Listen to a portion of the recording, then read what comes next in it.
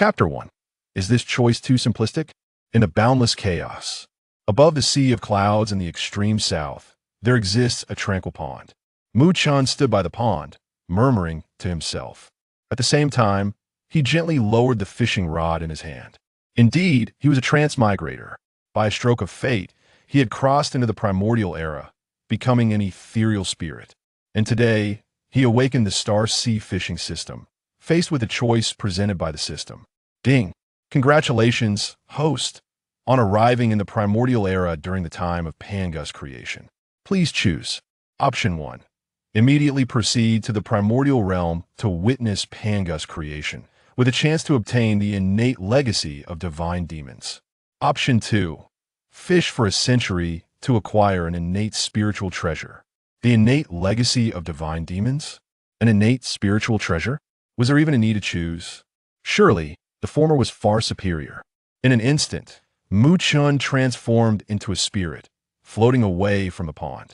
However, just as he departed from the sea of clouds, his gaze was met with a towering giant at the horizon, wielding an axe, cleaving chaos asunder. Boom! A violent ripple emanated from the center, spreading in all directions, its energy sufficient to send shivers down one's spine. Mu Chen recalled, this was the first calamity at the dawn of creation, when Pangu opened the heavens. The entire chaos was sliced open by an overwhelming force. Even a mere remnant of its power nearly obliterated his already tenuous spirit. Damn! Mu Chen furrowed his brow. He realized that this force was far too formidable. If he lingered any longer, he would likely be annihilated in the blink of an eye. Without hesitation, Mu Chen hastily retreated back into the sea of clouds, while inwardly he roared, "Damn it, the system has betrayed me." This was entirely different from what he had anticipated. The primordial realm was terrifying. Even a fleeting ethereal presence could annihilate him with his current strength. He simply could not venture out. At that moment, as Pangu opened the heavens, transforming into all things, the chaos began to unfurl, countless beings awakening. Eons passed, and the grand era of the primordial realm was officially established.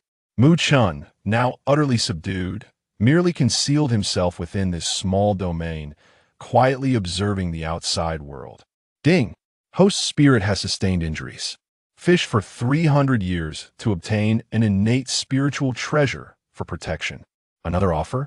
Mu Chen cast a dubious glance, confirming that the system posed no traps and simply required fishing. He finally felt at ease. An innate spiritual treasure. That was something even the saints held in high regard. 300 years was but a trivial matter, for time in the primordial realm was inconsequential. With this thought, Mu Chen gently grasped his fishing rod and cast it into the pond.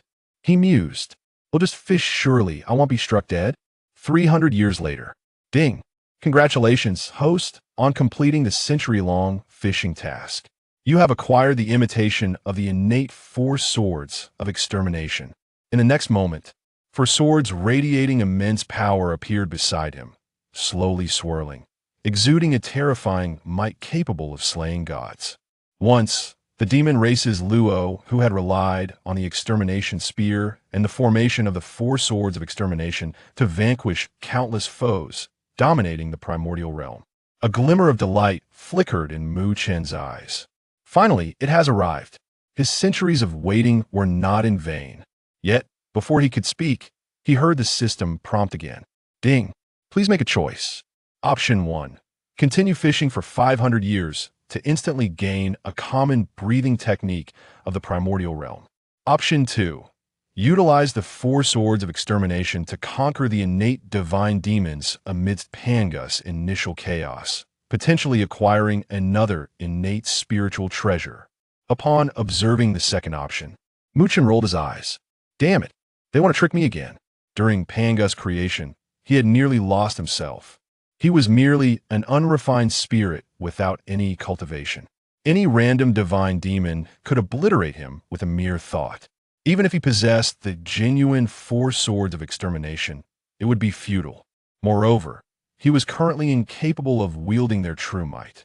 Thus, the system was clearly trying to bait him into another perilous situation. Having learned from the first lesson, Mu Chen resolutely chose the first option. Continue fishing. Would the innate spiritual treasure be of any use to him now? Not at all. In the initial chaos, any random being was beyond his capability to confront. So why not focus on refining his skills? Why venture out to form alliances, only to end up dead without knowing why? In the next moment, a fishing rod manifested beside Mu Chen, while another plunged directly into the pond. The fishing commenced. A torrent of memories flooded Mu Chen's mind, filled with methods of cultivation and breathing techniques. Following the instructions within his recollections, he gradually closed his eyes. In the blink of an eye, centuries passed. Mu Chen gradually adapted to the passage of time. Moreover, having immersed himself in cultivation for nearly a century, he no longer felt loneliness. In the primordial realm, time was abundant. On the contrary, as long as one lived, one could grow increasingly formidable. At last, one day, fishing concluded. Please make your selection. Option 1. Continue fishing for 500 years, during which the host's cultivation speed will increase tenfold. Option 2. Enter the impending Dragon Han catastrophe. Join one of the 3 races and obtain 2 innate supreme treasures. Mu Chen took a deep breath. The Dragon Han catastrophe was about to commence, and he absolutely could not venture out. This was a battle of quasi-saint levels. Compared to the innate divine demons, it was hardly different. Unless he reached a state of absolute invincibility, it would be far more practical to acquire a cultivation technique. While others rely on systems, I must outsmart the system. Mu Chen rolled his eyes. He understood well that true strength lay in self-improvement. He had just witnessed Panga's creation. And now, with the Dragon Han catastrophe approaching, regardless of how fiercely the 3 races battled, in the end, there would be deaths and escapes. It had nothing to do with him. Sensing the surge of spiritual energy around him multiplying tenfold, Mu Chen diligently continued his training. Time gradually flowed. Ding! The 500 years of fishing has concluded. Please choose. Option 1. Continue fishing for 800 years to gain an immediate 100-fold increase in cultivation speed. Option 2. Join the Xian race to contend against the Dragon and Phoenix races, with a slight chance of gaining the recognition of the Primordial Xian. Not going. Mu Chen kept his eyes closed, silently cultivating. Congratulations, host, on completing 800 years of fishing. Please choose. Option 1. Continue fishing for 3,000 years to gain the divine ability to manipulate heaven and earth. Option 2.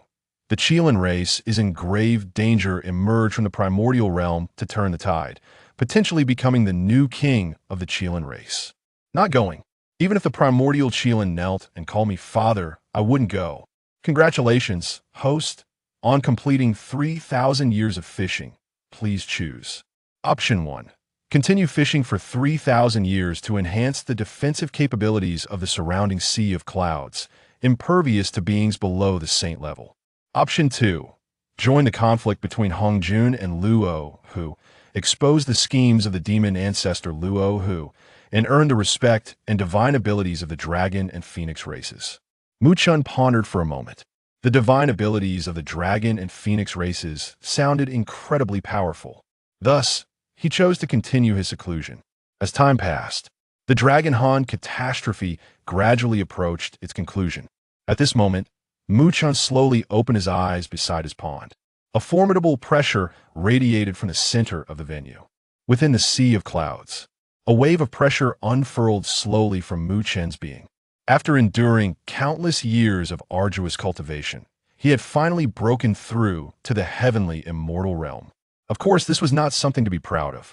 In the current primordial realm, every being was increasingly formidable. The heavenly immortal realm was at most akin to a flying ant. By comparison, Mu Chen had spent thousands of years, coupled with the 100-fold increase in cultivation speed, only to reach the initial level of the heavenly immortal realm. This left Mu Chen feeling somewhat embarrassed. What a disgrace. Truly a shame of the primordial realm. However, he did not dwell on it too much. As long as he did not die, that was the true way to power. After breaking through his realm, Mu Chen began to gradually comprehend his own magical powers. This comprehension lasted for 300 years, swiftly leading him to the 1,000-year mark of fishing. Congratulations, host! On completing the 1,000-year fishing task, the surrounding Sea of Clouds is undergoing an upgrade. Within the Sea of Clouds formation, the host may possess quasi-saint level powers.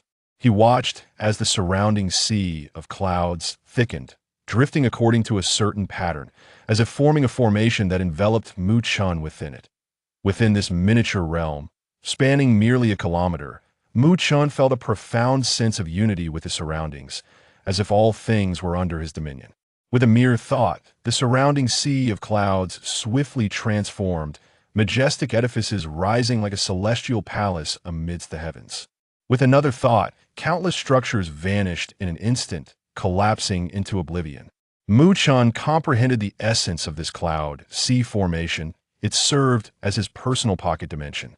In this realm, although he was merely at the celestial fairy level, he wielded the power of life and death over others. Such is the nature of the loss. It is akin to the insignificance of ants beneath the celestial path. The celestial path reigned supreme. As Mu Chen manipulated the environment for a while, he could not help but chuckle. The sensation of controlling and surveying all was peculiarly exhilarating, an indescribable thrill. No wonder every race seeks cultivation. It is simply intoxicating. Roar. Suddenly, a thunderous roar echoed through the air. It was a Xian, its entire form ablaze with true fire. Having appeared from nowhere, its body was as massive as a mountain. Its colossal eyes peered through the clouds, though its expression bore a hint of despondency. "Are you trying to scare me to death?" Mu Chen jolted at the sight. Within his small domain, endowed with quasi-saint level powers, he instantly shed any trepidation. Although the Xian could not perceive Mu Chen, it sensed the provocation and was immediately incensed. Terrifying flames erupted from its maw. Yet, upon striking the Sea of Clouds, they proved utterly futile, vanishing in the blink of an eye. "Heh!" Mu Chen scoffed dismissively. "Come in if you dare." The Xian seethed with fury. However, before it could act, it suddenly toppled over. With a thundering crash, it landed upon the cloud sea, remaining motionless. Mu Chen was taken aback. Even the primordial beings could engage in such deceit. In the next moment, he realized that the Xian was already grievously wounded, its abdomen and limbs bearing severe injuries, blood cascading like a waterfall to the ground. TSK, TSK, TSK, it seems it has just emerged from a fierce battle, fleeing here on the brink of death. Mu Chen murmured. Suddenly, a colossal dragon surged forth from the distant clouds. The surrounding sky crackled with thunderous energy, brimming with murderous intent. Evidently, its target was the Xian. In its peripheral vision, it caught sight of Mu Chen amidst the clouds. A flicker of wariness crossed its countenance. Unfathomable. This individual concealed not a whisper of aura. The majestic dragon, exuding authority, declared with the weight of the laws. "Do you dare hinder my dragon clan?" At that moment, a voice from the system resonated. "Please choose. Option 1. Save the Xian, offend the dragon clan, allowing it to recuperate in the dojo for a millennium and impart its celestial arts. Option 2. Remain indifferent, letting it be slain by the dragon clan, thereby gaining their attention. Option 3. Drive away the dragon, torment the Xian, and acquire its clan's wind manipulation techniques." After a brief contemplation, Mu Chen resolutely shook his head. "Do as you please, I am not particularly acquainted with it." The severely injured Xian immediately displayed an expression of despair. Yet, Mu Chen remained unfazed. Rescuing it was out of the question. He was no saint. He was merely a lowly warrior. In the event that he offended the already formidable dragon clan during the initial calamity of the Dragon Han era, it would lead to certain demise. Little did he know, in the next moment. Ding! Saving the Xian grants merit, with a reward of 1,000-fold cultivation speed and advanced breathing techniques. Mu Chen's expression turned peculiarly strange. In an instant, the temptation was overwhelming. Was this system deliberately slapping itself in the face? Was I truly so easily swayed? Would I simply go back on my word? Must I really offend the dragon clan? In the next moment, he clandestinely contemplated the reward. Well then, saving a life is worth more than constructing a 7-story pagoda. Since the Kirin clan member fortuitously appeared before me, I ought to show some goodwill. As for the Dragon clan, what do I have to fear? If they are dissatisfied, let them come. After all, I have no intention of going anywhere. Wait, Mu Chen abruptly halted the true dragon, who was about to strike. What else could he want? The true dragon frowned. That Mu Chen cleared his throat. Why my calculations? This Kirin is fated to cross paths with me. Depart swiftly, and I shall not bully you. Boom! The sky erupted with thunder and lightning. The towering true dragon roared in fury. You dare repeatedly toy with my clan? You seek death. Indeed, the Dragon clan was the current protagonist of the world. Due to the recent war, they had been more restrained around those whose backgrounds were unclear. Yet Mu Chen's contradictory actions at that moment enraged him that in an instant, countless bolts of heavenly thunder plummeted toward Mu Chen's head. Bang! Bang! Bang!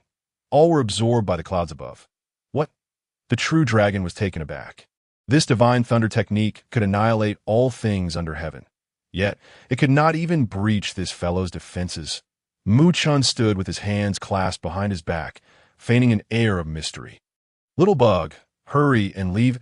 I have not taken a life in countless eons. Your crude lightning cannot even ruffle a hair on my body. The true dragon, seething with anger, circled and roared in the sky. All right, you dare provoke me, relying on your formation? Just wait. I will summon my clan's elder here. You better not run. Mu Chen was taken aback, and his expression shifted between light and shadow. Shortly after, a radiant smile graced his face as he waved his hand. Come now, little brother, descend. Let us speak properly. I apologize for offending you. Let us discuss this in detail. Upon finishing, the clouds gradually dispersed. Mu Chen stood at the edge of the pond, adopting a posture of submission. The true dragon's eyes gleamed with delight as he floated down. Humph, indeed, no matter how formidable a being, they still feared the name of the Dragon clan. However, what he could not have anticipated was that he would soon dread this realization. Upon seeing the foolish dragon float into the cloud formation, Mu Chen smiled. It was now his time to shine. What was your name again? The true dragon proudly declared. I am Tian. Kneel and admit your wrongs. And hand over that Kirin, and I may spare your life. Mu Chen's eyes sparkled with amusement as he rolled up his sleeves. Tian was momentarily taken aback. What are you doing? Of course. I'm going to teach you a lesson. With that, Mu Chen delivered a resounding slap. It was nothing extraordinary, yet an astonishing scene unfolded. Tian's colossal dragon form was instantly sent flying. Tian was left bewildered. How could this be? That slap had seemingly lacked force and should not have harmed him at all. Raising his head, Tian was once more struck dumb.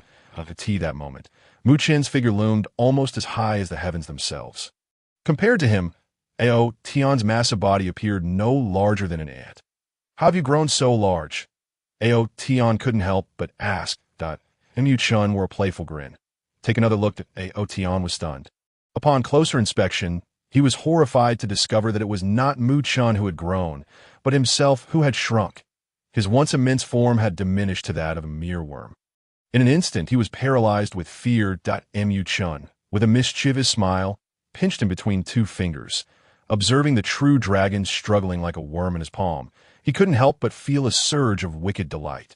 He then flicked Tian with his fingers. You little rascal, dare you demand my submission? Do you think no one would stand up to you? Is the Dragon clan truly so formidable? With each flick, Tian felt as though countless bolts of heavenly thunder were striking him, causing him immense pain, as if striking at his very soul, in his heart. He screamed, Great Luo! Perhaps even a quasi-saint level. Realizing this, he was filled with regret, his heart sinking into despair. How could such a powerful being arise from such a remote place? Having offended him, he was certain to meet a gruesome end. After a brief moment, Mu Chen tossed him to the ground. Not far away, the Kirin, barely clinging to life, witnessed this scene, his heart stirred by tumultuous waves of shock, equal to that of Tian. Such powers could only be possessed by a sage. How could he have encountered such an existence? Mu Chen glanced at him and said, You too. Come in. The Kirin was startled, but realizing he had no escape, he slowly approached the cloud formation with a pale face. Chen looked at him, and the Kirin's mountainous form began to shrink, gradually transforming into one akin to a small dog in the next moment. Chen waved his hand lightly. The Kirin's near-fatal injuries began to heal, a surge of vitality flowing forth. The Kirin's heart raced uncontrollably. He knew he was alive. It was simply because the other had cast a glance at him. Suppressing his excitement, he respectfully knelt with all fours. "Thank you, esteemed elder, for your great kindness. The Kirin clan's Xian is willing to go through fire and water for you." Chen nodded in satisfaction. This foolish Kirin was rather agreeable. He then pointed in mid-air, imparting the heavenly law to the Kirin, and added, "All right, you shall recuperate here for 1,000 years. As for the foolish dragon over there, you two shall not leave for 1,000 years. The rest of you may do as you please, but do not disturb my seclusion." Though Chen was immensely powerful within the cloud formation, it would be quite bothersome if dragons kept interrupting his meditation.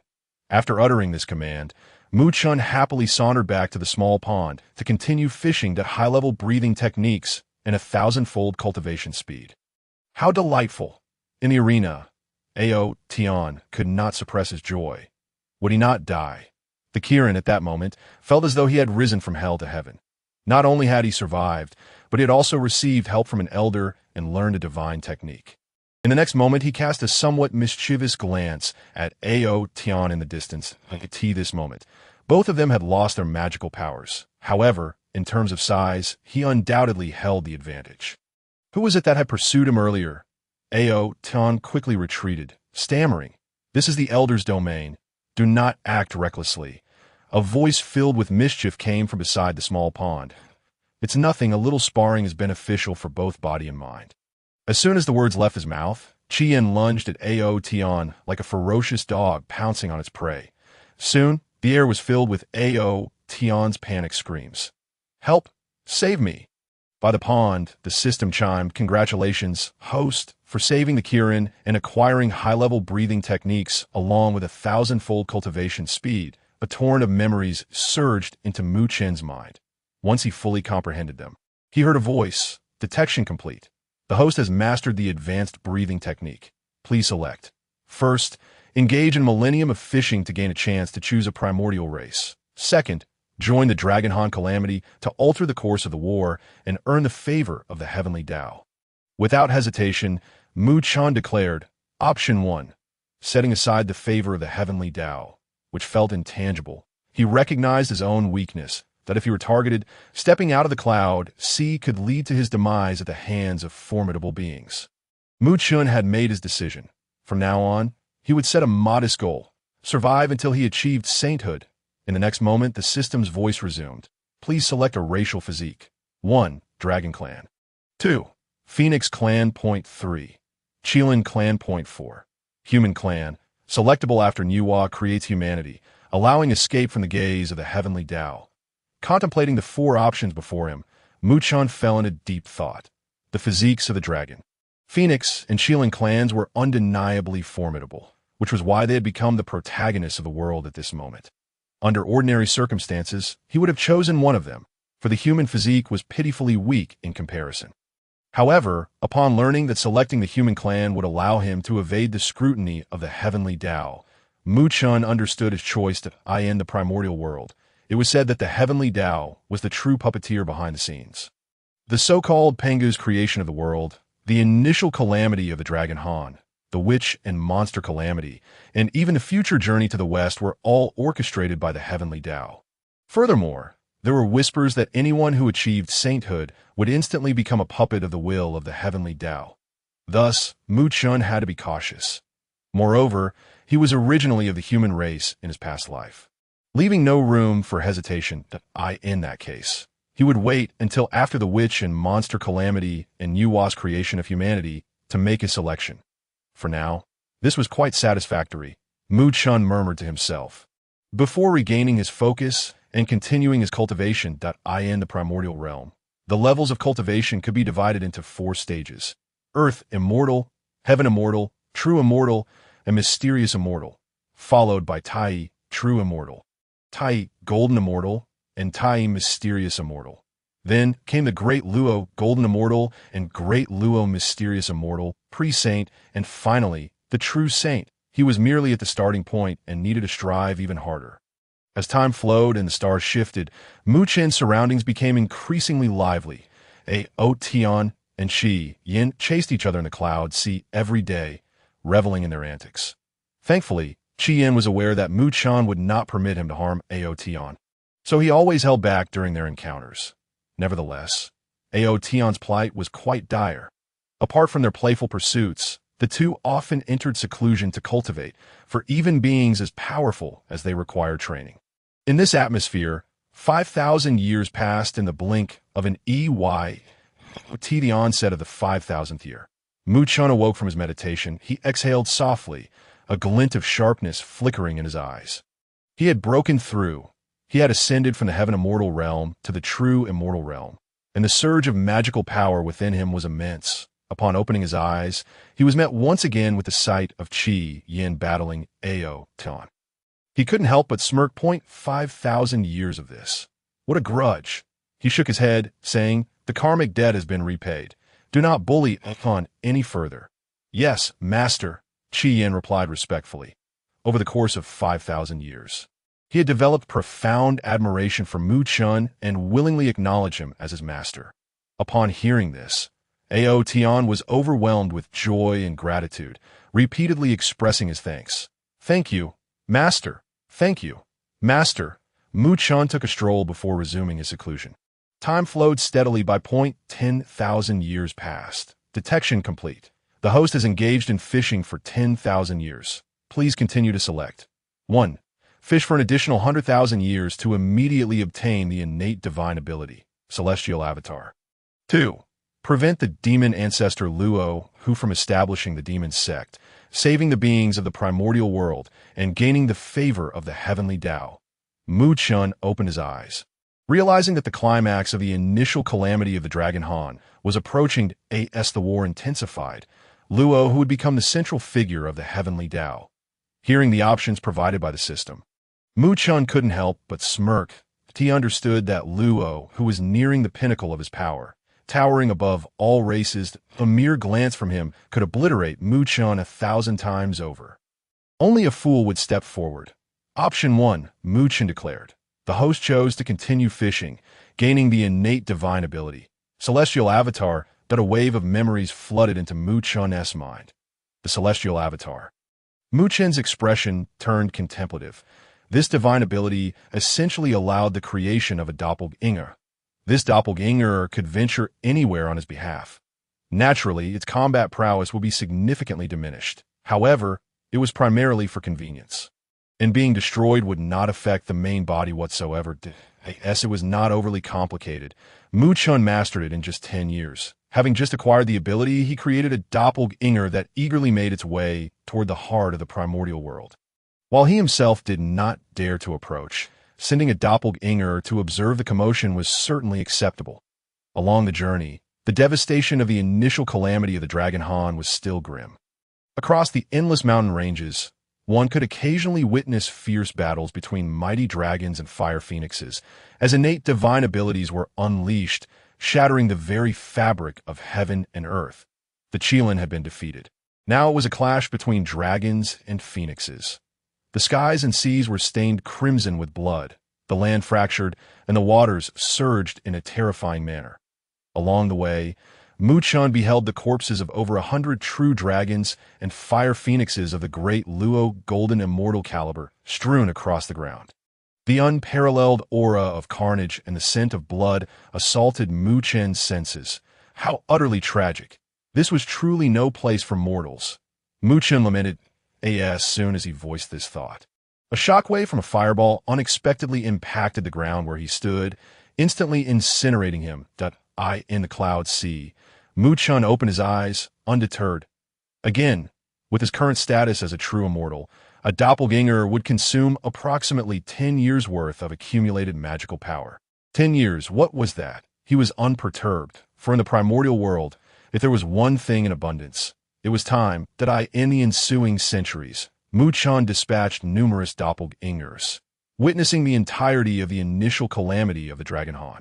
After 100 years, the dragon and phoenix clans began to weaken, while the demon ancestor Luo, who rose to prominence, seeking to attain the path of the saint through slaughter, garnering unprecedented attention.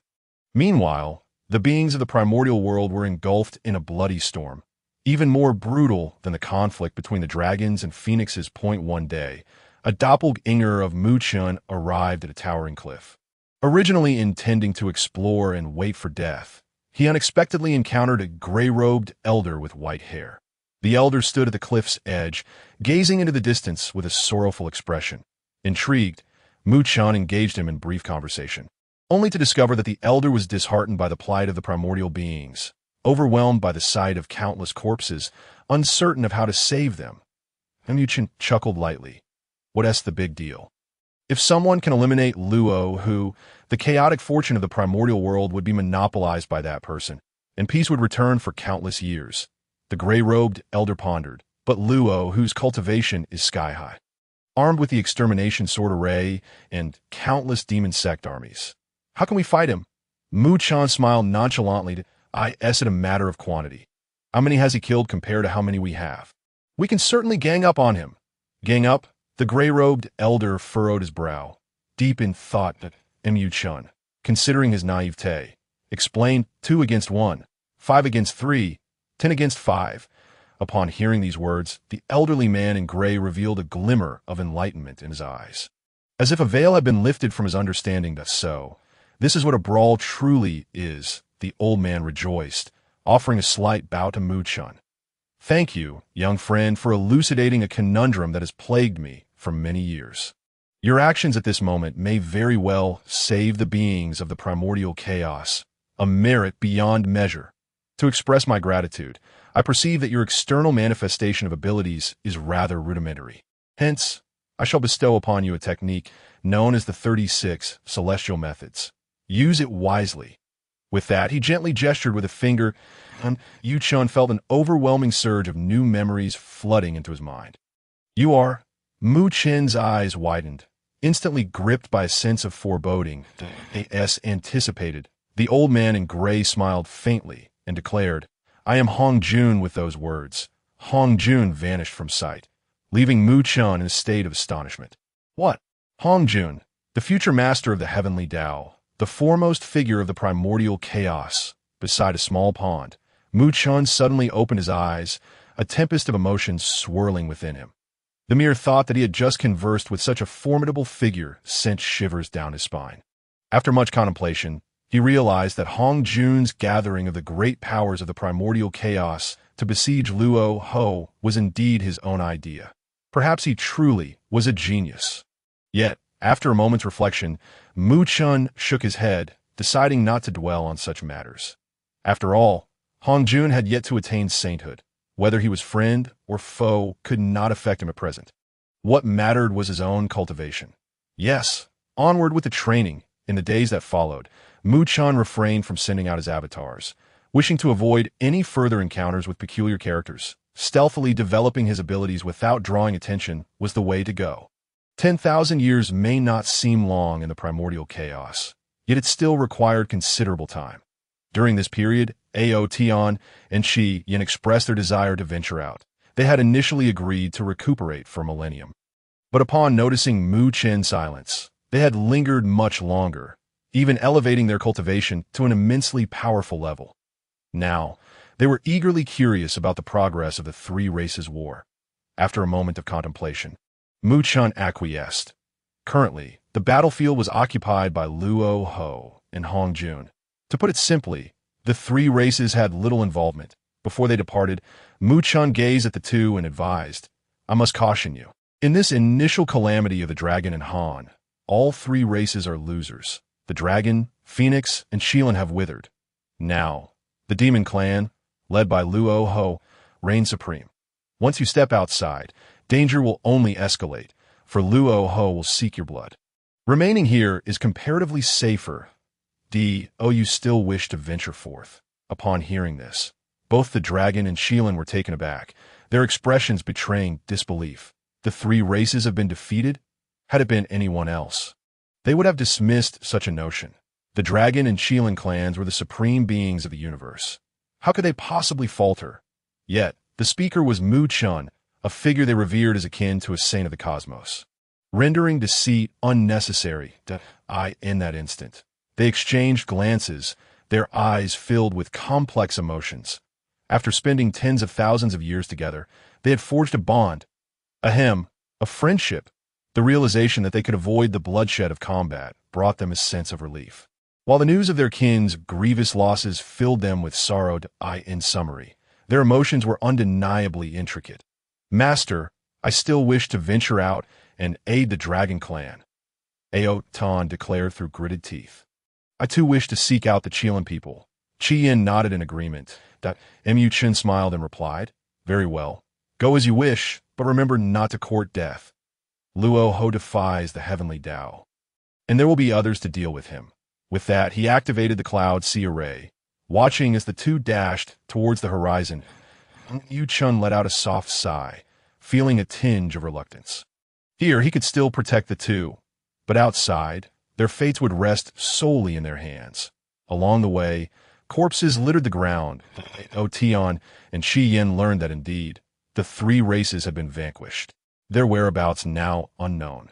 Presently, Luo Ho commanded countless followers, amassing a formidable army that specialized in slaughtering the Dragon, Phoenix, and Qian clans to gain power. Did the master know the outcome of this war from the very beginning?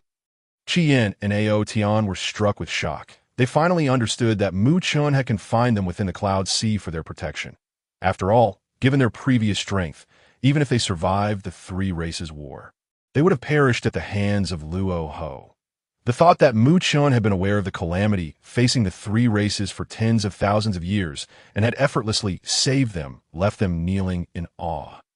Their admiration and gratitude for Mu Chun surged forth like a torrent. Their master was truly formidable. After the departure of Qian and Tian, Mu Chun sensed a certain emptiness in the Cloud Sea.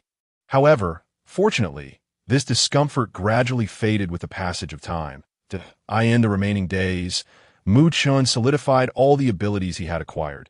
His current status was as follows. Mu Chun, a peak practitioner of the true immortal realm with a rootless body. Abilities, Law of Heaven and Earth, Avatar of the Outer World, 36 Celestial Methods, Techniques, Low-Level Breathing Techniques, High-Level Breathing Techniques, Weapon, Replica of the Four Swords of Immortal Slaying.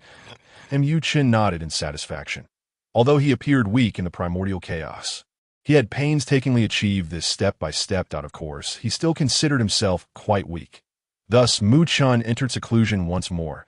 Time flowed inexorably, and 45,000 years slipped away unnoticed. Congratulations, host, for completing 50,000 years of fishing. Please choose. 1. Continue fishing for another 100,000 years. After a century, you may obtain a drop of Pangu's essence blood, greatly enhancing your constitution. 2. Step out of the primordial chaos and follow Hong Jun to eliminate Luo Ho and save the beings.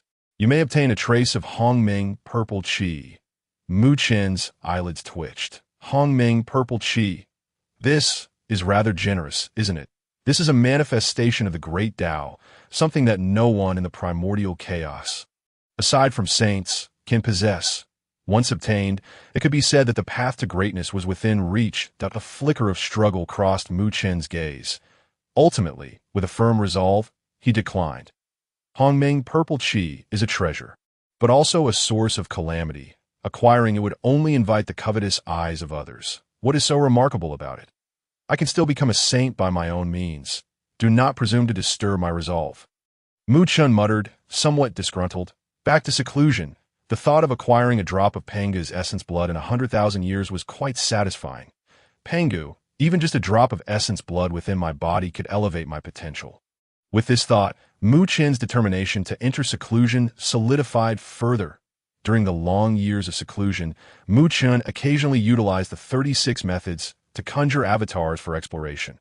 The 36 celestial methods were far superior to the external avatars, renowned for their ability to transform all things in heaven and earth, making them exceedingly convenient. One must admit. Hong Jun certainly has a reputation. The abilities he casually bestows are remarkably powerful. As the passage of time continued, Mu Chun also broke through to the Xian realm.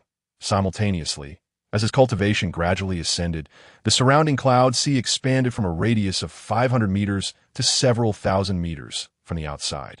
It appeared to be an entirely ordinary cloud, as in truth, unless one was a formidable being of the primordial chaos, they would never uncover his presence within, and even those who walked past the cloud sea would not perceive anything unusual.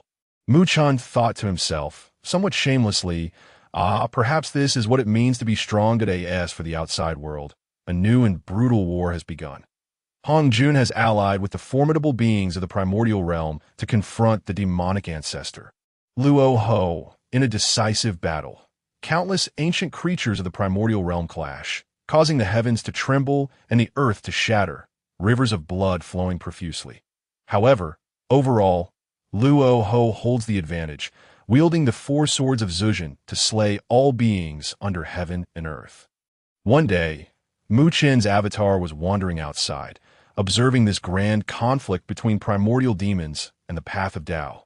Suddenly, a familiar figure appeared before him. Hongjun. Mu Chen was taken aback. How did this fellow manage to find him again?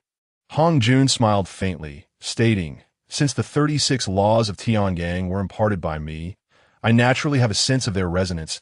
Mu Chen pondered for a moment, resolving never to use this technique again. He then calmly inquired, what brings you here, Taoist Hongjun? Upon hearing this, a hint of troubled expression surfaced on Hongjun's aged face. He sighed, saying, in 10 years, I shall engage in a decisive battle against Luo Ho in the west. Yet I find myself plagued by a sense of unease. Your thoughts and contemplations differ from those of the primordial beings, hence I seek your wisdom. Mu Chen was bewildered. What was going on? Hongjun, of all beings, was seeking his counsel that a wave of embarrassment washed over Mu Chen. Great one, I am but a mere Xian. I belong to the realm where your mere glance could annihilate countless foes. Why ask me? Truth be told, even Hongjun was unsure of his own state of mind. With the imminent battle at Mount Buzhou approaching, he was inexplicably restless. The enemy possessed the four swords of Zuzhen, capable of forming an invincible sword array, and he was uncertain if he could overcome it. In this state of turmoil, he fortuitously discovered the existence of Mu Chen's avatar. Thus, in a moment of impulse, he sought him out, though he held little hope that Mu Chen could offer any substantial explanation. Upon detecting Hongjun's plea for help, Mu Chen faced a choice, one to reveal a sliver of heavenly secrets, thereby forging a bond of goodwill with Hongjun. Remain silent, avoiding entanglements with Hongjun, and sever all ties henceforth. After a moment of contemplation, Mu Chen realized that in the ensuing battle, Hongjun would inevitably attain enlightenment and become a saint. Whether he spoke or not, the narrative would unfold as such. Thus, it seemed prudent to cling to this substantial leg to stand upon, at least to establish a modicum of goodwill. With this in mind, Mu Chen cleared his throat and articulated, in the primordial realm, regardless of victory or defeat, all is predestined by the heavenly Tao, matters already determined. Therefore, all we can do is exert our utmost effort, and the rest lies beyond our control. His words were deliberate and profound. If they triumphed, it was heavenly will. If they fell, it was still heavenly will. In any case, the blame would not rest upon his shoulders. Upon hearing this, Hongjun's countenance shifted. All is heavenly will. The Tao is predetermined. For reasons unknown, Hongjun suddenly fell into a state of profound enlightenment. For an entity of Hongjun's caliber, a moment of enlightenment could yield extraordinary consequences. As Mu Chen uttered merely a few phrases, Hongjun's realm began to experience a breakthrough, establishing an enigmatic connection with the cosmos. Though time seemed to stretch interminably, it was in fact fleeting when Hongjun regained his senses. His face bore no trace of anxiety. Instead, he radiated a sense of liberation and clarity. So it is. He then gazed at Mu Chen, astonished by the depth of understanding this seemingly insignificant Xian possessed regarding the heavenly Tao. Impressive, indeed. Mu Chen remained oblivious to the transformation that had just occurred. He felt that Hongjun was now entirely different from the image he had conjured in his mind. Unable to contain his curiosity, he asked, why is it that you so fervently wish to eradicate Luo Ho? Hong Jun remained silent for an extended period, gazing into the expanse of the heavens. Finally, he uttered a single phrase. "I observe that all beings suffer in bondage." Mu Chun murmured, "So that is the case." This revelation addressed a long-standing question within him that in previous tales of the primordial realm, opinions varied greatly. Some believed that Hong Jun had learned of his opportunity for ascendance, thus opposing the demonic clan. Others speculated that Hong Jun sought to eliminate Luo Ho and other powerful beings to monopolize the fate of the primordial realm. There were even those who claimed that the initial calamity of Long Han was a grand scheme orchestrated by Hong Jun. Yet at this moment, Mu Chun felt that Hong Jun's statement was the most authentic reflection of his intentions. At least within the current context of the primordial world, Hong Jun genuinely cared for the well-being of all beings. No wonder he could attain sainthood. With a sigh, Mu Chun reassured, "Old Jun, fear not. In 10 years, you shall surely triumph in the Western conflict. So take heart." Hong Jun's expression was peculiar. Old Jun? Not a soul in the primordial realm had dared to address him thus. However, he found the appellation surprisingly agreeable. Shaking his head, he chuckled lightly. "Then I shall take your auspicious words to heart. Should I emerge victorious, I shall certainly offer my gratitude." With that, he vanished from sight. Mu Chun observed this scene and promptly dispelled his avatar. Time to make a hasty retreat. It should be noted that the impending battle at Mount Shumi in the west would be the most devastating of the initial calamity of Long Han. With countless strong beings perishing, even the likes of Yang Mei Daxian, who wielded the laws, had fallen, leaving only Hong Jun standing at this moment. Mu Chun silently resolved, before the conclusion of the western battle at Mount Shumi, he would not venture outside again. 10 years, in the eyes of the primordial cultivators, even a mere blink would hardly be noticed. Diligently, Mu Chun immersed himself in seclusion within his sea of clouds. Meanwhile, the primordial world was abuzz with activity at this moment. At the foot of Mount Shumi in the west, the great cultivators of the primordial realm gathered, the seas of blood surging, the atmosphere imposing. Hong Jun summoned the Jade Tablet of Creation, while Luo Ho unleashed the God-slaying spear alongside the Zhujian sword array. 0.8 million demon warriors clashed with the beings of the primordial realm. The battle raged on, shaking the heavens and earth, reaching a level of brutality far surpassing that of the Dragon and Phoenix conflict. As time passed, the demon clan, led by Luo Ho, found themselves at a disadvantage. In a critical moment, Luo Ho, desperate, lunged at Hong Jun's true form with a god-slaying spear, but Hong Jun deftly evaded the attack. Following this, Hong Jun, in collaboration with the other 3 saints, seized the opportunity to capture the 4 swords of Zhujian, shattering the once invincible sword array. Ultimately, Luo Ho could no longer withstand the onslaught and perished beneath the full might of Hong Jun's Jade Tablet of Creation. Before his demise, Luo Ho, filled with resentment, howled at the heavens. "I, Luo Ho, vow once more, the demon and Tao shall remain irreconcilable. In the future, as the heavens abide, the demon shall rise while the Tao diminishes, and when the demons fall, the Tao shall flourish." Thus, the heavens responded, and the demon Tao officially ascended to become one of the great paths of the primordial realm. As Hong Jun fought valiantly to slay Luo Ho, he garnered the favor of the heavenly Tao, thereby seizing the opportunity to become the first heavenly saint of the primordial realm.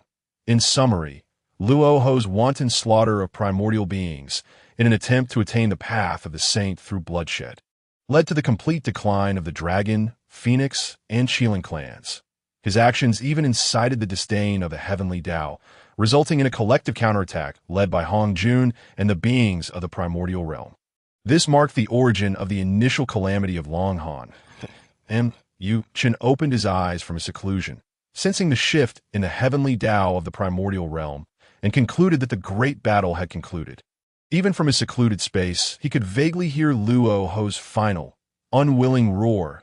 Chen understood this sentiment well. However, there was no other choice. After all, Hong Jun was the central figure of the heavenly Tao at that moment. Regardless of Luo Ho's possession of the god-slaying spear and the Zhujian sword array, defeat was inevitable. With this thought, Mu Chun grasped a profound lesson. Avoid seeking death.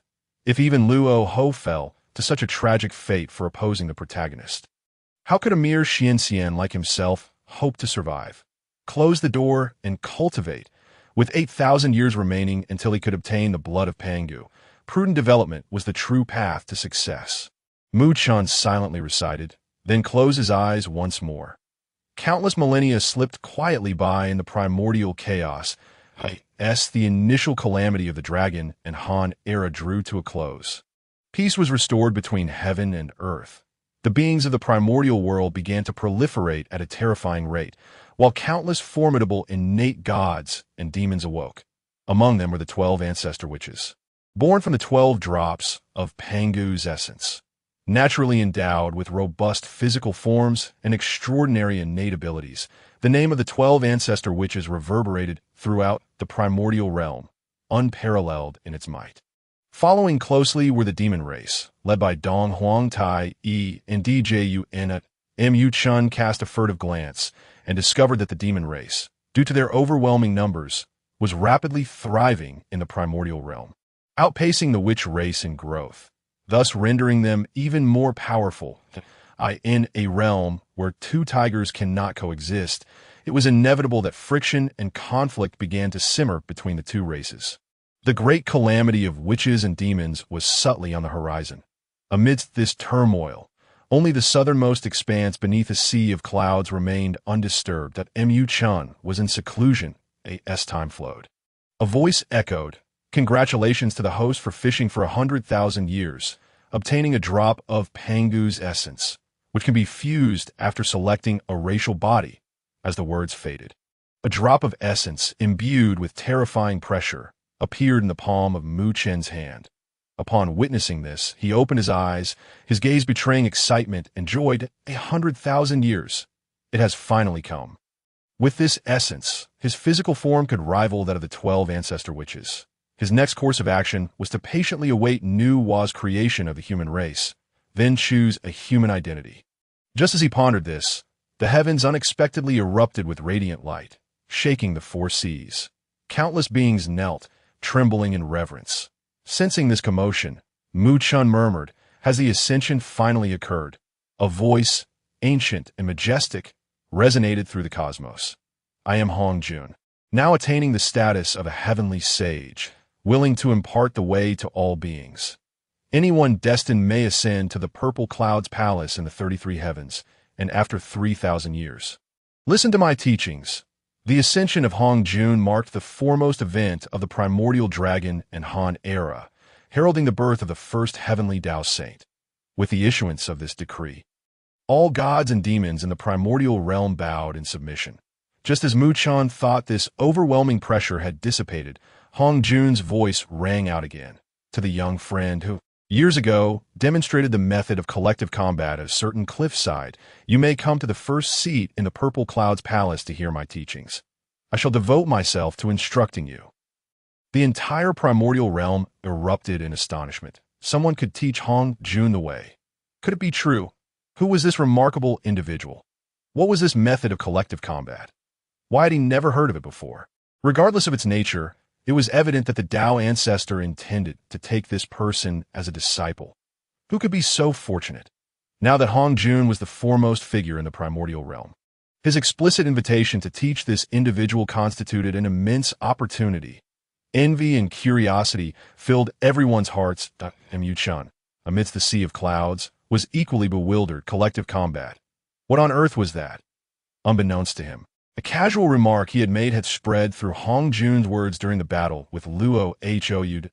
In the future primordial realm, collective combat would evolve into a novel and trendy term. For instance, if a powerful being found another displeasing but could not defeat them, they would call upon friends, stating, "Let us go, we'll collectively combat him." The aggrieved party would then return home, rallying their friends with, "I've been bullied. Bring people, we'll fight back collectively." In simpler terms, collective combat meant rallying others, and it would flourish in the future primordial realm. A team mattered not if one could not win. As long as one had more people, all would be well. Shame? Tao ancestor Hong Jun had defeated the demon ancestor using the method of collective combat. Who would still feel embarrassed? Were Mu Chan to learn that he had inadvertently shifted the cultural tide of the primordial realm? He would surely feel a complex swirl of emotions at this moment. Mu Chun faced a choice.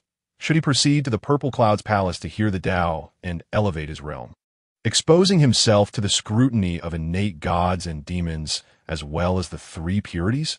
Or should he continue his cultivation at his own pace, avoiding entanglement in the affairs of the divine? Upon detecting Hong Jun's active invitation, the following options presented themselves. 1. Turn a blind eye and continue fishing in the sea of clouds for another 50,000 years, after which you would obtain the dragon race's divine ability, True Goddess, Thunder Control. 2. Proceed to the Purple Cloud's palace to hear his teachings, becoming Hong Jun's foremost disciple and receiving 3 innate treasures. Mu Chun's expression was conflicted. He felt increasingly inclined to go to the Purple Cloud's palace. If he truly became Hong Jun's foremost disciple, he could navigate the primordial realm with ease, no longer needing to hide away. Even amidst the forthcoming calamity of witches and demons, he would have no cause for concern. Nor would he need to worry about the later celestial sealing. Wait, the celestial sealing calamity? Mu Chun furrowed his brow deeply. The celestial sealing calamity was a battle of saints. Several of Hong Jun's disciples had fared poorly. Moreover, it seemed that after the calamity, saints seldom appeared among mortals. If he were to become Hong Jun's disciple now, he would undoubtedly become a target of scrutiny, drawing everyone's attention. Would he too vanish after the celestial sealing? A bead of cold sweat trickled down Mu Chen's forehead. Upon careful consideration, none of the great calamities in this world were easy to navigate. With his current capabilities, he would stand no chance. Choose? No way, he resolved immediately, ceasing to deliberate on the matter. 3,000 years later. In the Purple Cloud's palace, Hong Jun, the Tao Ancestor, sat cross-legged upon a high platform, clad in a Tao robe, his expression serene and ethereal, his aura melding with that of heaven and earth. Before him, seated in the grand hall, were Yuan Shi, Tong Tan, Laozi, Nuwa, Zhuan Ti, and Xian, among others, all of whom were the mightiest beings of the primordial realm. Strangely, there remained an empty seat at the forefront, unoccupied to this day. Hong Jun glanced at the seat, then shook his head slightly, stating, "The time has come. Today I shall impart the Tao here." As his words fell, the doors of the Purple Cloud's palace slowly closed. Hong Jun began to expound upon the profound mysteries of the Tao, and a myriad of colorful lights illuminated the heavens. The world fell silent. None dared to stir. This teaching lasted for 3,000 years. When the transmission concluded, all present were enraptured, their powers surging. Particularly, the 6 disciples of Hong Jun at the forefront emanated a faint golden radiance. On the cusp of becoming saints, Hong Jun spoke calmly. "Any inquiries may be posed." Kun Peng, ever rebellious, boldly inquired, "Tao Ancestor, who is worthy to sit in that vacant seat? Why has he not come to the Purple Cloud's palace to listen?" Curiosity was evident among the crowd. Why had no one claimed the seat that the Tao Ancestor had personally reserved? Hong Jun smiled lightly.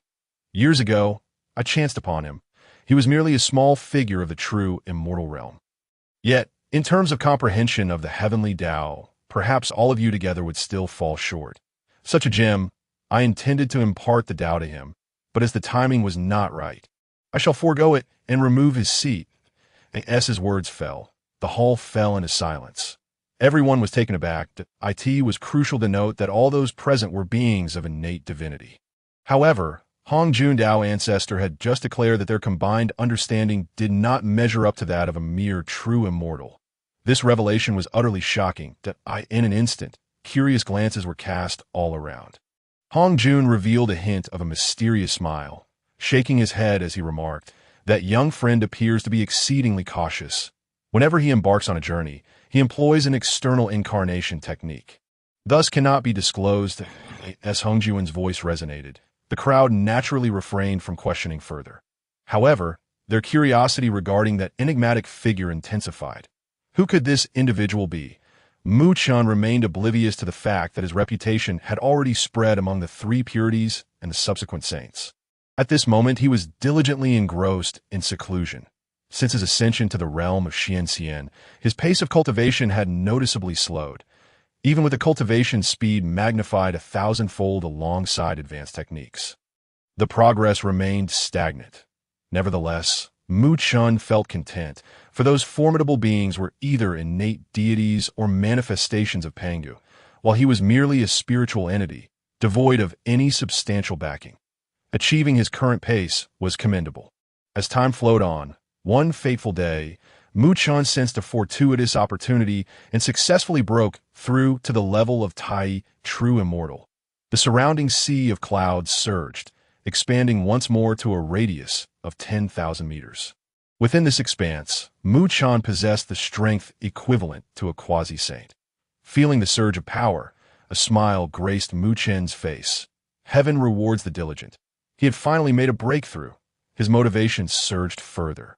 If this momentum continued, even amidst the forthcoming calamities of the witch and demon wars and the conferred god calamity, he would likely possess the strength for self-preservation.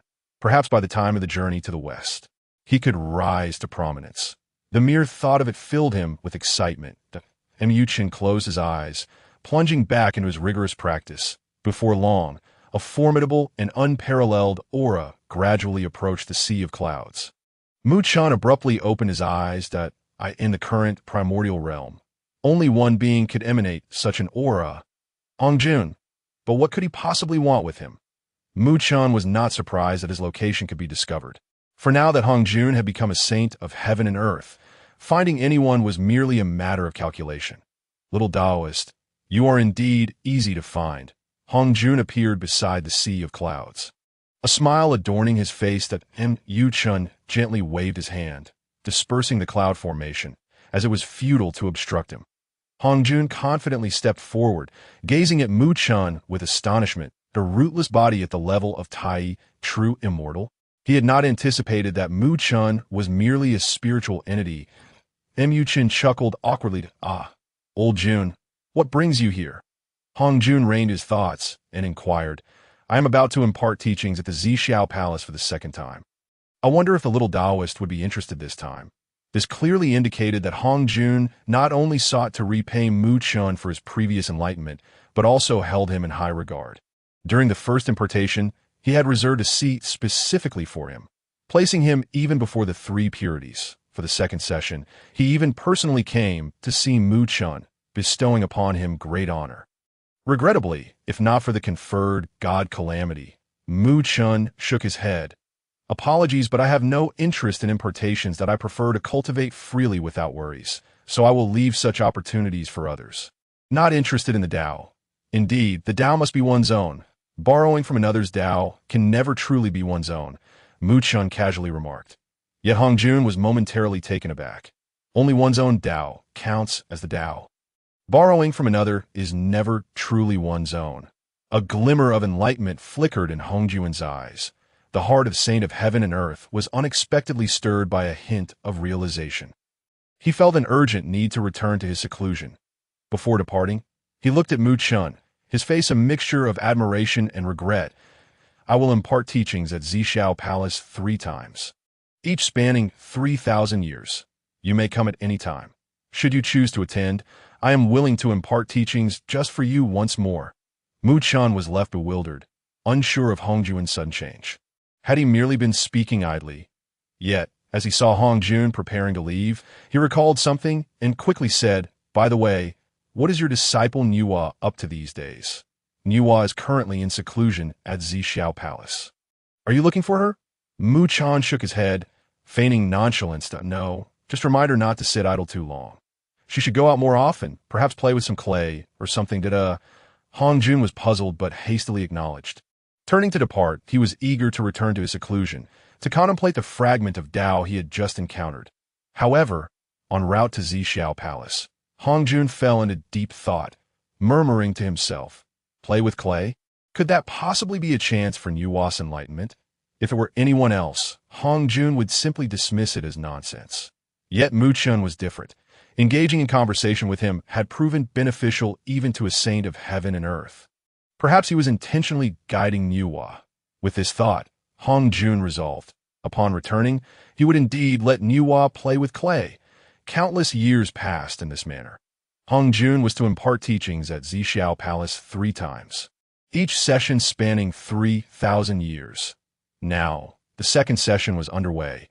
Countless innate deities broke through to the realms of the Luo Golden Immortal and even to Luo Xian Immortal.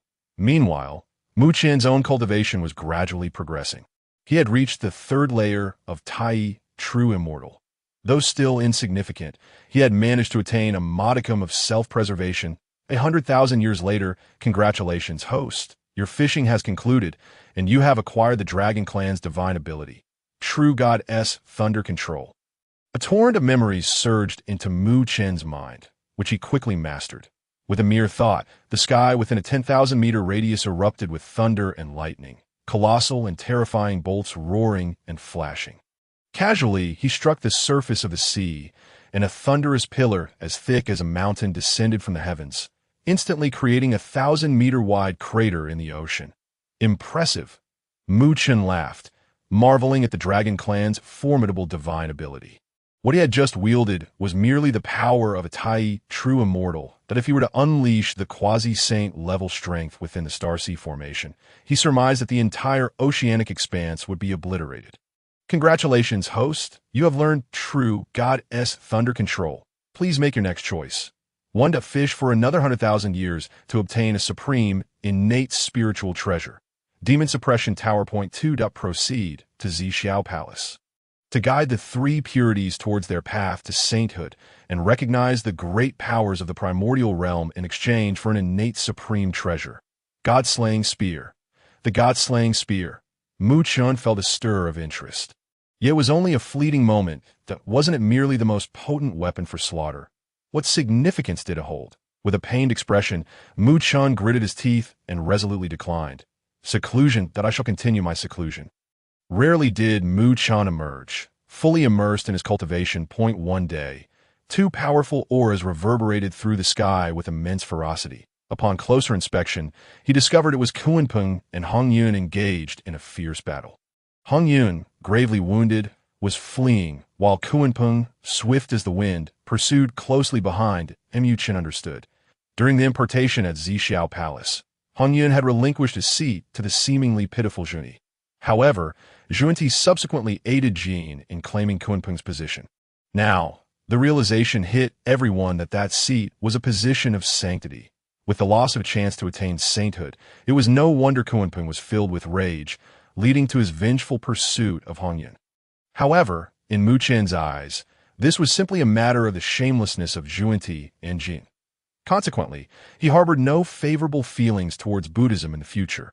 How hypocritical! Detected Kunpeng's pursuit of Hong Yun. Please choose. Host. 1. Casually rescue Hong Yun while fishing, gaining his favor. 2. To remain indifferent, allowing his demise, to obtain a random innate spiritual treasure. 3. Aid Kunpeng in slaying Hong Yun, gaining his favor and the ability to traverse 1,000 miles in an instant. Mu Chen pondered seriously. The true form of Hong Yun Laozu was the very first red cloud that emerged at the dawn of creation. Gaining his favor symbolized auspiciousness, which could enhance one's merits. As for the innate spiritual treasures, he had no interest in even the most chaotic of treasures, so naturally, he would not regard them highly. Moreover, Hong Yun had an inherently benevolent nature, compared to the proud and arrogant Kunpeng. Mu Chen was far more inclined to rescue Hong Yun. With this thought, Mu Chen extended a hand and commanded, "Come in." Hong Yun, who had initially believed he was facing certain death, brightened at these words and immediately rushed into the Cloud Sea Great Formation. Seeing this, Kunpeng was consumed by fury and charged directly into the formation as well, and Yu Chun snorted coldly and unleashed the True God Thunder technique with his quasi-saint strength to in an instant.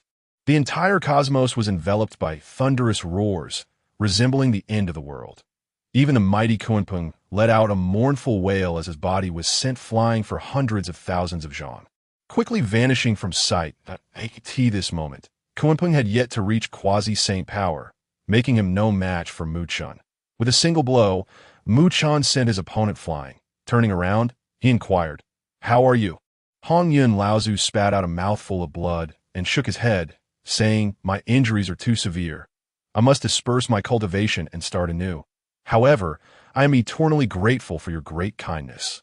Senior, I can offer no better repayment than this innate spiritual treasure, the Jujio Hongyun Sampo Hulu, and hope that you may continue to bless me. As he finished speaking, a fiery red gourd floated gently into Mu Chen's hand. It measured 3 feet and 3 inches, its entire body a brilliant red, and Yu Chen understood that the innate gourd vine originated from the Unzao mountain, bearing 7 innate gourds, each representing a different color of the spectrum. One of these was this very item. Inside it contained boundless red silk, enveloping everything, capable of dispersing human souls. This was indeed a genuine treasure. Mu Chen's eyes sparkled with delight. After completing this act, Hongyun Laozu's physical form instantly dissipated, returning to his original state as a red cloud. Shortly thereafter, this red cloud slowly merged into the cloud sea above Mu Chen's head, standing out remarkably among the white clouds. Resembling a fluffy cotton candy that Yu Chen scratched his head. Reincarnation and recultivation? Wasn't this equivalent to wiping all memories clean? Even if he were to awaken once more, he would no longer be the Hongyun Laozu of today. Therefore, the fact that the current red cloud did not flee implied that it now belonged to him. One must acknowledge that the first red cloud in the cosmos could potentially attain sainthood. At the very least, it was a supreme innate treasure.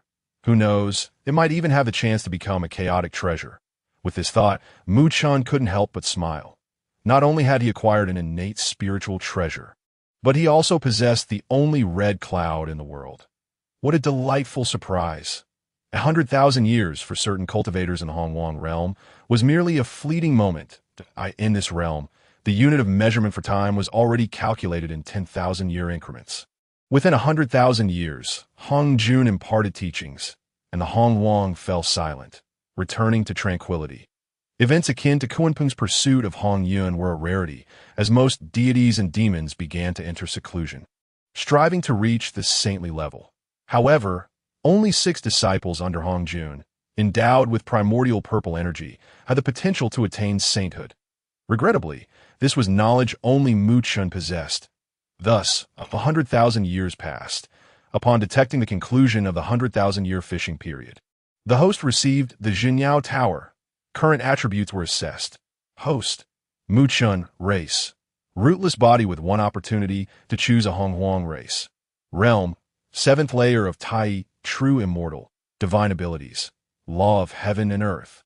Avatar for beyond, 36 heavenly gangs techniques, true god thunder method. Techniques, low-tier breathing techniques, high-tier breathing techniques. Weapons, imitation of the 4 swords of immortal execution. Jinyao Tower. Treasures, a drop of Panga's essence blood, Sampo Hulu. Gazing at his attribute panel, Mu Chen nodded in satisfaction. All of this had been earned through his own perseverance. Furthermore, during his fishing, the system occasionally provided various heavenly materials and elixirs.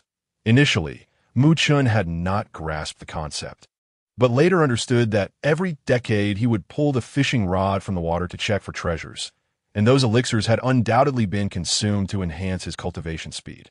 In short, he had grown stronger. Above him, a massive red cloud lazily drifted in the cloud sea. Suddenly, it cast a warm red light upon Mu Chen, seemingly in celebration, just as Mu Chen was basking in his contentment. An entity radiating a gentle yet formidable aura approached the cloud as Yu Chen inhaled sharply. Could it be another quasi-saint?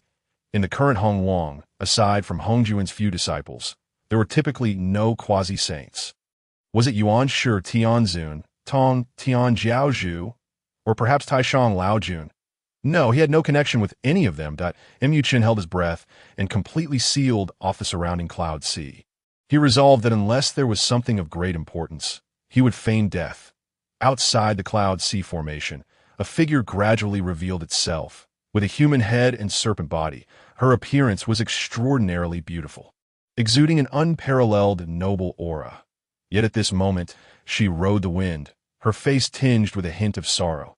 She spoke slowly, her voice resonating with the heavens. Might I inquire if my friend is present? Mu Chen was taken aback. It was none other than Nuwa. He couldn't help but feel a surge of joy. Given that the Wu and Yao clans were currently in power, this particular moment coincided with Nuwa's creation of humanity. He was eagerly awaiting the establishment of humanity, so he could utilize Pangu's essence blood for his own transformation. By doing so, he would shed his rootless body, potentially accelerating his cultivation speed significantly.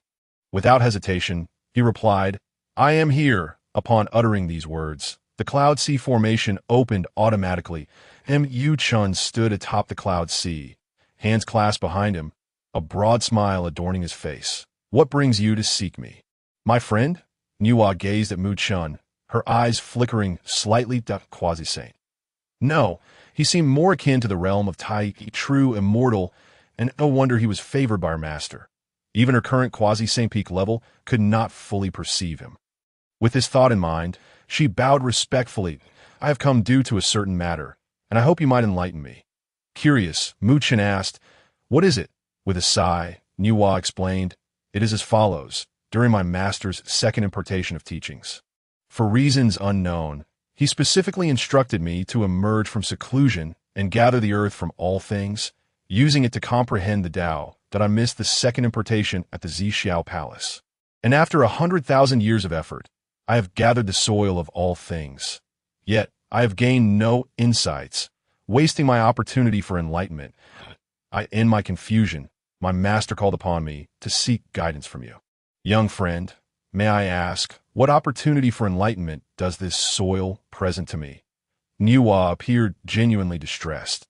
Not only had she missed her master's second impartation, but her cultivation had also significantly lagged behind her fellow disciples. Now, she was even mockingly referred to as Earth Mud Goddess by other deities and demons. Had it been anyone else, Nuwa would have long since exploded in anger. Yet, this was her master's command, and she had no choice but to comply. Upon hearing this, Chun felt a wave of embarrassment wash over him. Wasn't he merely hoping for her to create humanity sooner? Had Hongjun truly sent his disciple to dig up mud? Realizing that he had inadvertently caused Nuwa to miss the impartation, Chun felt a chill run down his spine. Wait, if he said there was no opportunity, would Nuwa take immediate action against him? This was a matter of great consequence. With this in mind, Chun cleared his throat and said, Nuwa, my friend, have you ever heard of the Mother of Earth?" Nuwa furrowed her brow, perplexed. "Mother of Earth?"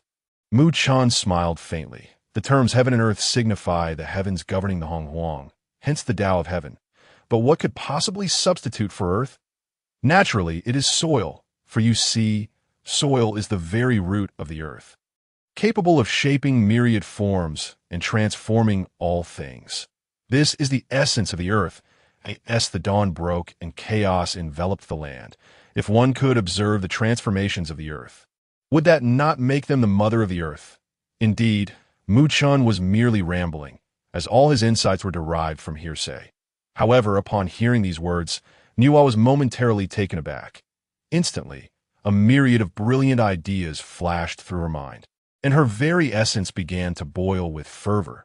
The earth is the root of all creation, capable of shaping myriad forms and transforming all things. The mother of the earth, at that moment, Nuwa felt as though a profound realization had dawned upon her.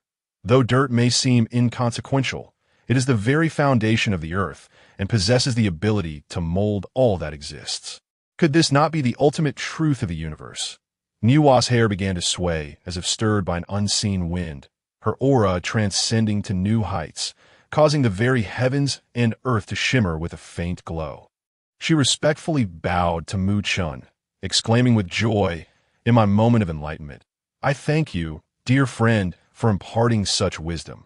Once I attain sanctity, I shall return to express my gratitude." With that, she hurriedly departed.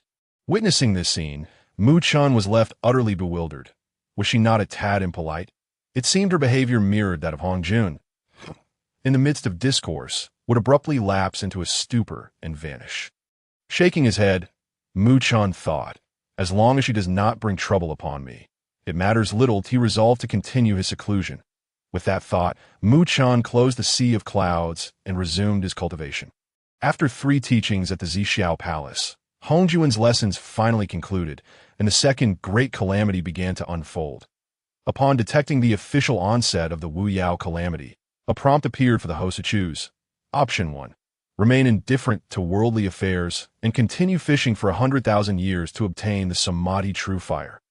Option 2. Prevent the Wu Yao calamity from commencing, thereby acquiring supreme merit and receiving 2 pieces of chaos-grade treasures for protection. Choose wisely. Standing amidst the sea of clouds, Mu Chen gazed into the distance.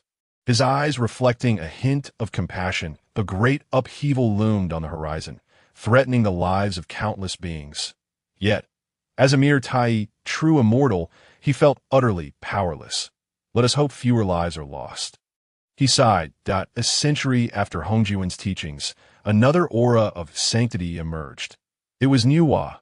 I am Nuwa. Today, moved by the suffering of the living, I witness the earth and am inspired to create humanity, wishing for its prosperity and safeguarding the primordial realm for eternity. Her voice resonated with authority, shaking the very heavens and earth. Countless beings of the primordial world prostrated in awe. Even the myriad deities and demons were astonished. Nuwa, the first among disciples to achieve sanctity, had risen following Hongjuan's second teaching. Chen opened his eyes, a look of astonishment upon his face. So soon. It has only been a century. Could it be that my offhand remarks spark her enlightenment? How could such a statement be interpreted as guidance for Nuwa to create humanity? He was left in a state of confusion.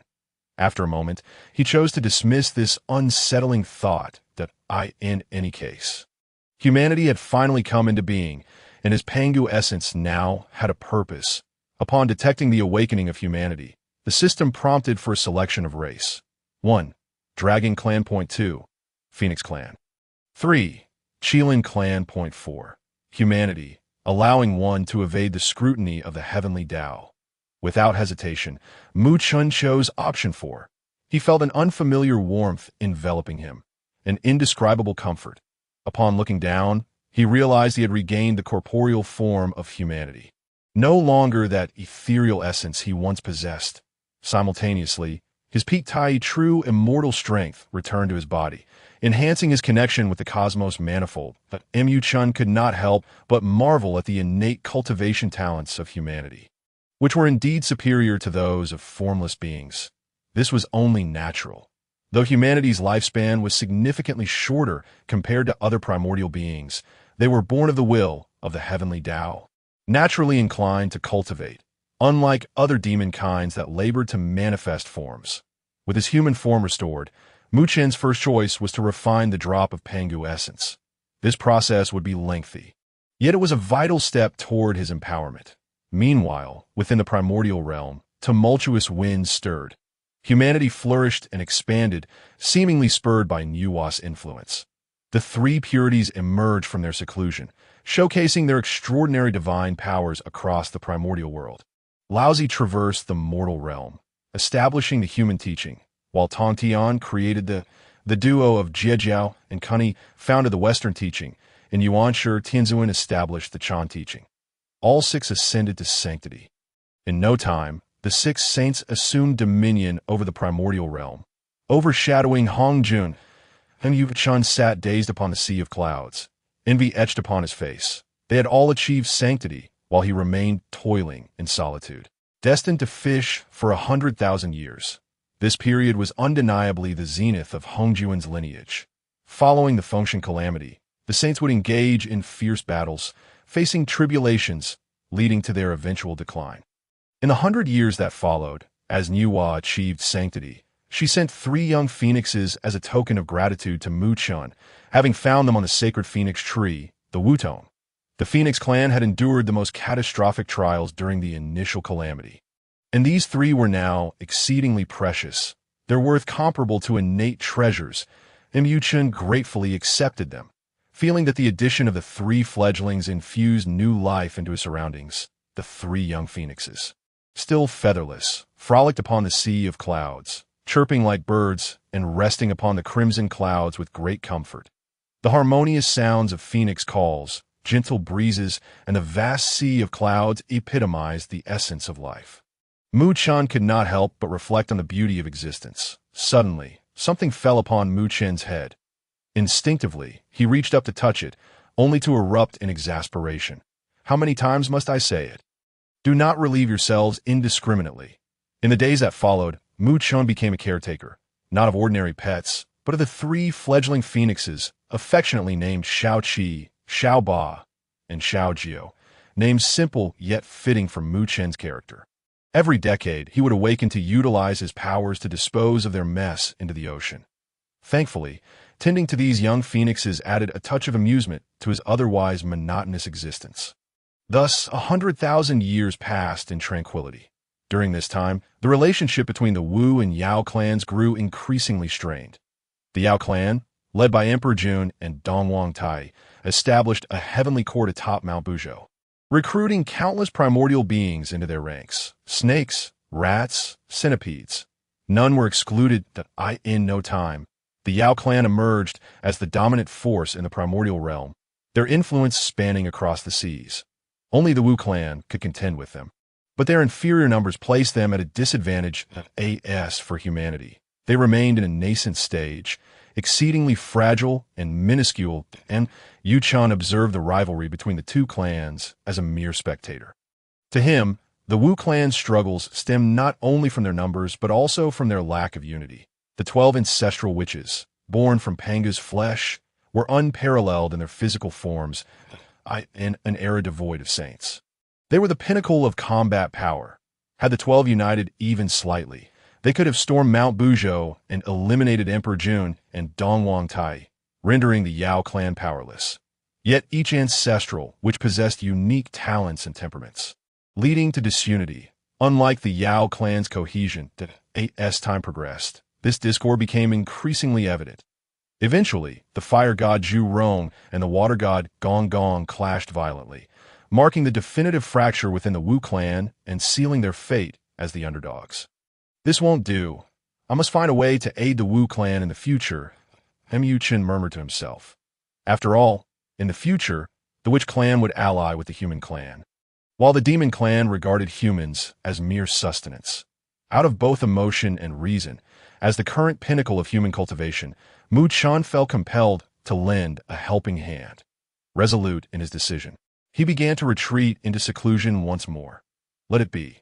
The essence of Pangu was nearing completion. In another 50,000 years, my Samadhi true fire would also be within reach. It is worth noting that Mu Chen's current offensive capabilities were primarily based on the divine thunder control technique, which was quite commendable. Should he acquire the Samadhi true fire, complemented by his formidable physique, his combat prowess would undoubtedly see a significant enhancement. Thus, time flowed by languidly. 50,000 years passed in the blink of an eye. The atmosphere of the primordial world grew increasingly oppressive and volatile, reaching a boiling point. The Witch clan and the Demon clan had completely torn off their masks of civility and engaged in open conflict. During these 50,000 years, Mu Chen had finally refined a drop of Pangu's essence. His unparalleled physique had reached a terrifying level, and even his cultivation speed had dramatically accelerated. Consequently, he had broken through to the pinnacle of the Taiyi, true immortal realm, mere moments away from reaching the Taiyi Xuanxian stage. Should he continue his cultivation, he could achieve the Luo position, thus becoming a renowned powerhouse even in the primordial world on a particular day. Mu Chen sat cross-legged atop a crimson cloud, silently cultivating tea present. He appeared as a youthful, handsome figure of the human clan, with long hair cascading gracefully over his shoulders, clad in ethereal white garments. Despite his seemingly fragile appearance, his physique was likely only slightly inferior to that of the 12 ancestor witches. That moment, 3 young phoenixes spiraled down from the sea of clouds, emitting gentle calls towards Mu Chen. As he opened his eyes, he heard the boisterous laughter of the demon clan mingled with the panicked wails of the humans below. 7 or 8 demon serpents were stirring up chaos on the surface of the ocean, encircling a massive ship filled with ordinary human citizens. The human clan was still in a naive developmental phase, utterly oblivious to the true nature and background of the primordial world, coupled with the presence of 6 saints preaching among them. The legend of celestial beings had emerged. Countless individuals harbored an indescribable yearning for the lands beyond the sea. Clearly, the 20 or so individuals below were seeking to visit these celestial realms. Humans, TSK, their flesh is quite delectable. Hiss, I wish to feast on 100 humans on land. Bring me one. The human clan is truly too weak to exist in the primordial world. "Hush, you fool. Be careful, or Saint Nuwa will hear you." The leading serpents conversed openly, their eyes gleaming with avarice as they gazed at the humans aboard the merchant ship. In their eyes, the human clan was akin to ants, mere fodder for their sustenance. Meanwhile, the individuals on the ship were stricken with horror, prostrating themselves in desperate pleas for mercy. The human clan had yet to awaken, possessing minimal understanding of the changes in the world, and most were unaware of how to cultivate, leaving them utterly defenseless. Faced with the unknown, they were paralyzed with fear. Yuchan observed this scene with a smile, but he had never harbored fondness for the demon clan. And now they were attempting to consume their own kind on his territory. Did they truly think he was without temper? With a casual gesture, Muchan summoned a bolt of lightning. Whoosh! The next moment, a thunderbolt as thick as a mountain descended from the heavens, striking the strongest of the serpent's dead center. In an instant, the colossal serpent had no time to react before it was obliterated, its essence scattered beyond recovery. The remaining serpents were left in shock. In that fleeting moment, the destructive aura of the lightning sent shivers through their very souls. What terrifying thunder techniques! Yet the next moment, the other 5 or 6 serpents raised their heads to the sky, their expressions filled with rage. "Who dares? We are the great serpents of the demon clan under Emperor Dijuan. You dare to kill us? Sooner or later, the demon clan will exact vengeance, perhaps accustomed to wielding their power over others. And given that the dragon lineage was in decline, the serpents considered themselves a strong faction within the demon clan. Thus, instead of fleeing from such terrifying thunder, they questioned the source of it, evidently believing themselves invincible due to their backing. However, was the demon clan truly so formidable? Muchan's voice, laced with disdain, rang out. He had initially intended to resolve the matter swiftly, but upon seeing the eager young phoenixes by his side, he reconsidered. "Very well, I shall leave this to you." Little 7, little 8, and little 9's eyes sparkled as they dashed out of the sea of clouds. Heading straight for the small insects below, the adult fire phoenixes, known to prey upon serpents, were natural enemies. Now, after living in the sea of clouds for 50,000 years, these 3 young phoenixes had begun to develop hunting skills. As they emerged from the sea of clouds, the melodious cries of the phoenixes resonated throughout the realm. Their forms instantly expanded to 1,000 feet in length, revealing their true majestic selves. The faces of the serpents changed dramatically, a primal fear coursing through them, compelling them to dive into the depths of the ocean without hesitation. Damn it! Aren't true phoenixes extinct? Who do you think you are? Run, boom! The 3 young phoenixes, undaunted, charged toward the ocean depths. The waters roiled violently. The serpents and the phoenixes engaged in a fierce struggle. In mere breaths, the battle concluded, with all the serpents becoming prey for the young phoenixes. Having completed their task, the 3 phoenixes soared back into the sea of clouds, transforming back into small, fiery red birds, perching contentedly upon Muchan's shoulder. The ocean surface returned to tranquility, the humans aboard the ship, witnessing this spectacle, were left speechless in shock. How terrifying! Is this a divine miracle? With a thud, the first individual knelt, his face alight with excitement and fervor. Celestial beings truly exist. They have saved us. Soon after, the others followed suit, kneeling on the deck, bowing fervently in gratitude. This moment, Muchan fell into contemplation. Detecting that the human clan had recognized his presence, he was given a choice. Cease fishing. Establish a religion among humans, and lead them in defeating the witch and demon clans to earn a piece of chaotic treasure and future merits towards becoming a saint. Alternatively, he could continue fishing, completing in 50,000 years to acquire the Samadhi true fire technique. And Yuchun remained silent. That it was not that he was enamored with the prospect of chaotic treasures and saintly merits, but rather he felt his intelligence had been insulted. Not to mention that the current human clan had no capable fighters. With his status as a mere Taiyi golden immortal, how could he possibly confront the witch and demon clans? If he were to emerge from seclusion, he would likely be annihilated in no time.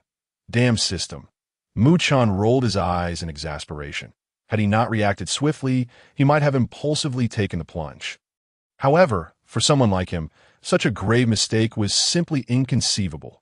With this thought, he cleared his throat and addressed the humans below. In the grand primordial age, all beings possess spirits, though the human clan may be physically feeble. We are the apex among all creatures. All beings must complement one another, leveraging their strengths and adapting to the 24 divisions of time and changes in the world to extract their essences. Moreover, one must not solely place hope in celestial beings. Remember, humans are celestial beings, and humans too can attain divinity. To become powerful, you must rely on yourselves. As he spoke, Chen was uncertain of the meaning behind his own words. Regardless, he intended it as a form of motivational discourse. Observing the bewildered faces of those beneath him, he was unsure if they comprehended his message. With a casual wave, the ship began to sail towards the land from whence it came. Propelled by unseen winds to the forefront, one individual called out, "May I ask the name of the celestial being?"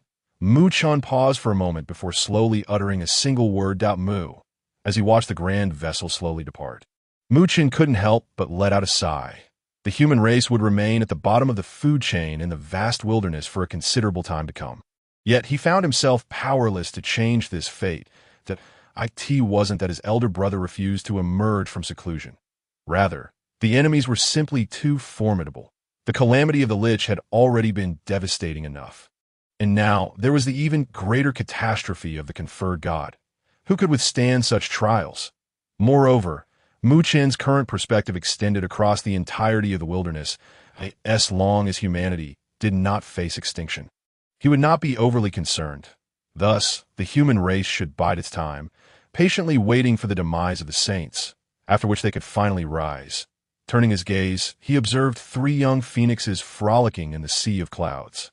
Just having feasted and brimming with energy, Chen felt immense satisfaction with their earlier performance. Though still in their growth phase, their cultivation level was already comparable to his own, residing at the true immortal stage. It is worth noting that most adult phoenixes were at the grand Luo Jinxian immortal level, while the Yuan phoenixes were even at the quasi-saint level. If he nurtured them well, he might one day have 3 formidable allies of grand Luo or even quasi-saint caliber. It seemed the time for intensive training had arrived. Chen mused, stroking his chin in the distance. The 3 young phoenixes suddenly felt a chill run through their bodies, their faces displaying confusion as they gazed at Chen. Poor little creatures, unaware that their days of comfort were about to come to an end. 50,000 years slipped by unnoticed. The demon race grew increasingly powerful, and even the ocean beneath Chen's feet teemed with various demon beasts. It seemed that, due to Chen's actions 50,000 years ago, when he vanquished several formidable dragon demons that roamed the seas, the ocean had lost its dominion, resulting in a chaotic influx of demon beasts. Consequently, the noise and clamor intensified, with even a few ancient tortoises possessing the Xuanwu bloodline, turning into sentient beings, carving out lairs below and indulging in revelry, often engaging in vicious conflicts amongst themselves. In response to this, Chen was in seclusion, disinterested in these minor nuisances. Meanwhile, the 3 young phoenixes were diligently cultivating in the thunderous seed that Chen had created. Every century, they underwent rigorous training, and each time, the exceptionally gifted young phoenixes emerged charred and tender from the experience, evoking pity. Time in the wilderness knows no bounds. On this particular day, Chen finally ascended to the Taiyi Xuanxian immortal realm, standing just a hair's breadth away from the grand Luo level. Coincidentally, he had just concluded a fishing session. Congratulations to the host for completing 100,000 years of fishing and obtaining the 3-flame true fire technique. With a thunderous roar, a blazing inferno ignited in the palm of Chen's hand. Though modest in size, it exuded an endless might, as if it would never be extinguished, and Chen grinned widely. While the 3-flame true fire might not hold much significance in the wilderness, it would gain considerable fame during the journey to the West Era. Moreover, he could potentially create a powerful fire-based divine ability. At that moment, the cacophony from the ocean below grew louder. Chen furrowed his brow. Being disturbed during his seclusion was quite vexing to his naturally tranquil disposition. There is a distinction between merriment and disturbance. And there were even small demons daring to peek at the sea of clouds above, displaying sheer audacity. With this thought in mind, Mu Chen slowly spoke, "From this day forth, within a radius of 10,000 miles of this ocean, there shall be no clamor, and no conflicts, no vendettas, and no demon beasts above the celestial immortal realm may remain. They must leave immediately. Otherwise, face death." Mu Chen held no affection for these bloodthirsty and combative demon beings, especially considering they had interrupted his cultivation. His words left room for the demon race beneath him. Those above the celestial immortal realm were to depart, while the rest could remain undisturbed as long as they behaved. In fact, with Mu Chen's presence, this place could even serve as a sanctuary for their cultivation. However, upon hearing his proclamation, the demon beasts below erupted in uproar. "Who dares to challenge our race?" They felt no sense of the realm's power, perceiving him merely as a Taiyi immortal. "Humph! A mere Taiyi dares to seize our territory? Could he be a minion of the Witch clan?" In no time, the demons began to voice their grievances. Several ancient beings who had established lairs at the ocean floor paid Mu Chen's words no heed. They had thrived here for thousands of years. How could they possibly vacate due to some unknown individual? Even if they were outmatched, did this rogue cultivator not fear the demon's retaliation? Exchanging glances, the old demons revealed smug expressions. "Fear not, we can always hide." Half an hour later, a youth unexpectedly appeared atop a massive reef in the ocean. Hands clasped behind his back as he surveyed the distance. His robe billowed in the wind, radiating an ethereal aura. After countless years of seclusion and cultivation, Mu Chen had gradually transformed into a formidable figure in the wilderness. His eyes filled with a depth that instilled fear. He scanned his surroundings, noting that only a few demons had vacated the ocean, while the majority blatantly disregarded his words, huddled at the ocean's depths, awaiting developments. Particularly, the ancient demons, now nestled within their lairs, indulged in their pleasures, believing that remaining indoors would spare them from consequences. Stubborn fools. Then let them meet their demise. Mu Chen shook his head, extending a single right hand. The three-flame true fire erupted forth instantaneously, in an instant. A terrifying torrent of true fire engulfed the ocean within a 10,000-mile radius. The inferno boiled the seas. A wave of scorching heat enveloped the ocean's surface, incinerating any demon that had reached the celestial immortal realm. Even the ocean's water proved futile against the flames. The ancient demons hiding in their lairs were seared alive, their faces filled with confusion as they met their end. After a brief half-hour, Mu Chen retracted the three-flame true fire. Should he have continued, the entire ocean would have been reduced to ashes. At that moment, tranquility returned to the waters. The lesser demons trembled in fear, huddled at the ocean's bottom. How terrifying! Such divine abilities instill a fear that reaches the very soul. Mu Chen's thoughts shifted as he approached a trembling turtle demon sprawled on a rock. This turtle demon was of considerable age, possessing intelligence, yet its nature was exceedingly timid. Upon seeing Mu Chen approach, it immediately bowed its head in supplication. After hearing Mu Chen's earlier declaration, it had hastily attempted to flee the ocean. But alas, its speed was so lacking that it had yet to escape. Mu Chen found this rather amusing, that he spoke calmly. "What is your name?" The turtle demon prostrated. "I am Tortoise Prime Minister." Mu Chen's lips twitched. How fortuitous! Clearly, this was not the Prime Minister of the EC Dragon Palace, but rather an ancestor. Mu Chen nodded. "From today onwards, you shall oversee the ocean within a 10,000-mile radius for me. In return for your assistance, I shall grant you some cultivation techniques and treasures, which must not be divulged." The turtle demon was taken aback, its face alight with joy, and it eagerly nodded. In the next moment, Mu Chen bestowed upon Tortoise Prime Minister a high-level breathing technique and the demon suppression tower. After instructing on their usage, Mu Chen returned to the sea of clouds above. Home felt so comfortable. Mu Chen lazily stretched. Even at his doorstep, he felt a sense of trepidation that if he ventured outside, would it not be even worse?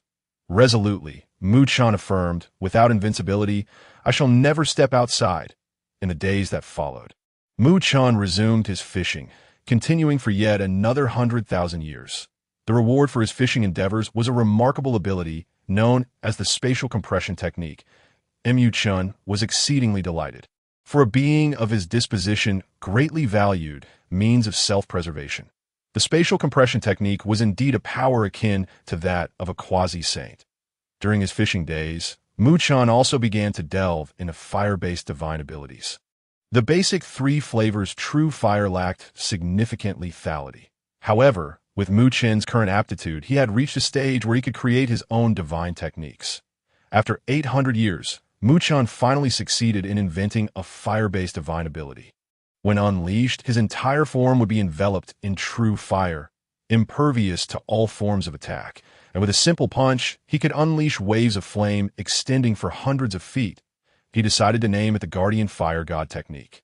Feeling quite pleased with himself, suddenly, two formidable auras surged within his domain.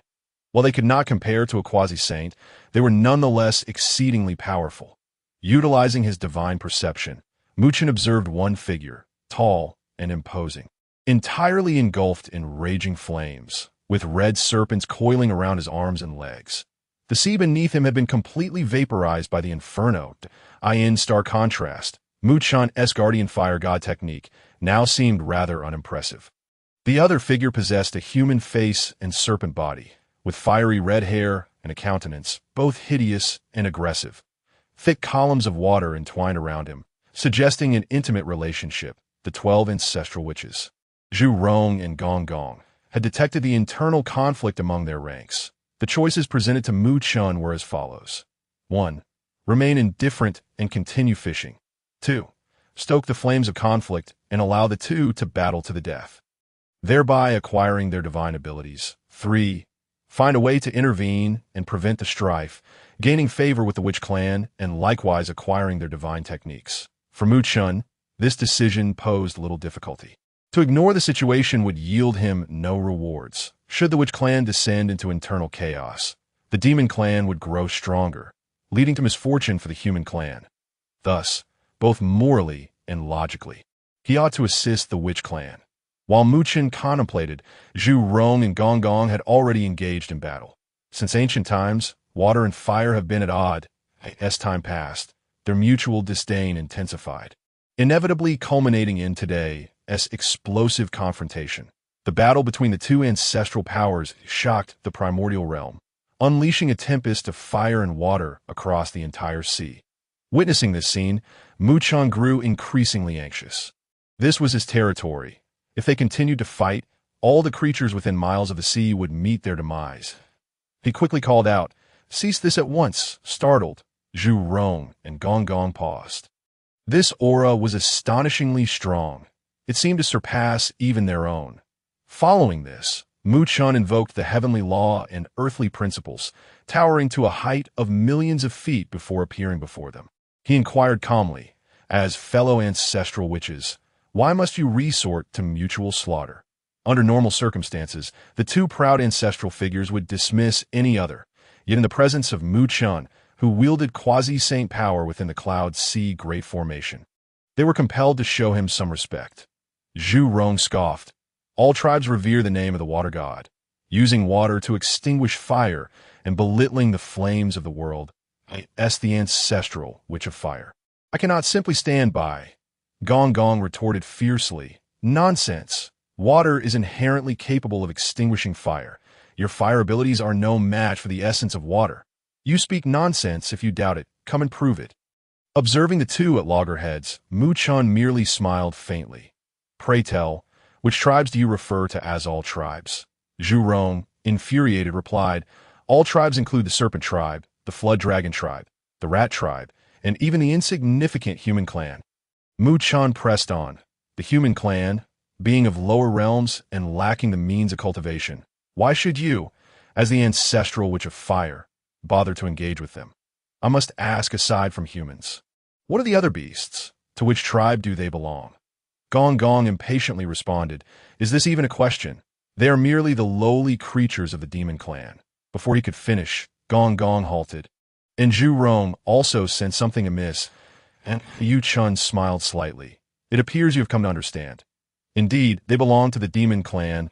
It seems the demon clan, aware of the discord between the two ancestral witches, deliberately spread such rhetoric in the world, seeking to incite your conflict and profit from your strife. With just a few simple words, the truth was swiftly unveiled.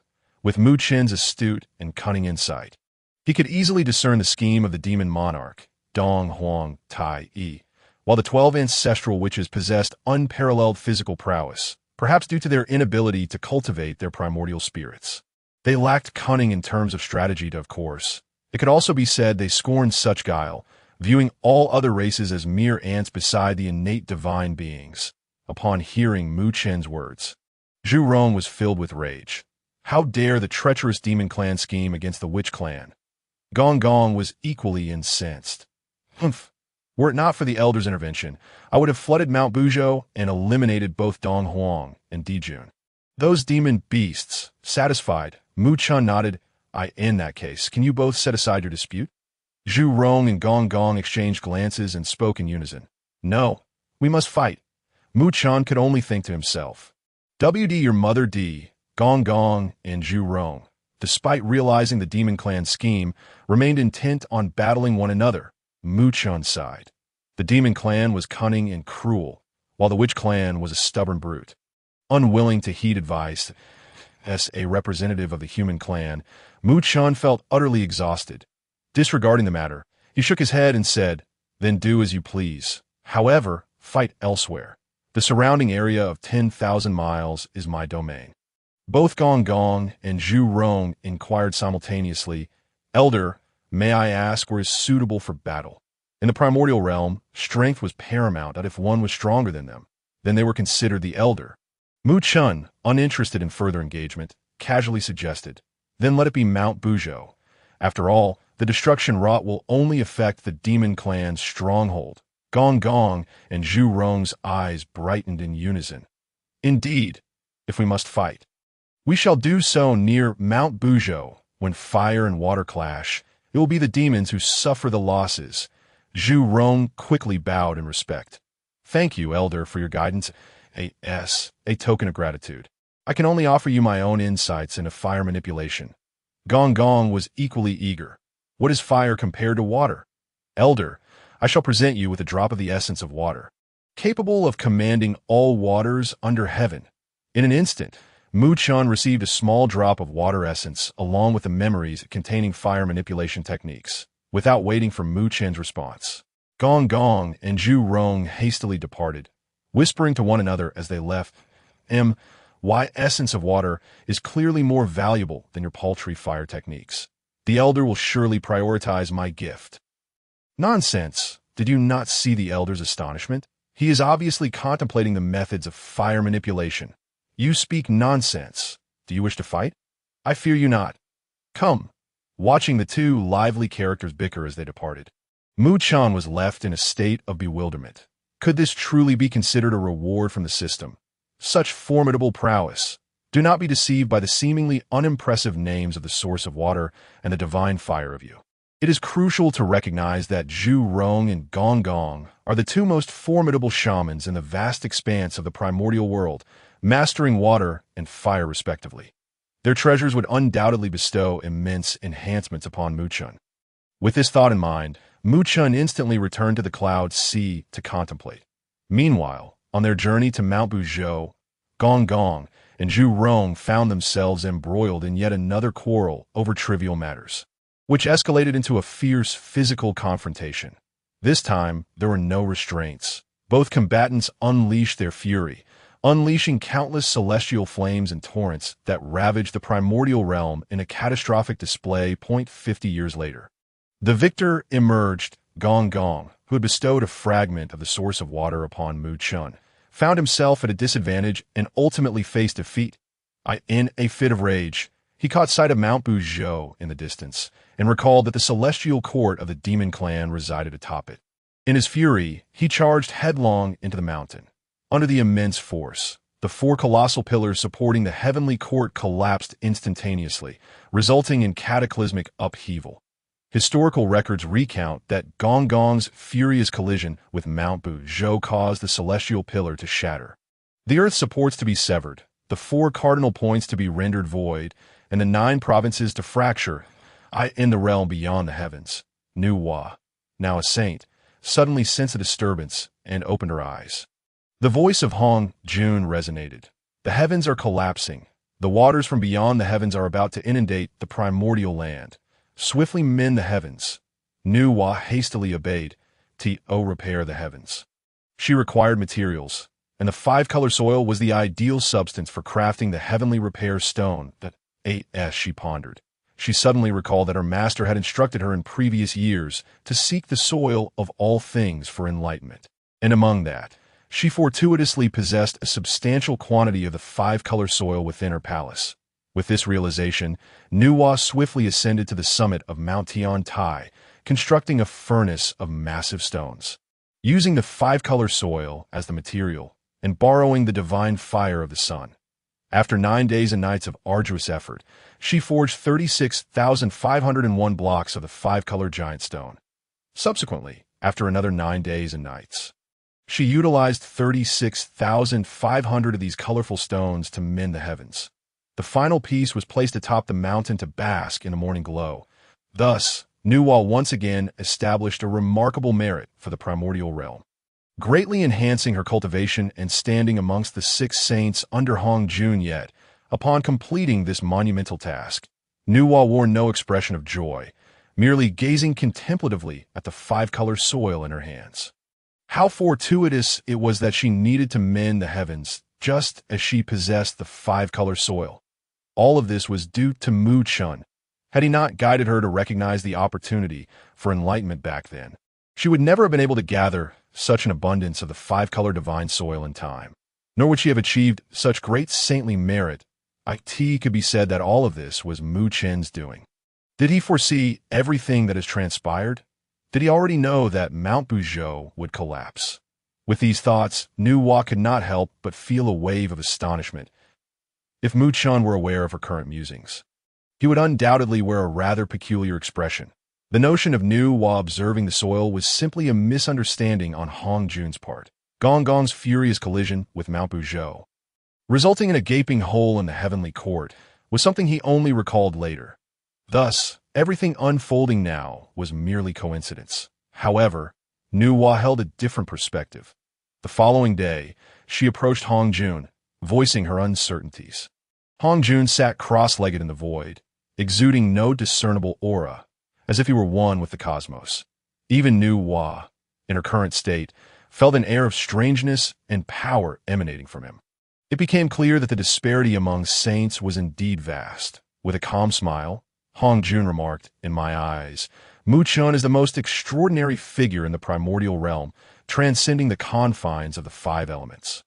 His actions remain unorthodox. Were it not for Mu Chen's guidance, I might not have attained enlightenment within the cosmos. I do not know why he has repeatedly offered you counsel, but since it is a kindred bond, you may reciprocate with a modest gift." In Nuwa's understanding deepened. The following day, she dispatched an envoy to present a peacefully slumbering little monkey as a token of gratitude. Upon seeing it, Mu Chun was taken aback to discover it was a Yuani monkey. This creature is one of the 4 divine monkeys, renowned for its ability to seize the sun and moon, traverse mountains, discern fortune and misfortune, and manipulate the cosmos. Such a rarity is indeed uncommon in the primordial realm today. Mu Chun found himself at a loss for words, bemused by the gifts of phoenixes and monkeys. Was this some sort of zoological exhibition? Yet, as it was a gift from a saint, he could only accept it with a forced smile. From that day forth, Mu Chun found himself with an additional task in his otherwise monotonous existence of fishing: to care for the monkey, as Gong Gong's furious assault on Mount Buzhou ignited the long-standing conflict between the demon and shaman clans. Both factions cast aside their pride and began to engage in extensive bloodshed across the primordial realm. As time progressed, not only the great shamans and demons, but even the 12 ancestors of the shamans, along with Dijun and Donghuang Taiyi, joined the fray. One by one, formidable beings fell, rivers ran red with blood, and the carnage rivaled the catastrophic events of the Dragon Han era. Above, several saints observed with cold indifference, aware that this was the second trial of the heavenly Tao, remaining silent lest they be swept into the maelstrom. Similarly, with the onset of war, Mu Chun resumed his former pursuits, amidst the tediousness of fishing. He utilized the 36 techniques of Tiangang to create a doppelganger possessing the cultivation of a true immortal of Taiyi, embarking on a journey across the primordial realm, with the recently awakened Yuan, a monkey perched upon his shoulder. Together, the man and the monkey traversed the primordial expanse, marking a decade of their existence. During these 10 years, the clashes between the two factions were exceedingly brutal, with great demons and shamans perishing at intervals. To this, Chen remained indifferent, neither aiding the demons nor the shamans, fully embracing the role of an observer. This was both a trial and a testament to the grim reality of the shaman-demon calamity. One day, amidst a forest, Chen spoke earnestly, "Little Ten, I did not bring you out here to act as an infatuated stalker. You are still underage. Could you refrain from exhibiting such perverse behavior?" Little Ten was the name of the Yuan, a monkey, as his words fell. Little Ten reluctantly shifted his gaze from the rear of a female monkey and returned to Chen's side. Just as Chen prepared to depart, he spotted a figure shrouded in black mist standing not far from a babbling brook. To his surprise, it was a woman. She sighed heavily, lamenting, "The suffering of sentient beings is unbearable. How shall I rescue this primordial realm? Everything is shrouded in uncertainty. Why do these saints turn a blind eye to the plight of others?" Chen's expression grew peculiar. "What on earth? She sounds just like the old June. Her tone is as if she could obliterate the heavens and the earth at a whim. Could she be yet another ancient being?" As his thoughts concluded, a notification chimed. "Ding! Host has encountered Ho Tuesday. Please choose. 1. Assist Ho 2 in attaining enlightenment and establish the 6 paths of reincarnation. Gaining favor with the Shaman Clan. 2. Slay Ho 2, preventing her from opening the 6 paths, becoming a formidable enemy to the Shaman Clan. And obtaining the innate supreme treasure, the Taiyi diagram.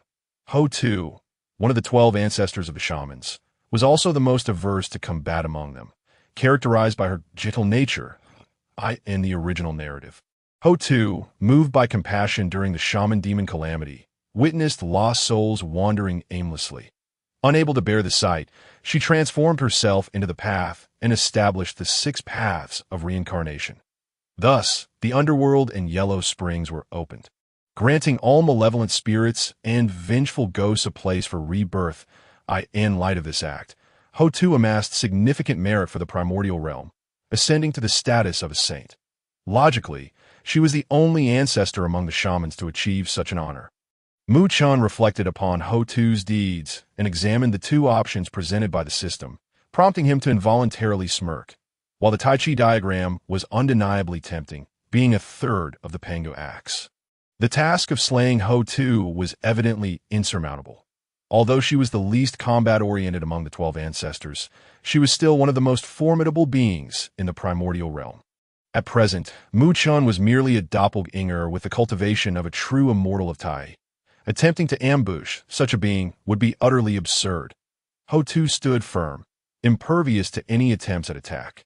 Should one rashly act upon a moment of impulse, it would undoubtedly result in being swiftly vanquished by Ho 2's single hand. Furthermore, it would lead to enmity with the Wu clan. Echo Chen's words. This was unequivocally a perilous question with only one correct answer. Fortunately, since arriving in the primordial realm, Chen had been engaged in a battle of wits against the system, thus avoiding the mental ensnarement of the Taiyi diagram. With the second option rendered unfeasible, he resolved to select the first. Observing Ho 2's bewildered expression, Chen felt compelled to guide her rather than mislead her. Clearing his throat, he addressed her from short distance away in a voice imbued with gravitas and experience. "The tide of fate is inexorable, and a great calamity is upon us. Since we cannot withstand it, perhaps we can take action in other areas." Intrigued, Ho 2 turned her head. She had long noticed Chen's presence behind her, but a mere Taiyi, true immortal, and a little spirited monkey were naturally beneath her notice. To her surprise, however, the other party articulated such profound and principled words. "What do you mean by this?" she inquired patiently. Chen replied with a smile. "In this world, life is suffering, and countless souls wander aimlessly, which breeds resentment and prolongs conflict. If someone could provide a haven for these wandering spirits, facilitating the cycle of rebirth, this resentment would dissipate. With the removal of such negativity, the primordial realm would be purified, and naturally, no one would wish to engage in slaughter. Ho-Tu appeared to ponder this deeply, realizing the profound wisdom contained within his words. Upon closer inspection of Mu Chun, she discovered he was merely a projection. Wait a moment, that a projection, a Taiyi, true immortal. Shock and disbelief gradually replaced her expression. Softly, she asked, "May I inquire, during the Dragon Han primordial calamity, did you encounter the Tao Ancestor on the cliffside and engage in discussions?" The Tao Ancestor. Discussions? Mu Chun reflected for a moment. You mean Lao Jun? Yes, I happened upon him twice. Lao Jun? Ho-Tu's body trembled involuntarily, her face alight with excitement. During the 3 teachings by Hong Jun, even the Saint Nuwa mentioned a mysterious little Tao friend. His cultivation is unfathomable, yet he walks the primordial realm cautiously, using a weak projection. Yet his understanding of the Tao surpasses even that of Hong Jun's 6 disciples. It is said that Nuwa's rise among Hong Jun's 6 disciples was due to his guidance. Now, this enigmatic figure has already spread throughout the primordial realm. Even the 12 ancestors of Wu revere him. After all, who would refuse the allure of becoming Hong Jun's foremost disciple? You, senior, have come specifically to guide me? Ho-Tu mused. Surely, it is because you cannot bear to see the suffering of sentient beings, and thus have come to illuminate my path. This is my opportunity for enlightenment. Yet, what truly is the cycle of rebirth? What is rebirth? Can all things indeed experience such a cycle? As Ho-Tu contemplated these questions, she unknowingly slipped into a state of enlightenment. Tao friend, are you still there? You haven't perished, have you? If so, I might take my leave. Mu Chun gazed at Ho-Tu's silent countenance. Bemused, he could not fathom why this ancestor suddenly fell silent. However, reflecting on it, he noted that both Hong Jun and Nuwa exhibited similar tendencies. Regardless, he had completed his task and decided not to dwell on it further. With a nonchalant pat on his rear, he declared, "Well then, contemplate as you wish. I shall take my leave." Yet, Ho-Tu remained utterly unresponsive. 100 days later, Ho-Tu emerged from her brief contemplation, feeling as if everything had fallen into place, and even her cultivation had surged dramatically. Senior, she raised her head, only to find that Mu Chun had long since vanished. Witnessing this scene, a look of yearning crossed her face. Indeed, the senior had come specifically to guide me. He departed upon seeing my understanding. Such elusive presence and formidable cultivation command profound respect. Had Mu Chun been present, he surely would have been tempted to strike her, disregarding their combat prowess. 100 days. Even my turtle minister could have crawled to the East China Sea by now. Yet, as Ho-Tu pondered this, her resolve to seek enlightenment solidified, and she hurried back to the Wu clan to pursue her path. Yu Chun roamed the world for 100 years, accompanied by Xiao Shi, witnessing the myriad beings of the primordial realm. This could also be regarded as a form of worldly enlightenment that Mu Chun felt that his cultivation and insights had experienced immense growth, a benefit unattainable through mere seclusion. After a century, Mu Chun sensed a slight breakthrough in his bottleneck, prompting him to conclude this journey. He then dedicated himself to rigorous training within the Cloud Sea.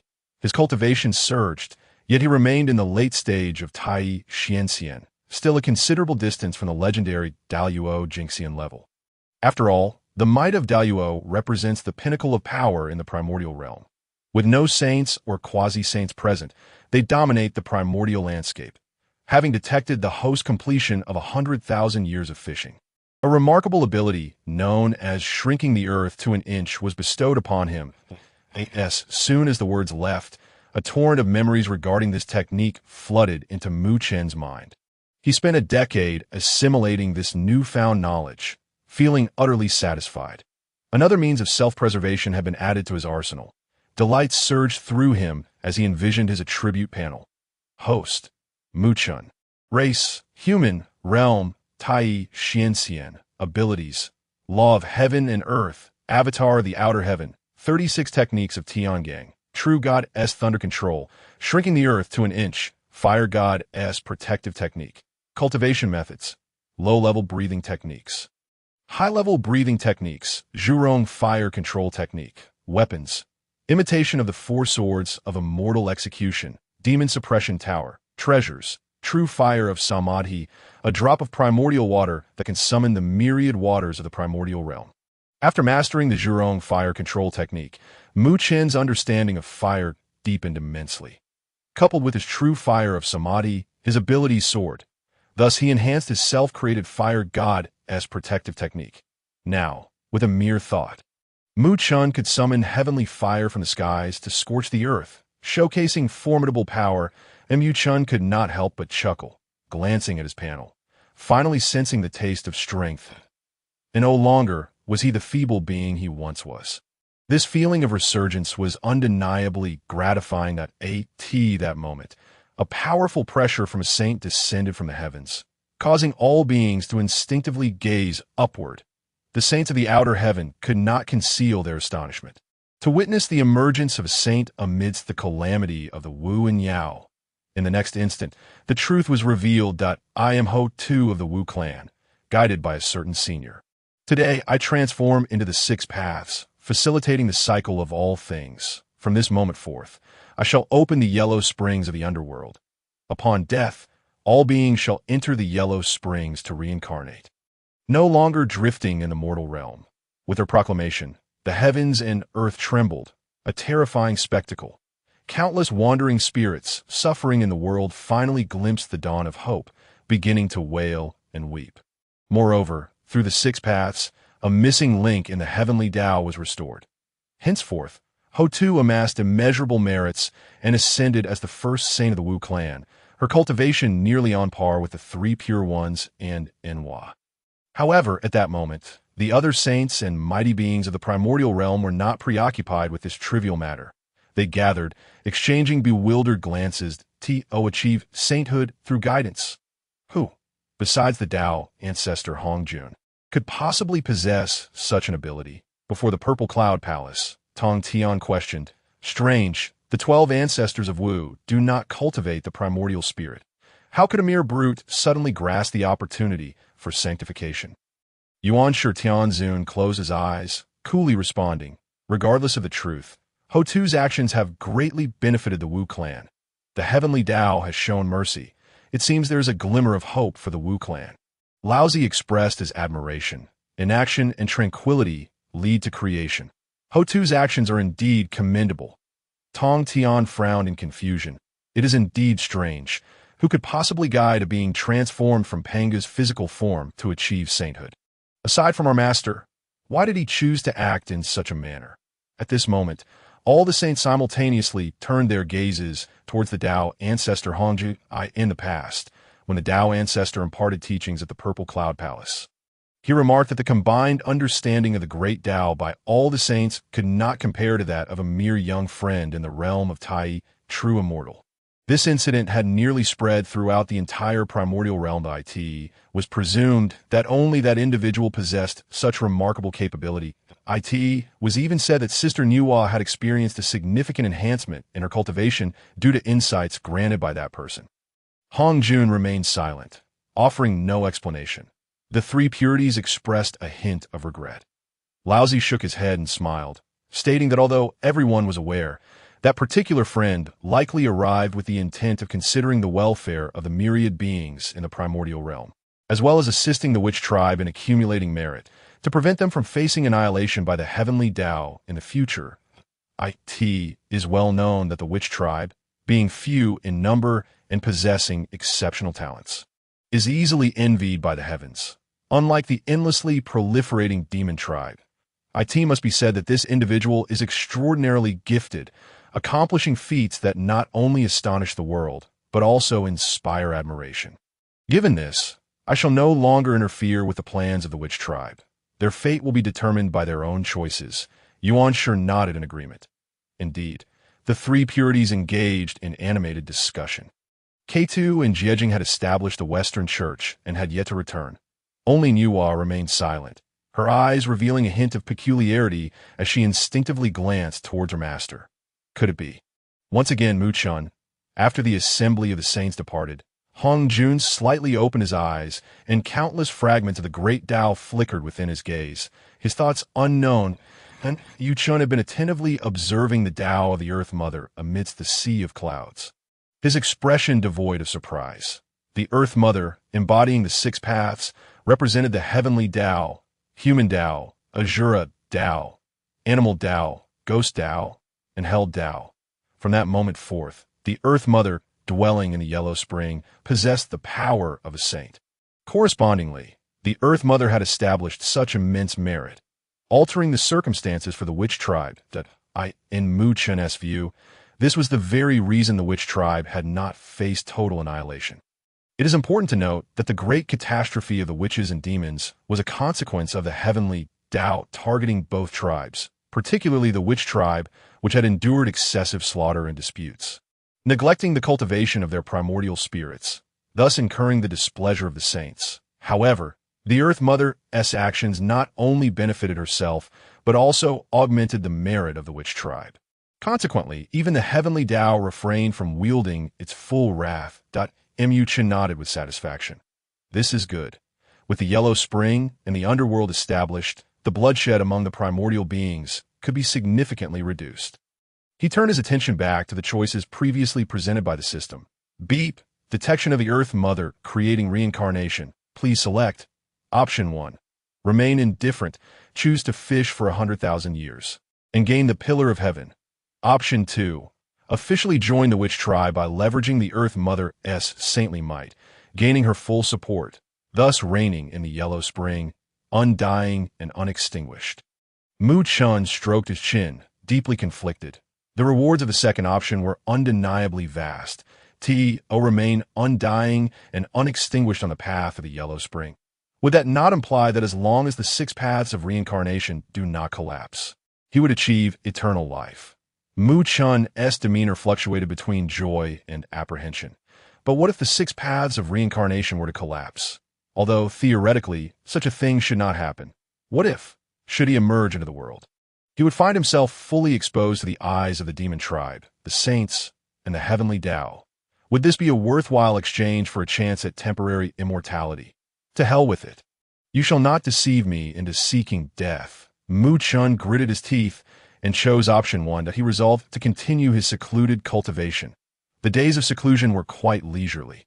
Following the Earth Mother's attainment of sainthood, the primordial realm regained its long-lost tranquility. The demon tribe, wary of the Earth Mother's might, temporarily ceased hostilities. The demons governed the heavens while the witches governed the earth, resulting in a phase of relative peace. However, only Mu Chun understood that this was merely temporary. After the great catastrophe of the witches and demons, the human tribe would become the central figures of the heavenly Tao. The saints would undoubtedly engage in intrigue for the sake of their own doctrinal foundations among mortals. For reasons both emotional and rational, they would not allow the witches and demons to coexist peacefully. It could even be said that the great catastrophe of the witches and demons was exacerbated by the machinations of the saints. Therefore, when the next wave of conflict erupted, it would signal the complete annihilation of the witch and demon tribes. Yet this time, Mu Chun would be powerless to intervene. 300 years later, Mu Chun opened his eyes from his meditation. Xiao Qi, Xiao Ba, and Xiao Jiu hovered beside the pond, hesitating to speak. At this moment, they had all reached adulthood, their true forms towering 1,000 feet, exhibiting immense strength. Coupled with the rigorous training under Mu Chen's thunderous sea, they brimmed with confidence. Mu Chun inquired nonchalantly, "Do you wish to venture forth and explore?" The three fire phoenixes nodded fervently. After a moment of contemplation, Mu Chun did not refuse. He imparted the three flames' true fire technique and the Zhurong fire control divine ability to them. Upon their departure, he instructed them not to join the demon tribe and to assist the human tribe whenever possible. He cautioned them to make their own decisions and not to invoke his name.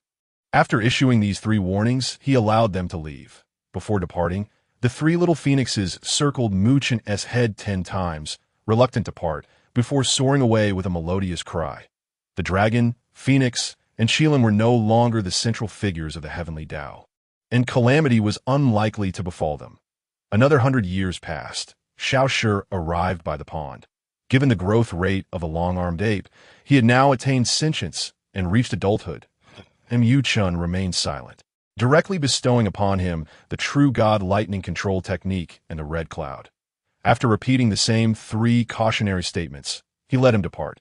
Xiaoshi respectfully knelt and knocked his head 3 times before riding the red cloud and executing a somersault to leave the sea of clouds. The sea of clouds once again became desolate. Fortunately, Chan's state of mind had long been as solid as a rock, and after a brief period of discomfort, he quickly returned to normal. Go on, all of you, go on. The path to becoming stronger is forever a solitary one. Chan sighed with a sense of age and began to silently cultivate once more, undistracted. Moreover, due to the farewell of the 3 phoenixes and the long-armed ape, Chan's previously ashen Tao heart experienced a moment of enlightenment. The separations of life and death moved even the saints, let alone him. Thus, Chan resumed his cultivation. This time, he vowed to ascend to the realm of the great Luo, golden immortal. Chan engaged in the most earnest period of seclusion in history. Tens of thousands of years passed in the blink of an eye as the tides of time transformed the world. The sea beneath the grand formation of the sea of clouds gradually flourished after tens of thousands of years of tranquility. Thanks to the diligent efforts of Prime, Minister Gay, and the deterrent presence of the Demon Suppression Tower. No one dared to stir up trouble in this region. Over time, it even became an excellent refuge for many beings seeking solace or peace for cultivation, some great witches and demons, unwilling to provoke further disputes, had also arrived in this area. One day, an eerie silence enveloped the air. A terrifying aura emanated from the sea of clouds, instilling a sense of dread. Soon after, the 4 seas rumbled ominously, and boundless oceans surged towards the center. The sky darkened with heavy clouds, concealing numerous terrifying bolts of lightning, like serpentine thunder. This scene resembled the end of the world, suffocating all who beheld it. Countless beings within the oceans trembled uncontrollably, instinctively emerging from their abodes to reach the surface, their expressions filled with horror. What is happening? I have never witnessed such might before. If I am not mistaken, a powerful being is breaking through. Could be a Taiyi Xuanxian. Taiyi. Impossible. The grandeur of this phenomenon and the resulting disturbances in the heavens and earth indicate that this force is undoubtedly at the level of the great Luo. Surely not. In this remote sea, there exists a great Luo, golden immortal. How was I unaware of this? At this moment, the shock was simply overwhelming. The crowd buzzed with discussions, their faces displaying a mix of astonishment and disbelief. Above the sea of clouds, Chan stood proudly in midair, his long hair billowing in the wind, revealing a pair of bright and clear eyes. With just a single glance, it seemed to exude boundless might. The realm of the great Luo, golden immortal. Chan had finally achieved it. Chan could only sense that both his corporeal body and primordial spirit were undergoing a profound purification. His comprehension of the cosmos ascended to an extraordinary height, and the magical energy within him surged exponentially, reaching a terrifying magnitude. Is this the power of the great Luo, golden immortal? Chan murmured to himself. In a single thought, he could perceive everything within a radius of several 100,000 miles with utmost clarity. Simultaneously, the cloud sea great formation expanded wildly, evidently transforming the areas it enveloped into his domain now that he had ascended to the great Luo. In less than a moment, the surrounding seas and a few mortal towns were shrouded beneath the cloud sea, the expanse so vast it could easily become a celestial sanctuary. Chen exhaled deeply, a hint of satisfaction flickering across his face. After countless eons, his fishing rod was on the verge of rusting. From this day forth, he finally possessed the confidence to establish himself in the primordial wilderness. At this moment, Chan could not help but long to let out a cry to the heavens. Damn it! Is there anyone else? Ding! Host detected completing a 10,000-year seclusion, obtaining the Pillar of Heaven. Please choose. 1. Fish for 1,000 years to acquire the orthodox cultivation method of the human race. Golden Pill Tao. 2. To venture into the primordial wilderness for 1,000 years, showcasing great Luo power, leading the human race to rise and randomly obtaining 2 innate treasures. Chen glanced at the options before retracting his gaze. The time spent fishing had diminished, and the rewards had correspondingly degraded. Yet, he did not hesitate. He would continue to fish. It is important to note that while the great Luo Golden Immortal was formidable, it was merely that even the saints could not ensure their own safety in the future, let alone a mere Golden Immortal. Although the Golden Pill Tao was rather unimpressive, it represented the orthodox method of the human race. After acquiring it, he could pass it on to humanity, allowing them to gradually flourish. This notion stirred a sense of ambition within Chen. Once the calamity of the witch and demon ended, the human race would naturally assume the role of the celestial protagonists.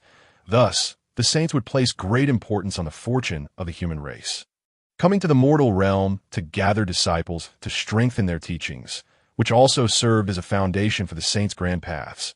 Given this, since the saints needed to accumulate merit for humanity, and he himself was part of the human race, why should he not do the same? Onward. Nothing could deter my resolve to enter seclusion. Chen closed his eyes once more. 1,000 years passed in the blink of an eye. Having just become a great Luo Golden Immortal, he was entirely unaware of the passage of such time, as if it had vanished the moment he shut his eyes. Congratulations, host, on completing the fishing, acquiring the Golden Pill Tao. Following this, a series of cultivation methods seamlessly merged into Chen's consciousness. He cast a cursory glance and promptly dismissed them.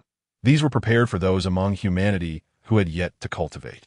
Most beings in the primordial wilderness were born as immortals, and such trivialities were beneath their notice. That moment. The surrounding air grew unbearably scorching.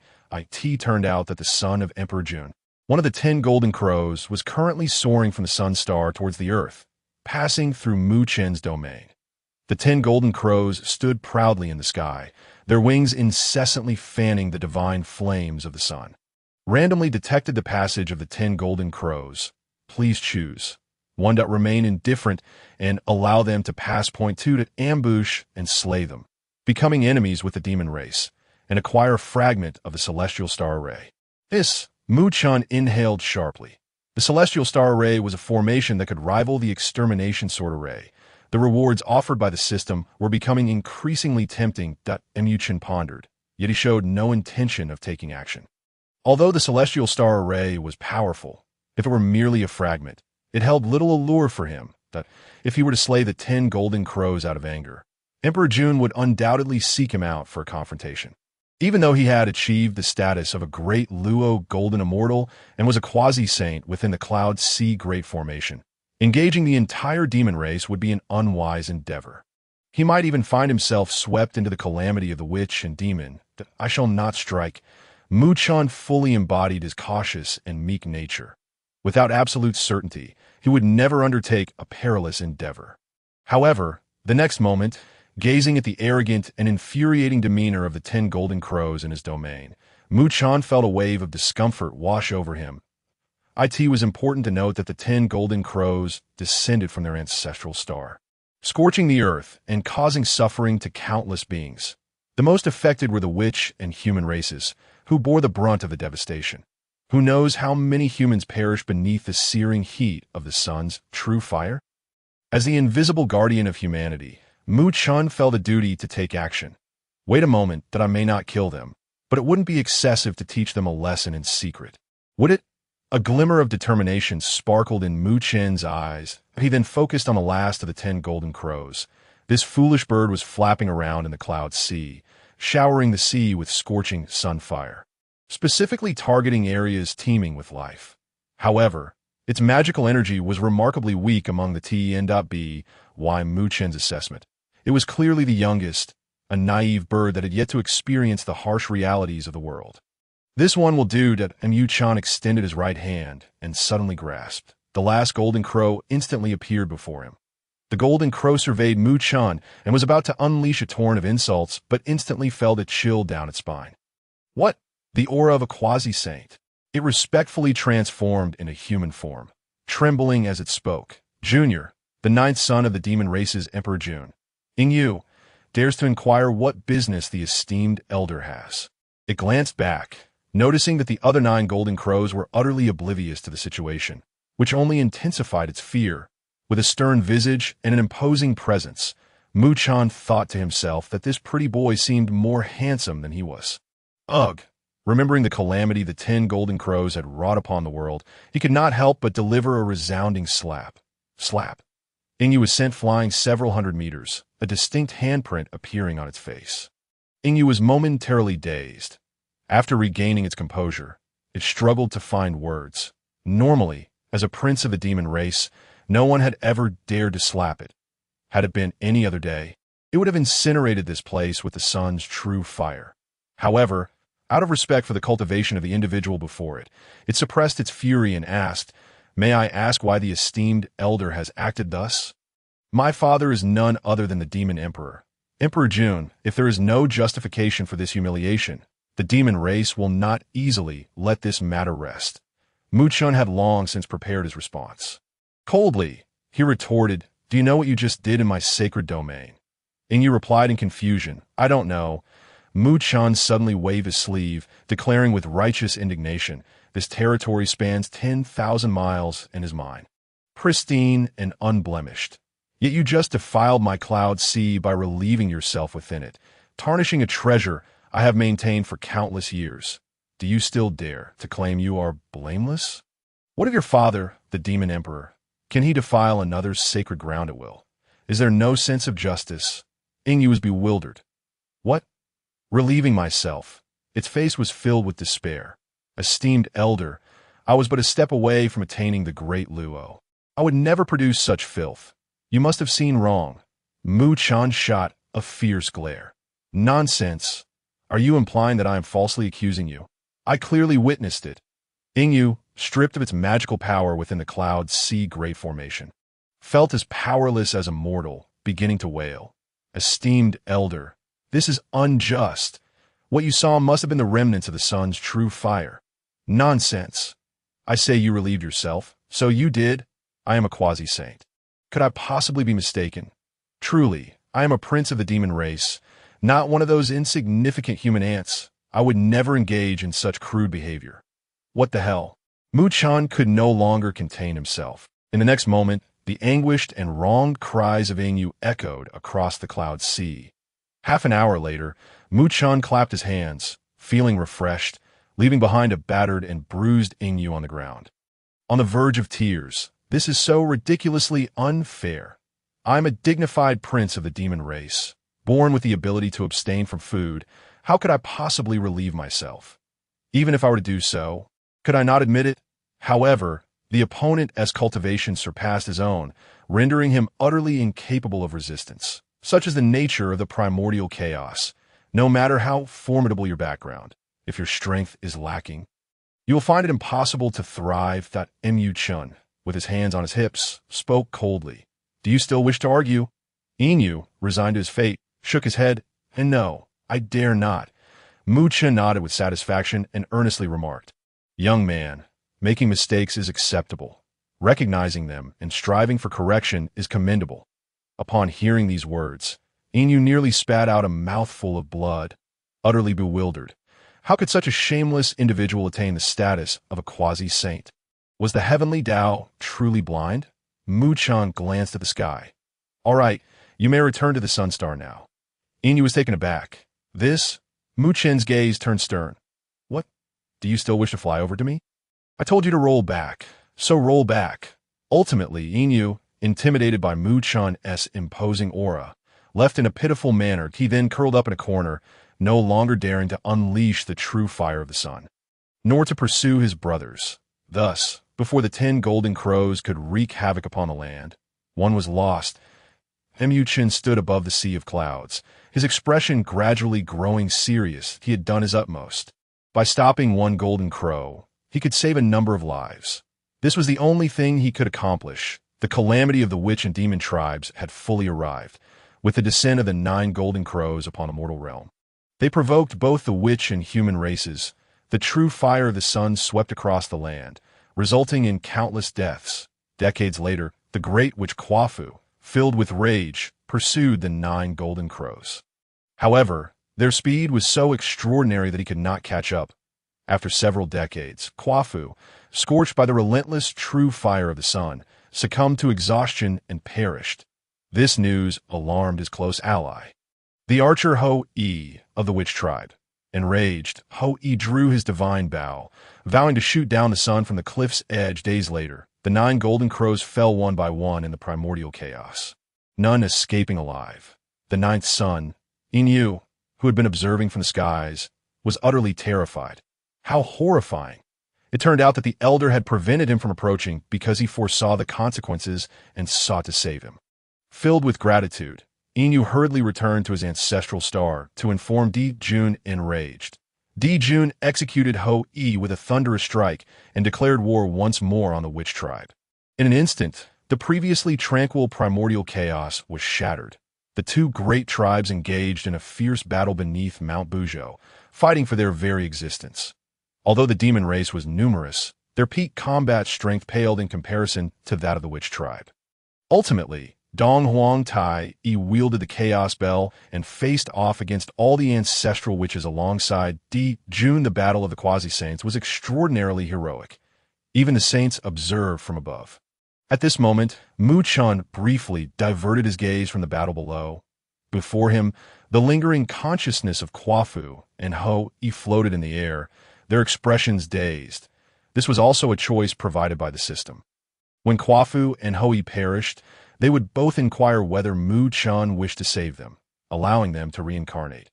Originally, the great witches did not possess souls. However, the system, being all-powerful, fused their residual consciousness into a fragment of a soul. Mu Chen consented to both requests. Quafu, who pursued the sun, and Ho-E, who shot at the sun.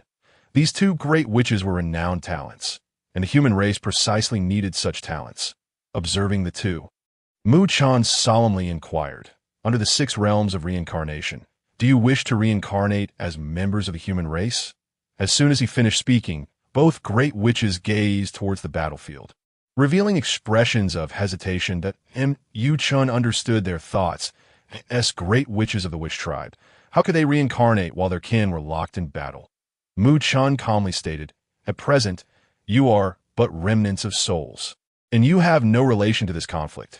You cannot assist the witch tribe, that if you refuse to reincarnate, you will simply fade into oblivion. Upon hearing this, Quafu and Ho-E exchanged glances and sighed. Elder, we are willing to reincarnate as members of the human race.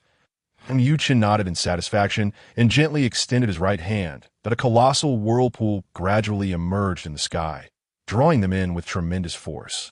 After completing this, a voice echoed, detected that the host is experiencing the final battle of the witch and demon calamity. Please choose. One that remain indifferent, fish for 10,000 years, and gain the divine ability of the fire eye. 2. Join the battlefield with the strength of a great Luo golden immortal, altering the outcome for both tribes, potentially earning the opportunity to step into quasi-sainthood. Mu Chen rolled his eyes. What nonsense! The battle between the witch and demon tribes is a quasi-saint war. One must understand that during the Dragon Han initial calamity, great Luo golden immortals were abundant and held little value. Even though a tribulation has passed, a great Luo golden immortal can barely become a regional overlord. Yet such power holds no decisive influence on a battlefield of this caliber, expecting me to rush to my demise. Dream on. Mu Chen vented his frustrations at the system before preparing to retreat into seclusion. At the same time, he secretly dispatched a clone to observe the war of the witch and demon calamity. He had already resolved that witnessing such grand battles would serve him well when the time of the journey to the west arrived, allowing him to boast alongside other celestial beings. The battle raged on, brutal and reminiscent of the catastrophic scenes from the Dragon Han initial calamity. The ancestral witches and countless great witches surged forth to assault the heavenly court of the demon race. Di Jun activated the grand array of the constellations, while the great array of the primordial river and Luo protected the heavenly court. Meanwhile, Donghuang Taiyi single-handedly battled 7 ancestral witches. A display of astonishing might. In this conflict, numerous secret techniques and forbidden spells erupted, transforming the heavens and earth, shattering the primordial chaos. The ancient primordial chaos was thus divided into the realms of heaven, earth, and humanity. Mu Chen's clone observed from a distance, astonished to witness how the three realms were thus delineated, unable to suppress a shiver of fear. How terrifying! He could not fathom when he might attain such power. Just then, a gentle and warm voice resonated that it seems that the young friend is quite curious about this battle. Mu Chun turned to see Nuwa standing at his left side, silently watching the conflict unfold. Ah, is the Saint Nuwa? Welcome, welcome. Mu Chun quickly donned a sycophantic smile. Nuwa glanced at Mu Chun and softly inquired, "Did you actually choose to root yourself in the human race? Can a rootless body select a race to cultivate?" Perhaps. However, for Nuwa, this was of little consequence. Yet, Mu Chen's choice to align with the human race did surprise her, as she had created this race herself. Mu Chun hastily flattered her, "Of course, the human race is the most noble and is personally created by you. Far superior to other races." Nuwa smiled faintly. However, as she gazed at the ongoing battle, she couldn't help but ask, "It seems you have a very close relationship with the witch tribe. What are your thoughts on this conflict?" Mu Chun shook his head. "I do not watch." Nuwa was momentarily taken aback. "You do not watch?" Mu Chun nodded. "It is the trend of the times, the will of the heavenly Tao. Naturally, one cannot obstruct its development. If one lacks the strength to contend against the heavenly Tao, rushing him will only entangle one in karma." I could see this point. He glanced at Nuwa. Intentionally or otherwise, if one were to forcibly intervene, perhaps even the saints would be unable to bear the wrath of the heavenly Tao. The words suddenly caused Nuwa's expression to fluctuate between light and shadow. She hails from the demon clan and founded the demon sect. Should the demon race face defeat, they would inevitably withdraw from the grand stage of the primordial world. Consequently, the demon sect would naturally dwindle in influence. Thus, her presence here signifies her internal conflict regarding whether or not to intervene. Mu Chun remarked nonchalantly, his hands clasped behind him. "It seems that Saint Nuwa is quite troubled. However, I recall that when she attained her enlightenment, it was not through the demon sect." As soon as the thought crossed his mind, it struck Nuwa like a thunderclap, awakening her to the truth. Indeed, she achieved her enlightenment through the human race. The human race is the very foundation of her great path. Even if the demon race were to fall, she would not be significantly affected. Yet if she were to obstruct the human race's ascension to prominence, her foundational path might suffer severe damage, perhaps even resulting in a substantial decline in her power. Cold sweat instantly beaded on Nuwa's brow. "I cannot intervene." Even the venerable Hongjun remained silent regarding this impending calamity. As a mere saint of virtue, how dare I contend against the might of the heavenly path? Grateful for the guidance of my friend, Nuwa nodded repeatedly. She then chose not to linger any longer. As long as she remained, she could protect the remaining demon race from extinction. This, too, could be considered her utmost kindness. Observing this, Mu Chun nodded in satisfaction. Yet his expression abruptly changed, and he shouted towards the horizon, "Sister, please refrain from sending more animals. I can no longer afford to care for them." Following this ordeal, Nuwa returned to the outer heaven and entered seclusion. Withdrawing from worldly affairs, with the strongest combatant of the demon race, Saint Nuwa, absent, and the witch clan sainthood transformed into the Yellow Springs, the two races engaged in a truly evenly matched battle. The heavens and earth trembled, and the three realms became divided. This conflict persisted for over a century. After a century, several ancestral witches fought valiantly against Emperor Jun and Dongwang Tai. Dongwang Tai detonated the Chaos Bell, perishing alongside the ancestral witches. Emperor Jun, too, was beaten to death by the witch clan. The battle of the quasi-saints swept across the primordial world, turning rivers red with blood and scattering malevolent energy. The entire primordial realm lay in ruins, reminiscent of the desolate scene during the initial calamity of the Dragon and Han era. Among the living, scarcely 1 in 10 survived. The remaining ancient witches and demons suffered heavy casualties. Those who remained either hid away or sought refuge under the saints' banners. As a result, the witch and demon races utterly lost their power to vie for supremacy in the primordial realm. In the aftermath of the Great Battle, the land became desolate. All races needed to accumulate strength until the onset of the next great calamity. And Yu Chen's avatar stood upon a forsaken battlefield. His gaze filled with compassion.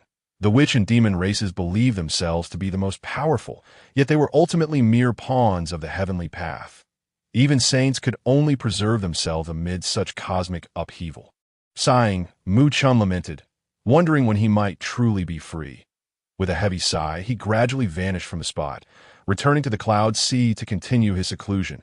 His power was still insufficient. He would not emerge until he attained saintly status.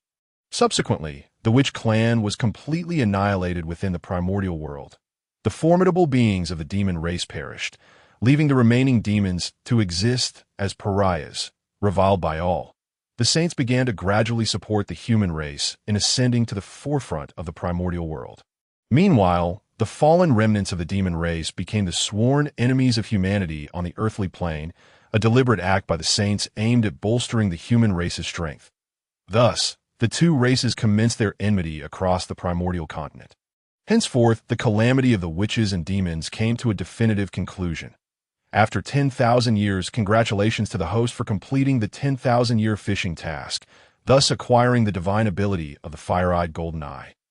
Mu Chen opened his eyes after his seclusion, his gaze transforming into a golden hue, rendering all malevolent beings within sight utterly exposed. For Mu Chen, now at the level of the great Luo, golden immortal, this ability held little value. However, it would serve well when passed on to the Monkey King in the future. Over the past 10 millennia, his cultivation had not advanced significantly to elevate his realm at the great Luo level. The most vital factor was not seclusion, but rather moments of profound insight. Fortunately, Mu Chen was not in a hurry. After all, time was still on his side, that he could afford to wait. During these 10 millennia, nothing of note transpired, save for the sudden dissemination of 2 sacred words from Hongjun among the saints of the primordial world. The Tao is not to be transmitted to non-humans. The law is not to be transmitted to the 6-eared. It was said that these were uttered by Hongjun before a prolonged period of seclusion. In an instant, countless beings of the primordial realm began to speculate. When Mu Chen heard this news, he was momentarily taken aback, only to realize the Tao is not to be transmitted to non-humans signifies that the profound truths of the Great Path are to be imparted solely to the human race. This is also Hongjun's subtle hint to the 6 saints that the human race is poised for an ascent. They must act swiftly, as for the law is not to be transmitted to the 6-eared. It was even simpler. It surely pertained to the 6-eared macaque, clandestinely utilizing his 6-eared divine ability to eavesdrop on the transmission of the Tao, incurring Hongjun's ire. Recalling the 6-eared, Mu Chen couldn't help but chuckle. What a brazen little monkey to dare eavesdrop on Hongjun's teachings. However, having faced punishment, he would have to wait until the rise of Buddhism during the journey to the West before anyone would dare to take him under their wing. This also explains why the 6-eared has lived such an extraordinarily long life, yet could only match Sun Wukong in strength. These 2 phrases were like a ripple, crashing into the previously tranquil primordial realm, stirring a few waves before gradually settling into silence. One day, while Mu Chen was engaged in fishing during his seclusion, a small boat drifted across the sea beneath him, but on it stood a human wearing a conical hat. He shouted, "May I ask where the immortal resides?" The man, clad in a conical hat, had thick eyebrows and large eyes, his countenance resolute, possessing the cultivation of a celestial immortal. Despite his relatively modest rank, he could still be considered an ascended immortal within the contemporary human tribes. After calling out for a while and receiving no response, he appeared discontent and continued, "May I inquire whether the divine pastor is present in this realm of clouds?" "I am aware that the divine pastor is here. My name is Xuandu, hailing from the human race. I implore the divine pastor to meet with me and provide a clear path for the current human race." In the distance, a slow-moving old turtle suddenly emerged from the sea, speaking human words as it sternly admonished Xuandu, "Impudent human, do not make a ruckus in this sea realm and disturb my master's cultivation." Indeed, this old turtle was the appointed Prime Minister Turtle of Mu Chen. After all these years, the Prime Minister Turtle's cultivation had risen, and he wielded absolute authority in this sea realm, living quite comfortably. Upon hearing someone dare to call for his master, he quickly came over to scold. Xuandu, upon hearing this, was overjoyed. "May I ask this turtle friend if you could introduce me to your master?" The Prime Minister Turtle scrutinized him for a moment before shaking his head. "Dream on. A mere celestial immortal has no right to meet my master. Depart at once, and I shall not pursue you for disturbing this sea realm." At this moment, Mu Chun, who had been fishing in the water, gradually opened his eyes, his expression one of astonishment. "Xuandu, wait a moment.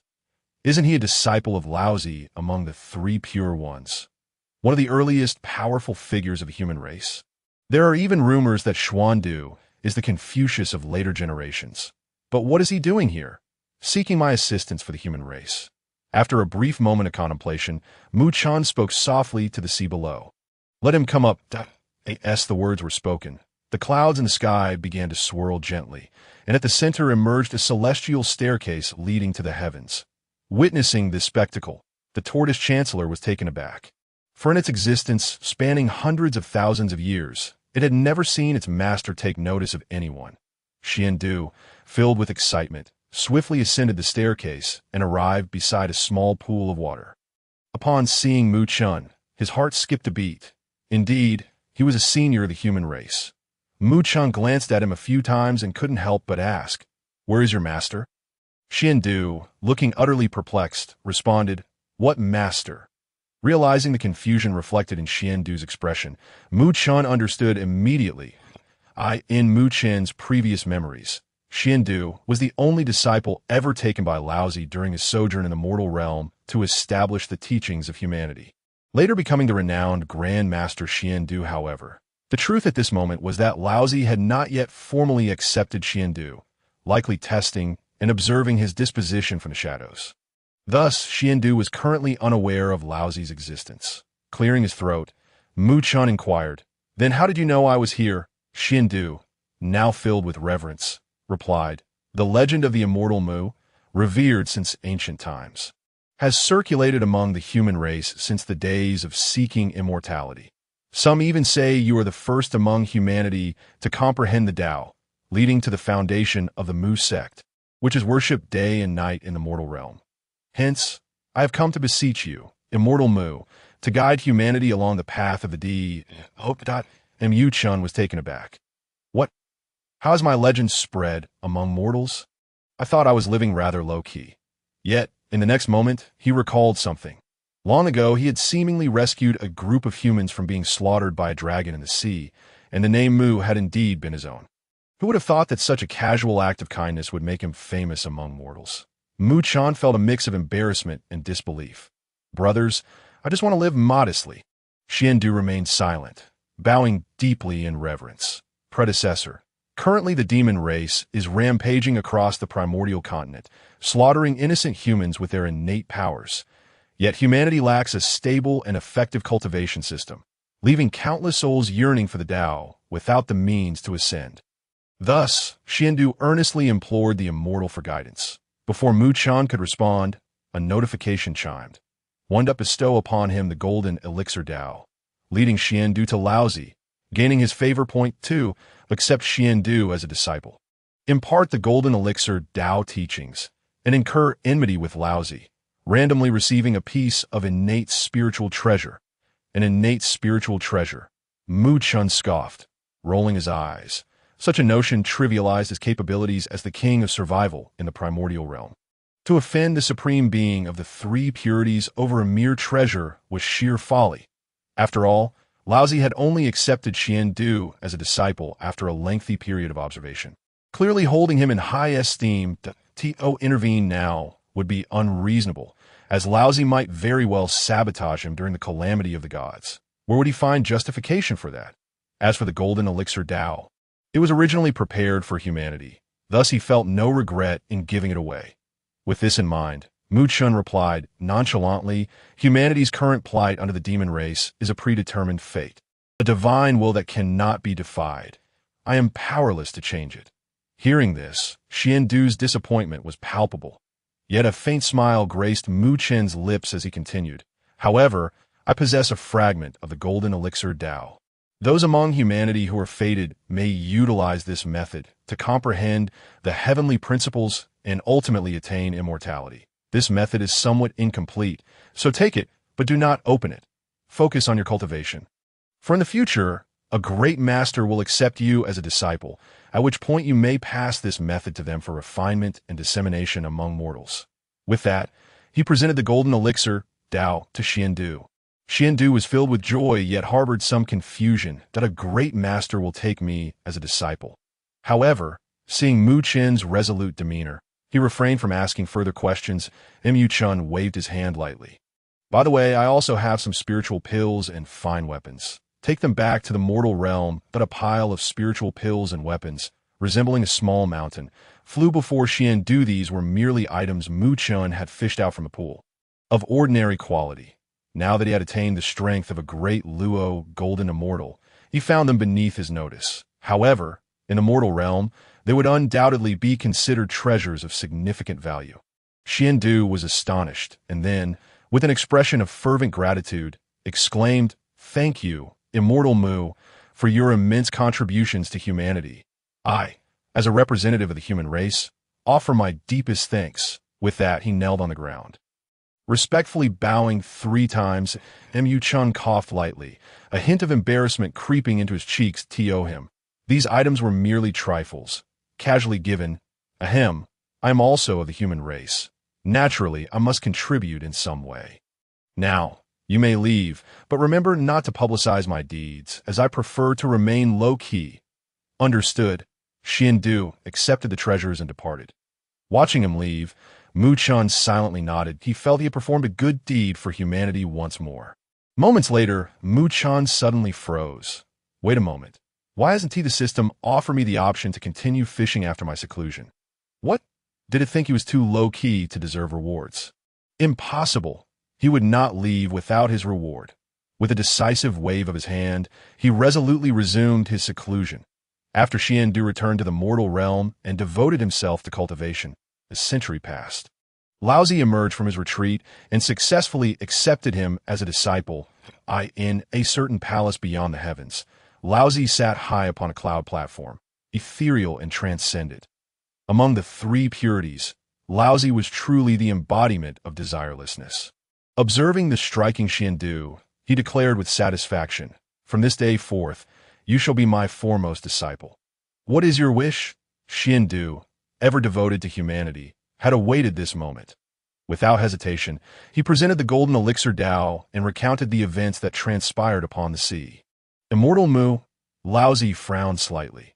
After calculating with his fingers, he confirmed, indeed, it is a disciple praised highly by Hongjun, the Tao ancestor. Laozi had always held him in mind. However, upon hearing that the golden elixir Tao could provide humanity with a complete cultivation system, Laozi's brow furrowed slightly. Bestowing a path of cultivation upon humanity was not difficult, but enabling every mortal to cultivate was an exceedingly complex matter. This was a question he needed to ponder deeply, especially as humanity was on the verge of an uprising, and his mission was to protect the Tao for them. After some contemplation, Laozi instructed, "Xian, recite it for me."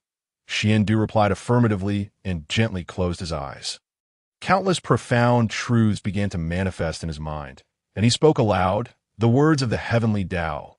Tao begets 1, 1 begets 2, 2 begets 3, 3 begets all things, with a thunderous sound. As the law was proclaimed, the realm beyond the heavens began to tremble. Faintly, radiant multicolored light emerged. Laozi was astonished. His previously serene and ethereal countenance now revealed a look of shock. Laozi's heart was filled with awe. Any method capable of provoking anomalies in the heavens and earth was deemed exceptional, one that could only be crafted by a saint. While the golden elixir, Tao, may not be considered particularly advanced in the primordial realm, if it could truly provide humanity with a complete cultivation system, it would undoubtedly be a monumental achievement. More importantly, the principles of this golden elixir, Tao, harmonized perfectly with the Tao he cultivated. If he were unaware, he might even believe it was created by the master himself. Xuandu closed his eyes, reciting the profound truths until he finished. Afterward, he opened his eyes and, feeling somewhat anxious, spoke. Master, the esteemed elder Mushi mentioned that this technique has certain deficiencies, and only you can refine it to perfection. I was left bewildered. More modifications? Wasn't it already flawless? However, under the gaze of my disciple, filled with anticipation, I could only clear my throat twice. Indeed, this technique is quite remarkable. Yet I perceive 2 minor flaws. Please hold on to it, and return in a few days to collect it.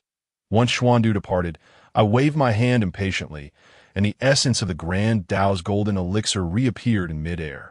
I meticulously repeated my observations, even hoping to uncover some flaws within it. Regrettably, I found none. I fell into deep contemplation. Observing this golden elixir Tao, if it truly was created by Mushi, it seemed his understanding of alchemy rivaled my own. Yet, he is a sage. With this thought, an overwhelming curiosity towards Mushi surged within me. If Mushi were to learn of my current thoughts, he would undoubtedly burst into laughter, for this golden elixir Tao was originally created and passed down by me to humanity. Naturally, it would be identical. However, as Mushi had received the golden elixir Tao in advance from the system, the timeline had shifted, leaving me exceptionally astonished. In Mushi's description, it would be like saying, I haven't even created it yet. How could you have already given it to others? Time flowed like water. The calamity of the witch and demon had come to an end, and overall, the world of Hong Huang was remarkably tranquil. The 3 realms had been divided, yet chaos still lingered. Thus, several sages began to instruct their followers in the mortal realm, proclaiming their doctrines. Among them, the Jiejiao, supported by the Tontian Patriarch, developed an astonishing pace. The key was that Jiejiao did not adhere to the edicts of the Hongjun Dao ancestor, allowing all beings capable of cultivation to join. This attracted countless extraordinary creatures and beings who had attained enlightenment. In no time, Jiejiao became the most popular sect in Hong Huang. The Rinjiao and Chanjiao followed closely behind. Subsequently, there emerged a sect known as the Mushi sect, standing firm in the mortal realm. Though it did not grow large, it always had worshippers. During this period, Mushi underwent a brief retreat. It seemed that after experiencing a smooth path in cultivation, he now faced a bottleneck, with his progress stagnating. After striving for a while, Mushi ceased this futile practice. It appeared that mere seclusion was ineffective. He could only rely on time to slowly refine himself. Mushi murmured to himself, feeling no urgency at all. Isn't there a saying, as long as one is born early, even a pig can become the marshal of the heavenly pilots? After all, he was from the same era as Hongjun. As long as he does not perish, he could eventually attain sagehood. Mushi rose from his retreat, preparing to send a clone out to observe the outside world. Suddenly, an eerie sensation surged within him. He widened his eyes in shock. Something was amiss. There were indeed others present within his cloud sea. Who is it? Mushi called out coldly. This feeling instantly unsettled him. Since his arrival in Hong Huang, no one had ever intruded upon his cloud sea formation. Thus, he had grown complacent. Yet at this moment, Mushi was certain that someone existed within his cloud sea formation. It felt like a ghost story. Anyone who could enter silently must belong to the ranks of sages. The thought of a sage standing beside him, completely undetected, sent shivers down his spine. Sages are not to be trifled with. Just as he finished his thought, an elderly figure emerged slowly from the cloud sea. With an ancient and ethereal visage, clad in a blue Taoist robe, and holding a whisk, it was none other than Lao Tzu. Do not be alarmed. I merely came to observe. I found your formation quite peculiar, containing the essence of the Tao, impenetrable to those beneath the sage level, which piqued my curiosity. Lao Tzu said with a warm smile, I have long heard of your reputation from Nuwa and the Master. This visit is uninvited. If I have intruded, I sincerely apologize. Mushi breathed a sigh of relief. Among the 3 pure ones, Lao Tzu had a somewhat gentler disposition. Free of desires and attachments, he harbored no significant ulterior motives.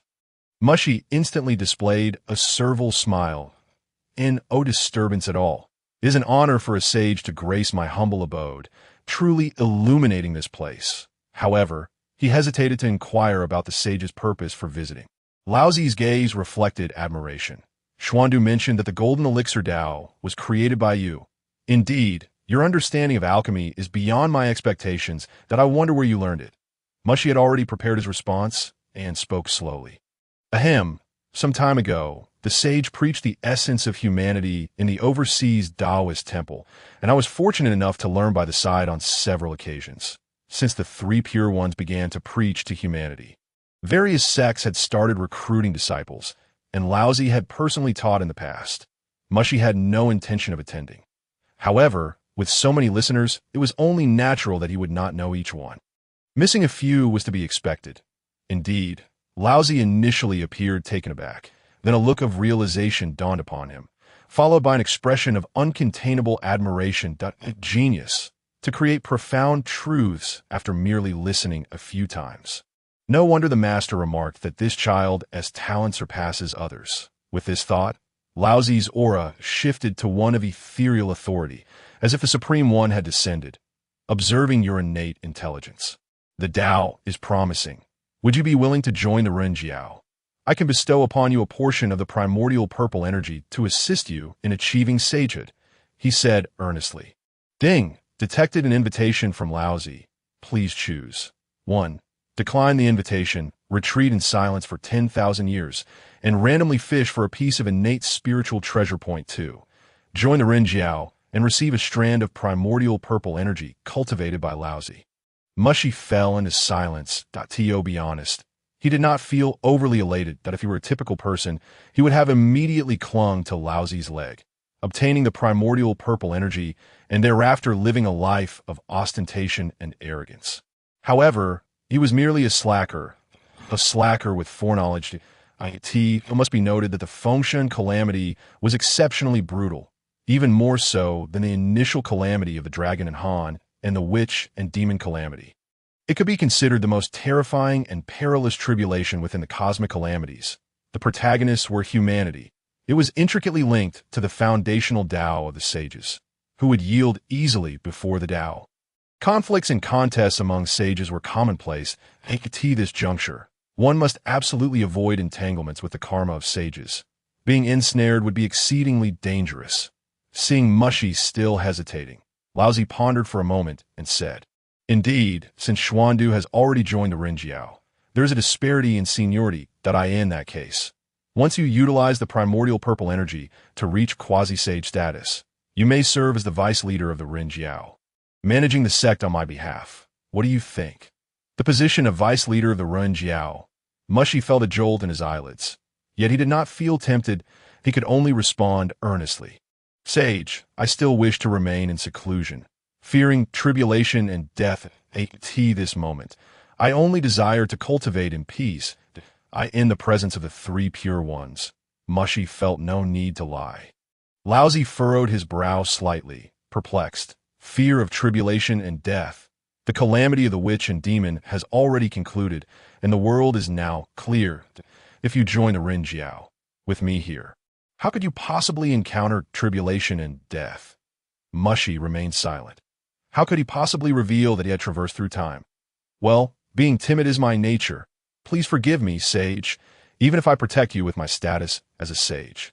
That should not be a problem, right? This seems somewhat unstable. What if it were Tongtian or Yuan? Sure. Even the mighty Taishan sage was not entirely reliable. They would be even less so. Mu Chun skillfully seized the moment, ingratiating himself with subtle flattery.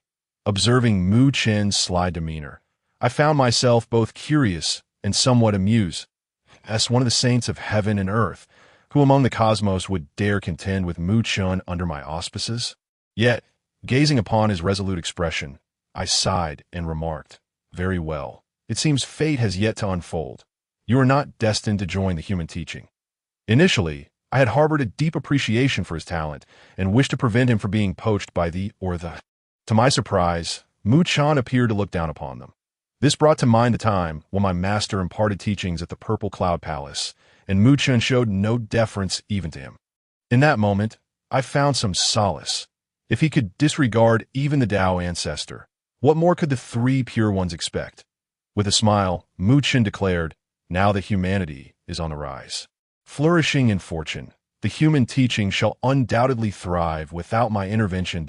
I nodded in agreement, stating, Should you reconsider, You may seek me out. The gates of the human teaching shall forever remain open to you. With that, I vanished into the vast expanse of the cloud sea formation. After a brief moment of anticipation, Mu Chun, still feeling uneasy, cautiously inquired, "Saint, are you still present?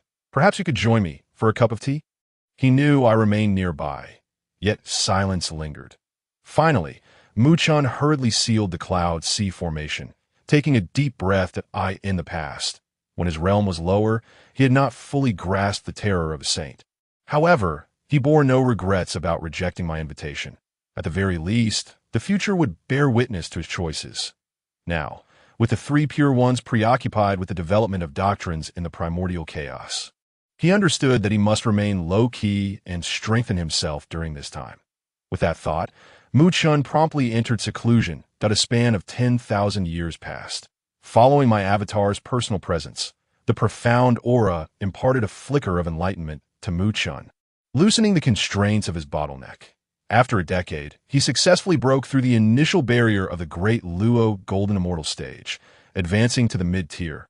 Concurrently, he completed the system's fishing task, earning the 12th-grade Fiery Lotus platform.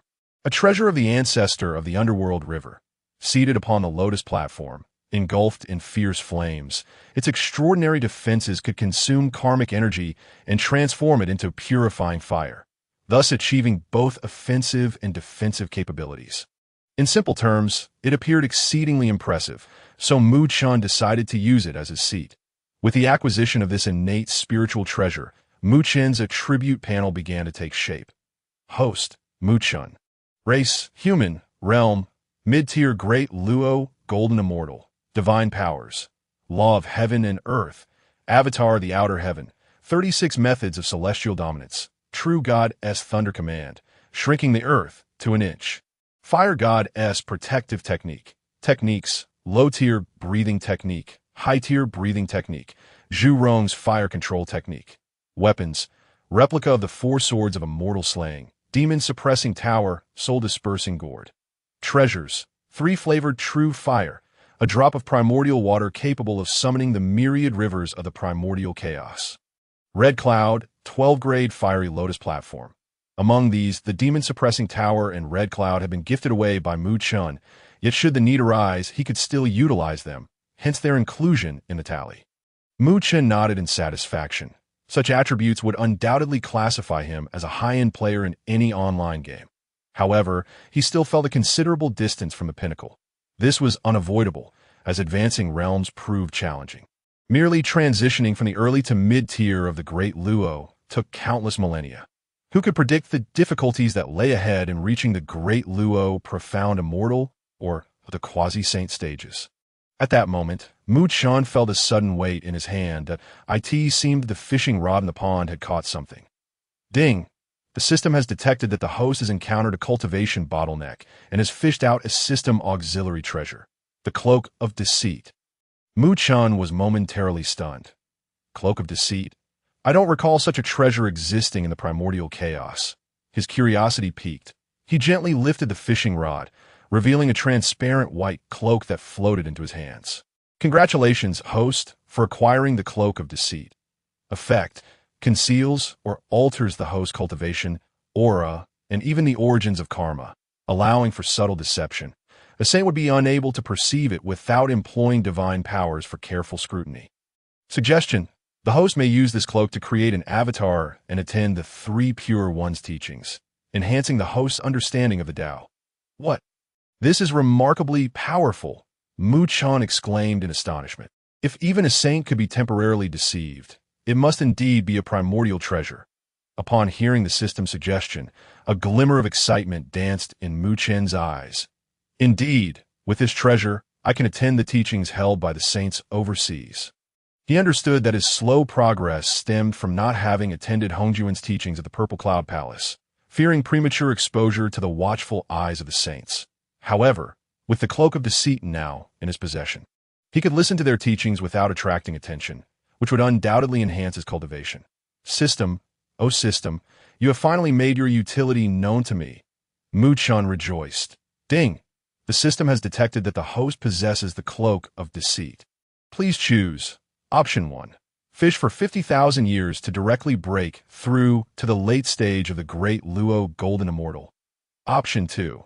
Use the Cloak of Deceit and an avatar to attend the three Pure One's teachings across various locations for 50,000 years.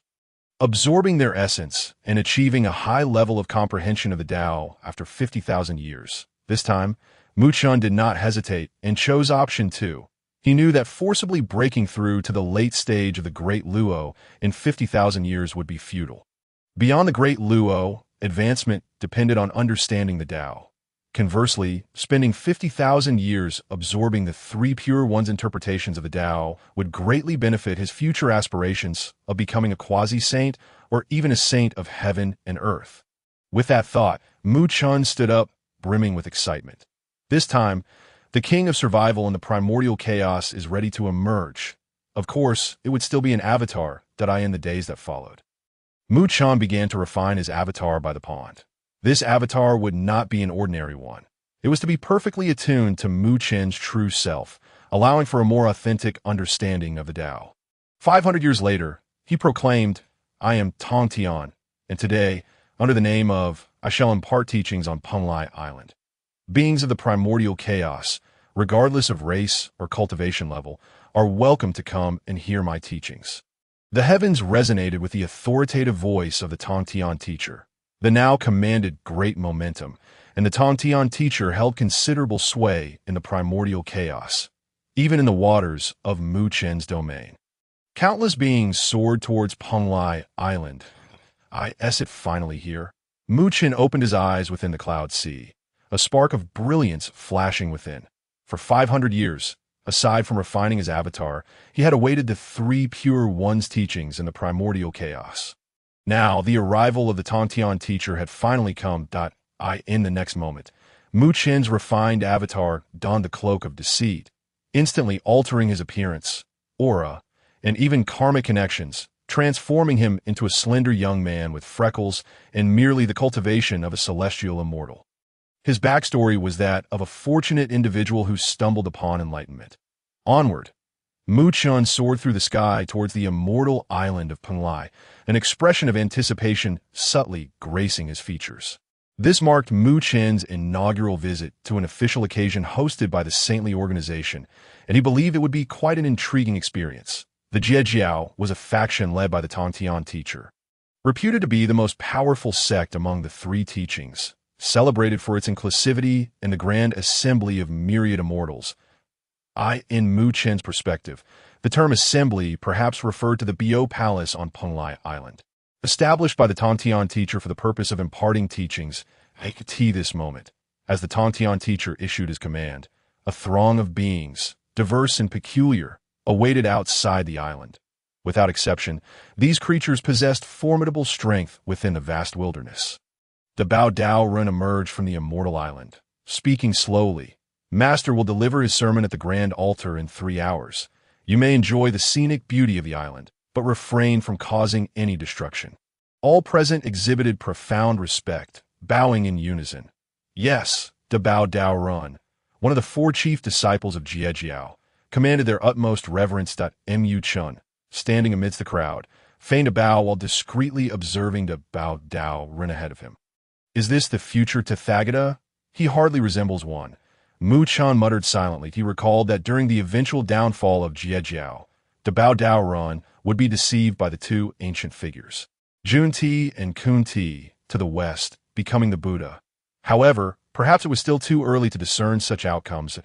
As the Bao Dao Run departed, the myriad beings slowly entered the immortal island of Penglai. Marveling at its wonders, Mu Chen was no exception. Upon entering, he gazed in awe, akin to a bumpkin visiting the city for the first time. My goodness. This tree seems to be a primordial spiritual treasure.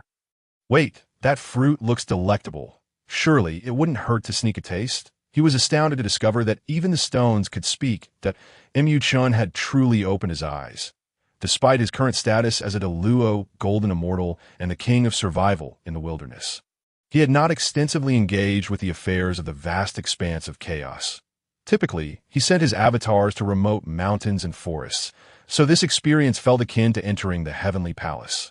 An eye-opening revelation. However, His actions drew the disdainful gazes of countless onlookers. The saints held dominion over heaven and earth. Their presence here meant they were under the watchful eyes of the Tongtian teacher. Thus, it was imperative to display their extraordinary nature, rather than appear as mundane mortals. Even if a primordial spiritual treasure lay abandoned on the ground, none dared to claim it for themselves. Nonetheless, Mu Chen was unconcerned. He was merely a visitor, here to attend a lecture. Before long, Mu Chen arrived at a small lakeside and noticed a fruit tree adorned with a single, vibrant red fruit. His eyes sparkled with delight as he approached. This must be quite a tasty treat, he mused silently. However, as he reached out for the fruit, another hand emerged simultaneously to seize it. Are you attempting to snatch something? Mu Chen turned in anger to see a middle-aged man with a goat-like beard glaring back at him. Equally displeased, throughout the countless years of the wilderness, many astonishing wars had erupted, often ignited by seemingly trivial tales. For instance, one might ponder whether sweet or salty tofu was superior. At this moment, the bearded man seethed. What are you staring at? To which Mu Chen retorted, what of it? The man, coldly scoffing, declared, I am Zhao Gongming of Amei Mountain's Luofu Cave. What is your name? Mu Chen was taken aback. Zhao Gongming. Isn't he one of the most renowned disciples of Jiejiao in the future? His future sisters, the Sanshao, possessed quasi-saint abilities. Yet as he pondered, he realized that the current Zhao Gongming had yet to join Jiejiao and was merely an ordinary figure at best. What was there to fear? Resolutely, Mu Chen proclaimed, What is Amei Mountain to me? I am Wang Zhadao Run, the leader of the Exploding Heaven Gang. Haven't you heard of my name? Zhao Gongming instinctively gasped in surprise. The mention of the Exploding Heaven Gang sounded rather impressive. Thus, he became more cautious, retorting, That fruit was discovered by me first. Why does Taoist Wang seek to snatch my opportunity? Mu Chen scoffed, Have a little dignity, my hand is already on it. It is undoubtedly mine. Zhao Gongming, incensed, challenged, What? Do you wish to fight? I am not afraid of you. I, Wang Jia, have never feared anyone. Very well, I shall not bully you. Let us engage in a brief contest of celestial powers. Whoever wins shall claim the fruit. Agreed. Upon hearing Mu Chen's prompt acceptance, Zhao Gongming's face exhibited a fleeting smile of arrogance. Humph, an ant. Observe how I deal with you. Confident in his ability to easily handle a mere celestial being of the human race. Zhao Gongming transformed into a radiant arc, hurtling toward Mu Chen, and Yu Chen remained still, suddenly bellowing, Behold my treasure! With that he produced a small, fiery red gourd from his robe, the Jiuhongyan San Pahulu. This gourd, one of the 7 from the Buzhou Mountain, was a primordial spiritual treasure gifted to him by Hong Yun upon his demise. Now, Mu Chen wielded it for self-defense, more than capable of confronting a novice like Zhao Gongming. At this moment, Zhao Gongming was utterly unarmed, lacking any treasures of his own. For Mu Chen, he was simply too inexperienced. The next moment, Mu Chen gently opened the gourd, and an endless tide of red sand surged forth. Enveloping the area, as Zhao Gongming's radiant form encountered the crimson sands, he felt as if he were being crushed by 10 great mountains. Unable to move, simultaneously, he sensed his very soul waning, teetering on the brink of collapse. Fear coursed through Zhao Gongming as he hastily retreated several hundred meters, his face a blend of astonishment and dread. Primordial spiritual treasure. You are cheating, employing such a treasure. Mu Chen rolled his eyes. Who decreed that one cannot use treasures in a duel? If you dare, you should use one too. With that, the red sand continued to pour from the gourd, relentlessly pursuing Zhao Gongming, who had no means of defense. Forcing him to flee in disarray as the red waves swirled ominously above, Mu Chen watched with satisfaction, then suddenly scratched his head. Wait, why does this feel so familiar? Oh no, Sandstorm Gara. No, the tone has shifted. This is the wilderness. He quickly pulled himself from those thoughts, observing that Zhao Gongming had nearly reached his limit. Gradually, he ceased the flow of red sand and cleared his throat, asking, Are you convinced now? In principle, he held a degree of admiration for Zhao Gongming, regretting only that he would eventually join Jiejiao and meet his demise at the hands of Luya. That I concede. Zhao Gongming nodded vigorously, fearing the terrifying presence that had nearly scattered his very soul. Young man, remember that the road ahead is long to thee, or not be too arrogant. I, Wang Zha Daorun, am not a name to be taken lightly. Mu Chun spoke earnestly, subsequently plucking a fruit from the tree and, under Zhao Gongming's envious gaze, tossing it into his mouth. It was smooth and pleasant, with a delightful flavor. Just then, the atmosphere on the island shifted dramatically. Daoist Duo Bao appeared before Mu Chun, a smile gracing his face. Congratulations, fellow cultivator, you have successfully passed the assessment. Yu Chen blinked in confusion. Assessment? What assessment? However, Daoist Duo Bao remained silent, merely waving his sleeve gently, causing all three of them to vanish from their location. When Mu Chen opened his eyes again, he found himself seated at the forefront of the grand altar on the island, with Zhao Gongming behind him.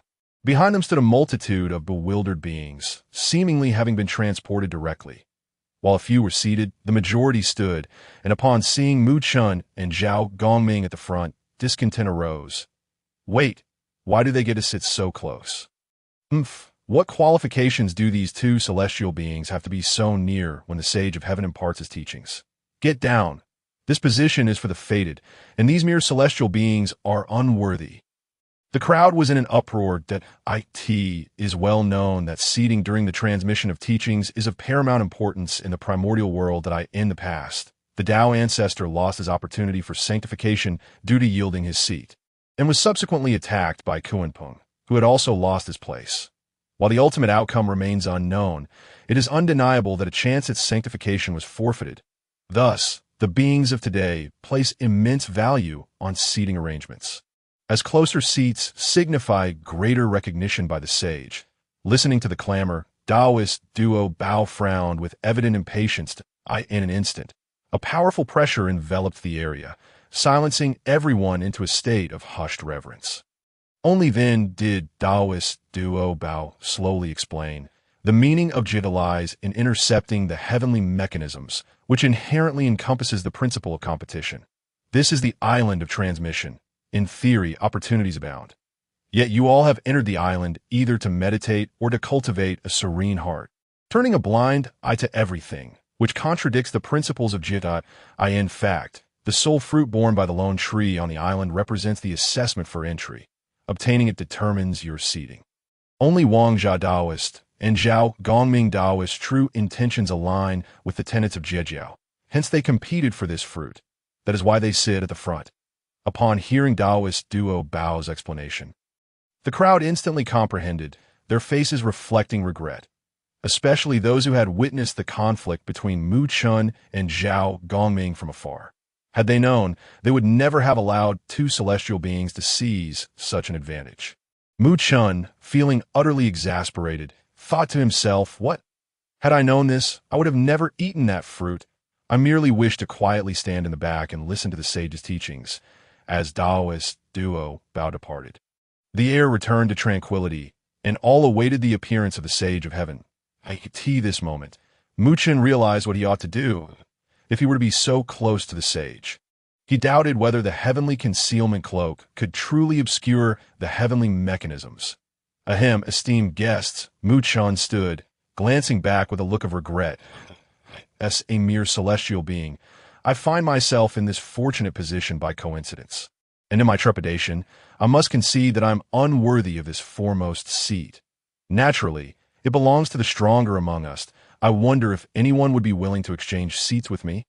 The moment he finished speaking, everyone was taken aback, and one expected this fellow to willingly relinquish his seat. Instantly, countless voices clamored, I'll exchange! I'll exchange! I am Taiyi Xuanxian. What is a mere true immortal? I am but a step away from Luo. Cultivation level matters not. I am willing to offer 5 pieces of later heavenly treasures. What are later heavenly treasures compared to my 3 slightly flawed innate treasures? I offer 1 complete innate treasure, a flat price, 3 innate treasures. Mu Chen's eyes lit up that he had not anticipated that seeds could be sold in such a manner that he immediately shouted, 3 innate treasures. That is right, 3. Is there anyone willing to raise the stakes? Once sold, it's final. 3 innate treasures plus 5 later heavenly treasures. If no one else bids, I'll take it. 8 treasures, 8 later heavenly treasures. Is there no one else willing to bid? Beside him, Zhao Gongming watched this scene, utterly astonished. How had the sage's teachings turned into an auction? Ultimately, Mu Chun sold his foremost seat for 10 later heavenly treasures and 3 innate treasures. The buyer was a cunning old rat spirit with shifty eyes. Yet Mu Chun paid no heed, scampering off to a much humbler seat at the back, undeterred by the scornful and furious gazes of the crowd. Should this incident spread, it would surely echo throughout the primordial world. A shameless human cultivator had actually sold the foremost seat during the sage's teachings. From ancient times to the present, only Mu Chun could accomplish such a feat. What a bountiful harvest, Mu Chun mused, feeling both embarrassed and exhilarated. All the treasures had been tucked away into his sleeves. He cast a grateful glance toward the bewildered Zhao Gongming. Had the plot unfolded as it had, he would have robbed Zhao Gongming of his opportunity. Otherwise, Zhao Gongming would have been seated in that foremost position. However, it now seemed likely that Zhao Gongming would still enter Jiejiao. After all, the 3 pure ones took in disciples as per the heavenly decree. If one believed that a mere seat could alter fate, they were indeed mistaken. Mu Chun was well aware of this. It is also worth mentioning that Mu Chun once thought the innate treasures of the primordial world were limited to those he was familiar with. However, he discovered that, in reality, there were more innate treasures than he had anticipated. For instance, the 3 innate treasures in his possession were entirely unfamiliar to him. The Zhenxian Ding, a grand cauldron infused with chaotic essence, capable of subjugating innate deities and demons within. The Wan Wu Bai, a brush that, when wielded in the air, could conjure forth creations, aiding its master in combat. The Ju Xianchong, a blade of immense lethality, capable of slaying immortals. Having seized 3 innate treasures by usurping Zhao Gongming's opportunity, Mu Chun was immensely satisfied. What a windfall! Old Zhao is indeed a good brother. I shall protect you during the journey to the west. Although these treasures may not possess the famed lethality of others, their mysterious and miraculous effects greatly pleased Mu Chun. Moreover, compared to the painstaking effort of fishing for thousands of years to obtain a single treasure, the sudden acquisition of wealth felt entirely different psychologically. Suddenly, 3 concealed, menacing gazes fell upon him from behind, and Yu Chun did not turn around but merely narrowed his eyes slightly, a flicker of vigilance crossing his expression. He had been targeted, yet he remained unruffled. In the primordial world, seizing treasures and taking lives was a common occurrence. Furthermore, Jiejiao was a mixed lot, a veritable menagerie. Encountering such unscrupulous individuals was entirely normal. However, if they truly believed him to be merely a celestial being to be trifled with, they were woefully naive. They would not dare act on the island, likely waiting until the teachings concluded before making their move. With this thought, Mu Chun settled comfortably, preparing to listen to the sage's teachings. Unfazed by the others, I have read over 1,000 chapters of Dopa, and do they really think they can ensnare me? Half an hour later, a robust elder clad in a black robe materialized at the center of the grand altar. He sat cross-legged in the void, and without any discernible movement, an aura emanated from him that instilled both reverence and trepidation in all who beheld it. The presence of Tong Tian was palpable. Instinctively, everyone held their breath, including Mu Chun, the saint of Tong Tian. Aside from Hong Jun, he was likely the most formidable being present. Daobao Daoist stood quietly to one side, his gaze sweeping across the seats, and his previously solemn expression transformed into one of bewilderment. Where is my esteemed Dao friend Wang Jia? How did it change to a rat spirit? Tong Tian scanned the assembly below. All beings wore solemn expressions, refraining from any noise or commotion. Mu Chun kept his head lowered, silently reciting, "Do not see me, do not see me, do not see me." Though he wore a cloak to deceive the heavens, he still felt a twinge of anxiety under Tong Tian's watchful gaze. It was common knowledge that Tong Tian, as Hong Juan's most cherished disciple, had been bestowed with most of the treasures from the Foambao Cliff. Even the foremost killing formation, the Zhuxian sword array, had been gifted to him. Who knew what other bizarre artifacts he possessed? In the next moment, Tongtian's gaze lingered on Mu Chun before retracting without hesitation. Mu Chen exhaled in relief. It was effective. Tongtian collected his thoughts and spoke slowly. Today, I am here to impart the profound principles of the Jie sect. I hope all beings will listen attentively. Those with fate may join the Jie sect. The duration for the transmission of teachings is set at 300 years. The Jie sect, named for its interception of heavenly secrets, was defined by its teachings. Tongtian began to elucidate, his words accessible yet profound, a stark contrast to Hongjuan's immediate delving into the essence of the Tao. Instead, he commenced with minute details, rendering the concepts even clearer. Mu Chun could not help but admire. This old fellow Tongtian possessed quite the skill. In modern terms, he would be akin to a gold medal instructor in live broadcasting. With this thought, Mu Chun gradually began to listen earnestly. The beings of the primordial chaos sought the Tao. Now, with the principles of the Tao laid before them, all listened with utmost seriousness. 300 years passed in the blink of an eye. One day, Tongtian glanced at the sky and abruptly halted his lecture. Moments later, the entranced audience began to awaken from their stupor, while a dozen others remained in their meditative slumber. Daobao Daoist observed these 10 individuals with a hint of smile. The later one awoke from the teachings of the master, the deeper their understanding of the Tao, indicating higher innate talent. This was also one of the vital criteria for joining the Jie sect. Clearly, these 10 individuals were now eligible for membership. Without altering his expression, Tongtian gently called out, awakened. As soon as the words left his lips, the slumbering individuals stirred one after another, glancing around with expressions of confusion. Zhao Gongming was among them. During Tongtian's teachings, he felt as if his very soul had plunged into the depths of understanding. Yet upon waking, he found that without any exertion, his realm had surged to a terrifying degree. His face lit up with joy. Daobao Daoist then scanned the assembly, astonished to find that one person among the last to awaken was none other than Wang Jia. Truly, Wang Jia possessed extraordinary talent.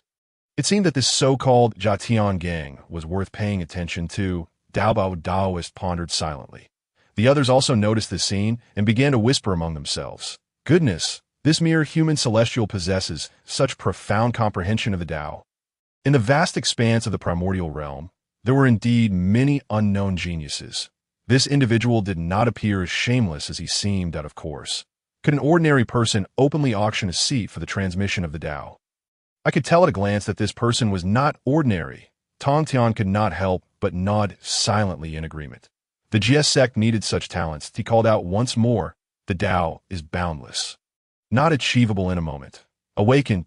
Mu Chun remained still, seemingly oblivious. Tongtian was taken aback, still not awake. My voice can instantaneously rouse those in meditation without harming the speaker. It has never failed before. Just as he prepared to raise his voice, he noticed a transparent bubble forming on Mu Chen's nose.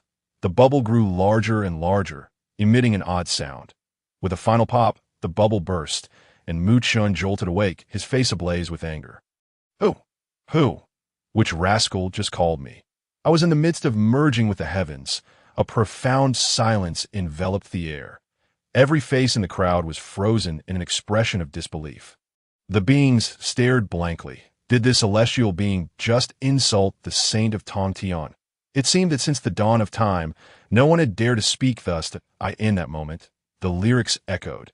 The most feared is when the air suddenly falls silent. Daobao Daoist was dumbfounded, cautiously glancing at his master. Tongtian's mouth twitched involuntarily. Merging with the heavens? Wasn't that just a euphemism for sleeping? Realizing he had misjudged this youth as a potential talent, he felt his youthful enthusiasm dissipate. Tongtian's face alternated between shades of blue and red. After all, he was a saint. How could he stoop to the level of a mere human celestial? Suppressing a cold snort, he vanished from the altar in an instant. Daobao Daoist then cleared his throat. Those whose names were called may join the Jie sect for cultivation. The rest must continue their efforts. Subsequently, Zhao Gongming and the others were summoned one by one. While the remaining beings departed with expressions of regret, they left. Most cast worshipful glances at Mu Chun, awed by his audacity to sleep so soundly during Tongtian's teachings. Truly, there was no one like him. At that moment, Mu Chen finally grasped the gravity of his actions. He had been so absorbed in listening to the teachings that he had unintentionally slipped into a profound state of meditation. Yet, who could have known how he had fallen asleep? Had he inadvertently offended the saint of Tongtian?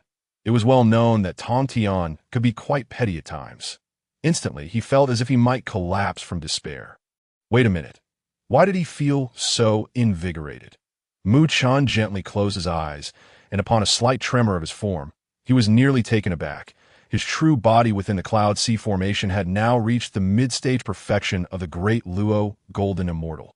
Mere moments away from the late stage, shock filled Mu Chen's gaze that it had only been 300 years. He had not anticipated that listening to the saint's teachings would be so effective. A single nap had equated to decades of arduous cultivation for his true self. His spirits lifted immediately. Time to slip away. It would be wise to depart before attracting further attention from Tongtian. With that thought, he transformed into a streak of rainbow light and vanished from Penglai Island. Tongtian stood at the cliff's edge, hands clasped behind him, deep in contemplation. Daobao Daoist approached cautiously from behind. Master, a total of 15 individuals have passed the assessment. With realms generally at the Taiyi level, I have instructed them to cultivate in their respective caves. Tongtian replied with a nonchalant hum, seemingly disinterested. Suddenly, he inquired, "Do you think my method of imparting teachings is flawed?" Daobao was startled and quickly shook his head. "The master's cultivation is profound, and your understanding of the Tao has long entered the realm of sainthood." "How could it be flawed?" Tongtian furrowed his brow, uncertainty creeping in. "Then why did my teachings allow a celestial to sleep for 300 years? Is it truly that dull? When my master imparted teachings at the Zhixiao Palace, countless innate deities were entranced. Such a situation never occurred. Evidently, even the proud and formidable Tongtian Jiaozhu was affected by Mu Chen's actions, to the point of doubting himself. Daobao Daoist felt a headache coming on and helplessly remarked, "Wang Jia, the little friend, belongs to the human race and possesses a carefree and unrestrained nature. Upon arriving on the island, he has engaged in exceedingly peculiar activities, making it impossible to measure him by ordinary standards." Tongtian was intrigued. What else has this fellow done? Daobao Daoist's expression turned somewhat awkward as he quietly recounted the incident of openly auctioning the first seat. Tongtian was taken aback. "Sleeping during my teachings? Selling the first seat for a few innate spiritual treasures and acquired treasures. Is my impartation of wisdom truly so valueless?" His face darkened at the thought. Could it be that this fellow was specifically sent by the ancient Yuan Shi to disrupt my teachings? Daobao's eyes brightened. It is indeed possible. I have never encountered such an audacious and shameless individual. Tongtian's gaze turned skeptical. He then slightly closed his eyes, beginning to deduce the heavenly secrets. However, he found nothing unusual. Only a faint sense of peculiarity. "Master, what did you discern?"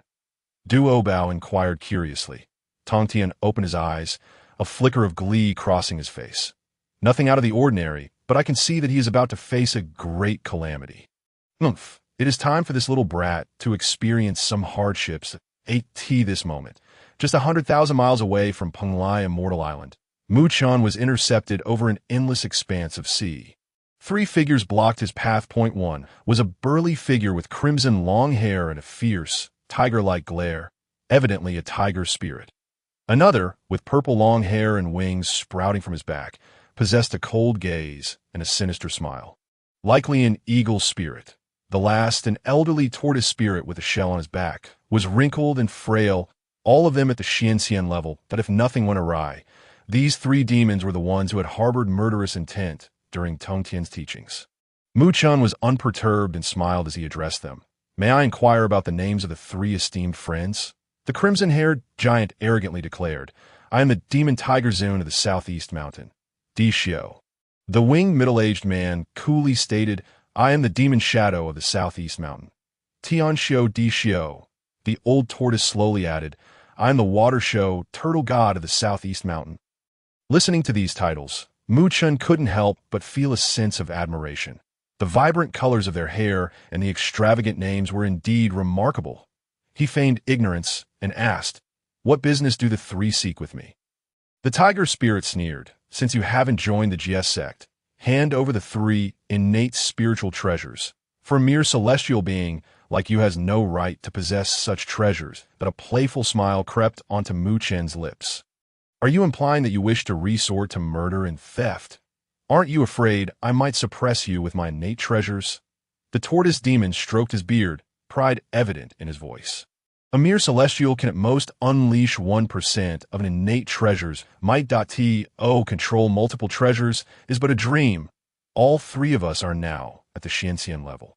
Your demise is certain. It would be wise to surrender. Yu Chun hesitated. He had been in seclusion and was a great Luo Jinxian, never considering whether he could wield multiple innate treasures. However, upon hearing their words, it seemed they had a valid point. Oh no, does this mean I am in peril? The tiger spirit, being the leader of the 3, revealed a murderous glint in his eyes. Hand over the treasures immediately, or die. With that, an overwhelming pressure from the Xian level bore down upon Mu Chun.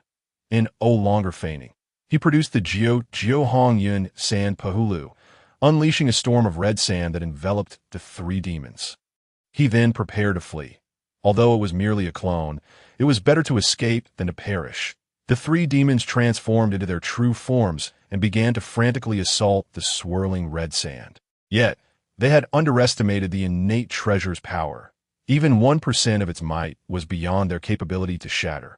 Just then, figures began emerging from the horizon, departing from Penglai Immortal Island, many of them being demon birds and other strange creatures.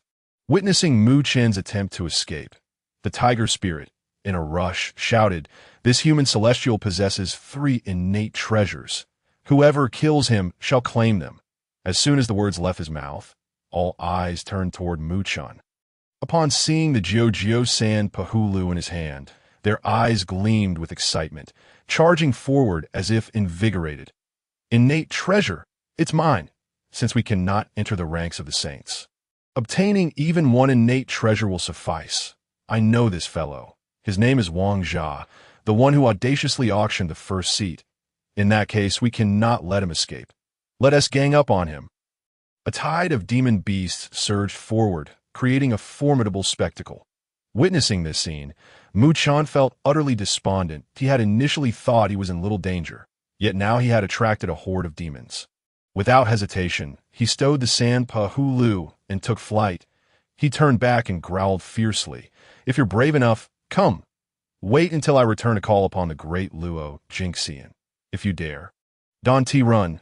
Mu Chun fled, leaving behind a parting threat that seemed laughable, akin to a schoolyard brawl. Indeed, the demons erupted in laughter behind him, but a mere human celestial. If you can truly summon a great Luo Jinxian, then I'm the greatest disciple of Tongtian. Enough chatter. Let us eliminate him first, and we can divide the innate treasures later. Agreed. I've long found this human distasteful. The sea roiled as water parted in their wake, creating an extraordinary spectacle, a solitary celestial being dashed ahead, while a throng of Taiyi-level demon beasts split the ocean as they pursued, whether swimming in the sea, flying in the sky, or running on land. All converged in a frenzied chase. Undoubtedly, the allure of the 3 innate treasures was unparalleled. Observers from afar gazed at this scene with admiration. In the vast expanse of Hongguang, no human celestial could boast such grandeur. To attract so many demon beasts undoubtedly indicated extraordinary merit, such as the caliber of a human prodigy. An onlooker from Hongguang raised his thumb to Mu Chun. Upon hearing this, Mu Chun nearly spat out a mouthful of blood. "Damn it! If I reach the Yunhai Great Formation, you all shall perish." They were relentless in their mobbing. This group of demons was truly shameless. Gritting his teeth, Mu Chun activated his shrinking the earth to an inch technique, leaping forward and disappearing over 1,000 meters in an instant. The demon beasts were swift, yet they could not catch up to Mu Chun, and with time passing, they found themselves lagging behind. Observing this, all the demon beasts displayed looks of astonishment. How can this fellow run so fast? He has mastered the shrinking the earth to an inch technique, a keen-eyed individual suddenly shouted. Upon hearing this, the crowd of demon beasts erupted into a clamor, their gazes ablaze with fervor. This diminutive celestial being possesses such formidable powers. Who knows what other potent treasures might be concealed within? Instantly, everyone exerted themselves with even greater fervor. 3 days later, Mu Chun found himself upon a vast plain. His figure flickered like a phantom, vanishing in the blink of an eye, only to materialize in another location. Yet when he glanced back, a throng of demon beasts was relentlessly pursuing him, inexplicably more zealous than before. What a bunch of lunatics! Mu Chun cursed under his breath, simultaneously gaining a deeper understanding of the perils of the primordial world. It had indeed been wise of him to remain hidden. Power, without strength, even a simple journey could end in death. Several hours later, Mu Chun surveyed the scenery and inwardly sighed in dismay. He was still quite far from the southern cloud sea formation, and his magical energy could no longer sustain his usage of the Earth's shrinking technique, that if this continued, it was only a matter of time before he was caught. Just then, a notification chimed. Detection indicates host is at an impasse. Please select 1. Continue running, exhausting all magical energy, perhaps securing a flicker of survival point. 2. Abandon the escape. Surrender all treasures and abilities, with a 50% chance of survival. Upon hearing this, Mu Chun immediately bristled. I refuse to cower. But neither will I be intimidated, if it comes to it. I shall sacrifice a clone, but I will not forsake my dignity for the sake of my life. Am I Mu Chun, such a person? Run! He gritted his teeth and pressed on. Another 3 days passed. Ultimately, Mu Chun halted before a waterfall on a cliff, utterly spent. Celestials in the primordial realm were truly feeble. In no time, a dozen swift demon beasts encircled the waterfall. An eagle spirit floated in midair, sneering, Run. I dare you to run again. Surrender the innate spiritual treasures, or today, you shall perish. Mu Chun rolled his eyes. Escape was no longer an option, yet at that moment, he could only utter, I shall return. Just then, a familiar figure glided through the air atop a crimson cloud, seemingly sensing the gathering demon energy and casting a glance downward. Upon spotting that striking crimson cloud, Mu Chen's eyes sparkled with rare brilliance as he shouted, Xiao, come to my aid. Indeed, the cloud above was the only crimson cloud in existence, and the one riding it was none other than the agile Xiao. With this thought, hope surged within Mu Chun. In the sky above, is someone calling for me? The agile monkey furrowed his brow. Clad in black armor, he had honed his skills over countless years, carving out a reputation in the primordial realm. His visage was as formidable as that of a darkened sun Wukong. Originally passing through this area, he had detected the congregation of demon energy, which piqued his curiosity upon seeing the frantic figure of a human waving beneath the waterfall. An inexplicable sense of familiarity washed over him. Besides my master and 3 elder sisters, who else knows my nickname? The celestial being must surely have ties to my master. I must save him. With a thought, he transformed into a black rainbow, descending before Mu Chun, bellowing at the ravenous demon kin, begone. The multitude of demon beasts, oblivious to the agile monkey's prowess, retorted, Who dares to challenge us? Do you seek death? Do you think you can claim all 3 innate spiritual treasures for yourself? Get lost, or we'll slay you too. A dozen demon beasts, unable to contain themselves, charged forward, intent on eliminating Mu Chun with overwhelming force. The agile monkey remained expressionless, merely narrowing his eyes slowly.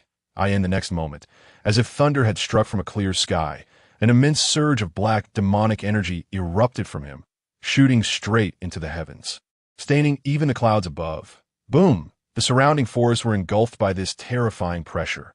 Countless lower-level demon kin could not withstand it, collapsing to their knees. This is the pressure of a Luo? No, he's just a hair's breadth away. What to do? This guy is too powerful. Fear not. Together, we can surely overcome a Taiyi Xuanxian. Xiao crossed his arms, and with a thought, summoned a bolt of lightning as thick as a mountain that struck down. True God's thunder control. An ancient dragon clan's ultimate technique. With a resounding crash, the lightning struck, obliterating the front line of demon beasts, reducing them to nothingness in an instant. Souls scattered. Even the ground bore a massive crater hundreds of meters long. In the blink of an eye, another bolt of lightning descended, decimating over half of the demon beasts. Witnessing this spectacle, the remaining demons were paralyzed with fear, abandoning their previous intentions to scatter in flight. They realized how terrifying it was. They were simply no match. The opponent had not even engaged, yet exuded an overwhelming dominance that in any other place, this being would undoubtedly be considered a demon king. Observing the agile monkey's demeanor, even Mu Chen couldn't help but feel a spark of admiration. Xiaoshi had finally grown up. Suddenly, he noticed a trio of sneaky figures attempting to flee in the distance. He immediately shouted, "Xiaoshi, don't let that tiger spirit, eagle spirit, and little turtle escape. Capture them all." The agile monkey, initially inclined to eliminate them all, upon hearing this, transformed into a black rainbow, instantly appearing before the three demons. Bang! A single punch shattered the tiger spirit's teeth, while a kick sent the eagle spirit crashing to the ground.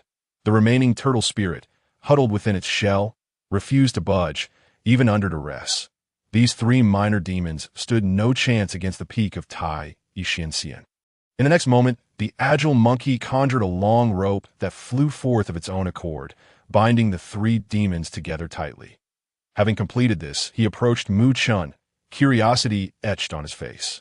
"Friend, how do you know my nickname?" Mu Chen was about to respond when a thought struck him, causing a pause. Wait a moment. Although it was merely a clone, if word got out that I was being pursued by a horde of lowly demons, wouldn't that completely tarnish my reputation?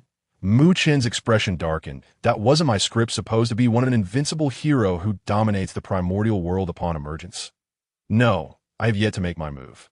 How can I have such a disgraceful history? Resolutely shaking his head, he cleared his throat. Ahem, I am Wang Zhat Dao Ren of the Explosive Heaven Gang, and a few years ago, I was accepted as the foremost disciple of Mu Chen. Naturally aware of your name. Not only yours, but also those of Xiao Qi, Xiao Ba, and Xiao Jiu, the three descendants of the Phoenix clan. The agile monkey's expression shifted to one of understanding, his demeanor becoming notably more respectful. He harbored no doubt regarding these words. After all, only the master truly comprehended the matters concerning his three elder sisters.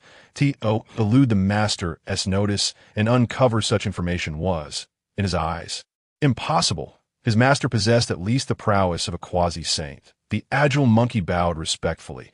"So you are the master's personal disciple. I am honored to meet you, Brother Wang." Mu Chen smiled warmly. "No need for formalities. This place is perilous. Let us return and discuss further." The agile monkey contemplated briefly. "Perfect. I too wish to return and see the master. In that case, Brother Wang shall ride upon my crimson cloud for a swifter journey." Mu Chen spoke without hesitation. "Very well." With that, he stepped onto the nearby crimson cloud and gestured towards the three little rascals, saying, "Remember to bring those three little scoundrels along, a bunch of rascals attempting to frame me." The long-armed monkey scratched his head, revealing a knowing smile, thinking to himself that the master's eldest disciple bore a striking resemblance to his master in temperament. Though he could not comprehend the words spoken, he found them amusing nonetheless. In the next moment, Xiaoshi, carrying the unconscious three rascals, departed with Mu Chen. The crimson cloud soared at an astounding speed, far surpassing the level of the cloud used during the journey to the west. This was to be expected, as it was the very first crimson cloud birthed from the primordial chaos of heaven and earth. Thus, within merely 2 or 3 days, Mu Chen returned to the grand formation of the Cloud Sea in the South Sea. With a fleeting thought, his doppelganger merged back into his true self beside a small pond. Mu Chen opened his eyes, feeling the power of a quasi-saint surge within him, unable to suppress a sigh of contentment.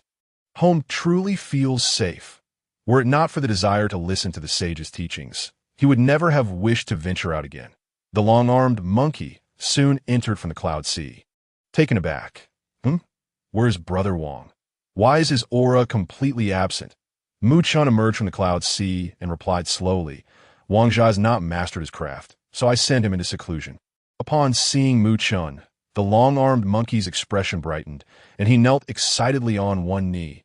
"Master, I have returned." Mu Chen nodded, feigning a solemn demeanor. "I am already aware of the recent events. You have done well. Keep in mind that Wang Zha, being inherently clever, possesses extraordinary talent, and is quite dashing. Yet he has spent little time in cultivation. You will need to support him more in the future, receiving Mu Chen's praise. Xiaoshi joyfully replied, "Yes, I will surely assist Brother Wang." After traveling for so many years, he had become even more aware of his master's formidable nature. The Phoenix clan, they were the overlords during the era of the Dragon Han calamity. Remarkably, his master had raised 3 of them. The Crimson Cloud, an invaluable treasure of legend. The true goddess Thunder Law, the supreme divine ability of the Dragon Clan. Each of these elements illustrated the terrifying depth and power of his master. Thus, the long-armed monkey's admiration for Mu Chen grew even stronger. Mu Chen nodded and smiled. "What brings you back this time?" The long-armed monkey suddenly recalled something, his face flushed with anger that a century ago. "I encountered a fiery spirit who called himself Luo Dao Run. Witnessing his wanton slaughter of living beings, I could not tolerate it and engage him in battle. However, after years of stalemate, I have remained at a disadvantage and suffered humiliation. Hence, I have returned to seek guidance from my master." Upon hearing this, Mu Chen's eyes lit up. A cunning thought crossed his mind. It was rumored that Luo was the son of the Demon Clan's Emperor Jun, the youngest among the 3-legged golden crows. After narrowly escaping the Wu Yao calamity, he gradually awoke from his shell. During the future canonization, Zhao Gongming would ultimately be killed by Luo. More importantly, Mu Chen recalled that after the Wu Yao calamity, both Emperor Jun and Dongwang Taiyi perished, leaving Kunpeng as the leader of the Demon Clan. Yet, Kunpeng, as the Demon Master, chose not to claim the throne. Instead, he saw through the intentions of the sages and chose to conceal himself. The first thing he did was recruit Luo into his fold, secretly amassing the strength of the Demon Clan. This was quite peculiar. Back when he had offended Kunpeng to save the Crimson Cloud, the latter seemed to have vanished since then, prompting Mu Chen to proceed with caution. Dealing with such a treacherous and powerful individual would require vigilance, as Kunpeng might very well be lurking in the shadows, ready to strike. Contemplating this, Mu Chen smiled knowingly. "Xiaoshi, is it that you cannot defeat Luo?" The long-armed monkey scratched his head in embarrassment. This fellow wields numerous cunning techniques and adeptly employs true solar fire, not to mention his plethora of magical artifacts. Engaging him in battle is indeed quite troublesome. Why true goddess Thunder Law and innate divine abilities are ineffective against him. With a wave of his hand, Mu Chen dismissed the concern. The cherished prince of the Golden Crows, Luo undoubtedly possesses many precious legacies. However, I am not lacking either. Allow me to impart to you several divine abilities and magical artifacts. With that, he lightly pointed in the air, transmitting the techniques of the Fire Eyes and the Protective Fire God spell into Xiaoshi's mind. He then waved his hand gently, summoning an indestructible giant pillar from the distant cloud sea, which transformed into an exceptionally handy black staff. The Pillar of Heaven. This is a formidable weapon bestowed by the system. After pondering for a moment, Mu Chen felt it was still somewhat unstable. So he transmitted the 36 heavenly patterns and a drop of the essence of water as well. Once these tasks were completed, Mu Chen spoke earnestly. "Xiaoshi, consider this a significant portion of my possessions. Gather your strength, do not falter again, and give Luo a good thrashing." Xiaoshi gazed at the impressive array of divine abilities, utterly astounded. He had not anticipated that his master would place such trust in him. Nearly moved to tears. "Thank you, master. I will surely defeat Luo and uphold your honor." Mu Chen shook his head. "There is no need to address me as master any longer. From this day forth, you shall be my disciple. Remember, I have only taken one disciple thus far.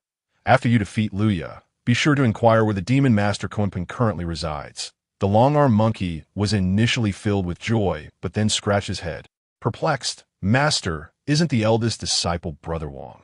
Mu Chen's expression momentarily faltered before he chuckled. "Ah, had you not mentioned it, I might have forgotten. Then you shall be my second disciple." The long-armed monkey rejoiced. "I will not disappoint my master."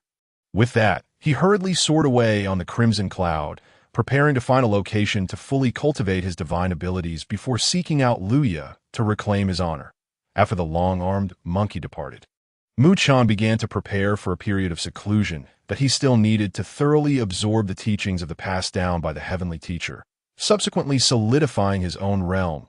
He intended to seize the time to listen to the transmissions of Yuan Shi and Laozi. After all, the system had granted him merely a 5,000-year deadline. Just as a century had passed, a cautious voice reached him from beyond the cloud sea. "Master, are you there?" Chen opened his eyes. A contemplative expression on his face. The tortoise prime minister had never ventured into the cloud sea, so his arrival today must signify a matter of considerable importance. With a thought, Chen brought him inside. "What is it?" The tortoise prime minister, upon seeing Chen seated upon the 12th grade red lotus, felt as though a sage had descended to the mortal realm. He quickly prostrated himself on the ground. "I pay my respects to you, Master. I come primarily regarding matters within this vast sea region." Chen furrowed his brow slightly. Is there yet another being causing turmoil within the sea? The tortoise chancellor shook his head repeatedly. "No, my master is a great Luo golden immortal. No one dares to cause trouble here. However, it is simply due to the fact that in recent years, at this moment, Chen understood the reason for the tortoise chancellor's visit.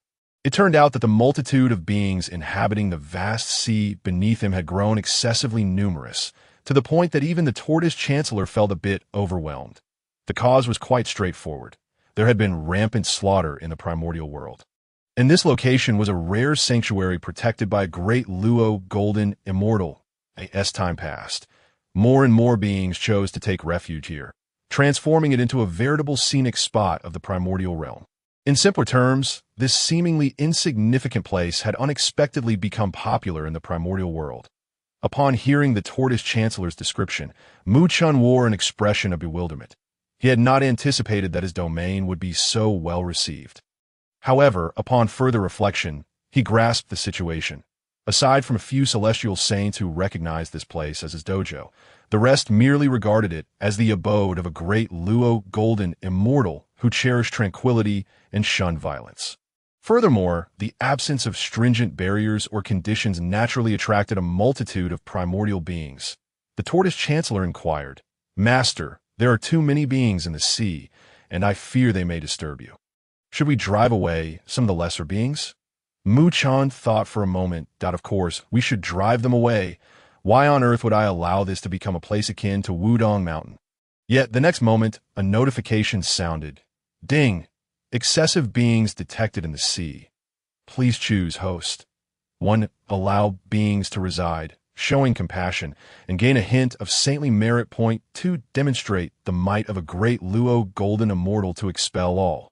Establishing your authority in the primordial realm and receive an offensive innate spirit treasure. Chen took a deep breath. Well, all right, then he reminded himself that saintly merit was not of utmost importance. I primarily seek to show compassion to all beings. Yes, the heavens favor those who cherish life. Those who come here should be beings who enjoy contemplative cultivation and are not inclined toward violence. I cannot simply eradicate them all. That as for how to proceed. He resolved to deliberate further. The tortoise chancellor pondered briefly before softly suggesting, "Master, you could establish a dojo in this sea and set a name for it. Any being that resides here for over 1,000 years must pay a certain tribute, or else they will be expelled. This would be a fair approach." And Chen's eyes lit up. Taxation? That makes sense. He then regarded the tortoise chancellor with admiration. "Well done, little tortoise. In that case, I shall entrust this matter to you. As for the name." After a moment's contemplation, he decided, let it be called the Endless Sea. The area spanning 100,000 miles shall be known as the domain of the Endless Sea. Remember to erect stone tablets around it. The tortoise chancellor's expression turned troubled. "Master, if I handle this alone, progress will be slow." Chen fell into thought again, and then recalled something. With a flourish of his sleeve, 3 little demons from the southeastern mountains flew out a century ago, after Xiaoshi's departure. These 3 little demons had been trapped in his sleeve, pondering their existence. Just as he was considering how to deal with them, they finally found a purpose. Chen spoke indifferently. "You 3, heed the tortoise chancellor's commands, and I shall return your freedom after a millennium." The 3 demons' eyes brightened instantly, and they hurriedly knelt to express their gratitude. initially believing they were destined for demise upon being brought here. They were overwhelmed with excitement at this unexpected turn of fate. I, the demon tiger sovereign, heed the master's command. I, the blood demon shadow, heed the master's command. I, the turtle god, heed the master's command. Muchun. Listening to these exasperating titles made him feel inexplicably embarrassed. For a moment, he regretted his decision. What a mess. With a furrowed brow, Muchun declared, "You shall be called Tiger Sovereign. You shall be named Blood Eagle. And you, let's call you Turtle too." He pointed casually, assigning the titles to the three demons. They wore expressions of discontent, but dared not object. The Tortoise Chancellor, however, was quite pleased. Not only had he gained subordinates, but he also had a junior from the Tortoise clan. With a warm smile, he said, "Grandson, follow your grandfather. While the master is absent from this sea, I hold the authority to." In stark contrast, the demon turtle named Turtle too felt utterly dismayed. Not only was he condemned to a millennium of hard labor, but he also had to acknowledge someone as his grandfather. The thought alone was enough to make him wish for death. The next day, news of the Endless Sea Dojo spread throughout the 100,000 miles of ocean, disseminated by the Tortoise Chancellor and the three demons. Countless beings, great and small, upon learning of this, began to chatter excitedly. Most accepted the situation, recognizing that a great Luo golden immortal protected this tranquil sea, and thus, offering some treasures was only fitting. However, a minority, bolstered by their own formidable cultivation, expressed dissatisfaction. "Why should we? Well, the great Luo golden immortal. This is our territory. Does one wield their power so brazenly, shameless? Do they believe I won't destroy this sea?" Muchun, listening to these remarks from the clouds, had anticipated such a reaction and felt no surprise. He merely smiled disdainfully. It was worth noting that had he not been stationed here, this sea would have long since devolved into a battleground, perhaps even under the dominion of several WRMS. How could these beings have continued their tranquil cultivation otherwise? Now, after spending considerable time here and experiencing growth under his protection, they mistakenly believed themselves to be the true rulers of this domain.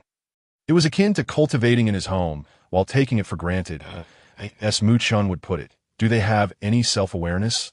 The following day, the once peaceful sea suddenly erupted with several formidable demons stirring up chaos above the waves, even inciting other demon clans to rise in rebellion. Then, they were met with divine lightning from the heavens, which obliterated them on the spot. Following that, a torrent of meteoric flames rained down, leaving no trace of the primordial beast that had dared to leap upon the waves. Witnessing this scene, the ocean fell into a profound silence, and no one dared to tempt fate any longer. The most ancient and powerful beings who had dwelled in the sea for countless millennia seemed to have anticipated such an outcome, wearing expressions of amusement as they observed the spectacle. They were well aware of the terrifying capabilities of the being above the clouds and had witnessed it twice before. The first time with the demise of numerous WRMS, and the second time with the obliteration of countless demons. Thus, regardless of how tranquil and serene the clouds appeared, they maintained a constant reverence for that formidable presence. In the clouds, Muchun withdrew his gaze. In the primordial realm, reason would never outweigh brute strength. After his decisive intervention, the sea would remain peaceful for many years to come. Having resolved this matter, Muchun entrusted the remaining affairs to the Tortoise Chancellor and shifted his focus back to the teachings of the three teachings. For this was his foremost priority. According to the timeline, the next should be the transmission of the Tao by the Primordial Heaven Master, right? Muchun gently closed his eyes. Once again, his doppelganger soared towards the expanse beyond the clouds. At Kunlun Mountain's Yushu Palace, the primordial heavenly venerable imparted teachings to elucidate the doctrines of the Chan religion. It was here that the illustrious Jiang Zia and Shan Gongbao cultivated their skills during the era of the investiture of the gods. However, this was a time shortly after the cataclysmic battle between the witch clans and the demons, and with the current resurgence of the Jie sect, the atmosphere in Yushu Palace felt rather desolate. Upon arriving at Yushu Palace, Muchun, having learned from past experiences, dutifully seated himself on the mat at the back, refraining from any actions that he played the fool. Compared to the celestial master Tong Tian, Chen held a greater apprehension towards the primordial heavenly venerable. The primordial heavenly venerable is, after all, the highest deity revered in Taoism, one of the three pure ones. More significantly, after the calamity of the investiture of the gods, he triumphed over the Jie sect, predominantly led by Tong Tian, despite being at a disadvantage. Just this single fact led Chen to believe that none of Hongjuan's three disciples were to be underestimated. No, the least to be underestimated was indeed the old Jun. In essence, the era of the investiture of the gods was merely Hongjuan's discontent with the Jie sect's dominance, prompting a reorganization of the three realms. Never mind, I shall listen attentively to the teachings without concern for these matters. Chen cleared his mind of distractions. Currently, the Chan, human, and Jie sects were in a period of development that in the future, the prospect of simultaneously hearing the doctrines of all three sects will become nearly impossible. Thus, one must seize the present opportunity. The system stipulation of 50,000 years perhaps implied just that. Before long, the cacophony within Yushu Palace abruptly ceased, and a venerable elder clad in white, with hair to match, appeared upon the high platform. It was none other than the primordial heavenly venerable. He surveyed the surroundings and spoke slowly. Today, I am here to impart the profound truths of the Chan teachings. All beings, please listen attentively. With that, he began to expound upon the principles of the Tao. Unlike Tong Tian, who spoke in the language of sages, Chen found the primordial's demeanor to be rather casual. He got straight to the point, with no tests or needless preambles. The attitude of the Chan sect was entirely one of, I speak, you're free to listen or not. Chen found this style quite appealing and was instantly engrossed. 500 years later, as the primordial heavenly venerable concluded his teachings, Chen experienced a profound epiphany. Just as he prepared to enter seclusion, he discovered that Laozi was about to impart his teachings. Thus, he hastened to the human realm's teaching site, in the future, Laozi, as the foremost of the three pure ones, was the great disciple of the heavenly Taoist ancestor Hongjun. Due to Laozi's adherence to the principle of non-action, the management of the human sect was entrusted to the primordial heavenly venerable. However, at this moment, Laozi's doppelganger was imparting teachings at the edge of a cliff in the mortal realm, where countless mortals listened intently. Chen quietly became one of them. It is well known that the rise of humanity was due to the will of the heavenly Tao, combined with the support of the sages. The human sect was the pivotal element. To join the human sect, one must not only be a person of great virtue and wisdom, but also possess the capability to rule as an emperor. Figures like Fuxi, Suiren, Shinong, and the Yellow Emperor were all disciples of the human sect. Now that the human sect appeared among mortals, Chen suspected that the era of the three sovereigns and five emperors was drawing near. However, this bore no relevance to Chen's current situation. In the subsequent 50,000 years, Chen attended the teachings of Tong Tian 10 times, the primordial twice, and Laozi 8 times, perhaps with so many occurrences.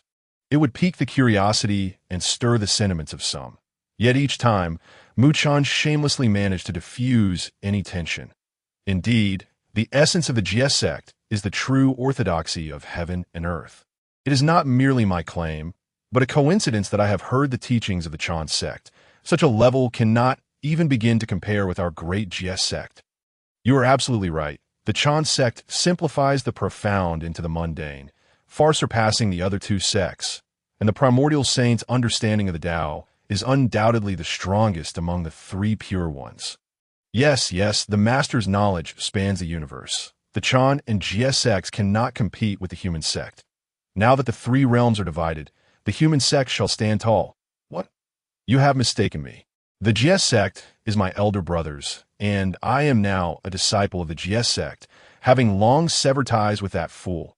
50,000 years later, the teachings of the three pure ones in the primordial Taoist venue came to a conclusion.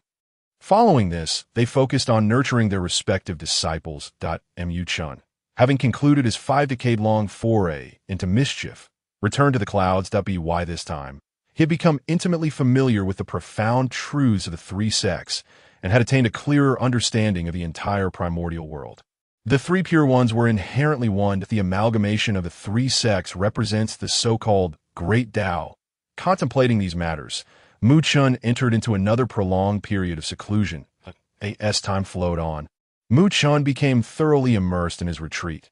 This time, there was no set deadline. It depended solely on when he could attain enlightenment. The path of the human sect was hopeful. This was fate. The Jie sect drew countless celestial beings. This was momentum. The Chan sect fostered leisurely cultivators. This was the heart. Meanwhile, in the outside world, with the rise of the three sects, the myriad beings of the primordial realm gradually began to align themselves. 10,000 years later at Xiao Palace, aside from Nuwa, who had secluded herself after the destruction of the demon race, and the two from the west, Xuanti and Jin, the three pure ones gathered together. It had become customary. Every 10,000 years they would convene before Hongjun to discuss the Tao and receive teachings. Even the sages required enlightenment. However, this time, the words of the celestial master Tian were noticeably fewer. Laozi, who valued tranquility and non-action, casually inquired, "Martial brother, the Jie sect seems to be on the verge of flourishing in the primordial realm. Why do you seem so troubled?" Upon hearing this, Tian grew even more vexed. The primordial heavenly venerable displayed a hint of schadenfreude. A millennium ago, during his teachings at Bo Palace, a human celestial being had fallen into a deep sleep for 300 years. When awakened by Tian, he had audaciously proclaimed him a turtle bastard. This incident had long since spread throughout the primordial realm, regarded as a prime source of amusement. The celestial master Tian, who held his reputation in high regard and occupied an esteemed position, could not possibly take action against a mere celestial youth. However, unexpectedly, this embarrassing matter had circulated throughout the primordial realm over the course of a millennium, leaving him utterly humiliated. Is there truly such a remarkable individual? Not a trace of contemplation regarding the profound truths of the Tao. Laozi was hearing of this for the first time and appeared quite astonished. He then waved his hand slightly, in midair. The images of Mu Chen's teachings over the past 50,000 years materialized. The first words captured were Mu Chen's declaration within the Chan sect. There is no way the Jie sect could be entered. In this lifetime, it is simply impossible, for it is a chaotic mix. It is far better to cultivate diligently within the Chan sect. Tian glared at the detestable visage of this individual and heard those words, nearly spitting out a mouthful of old blood. Turtle bastard. Had I known then, I would have struck him dead with a single palm. The primordial heavenly venerable laughed heartily at this. However, the next moment, Mu Chen's voice echoed. The Chan sect is non-existent. Compared to the human sect, it is mere detritus, lacking any spirit of progress. Thus, the human sect shall stand tall, long live, and long live. The scene shifted to Mu Chen passionately protesting within the human sect. The smile on the primordial's face froze, a spectacle indeed. Tian roared with laughter. Only Laozi appeared somewhat dazed, for soon after, images of Mu Chen vehemently berating the other two sects emerged. Laozi's expression turned peculiar. This boy's audacity and shamelessness felt so familiar. What is all this ruckus? A transcendent and ethereal presence emanated from the palace, emanating the essence of Hongjun. He stepped forth from Xiao Palace, seemingly merging with the heavens and earth. The three pure ones rose respectfully, addressing him as master, and proceeded to recount the matter. Hongjun, fingers forming intricate calculations, instantaneously discerned Mu Chen's identity. In truth, although the cloak of deception was formidable, it could not completely conceal the truth from the current foremost sage of the primordial realm. Hongjun, a hint of smile graced Hongjun's lips as he inquired, "Do you know who this person is?" The three pure ones shook their heads in unison. Hongjun revealed Mu Chen's identity, and in an instant, the three pure ones were taken aback. Tian, having long been aware of Mu Chen's name, furrowed his brows and glared. This individual had dispatched clones to simultaneously grasp the profound meanings of the three teachings without joining any of them. What a farce this was. Yuan Shirtanzun's expression was equally grim. Did he truly believe that the saints were mere ornaments? If he were immortal, he could afford to disregard his status. However, Mu Chen was an ancient being who had endured two great calamities. Every word and action held profound significance in his eyes at this moment. His manifested clone was brazenly causing chaos right under their noses. This was an immense provocation to the saints, perhaps even a denial of their foundational principles of the great Tao, which naturally could not be easily tolerated. Laozi shook his head in an attempt to mediate. I have visited the Taoist grounds of young friend Mu Chen and am quite familiar with him. Although he possesses a mischievous nature, he harbors no malicious intent. It is merely his inherent disposition. After all, as my master has said, he has not appeared in many eons and may simply be indulging in childlike whimsy. Tong Tian, unfazed by this, snorted disdainfully, I am going to personally inquire what this fellow intends to do. With that, he prepared to leave. Hong Jun, in deep contemplation, held a greater regard for Mu Chun than the three pure ones did. After all, Mu Chun had personally experienced the initial calamity of the Dragon Han period, a being that had survived since ancient times. His comprehension of the great Tao even surpassed that of Hong Jun.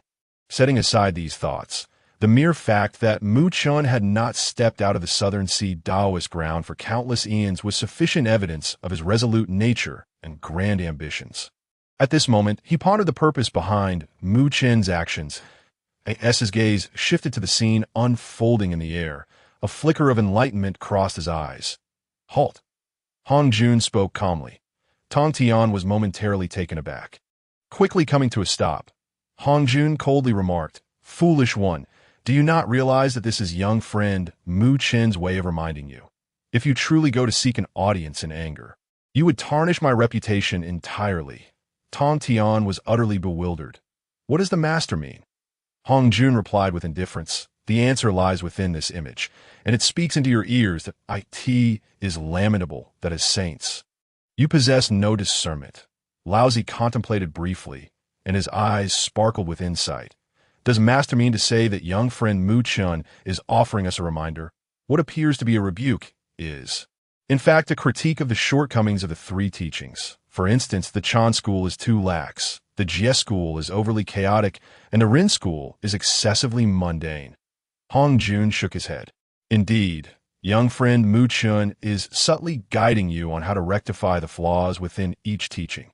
His good intentions seem to have gone unnoticed by you, which indicates a certain lethargy since attaining sainthood. Tong Tian's face darkened. Yet I cannot shake the feeling that this fellow is simply expressing his genuine feelings. Yuan Shitian Zun couldn't help but nod in agreement. Laozi sighed in exasperation. Hong Jun continued. It was under the guidance of young friend Mu Chun that Nuwa emerged, becoming the first to attain sainthood, thereby evading the subsequent calamity of the witch and demon. If the opportunities of the great Tao are presented before you, and you still fail to reflect and contemplate, then the consequences are yours to bear. Though his words seemed calm, they carried immense authority. The three pure ones dared not utter another word and silently acquiesced, pondering the implications of their teachings. Could it be that their doctrines were indeed flawed?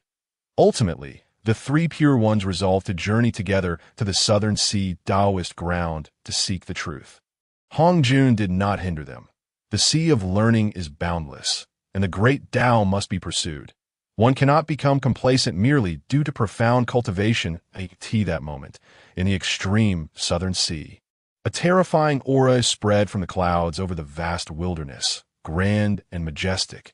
Hong Jun and the three pure ones turned their gazes southward simultaneously, their faces reflecting surprise, for this aura contained a trace of saintly might. At this moment, within the cloud sea array, Mu Chun sat cross-legged upon a 12-petal lotus platform. Unbeknownst to him, boundless radiance had appeared in the sky, illuminating the cloud sea for a radius of 100,000 miles with exceptional brilliance. Amongst it, a mass of golden clouds manifested, hovering just above Mu Chen's head. This was the auspicious cloud of merit. The three pure ones attained sainthood through the establishment of their teachings, which subsequently triggered the merits of creation. When attaining sainthood, one is graced with such auspicious clouds above their heads. And now, after millennia of arduous cultivation, Mu Chun had finally unified the profound meanings of the three teachings into a set of principles he could comprehend. However, this action was so astonishing that it was akin to the merits of founding a new teaching, thus evoking a cosmic phenomenon. This was unrelated to his realm. It is known that in the wilderness, anything that is first receives the favor of the heavenly Tao. For instance, the first red cloud in the heavens, the first Kunping, and the first phoenix are all inherently favored beings. Who were the three pure ones? They were the essence of Pangu transformed. Among the three saints, each saint's profound meaning could be considered the supreme great Tao. And now, Mu Chun had accomplished the unprecedented feat of unifying the profound meanings of the three teachings, creating a pathway to the great Tao for the world. Although it was not yet perfected, even this embryonic form was sufficient to stir the cosmos. Boom! The heavens and earth quaked within the auspicious cloud of merit. A brilliant beam of light pierced through the cloud sea, enveloping Mu Chun, his entire being radiated with brilliance. His long hair floated freely in the air, and a natural aura of dominance emanated from him. Countless beings within a vast radius felt this pressure, trembling in fear, believing that yet another saint was about to emerge. They all knelt in reverence, prepared to heed the teachings of the saint. At this moment, however, Mu Chun remained entirely oblivious to the phenomenon outside. His mind was fully captivated by the choices presented by the system. Ding! Detection indicates that the host has accomplished the unification of the three teachings. Please choose 1. Directly attain sainthood through the profound meanings of the three teachings, with a small probability of becoming a saint of merit. 2. Forfeit this opportunity. Fish for a millennium to stabilize one's own realm. Mu Chun was taken aback. That wasn't his goal simply to break through to the great Luo Jinxian. Why was he directly offered sainthood through merit? After a brief contemplation, Mu Chun understood it must be that he had successfully traversed the path of unifying the three teachings without failure. Wait a moment. I cannot attain sainthood. If he became a saint of merit, he would also be bound by the heavenly Tao, leading to even greater discomfort. With this thought, Mu Chun's gaze became resolute. It is essential to recognize that there are various pathways to sainthood. Achieving it through force is undoubtedly the most domineering. Next is the path of creation, followed by the most tenuous path of merit. For instance, the witch clans Hutu established the 6 paths of reincarnation, which is a path of merit. However, it is undeniable that attaining sainthood through merit is the weakest option.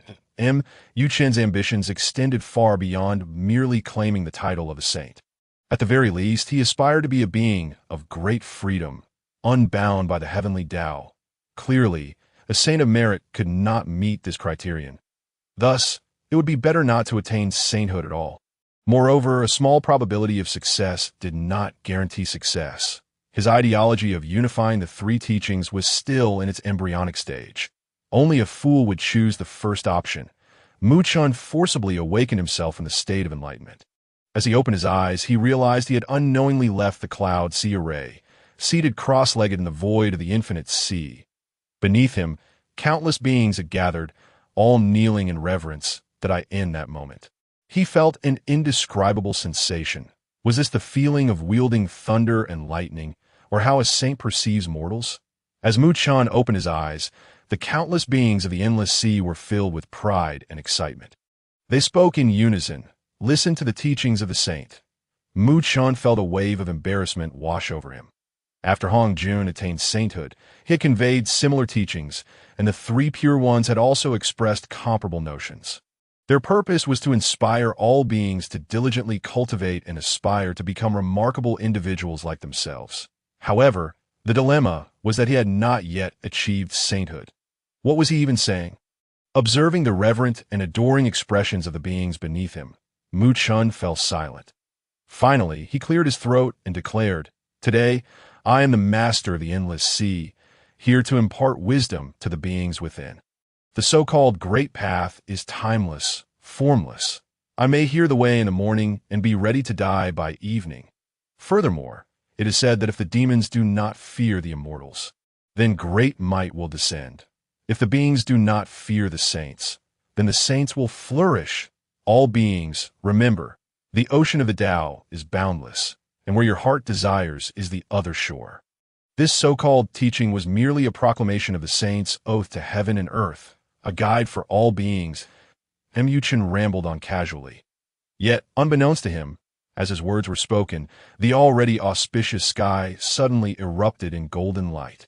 The cloud sea behind Mu Chun transformed instantaneously into a vast ocean of gold. Four golden clouds appeared, emanating sacred light that enveloped Mu Chun, resembling a celestial being. All beings gazed in astonishment at this spectacle.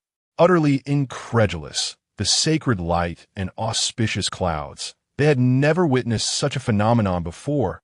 In the distance among the crowd, the three pure ones each manifested a trace of their essence, concealing their presence as they arrived at this scene.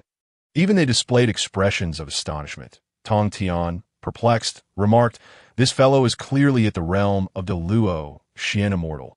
How could he possibly evoke a manifestation of sainthood?" Yuan Shi furrowed his brow and said, "Strange indeed, truly strange. Not only is there the manifestation of sainthood, but what of these four celestial sacred clouds? Could it be that he has performed some monumental deed?"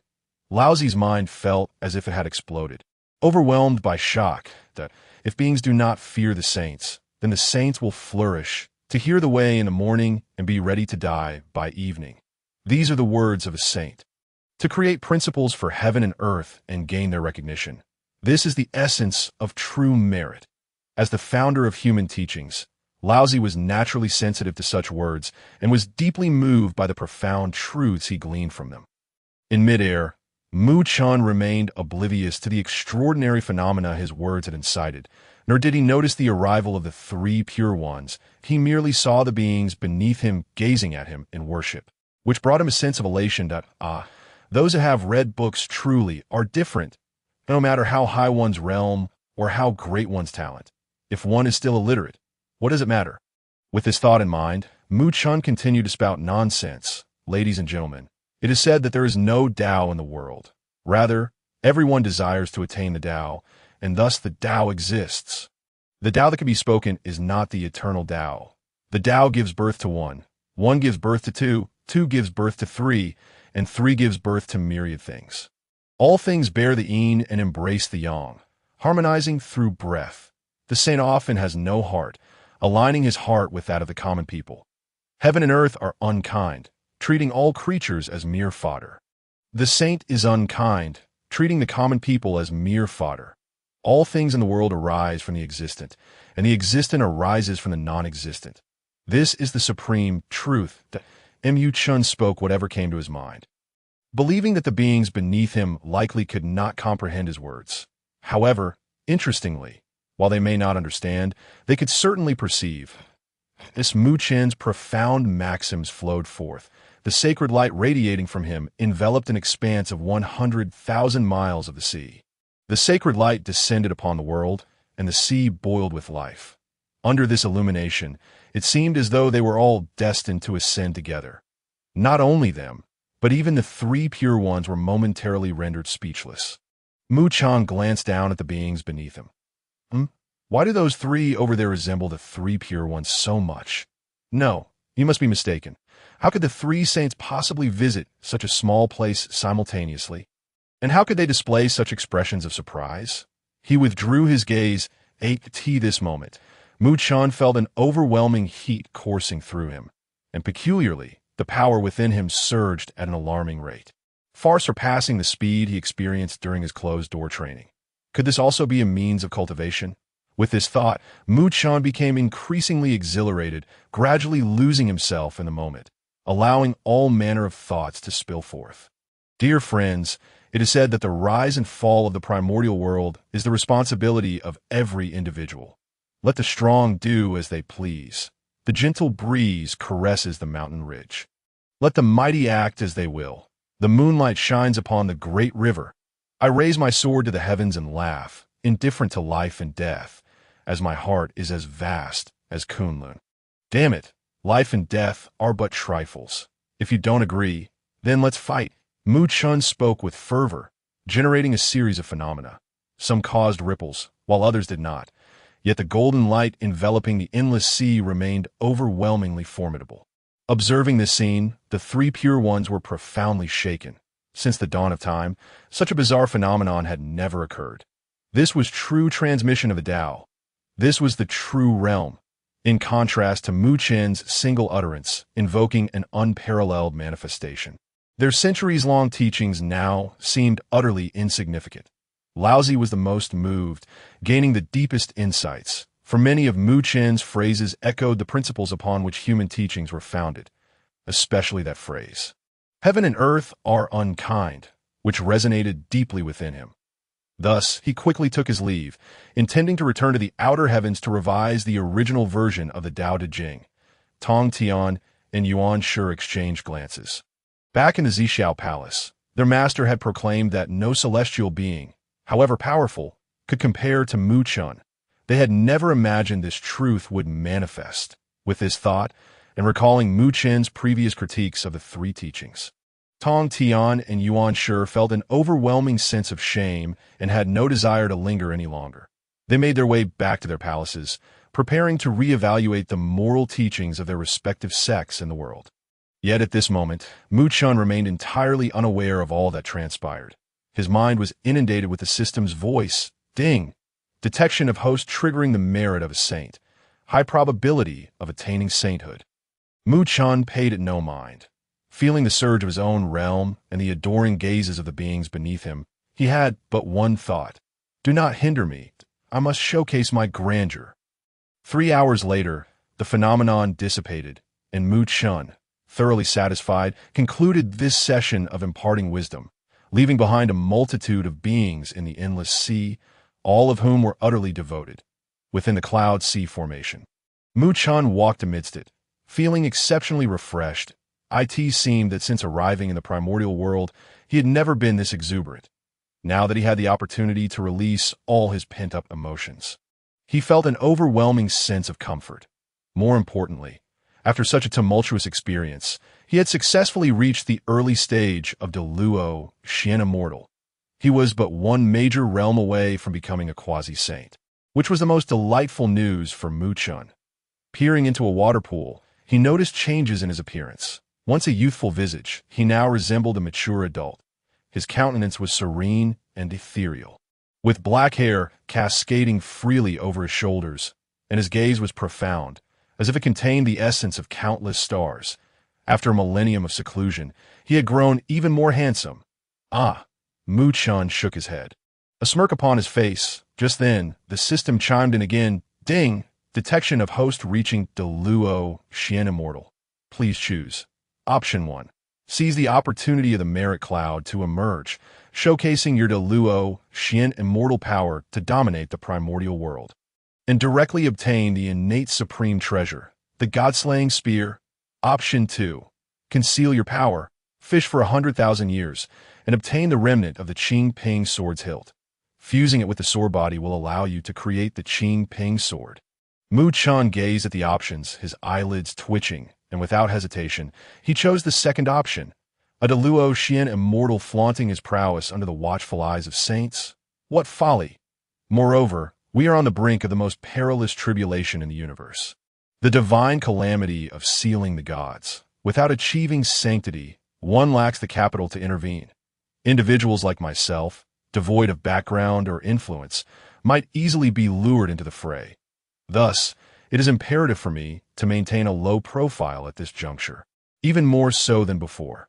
Reflecting on my previous audacity to boast openly across the seas, I now find myself regretting such folly, as it starkly contradicts my persona. Therefore, I have resolved to remain discreet henceforth, continuing my development in seclusion. After the divine calamity, the emergence of saints will dwindle, and that will be my stage. With a gentle flick of my fishing rod, I resumed my angling.my actions stirred celestial phenomena, astonishing the entire expanse of the sea for 100,000 miles. All beings were abuzz with talk, proclaiming that a saint had emerged in this oceanic realm. However, as time passed, this rumor ebbed away like small waves. For 100,000 miles in the vast wilderness is but a trifling expanse, incapable of inciting significant ripples. Everything unfolded as I anticipated, gradually settling into tranquility. Attain the status of a great Luo Jinxian immortal. It is paramount to comprehend the great Tao and its principles that I had initially intended to employ the cloak of deception to attend the teachings at the Three Purities Dojo to enhance my knowledge. Yet, after waiting patiently for countless years, I discovered that the dojo remained utterly silent, leaving me at a loss for words. Unbeknownst to me, since the three purities had witnessed my earlier exploits in the seas, they had lost their face. Even a great Luo Jinxian immortal uttering a few words could provoke such significant upheaval in the heavens and earth. How embarrassing for them as saints to be unable to reach such a level. Thus, following that incident, the three purities ceased to publicly impart teachings within the wilderness. Amidst these mundane days, time wore on point one day. A figure stealthily entered the cloud sea array. My understanding of the heavens deepened, allowing me to sense something amiss almost instantly. Upon opening my eyes, I was nearly startled into jumping up by the sight of an old man clad in gray, quietly standing by the water pool, observing me with keen interest. Beside him stood a young acolyte, rosy-cheeked and exceptionally charming. Taking a deep breath, I felt my eyelids twitch. What on earth? Hongjun, what brings him here? My heart was a tumult of emotions. Yet my face effortlessly displayed a radiant and obsequious smile. Esteemed Tao Ancestor, what brings you to my humble abode? Please do not hesitate to issue any commands. Regarding these saints, particularly Hongjun, I feigned levity while inwardly maintaining a healthy distance. Especially given my current lack of sanctity, who knows if Hongjun might scheme against me during the divine calamity. Moreover, I sensed that the Hongjun before me was no longer the same as the one who once dedicated his life to saving the world.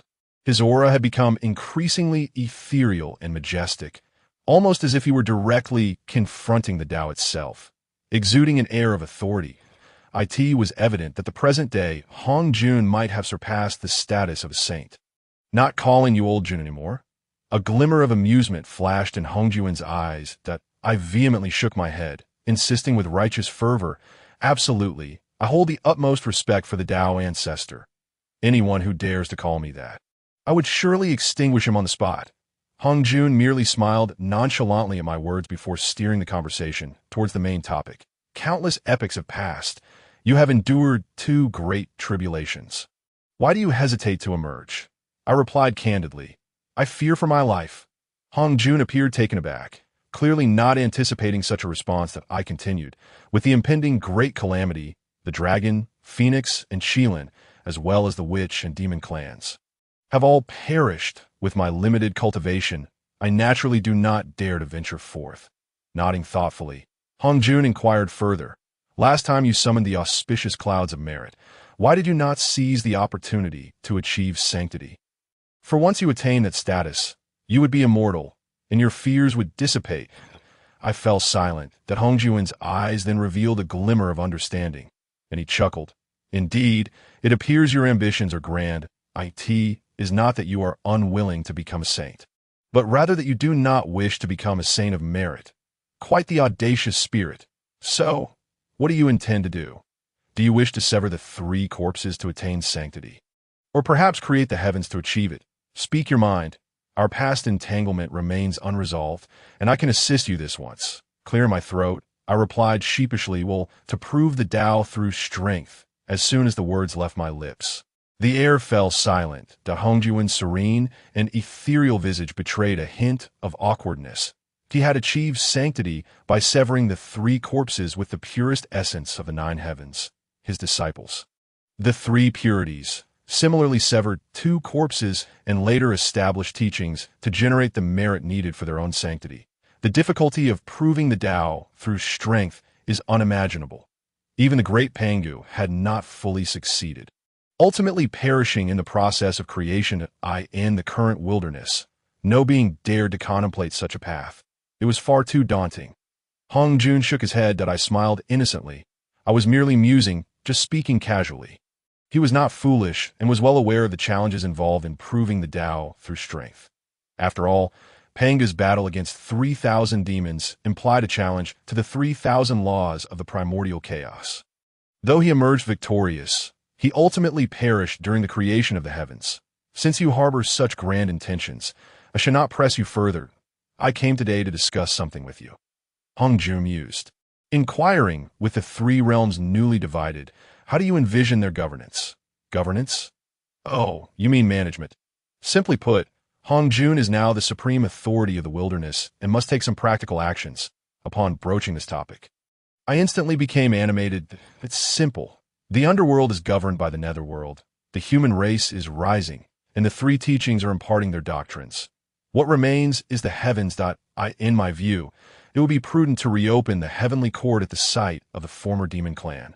Appoint someone to oversee it and maintain a balance among the three realms for stability. Hong Jun pondered this, then asked, "Who do you think would be most suitable?" I stroked my chin, muttering, "None of your disciples are fit. They're prone to conflict. Best to choose someone else." With that, I glanced at the quiet young acolyte beside Hong Jun and mischievously remarked, "That lad seems quite promising, with a righteous demeanor. Perhaps he could engage in discussions with your disciples." After all, being younger, the three purities would hesitate to openly confront him. Hong Jun smiled. "That makes sense. Since you possess such insights, you shall mentor him for 1,000 years, after which he may reinstate the heavenly court. I have other matters to attend to, so I shall return to the palace." With that, he vanished in a thin air, leaving only the young acolyte behind. I was taken aback. This scenario seemed amiss. Why did it seem that whatever I suggested, Hong Jun would readily comply? Suddenly, a realization struck me that I stared at the young acolyte with wide, incredulous eyes. "Wait a moment. What is your name?" The young acolyte respectfully replied, reporting to my senior, "I am called Xian." My vision darkened. Damn it, and oh wonder he seems so familiar. This lad is destined to become the Jade Emperor. The realization sank in. I had fallen into a trap. Hong Jun had surely anticipated my suggestion regarding the balance of the three realms and had already devised a plan to implement it. Otherwise, he wouldn't have brought Xian here specifically. The purpose of his visit was to ensnare me. With this thought, despair washed over me. Damn it! Why did I have to blabber on? After much deliberation, one finds oneself ensnared in a convoluted web of thought.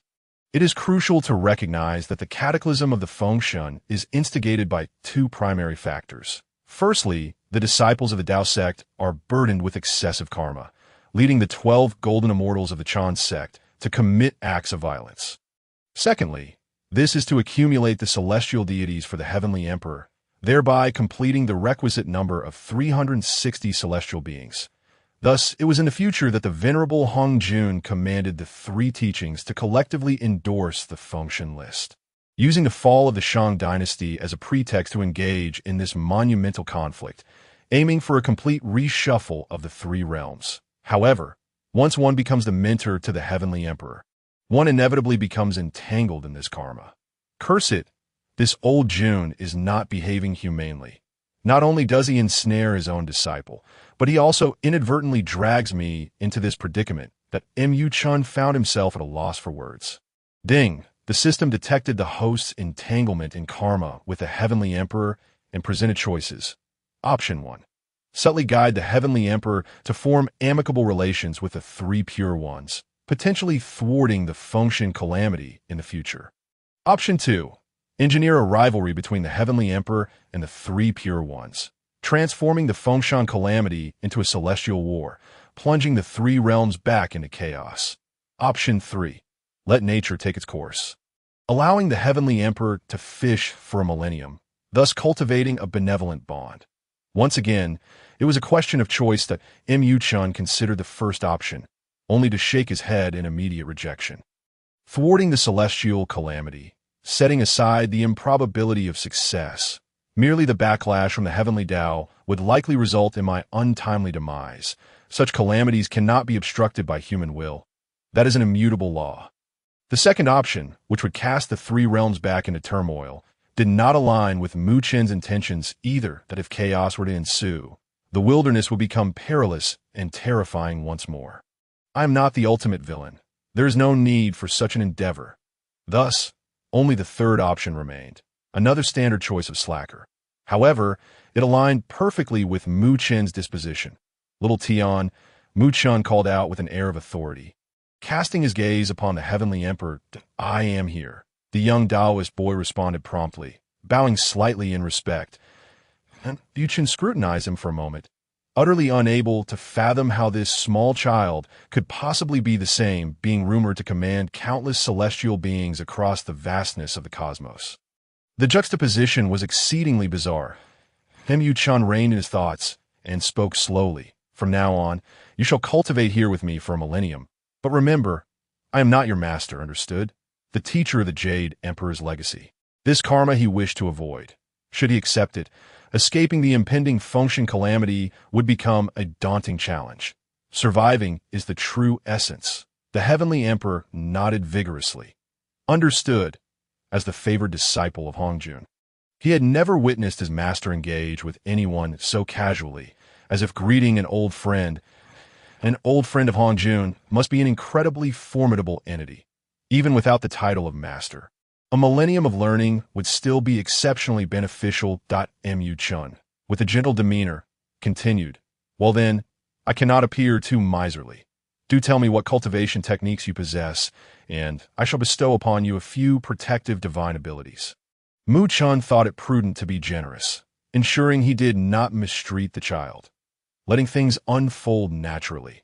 After all, if this child were to ascend as the Heavenly Emperor, fostering a good relationship would be advantageous.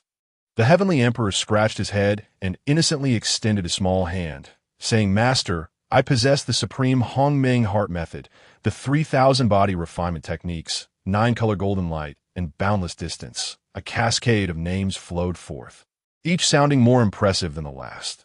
The more Chen listened, the more he felt a sense of unease. Good gracious, how could each technique be more remarkable than the previous? After a moment's contemplation, Chen grasped the situation as Hongjuan's most cherished disciple. The Heavenly Emperor's skills were naturally of the highest caliber, laying an exceptionally solid foundation. With this realization, Chen felt a sudden urge to take the Heavenly Emperor as his mentor. That Hongmeng cultivation method seemed to eclipse even his advanced techniques by several tiers. If only he could learn them all.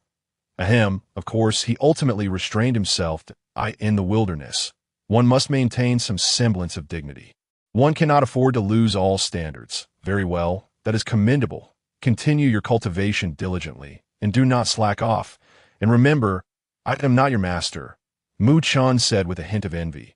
The Heavenly Emperor, with a serious expression, replied, I shall heed the elder's command. Subsequently, Chen took the Heavenly Emperor to the edge of a small pond to begin fishing, observing the wooden fishing rod in his hands. The Heavenly Emperor inquired curiously, Elder, why do we fish? Chen yawned and replied, Cultivation. The most crucial aspect is not external possessions. Ultimately, it is about cultivating the heart. Once you can attain tranquility within, you will succeed. Theoretical knowledge was something Chen had in abundance. Instantly, he found himself captivating the Heavenly Emperor with his words, leaving the boy in a daze. Rest assured, Elder, I will not disappoint you, the Heavenly Emperor declared with newfound determination. His gaze fixed upon the small pond before them. 1,000 years, a span that is neither exceedingly long nor particularly short. In times past, it was but a fleeting moment. Yet now, with an added companion, it brought a sense of liveliness to the atmosphere. Elder, why are there no fish in the pond? Without a tranquil heart, one cannot catch fish. Once your heart finds peace, success will follow. That's how it is. Elder, what does Wu Chao mean? It is an expression of surprise and admiration. May I use it? It is best not to utter it before the Demon Ancestor. Elder, do you think I'll be able to command the heavenly court in the future? An exemplary leader merely needs to articulate their desires. The rest can be entrusted to others. But I do not know anyone else. Foolish child, there are numerous disciples under the 3 pure ones. If no one is available, simply borrow from them. If that fails, create a scene until the Demon Ancestor takes notice. Understood, Elder. Little Tian, do you have any difficulties understanding that Hongmeng cultivation method? None at all. No need to be anxious. If you do, feel free to discuss it with me. I might be able to assist with your quandaries. No need for trouble. I understand everything, Elder. There is no need to be shy. Good things should be shared, but Elder, I am not shy.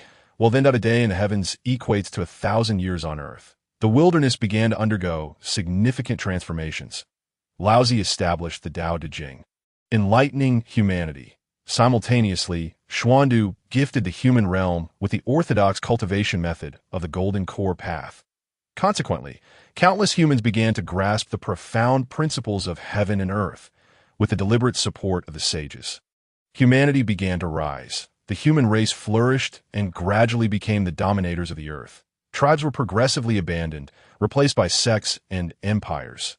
Countless cultivation families emerged, giving rise to many powerful practitioners, each of whom took pride in their ascent to the heavens. Over time, humanity began to perceive themselves as the rulers of the cosmos. However, they remain oblivious to the fact that even upon attaining enlightenment and ascension, they would merely be the weakest celestial beings in the wilderness. A millennium later, Chen awoke alongside the heavenly emperor from their reverie by the small pond. The 1,000-year period had come to an end. Chen rose, gazing toward the horizon, and remarked, "The millennium has elapsed. You may return to the Purple Cloud Palace to report." 1,000 years had passed. The heavenly emperor had matured into a young man. His countenance resolute, long hair cascading over his shoulders, radiating a sense of righteousness. Yet at this moment, a hint of reluctance graced his features. "Elder," Chen smiled and affectionately ruffled the heavenly emperor's hair. "The ocean of the Tao is boundless. Do not allow the 7 emotions and 6 desires to distract you. Proceed with caution in the future." The heavenly emperor nodded. After exchanging a few more words with Chen, he reluctantly took his leave. Watching the heavenly emperor's retreating figure, Chen could not help but sigh, feeling a tinge of melancholy. After all, a millennium had passed, and he still had not managed to extract the Hongmeng cultivation method. Upon reaching this point, he became increasingly melancholic. Regrettably retracting his thoughts, Chen began to focus his gaze upon the human race of the Central Land. Simultaneously, he found it somewhat peculiar. Logically speaking, during the era of the 3 sovereigns and 5 emperors, there were hardly any formidable cultivators, nor were there well-established sections yet. The human race of today appears to have developed remarkably, with various powerful sects flourishing, seemingly far removed from the chaotic primordial stage. Could it be that his own influence has triggered a certain butterfly effect? Chen fell into deep contemplation. How Xian soared back to the Zixiao Palace. Upon entering the grand gates, he beheld the Demon Ancestor seated cross-legged in the void, and he promptly bowed respectfully. "Master, I have returned." Jun opened his eyes, and a myriad of fragments of the Tao's essence flickered within his gaze, possessing an invisible power that could easily lull one into slumber. For Jun, a millennium was merely a fleeting moment. He slowly inquired, "In this millennium, what have you learned from Chen?" How Xian scratched his head. "Senior only instructed me to fish beside the pond for 1,000 years. Jun replied slowly, "What does this mean?" How Xian pondered for a moment and said, "Senior said that cultivation is about cultivating the heart. Only when the heart is tranquil can one catch fish." Jun lightly furrowed his brow. Were it anyone else, he would not have taken it to heart. However, since these words originated from Chen, he inevitably contemplated them more profoundly. Cultivation is the cultivation of the heart. Does this not imply that How Xian's temperament is not yet sufficiently serene, rendering him incapable of governing the heavenly court and restraining the other saints? With this thought, Jun became increasingly certain of his perspective. He then looked at How Xian and asked, "Do you feel your heart is tranquil now?" How Xian honestly shook his head. "It is quieted down considerably, but sometimes Senior Chen still says I'm not calm enough." Jun nodded thoughtfully and then remarked, "The matter of re-establishing the heavenly court is of great importance. In that case, you shall undergo further trials to ensure your heart is completely at peace." How Xian inquired, "What should I do?" Jun replied nonchalantly, "Descend to the mortal realm and face tribulations. After enduring 3,200 tribulations, one can attain the golden immortal position. The first 800 tribulations involve relinquishing a kingdom. The next 800 pertain to compassion and wisdom, followed by 800 for intelligence, and the final 800 for self-sacrifice. Having survived these tribulations, one may ascend to the position of the Jade Emperor and govern the heavenly court. Should one fail, death and loss of Tao will ensue, leading to a change of rulers in the heavenly court." How Xian was taken aback, exclaiming, "What the heck?" Jun, realizing he had misspoken, How Xian quickly corrected himself. Responding with utmost respect, "I shall obey the Demon Ancestor's decree." Jun nodded. Very well, go forth. With that, Hao Tian departed, looking rather forlorn as he ventured to face his tribulations. Hongjun observed Hao Tian's retreating figure, feeling a sense of difference from the once obedient and charming little disciple. For a moment, he experienced a pang of regret for having entrusted him to Mu Chun. Meanwhile, Mu Chun remained entirely oblivious to all of this. Were he to learn that Hao Tian's descent to face tribulations was due to such matters, he would likely exclaim, "What the heck?" As time flowed like water, ever since Hao Tian was commanded by Hongjun to descend and face tribulations, the primordial wilderness fell into an unusual tranquility, an unprecedented peace. Mu Chun devoted himself to diligent cultivation over the course of 100,000 years, lacking the presence of Hao Tian's incessant chatter. He felt a touch of solitude. Not only was Hao Tian absent, but also Xiao Qi, Xiao Ba, Xiao Jiu, the three true phoenixes, the monkey with the long arms, and the duo of Ao, Tian, and Xian, none of whom he knew the whereabouts of. Perhaps even having perished, were Mu Chun to attain the status of a saint, he could seek them out, but at present he could hardly ensure his own safety. With a solemn expression, Mu Chun sighed deeply. Perhaps this is the essence of life, a constant cycle of loss and gain. Ding detected that the host has fished for 100,000 years, acquiring the body of the Qingping sword, as the words concluded. A snow-white sword body emanating a sharp, terrifying aura manifested amidst the sea of clouds. Yu Qin's eyes brightened. Has it truly been 100,000 years? He had grown accustomed to it, no longer perceiving the passage of time as lengthy. In the next moment, Mu Chun shifted his gaze to the sword body. Even though it was merely the body of the Qingping sword, an overwhelming aura of destruction instantly enveloped the sea of clouds. Had Mu Chun not already attained the great Luo level, he might have been unable to wield it. As Mu Chun grasped the sword body and waved his hand gently, the aura dissipated instantly. Tisk, truly a formidable innate treasure of offensive capabilities that if I could fuse it into the true Qingping sword, its combat prowess would surely be enhanced. Mu Chun mused silently, his anticipation for this weapon growing. Ding detected that the host has concluded fishing. Please make a choice. Option 1. Choose to continue fishing for another 100,000 years to obtain the hilt of the Qingping sword. Option 2. Stand for the human race, becoming its pillar, leading them to supremacy in the primordial wilderness. Yu Qin's expression darkened. Once again, it was a choice devoid of true options that I choose option 1. Mu Chun declared decisively. He then settled into a state of quietude, while dispatching a clone to the central land to assess the situation. The current state of the human race had deviated from his initial expectations, necessitating a closer examination. In the central land, sex flourished, and cultivators were abundant. Here, powerful cultivators could dominate a region, reigning over thousands, while the weaker ones could only rely on sex, quietly honing their skills. As for mortals, they were oppressed, relegated to the lowest echelons of existence. Yu Chun transformed into a young man clad in gray robes, possessing a fair complexion and bright eyes. The choice of gray attire was simple. It exuded an air of sophistication. The Demon Ancestor had donned such garments in the past. As for the clone's cultivation, it was at the lowest tier of the celestial immortal realm.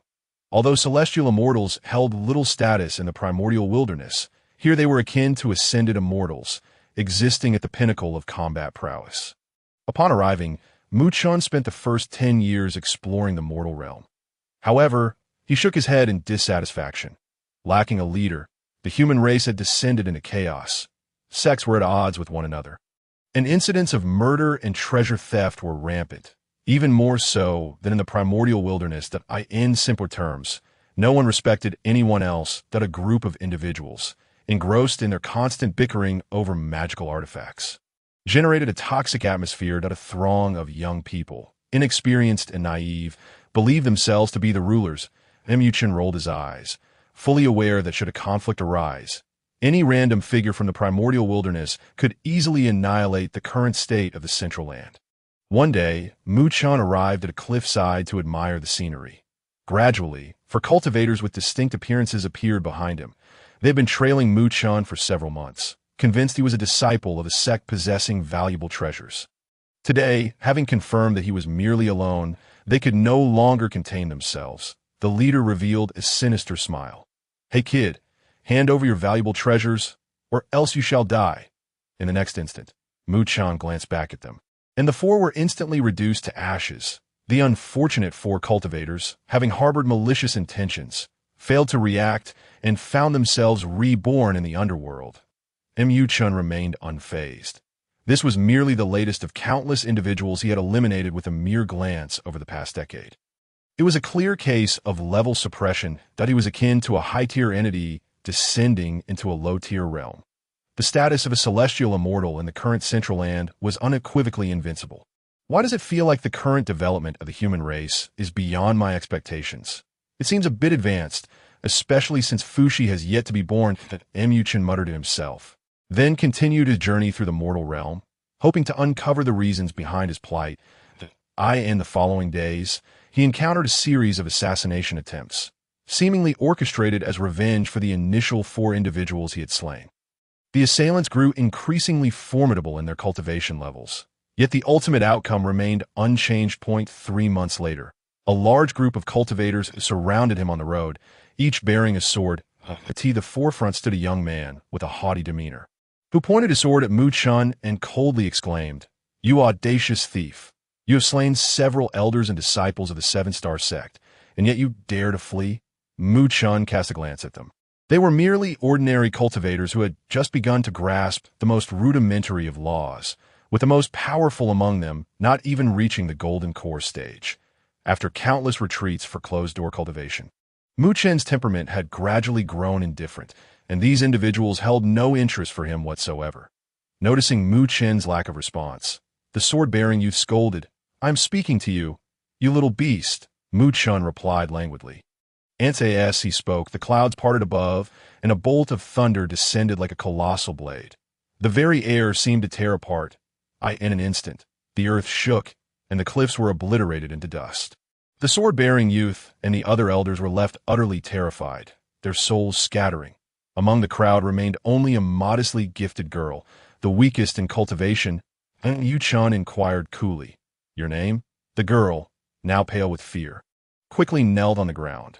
She revealed herself to be a named disciple of the Seven-Star Sect, called Xiaohe. The Seven-Star Sect was the most powerful sect within 1,000 miles. Led by the master, known as the Seven-Star Taoist, the four individuals Mu Chen had initially killed were elders of the Seven-Star Sect, which explained the relentless assassination attempts against him. Contemplating for a moment, Mu Chen commanded, "Take me to the Seven-Star Sect." Xiaohe was taken aback, but dared not voice her concerns upon seeing the resolute expression on Mu Chen's face. Half a day later, the two arrived at the majestic gates of the sect, and Mu Chen felt a sense of annoyance towards the incessant revenge attempts and intended to instill fear into them to prevent any further actions. However, as soon as he set foot in the vicinity, dozens of sword cultivators from the Seven-Star Sect surged forth from all directions, unleashing a torrent of sword energy towards Mu Chen and Xiaohe. It was evident that they were willing to sacrifice even their own disciples to subdue him. Xiaohe, terrified, nearly collapsed. Yet Mu Chen remained unfazed, simply pausing to release a powerful aura that swept through the area like a gale, causing the swords of the attacking cultivators to snap effortlessly. With another stomp of his foot, the cultivators were sent sprawling, vomiting blood and crashing against the surrounding walls, unconscious. Xiaohe was left in shock, covering her mouth and struggling to comprehend the scene before her. The once seemingly invincible Seven-Star Sect now appeared as fragile as paper before this elder. How terrifying! At that moment, a formidable array of energy surged into the sky, enveloping the entire territory of the Seven-Star Sect. An elderly man with white hair and a sword at his back stood within the formation, glaring at Mu Chen and shouting, "You audacious thief! How dare you invade my Seven-Star Sect? If you possess any skill, break my Seven-Star Great Formation." Mu Chen remained silent, merely curling his lips in a smirk. How foolish for a mere golden core cultivator to challenge a great Luo Jinxian immortal. In the next instant, Mu Chen extended his right hand and calmly declared, "Fire, come forth." Boom! The moment his words fell, countless fireballs appeared in the sky, descending like raindrops upon the Seven-Star Sect. This was the fire god technique he had created. Witnessing this spectacle, everyone within the seven-star sect was struck with fear. Bang, bang, bang. The enormous fireballs relentlessly slammed against the barrier of the seven-star Great Formation, producing deafening roars. Within moments, the light of the formation began to dim, teetering on the brink of collapse. Stop! Please stop! The seven-star Taoist, now pale, closed the formation and fell to his knees, repeatedly bowing in supplication. I could see that moment. He comprehended the vast disparity in strength between them and dared not resist any longer. Even if he tried, he would only invite further calamity. As the sect master knelt, the remaining disciples followed suit, bowing low to the ground, and Chen observed this scene, his initial intent to intimidate fading away. "This shall not happen again," he stated, shaking his head before turning to leave. He had no desire to annihilate the sect. As he departed, he felt the weight of reverence in the gazes of all present. With a sigh, he thought, if only I could possess such prestige in the primordial chaos.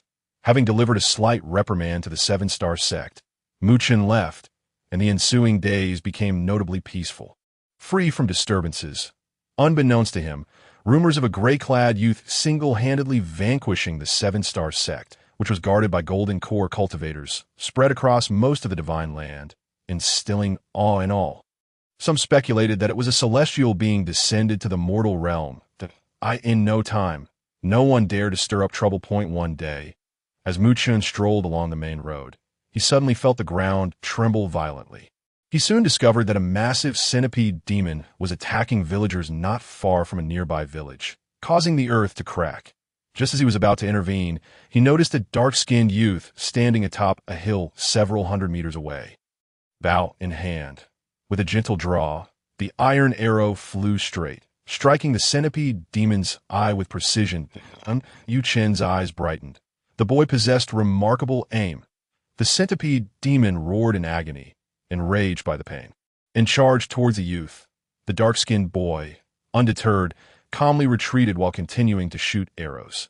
However, being merely immortal, he was soon caught up by the centipede demon. With a furious roar, the demon swung its tail towards the boy. The rush of air sounded ominous, and were he to be struck by that massive tail, he would be instantly reduced to a pulp. At that moment, Chen appeared before the dark-skinned boy.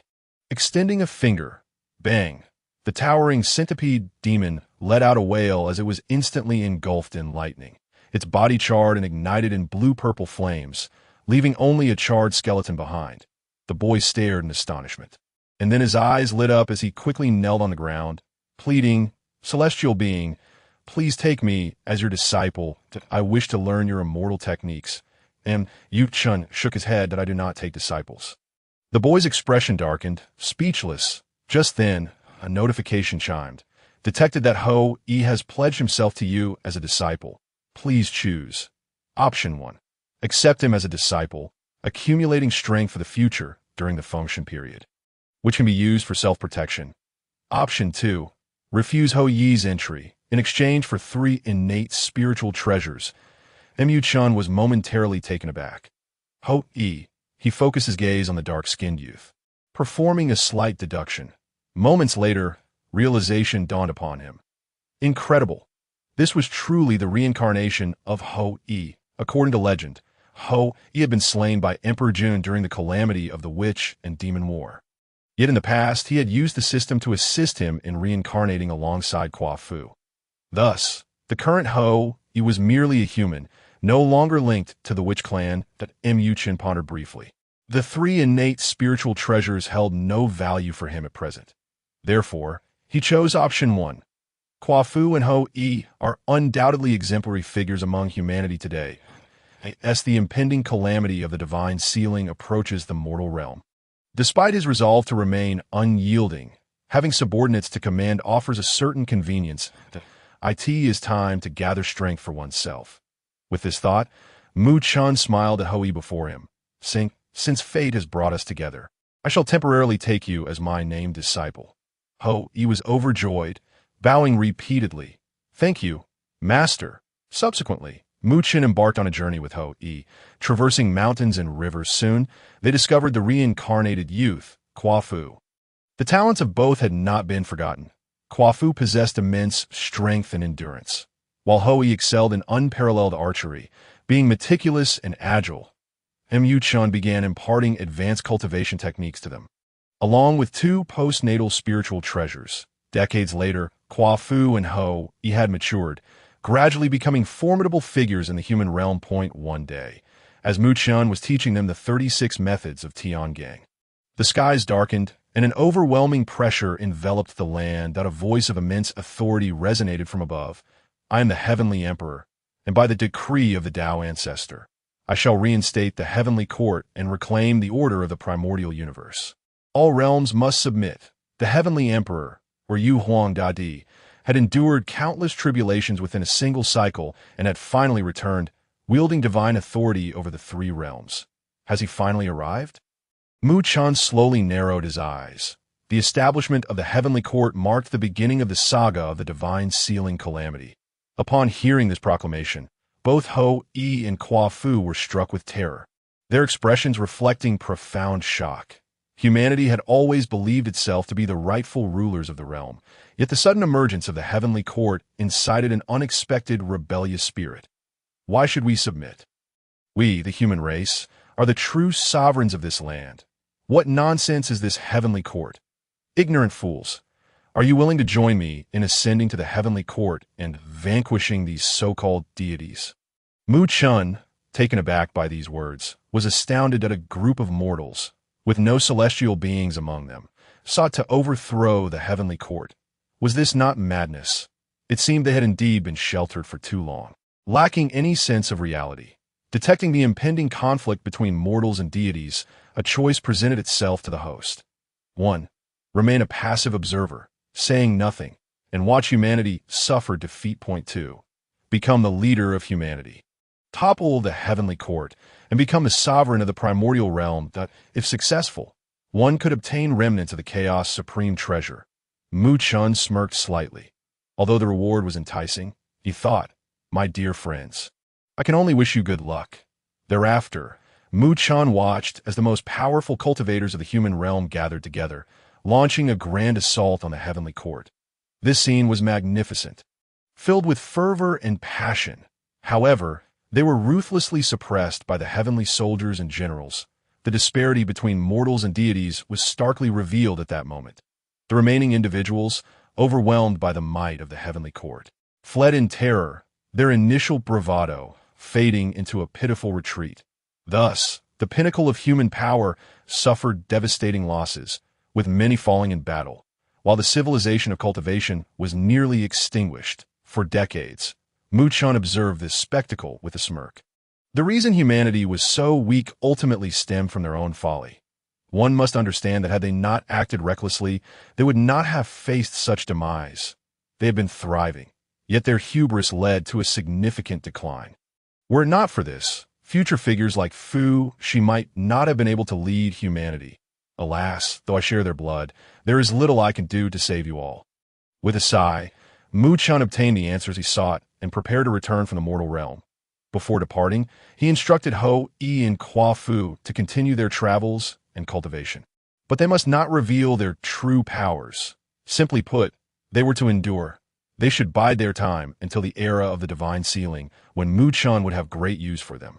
Yes, Master, both Fu and Hui responded in unison. With their promises secured, Chen departed with peace of mind. Now, with the majority of human power decimated, he felt no concern for Fu and Hui. Even if they were among the strongest, in the sea of clouds, Chen opened his eyes and stretched lazily. This descent to the mortal realm over the course of several centuries had felt akin to watching a grand performance. It also served as a reminder: do not become complacent. Never become arrogant. Until one attains sanctity, one must not act recklessly. It is better to focus on cultivation. In a few millennia, I shall obtain the handle of the Qing Ping sword. With this thought, Chen gently closed his eyes and immersed himself in deep meditation. Centuries later, an excited voice resonated across the sea of clouds. Master, I have returned. Chen opened his eyes, and with a thought, the sea of clouds parted, revealing the figure of the Monkey King, who immediately knelt before him. "Greetings, Master. I have returned." Countless years passed, and the Monkey King had now fully matured, breaking through to the level of the Luo Jinxian.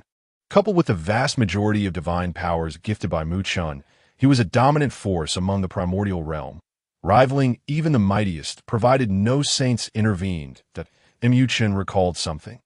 Little 10. "How fared your battle with Luya?" The Monkey King grinned and replied, "Master, Luya is no longer my match.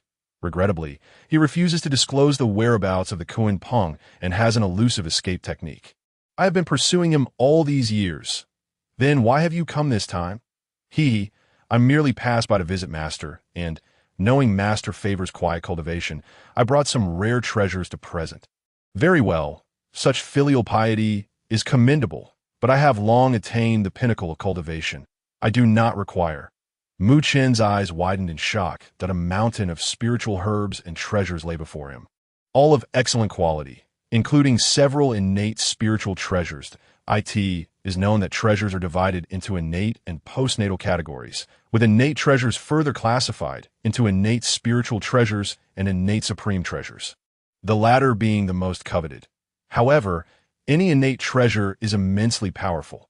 Thus, Mu Chen could not help but be astonished. Upon inquiry, he learned that the Monkey King had gained considerable fame in the primordial realm, being hailed as the Demon King in the far north, commanding an immense following. The treasures before him were offerings from his subordinates. Clearing his throat, Mu Chen said, "While these are of no use to me, I shall accept them, considering your goodwill." The Monkey King nodded, and, with a gentle wave of his sleeve, countless elixirs and artifacts flew forth. "These are offerings from my 3 elder sisters. They say they have discovered the volcano where Yuan Feng once resided and are currently in seclusion to cultivate. They plan to return to seek an audience with Master once they achieve mastery." Mu Chen nodded appreciatively. "Your thoughtfulness is commendable." Once upon a time, Xiaoshi had lived for countless years alongside 3 little phoenixes, forming a bond that ran deep. After a leisurely chat, the Tongbi Yuanho took his leave once more, and Yu Chen then began to consume all the miraculous elixirs in one go. With his body refined by the essence of Panga's blood, he was not at all concerned about the potential side effects of the pills. He swallowed dozens at once and felt his body enveloped by a surge of spiritual energy before finally pausing to commence his cultivation. Mu Chen furrowed his brow slightly. The advanced cultivation techniques available to him at present were no longer sufficient to meet his aspirations if he wished to break through to the quasi-saint realm, or even stronger. He must seek out a more formidable cultivation method. He had long coveted the Hongmeng heart method of Haoyan, yet he ultimately could not bring himself to pursue it. Never mind. Let things unfold naturally. Mu Chen closed his eyes a century later. Suddenly, Mu Chen opened his eyes from his meditative state, feeling a sense of unease. It seemed as though something was amiss. This sensation had never occurred before. Now, with his realm of the Luo, he resonated with the heavens and earth, indicating that something must have transpired. How strange. If not me, then who could it be? Mu Chen fell into a contemplative silence. Thus, several decades passed. The system's voice suddenly rang out. Ding! Detecting that the Tongbi Yuanho is engaged in a fierce battle against the Demon Master Kuanping in the North Sea. Please choose. Option 1. Demonstrate your strength and join the Tongbi Yuanho in subduing Kuanping. Should you succeed, you may support the Tongbi Yuanho in becoming the new Demon Emperor, ruling over the demon race. Option 2. Quietly observe and await the outcome, thereby obtaining a fragment of the Taiyi Xuanxian method. After contemplating the options for an extended period, Mu Chen finally cleared his throat awkwardly. Xiaoshi, it's not that I am unreliable, but the rewards are simply too enticing. The Taiyi Xuanxian method is a cultivation scripture of the saints. In the vast world, only the 3 pure ones are likely to possess it. Even a fragment of such a method would surpass my high-tier techniques by 100-fold. However, why did Xiaoshi seek trouble with Kuanping? After a moment of thought, Mu Chen discerned the reason. Xiaoshi must have received information about Kuanping from Luya and, instead of returning to inform him, rushed directly to the North Sea with the intent of capturing Kuanping. Immediately, Mu Chen felt a headache coming on. Although Xiaoshi was currently a hegemonic figure of the primordial realm, Kunpeng was a being who had once received teachings from Hongjun in the Zixiao Palace. Now, after the passage of time, he had reached the pinnacle of the quasi-saint realm. Even if he were in the Yuhai Great Formation, it would likely be a stalemate. Xiaoshi was temporarily outmatched. Xiaoshi, do your best. If all else fails, flee. Once I rise, I shall avenge you, Mu Chun silently vowed. With the protection of Hongyun, as long as Kunpeng did not harbor murderous intentions, escaping should not pose a significant problem. More importantly, even if he exited the Yuhai formation, he would merely be at the realm of the Luo Jinxian. Combined, they might not be Kunpeng's match and could easily be outmatched. With this thought, Mu Chun felt both guilty and relieved as he chose the second option. Ding! Congratulations, host, for obtaining the fragment of Taiyi. A surge of profound knowledge from the fragment flooded into Mu Chen's mind. In no time, he grasped its essence and resumed his cultivation. As time passed slowly, Mu Chun made considerable progress in his practice. His cultivation had reached the early stages of the Luo Jinxian, gradually approaching the mid-stage. However, there had been no news from the Tongbi Yuanho, or even from Hong. Yu Chun frowned slightly, a sense of unease creeping in. Could it be that he had truly been defeated? With this thought, a flicker of killing intent flashed in Mu Chen's eyes that if Kunpeng truly sought death, then after achieving sanctification, his first act would be to eradicate the demon race led by Kunpeng. As for Xiaoshi, Mu Chun was not overly anxious. If necessary, he could venture into the underworld to retrieve Xiaoshi's soul. After all, the Saint of Earth still owed him a favor. Another several decades passed, and Mu Chun could no longer sit idly. He prepared to dispatch a clone to assess the situation. Suddenly, a towering figure emerged from the Yuhai, slightly bowing to Senior. Mu Chun was startled. The Jade Emperor? He quickly welcomed him inside. Now, after more than a multiverse had passed, Xian was no longer the young Taoist of yore. He bore an air of authority and righteousness. Simply standing there exuded an indomitable imperial presence. Moreover, having mastered the fate of the three realms, his cultivation had reached a terrifying height. Times had changed, and Mu Chun dared not treat him as the young Taoist to deceive. He inquired, "What brings the Jade Emperor to my humble abode?" Xian, discarding pretense, revealed a smile. After all these years, he still held a sense of gratitude for the 1,000-year pact made with Mu Chun. Mu Chun asked, "What brings you here, Your Majesty?" The Jade Emperor inclined slightly. "I have come specifically to express my gratitude for your past teachings over the millennium. Though the Tao Ancestor has issued commands, I am still somewhat inexperienced in establishing the heavenly court. After so much time has passed, I have yet to meet the Tao Ancestor's expectations, which troubles me greatly. I hope you can enlighten me." Upon hearing this, Mu Chun smiled. He had been lamenting his lack of assistance, and now it seemed help had arrived. "Haha, Jade Emperor, with you at the helm, the establishment of the heavenly court is sure to be foolproof. However, the primordial beings are unaware of your true strength." The Jade Emperor, curious, asked, "What should I do?" Mu Chun revealed a cryptic smile. "As for that, I cannot say. You must rely on your own contemplation. However, I can calculate that it would be best to recruit a powerful ancient being with no current affiliations or backgrounds. By the way, I recall a foolish bird that once took charge of the heavenly court under Dijuan, referred to as a demon master or something along those lines."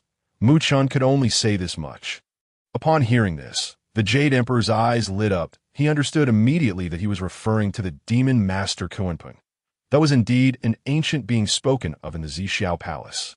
One who was defiant and now devoid of any faction. His strength was formidable, and he bore a grudge against the current heavenly court. This was a perfect stepping stone. Should he subdue Kunpeng, it would not only intimidate the three realms, but also elevate the prestige of the heavenly court. Moreover, the heavenly court's duty was to maintain order in the three realms, thus earning the trust of the populace.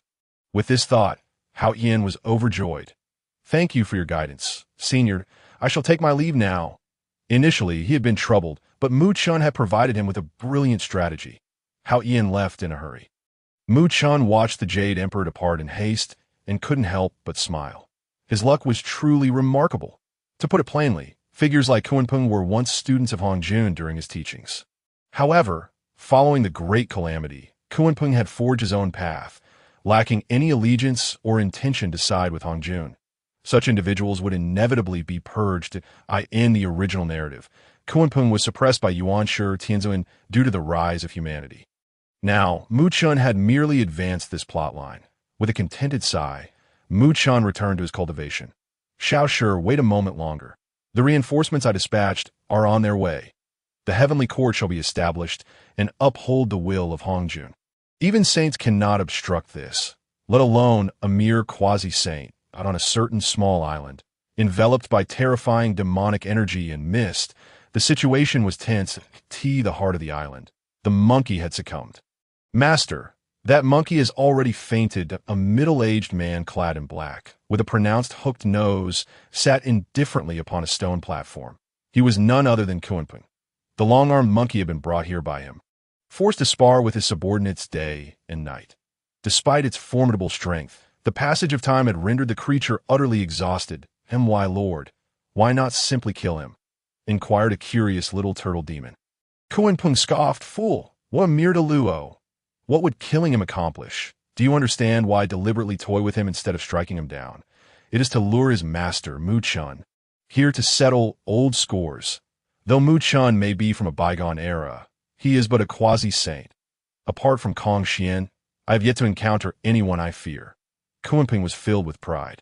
The moment he spotted the crimson clouds beneath the feet of the long-armed monkey, he realized that its master, the enigmatic Mu Chun, was the very figure who had thwarted his attempt to slay the red clouds all those years ago. Ever since Mu Chun had repelled him, Kunpeng had been closely monitoring the southern sea of clouds. It was highly probable that the red clouds had been consumed by Mu Chun during the calamity of the witch and demon. He had awaited the perfect opportunity to exact his revenge alongside a host of powerful demons. However, to his dismay, more than a dozen Yuan meetings had passed, and that fellow had not once ventured beyond the boundaries of the Sea of Clouds. This left Kunpeng utterly speechless. How excessively cautious! There were no opportunities to be found. For a time, he even began to suspect that Mu Chun might have perished. Yet now, his disciple had come knocking, presenting Kunpeng with a chance that, if Mu Chun were to learn of Kunpeng's intentions, knowing a quasi-saint sought his life, he would surely gasp in terror, exclaiming, "What a fright!"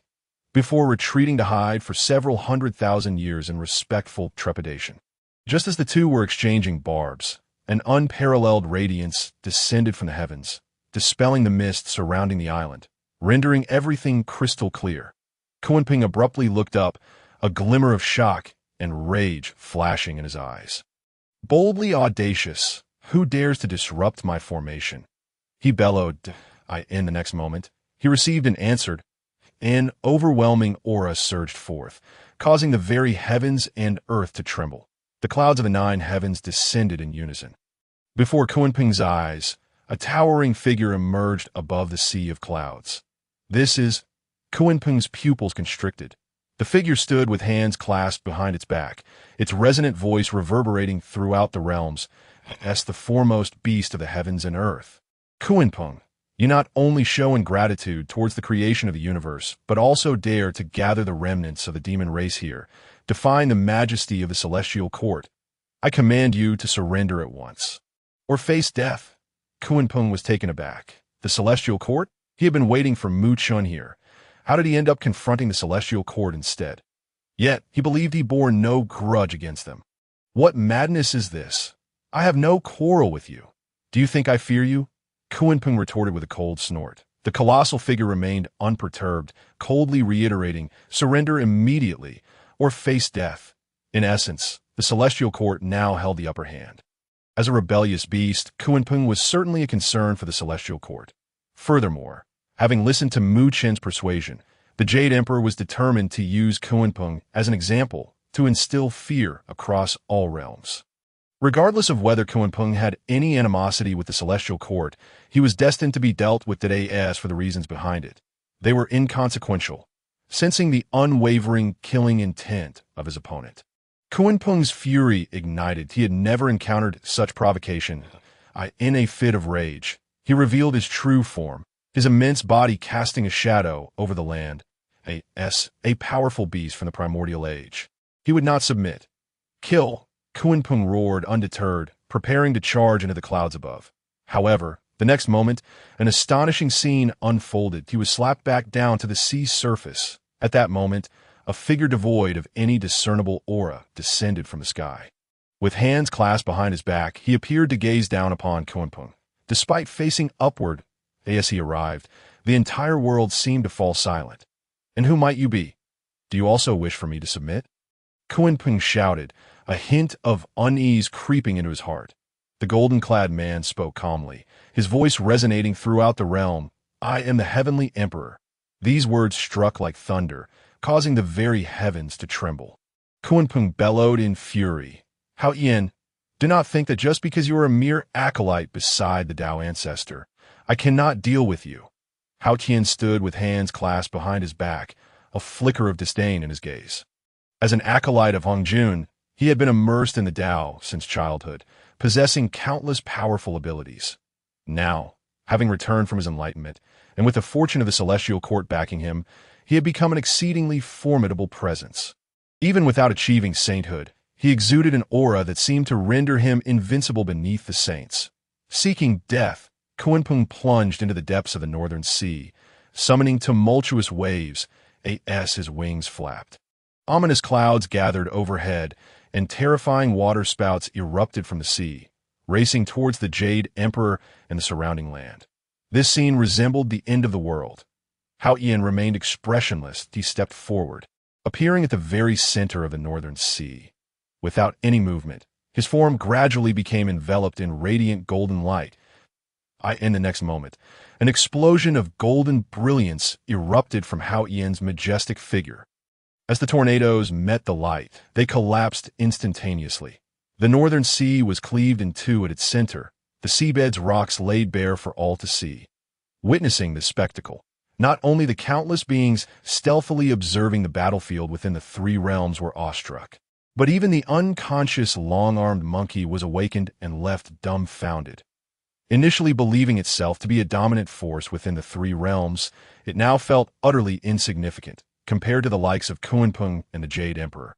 Its abilities and talents were rendered trivial, let alone the saints. Bathed in golden light, Kunpeng found the sea water unable to shield him, emitting anguished howls. He ascended into the sky, seeking to flee. In this moment, with Xian's fortune soaring, he was no match. Xian remained impassive, raising his hand in mid-air. True God's thunder technique, a dragon clan's ultimate skill, now taught to newcomers by Chen. Having accompanied Chen for countless years, Xian had naturally mastered it. Boom! 1,000 bolts of lightning descended from the sky, each as thick as a mountain, relentlessly striking down upon Kunpeng's corporeal form. Kunpeng fought desperately to block the onslaught, but blood erupted from his body in torrents. Bang, bang, bang! After an unknown duration, the Jade Emperor finally withdrew his hand. There lay Kunpeng's massive shadow, battered and bruised, crashing into the sea and sending up countless waves. After which there was no further movement. Xian slowly turned his gaze, proclaiming with clarity, "In light of the creation of heaven and earth, I grant Kunpeng a reprieve. Should you dare to disturb the beings of the three realms again, I shall return to slay you." This proclamation was not only heard by the celestial soldiers behind him, but resonated throughout all beings within the three realms. It served as an intangible intimidation. Countless beings who previously held disdain for the celestial court now displayed expressions of vigilance. In the primordial age, strength reigned supreme. Even a quasi-saint like Kunpeng had faced utter defeat at the hands of Xian, who wielded the might of the Tao Ancestor. This kind of combat prowess commanded respect from many. The Jade Emperor surveyed the island, casting a glance at the long-armed monkey that he was well aware that this was Chen's disciple. However, given the current circumstances, it was not appropriate to converse with a primordial monkey, so he departed without further ado. Not long after, the long-armed monkey broke free from its bindings that Kunpeng's numerous subordinates had already fled in terror. Thus, after a brief period of recuperation, he too chose to leave. Having witnessed the battle, he resolved to continue his cultivation, vowing not to emerge until he reached quasi-saint status in the realm of the underworld. Amidst an endless sea of blood, the nearly lifeless Kunping arrived at this desolate place. Haha, who would have thought that someone as formidable as you would fall to such depths? A terrifying and sinister figure of an ancient elder emerged from the depths of the blood sea, sitting cross-legged in the void, surrounded by countless eerie, ghostly apparitions swirling with a malevolent aura. Kunpeng transformed into human form, his face pale, and coldly retorted, "Mingyi, do not mock me with your idle words. The heavenly court has truly gone too far. Mingyi, the ancient existence renowned for the saying, while the blood sea remains. Mingyi shall not perish," had once shared a close bond with Kunpeng as they both listened to Hong Jun impart his teachings in the Zixia Palace. Haha, it is true that the heavenly court is powerful. But do you not find it peculiar why they have suddenly chosen to target you? Kunpeng was taken aback. There was indeed merit to this observation. However, he was certain he had done nothing recently. Wait, Kunpeng's eyes suddenly brightened as he exclaimed, "It must be that scoundrel Mu Chen's doing." Mingyi, intrigued, asked, "You mean that fellow who snatched Hong Yun from you?" Kunpeng nodded fiercely, recounting the entire sequence of events with indignation. This time, with Hao Yin personally intervening, it must be closely related to that treacherous individual. Damn it, I should have led the demon clan to directly assault his domain back then. Mingyi chuckled lightly. How amusing. It is indeed entertaining that this character could deceive Hao Yin into taking action. He possesses quite the skills. Kunpeng, enraged, roared at the heavens, causing the blood sea to boil. Damn it. Once I recover, I shall certainly slay this scoundrel. Seeing his friend so furious, Mingyi smiled calmly. Fear not. My power in the blood sea is about to reach its zenith, and I sense a chance to attain sanctity. When the time comes, I shall accompany you.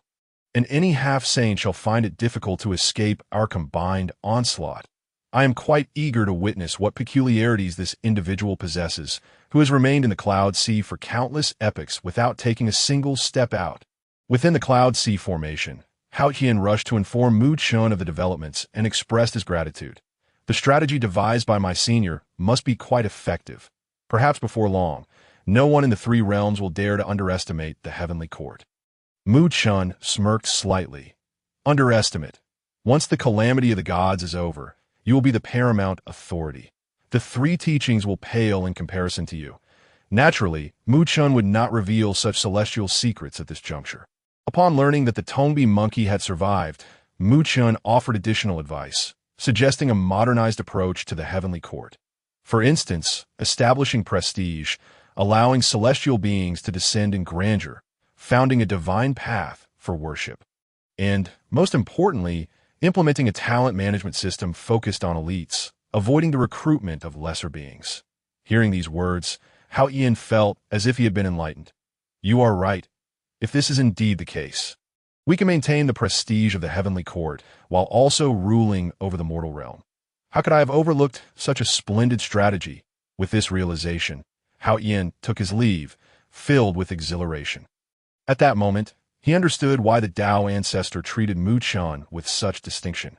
Not due to cultivation level, but rather because Mu Chen's thoughts had transcended the confines of the three realms.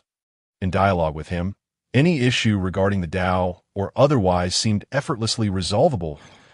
Yu Chen watched as the Jade Emperor departed, finally putting an end to a lingering concern. Just then, a notification chimed. Congratulations. Host, your 10,000-year fishing endeavor has concluded, and you have obtained the Qingping sword body. The words faded. An indestructible, snow-white sword body emerged from the water, hovering before Mu Chen. He glanced at it. He now possessed both the sword body and hilt of the Qingping sword, seemingly lacking only the means to fuse them together. While this was undoubtedly a fortunate occurrence, for reasons unknown, a sense of unease lingered within Mu Chen. He could not shake the feeling of suspicion.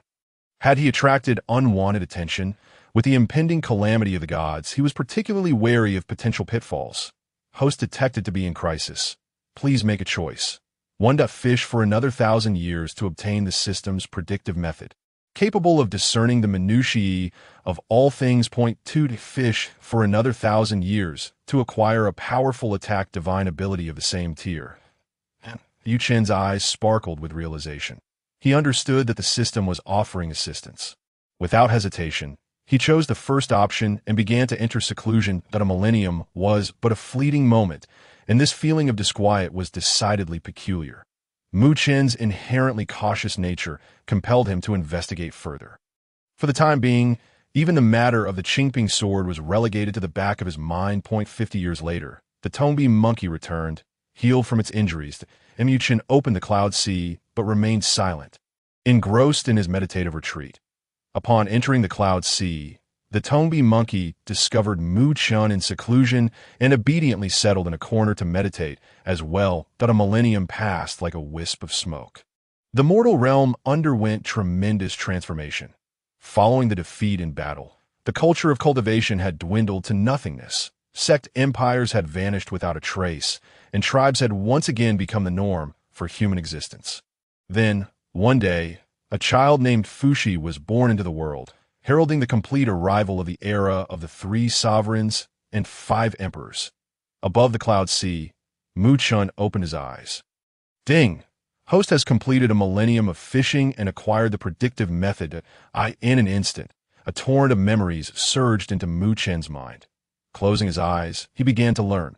Now, as a Luo Xian immortal, he was but a hair's breadth away from becoming a quasi-saint, granting him a profound comprehension of any divine ability. Thus, within merely a few years, Mu Chen mastered the technique and commenced his predictions. After 3 full months, he opened his eyes, a glint of coldness flashing within. He had foreseen Kunpeng's injury and subsequent journey to the underworld, as well as a blood sea rife with vengeful spirits. As anticipated, Mu Chen uncovered the truth and muttered quietly. So, it is indeed that old scoundrel Ming. Mu Chen had nearly forgotten this formidable figure. It was said that since the creation of the primordial chaos, the underworld's yellow springs had emerged, and within them lay a realm transcending the 3 realms, the Netherblood Sea. Within the depths of this sea, a womb was naturally conceived, which later gave rise to the notorious Mingyi. Mingyi had once listened to Hongjuan's teachings at the Zixiao Palace, later witnessing Nuwa sanctification and the creation of the Azure clan, aspiring to achieve sanctity through merit. But alas, he had failed. It is worth noting that the Azure clan thrived by devouring the souls of beings from the underworld to augment their own strength, rendering them exceedingly malevolent. In those days, due to the overwhelming might of the Witch clan, the Azure clan had refrained from surfacing from the Blood Sea, focusing intently on their cultivation, and thus they faded from Mu Chen's memory. I almost forgot about that character. He is indeed a formidable opponent. Mu Chen frowned. Having evaded countless epochs within the Mingyi, it was as if he'd been biding his time, just like himself. Clearly, his ambitions were significant. Empathizing with Mingyi, Mu Chen sensed that this individual was not to be trifled with. Moreover, given the bond between Mingyi and Kunpeng, it was evident that with Kunpeng seeking assistance, both would likely come seeking retribution against him. Host has acquired the predictive method. Please choose. One. Remain hidden within the cloud sea and focus on cultivation for another 100,000 years to obtain the clay of all things. Capable of repairing the Qingping sword. 2. Venture to the underworld to eradicate the Azure clan, significantly diminishing Mingyi's power, and receive the supreme Pangu cultivation method. Mu Chen clicked his tongue in contemplation. The Pangu cultivation method. It must be one of the rarest cultivation techniques in existence. If I were to obtain it and immerse myself in seclusion for several 100 million years, achieving sanctity would surely be a walk in the park. However, the notion of annihilating the Azure clan in the underworld implied confronting 2 quasi-saint beings simultaneously. With this thought, Mu Chen recognized that this was indeed a singular choice. No, I absolutely cannot court disaster. As long as they are not saints, they cannot breach this grand formation, and thus they pose no significant threat to me. I choose the first option. Mu Chen ultimately made his choice. A sound echoed, indicating the achievement system had activated. Congratulations, host, for unlocking the achievement of the Primordial Scavenger King. You have surpassed the River of Oblivion to become the foremost scavenger of the Primordial Era, thus receiving the benevolent favor of the Great Tao. Host current attribute panel. Host, Mu Chen race, human realm. Early peak of the Grand Luo Xian immortal divine powers, law of heaven and earth, avatar of the outer heaven, 36 Heavenly Laws. True God S. Thunder Control, shrinking the earth to an inch. Fire Eye, Fire God S. Protective Technique, Cultivation Techniques. Low-level breathing technique, high-level breathing technique. Zhu Rong S. Fire Control Method, fragments of the Supreme, Clear Chi Method weapons. Imitation of the four swords of the immortals. Demon Suppressing Tower, Soul Dispersing Gourd, Immortal Suppressing Cauldron, All Things Brush, Exquisite Immortal Spear Treasures. 3 Flavors of True Fire, A Drop of Water, S. Essence gifted to others. Red Cloud, gifted to others. 12th Grade Fiery Lotus Platform, Achievement Unlocked. Primordial Scavenger King, granting an additional portion of Great Tao as fortune instantly.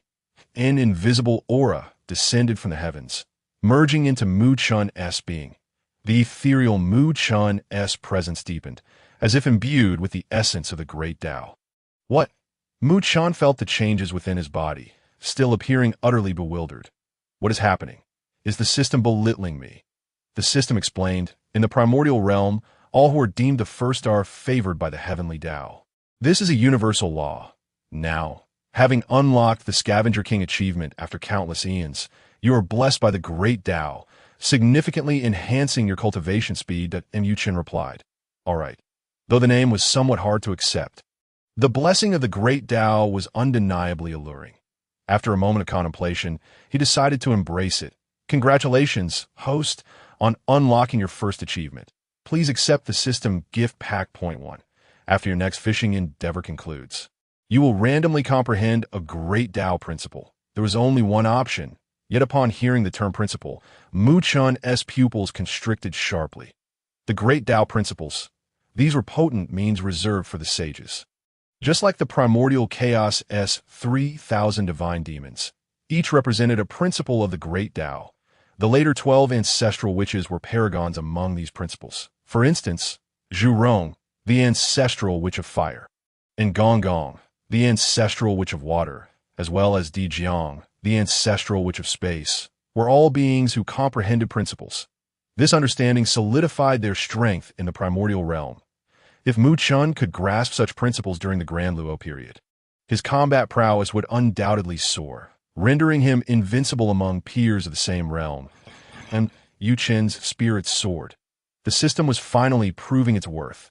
If he were fortunate enough to comprehend high-level principles like space or time, with his current Grand Luo Xian immortal strength, he could likely contest with quasi-sages. He could even venture out during the calamity of sealing gods, no longer needing to cower in hiding. With these thoughts, Mu Chun rose. Before entering seclusion, he had a few matters to attend to. In the distance, the long-armed monkey sensed his presence and respectfully bowed. I pay my respects to my master. Mu Chen glanced at it. The long-armed monkey had matured after witnessing the battle between Kunpeng and the Jade Emperor, no longer brimming with arrogance as before. In simple terms, it had grown wise. The Kunpeng was an ancient beast, its age comparable to that of the master, and it was only natural it could not prevail. Mu Chun offered a token of comfort and instructed, there is a child among the humans named Fushi. Descend the mountain and seek out Ho, Yi, and Kwa Fu, urging them to support Fushi in unifying the human race and ascending the throne. Though the long-armed monkey was perplexed, it complied and vanished into the sea of clouds. Watching it depart, Mu Chun withdrew his gaze, preparing to observe the trajectory of the mortal realm. Fushi ascending as the celestial emperor of humanity was an inevitable trend. After all, Fushi was the elder brother of Nuwa from ancient times, having fallen during the witch-demon calamity and now reincarnated as a human. The myriad deities and Buddhas across the 3 realms would extend their respect in light of Nuwa's status. Moreover, with the heavens newly established, how Xian needed to assert his authority in the mortal realm. Win over Nuwa. Fushi became the optimal choice. Not only the heavenly court, but even disciples of the 3 teachings would rally to assist Fushi, enabling them to further propagate their doctrines among humanity. This matter was considered a secret across the 3 realms. Everyone understood, yet refrained from articulating it. Even Mu Chun had deduced it quietly through divination. This also resolved Mu Chun's prior confusion. Nuwa had existed since the Hongjun era, while Fushi was the celestial emperor of humanity, chronologically much later. The reason was Fuxi's reincarnation. Subsequently, the long-armed monkey found Kwa Fu and Ho Yi, who had already become scattered immortals during their mortal sojourn, in the tribal communities of the mundane realm. They were regarded as beings of celestial caliber. However, following Mu Chen's orders, they never revealed their divine powers, thus remaining obscured.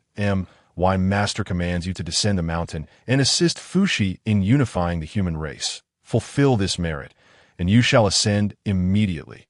The two gazed at the long-armed monkey, filled with shock and trepidation. The overwhelming aura it exuded was something they had never encountered outside of their master.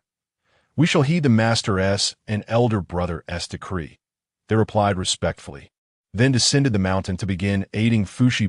10 years later, Fuxi exhibited extraordinary phenomena in the mortal realm, shining brightly, accompanied by the two scattered immortals, Ho Yi and Kwa Fu, by his side, making him unparalleled among mortals. Soon after, the holy Nuwa unexpectedly emerged from her seclusion, traversing the three realms. The three teachings were well aware and sent representatives to form benevolent ties with Fuxi. Observing this scene from the Cloud Sea formation, Mu Chen couldn't help but smile. Having connections was indeed advantageous. Just after his birth, all the great figures of the three realms came to establish relations. With fortune entwined around him, he was a favored child of destiny, destined to sweep through adversaries and achieve sanctity. In this moment, Mu Chen couldn't help but exclaim, to be compared to others can truly be infuriating. He then began his seclusion. The 10,000-year period to comprehend the principles and to merge with the Qingping sword was now at the forefront of his mind. Time flowed like a stream, and in the blink of an eye, the years passed. Over the course of 10,000 years, Fuxi fulfilled his destined narrative, unifying the human race, with the onset of the human golden age and accumulating merits. He received the benevolent favor of the great Tao and ascended to the Fire Cloud Cave, achieving the position of Celestial Emperor of Humanity, possessing quasi-saint power that a century later, both Kwa Fu and Ho Yi also ascended to celestial ranks due to their contributions in supporting Fuxi. They entered the Hongwang realm and approached the Cloud Sea formation, bowing deeply in reverence that we pay our respects to our master. Mu Chen looked at the two, smiling and nodding. Though they had only reached celestial cultivation, they were once great witches in their previous lives, endowed with exceptional talents. Now that they had attained celestial status, their future cultivation speed would only accelerate with a casual wave of his hand. Mu Chen bestowed high-level cultivation methods and various elixirs and artifacts upon them. You may choose to wander in the Hongwang realm or continue your cultivation here. This place is fraught with danger, and even I may not be able to protect you, Mu Chen reminded them. Ho Yi and Kwa Fu exchanged glances and subsequently decided to embark on a journey through the primordial wilderness. Seeking strength through enlightenment, Mu Chen did not impede their decision. Each individual harbors their own aspirations. Let them venture forth on their OKWAS for the little monkey, Xiao Shi, who had suffered a setback in the past. He had now grown more composed, remaining by Mu Chen's side in seclusion. Watching the two depart, Mu Chen smiled. His influence was beginning to take shape. His disciples included the little monkey Xiao Shi, 3 fire phoenixes, Xiao Qi, Xiao Ba, and Xiao Jiu, alongside Ho Yi and Kwa Fu, all of whom could one day attain the status of quasi-saint. With such a formidable cadre, even during the divine calamity, his faction would be exceedingly powerful if they were to confront Kunpeng and the ancestral spirit of the underworld river. Success was indeed plausible. Yet he still needed a few more individuals. Perhaps I should recruit a few more. It seems that Neza and Yang Jian could be promising candidates. Mu Chen fell into contemplation. Since the time of Fuxi's sanctification, the human race had officially embarked on the path of ascendance. Following Fuxi's legacy, the populace began to revere the deities. After Fuxi departed, Shinnong emerged, tasting the myriad herbs to heal the people, earning their admiration. A century later, Shinnong fulfilled his merits and ascended to the Fire Cloud Cave, achieving the position of Earth Sovereign. At this juncture, the human race thrived even more. However, a divergence arose regarding the succession. Xian aspired to lead the human race with rightful authority, yet Qiyu rose in rebellion. Seeking to usurp the position of heir. It is important to note that the position of the human race's rightful heir had been passed down through generations. Fuxi bestowed it upon Shinnon, who intended to pass it to Xianyuan. At this moment, Qiyu was dissatisfied. With his formidable army and substantial power, he questioned why the human race should be governed solely by them. That I shall be the first to refuse. Thus, a quarrel ensued, escalating into a battle. The heavens observed in astonishment as the mortals clashed amongst themselves. Reluctant to intervene, they chose to spectate for the time, being in this scene. Mu Chun, amidst the clouds, watched with keen interest, yet had no intention of intervening. It was all rather childish. If one were to discuss the lineage of the human race, he himself was the first being to transform into a member of humanity. In his eyes, figures like Fuxi were mere distant descendants, who ought to address him as grandfather upon meeting. Moreover, having witnessed the initial tribulation of Long Han and the great calamity of Wu and Yao, the conflict between Xianyuan and Qiyu seemed nothing short of trivial amusement. Failing to pique his interest, in the days that followed, Mu Chun engaged in fishing, patiently awaiting the expiration of the 100,000-year deadline. One day, a commotion of battle resonated across the boundless sea, which astonished Mu Chun. Ever since establishing a dojo within the 10,000-mile sea, no one dared to stir trouble here. This occurrence was indeed peculiar. He observed closely and saw a true immortal grade Qian frantically fleeing into the sea, pursued by a terrifying armored demon general whose expression was blank and eyes devoid of emotion, exuding a palpable intent to kill. Upon entering the sea, he exhibited an overwhelming arrogance, causing the waters to erupt with each step, resulting in the demise of numerous weaker beings.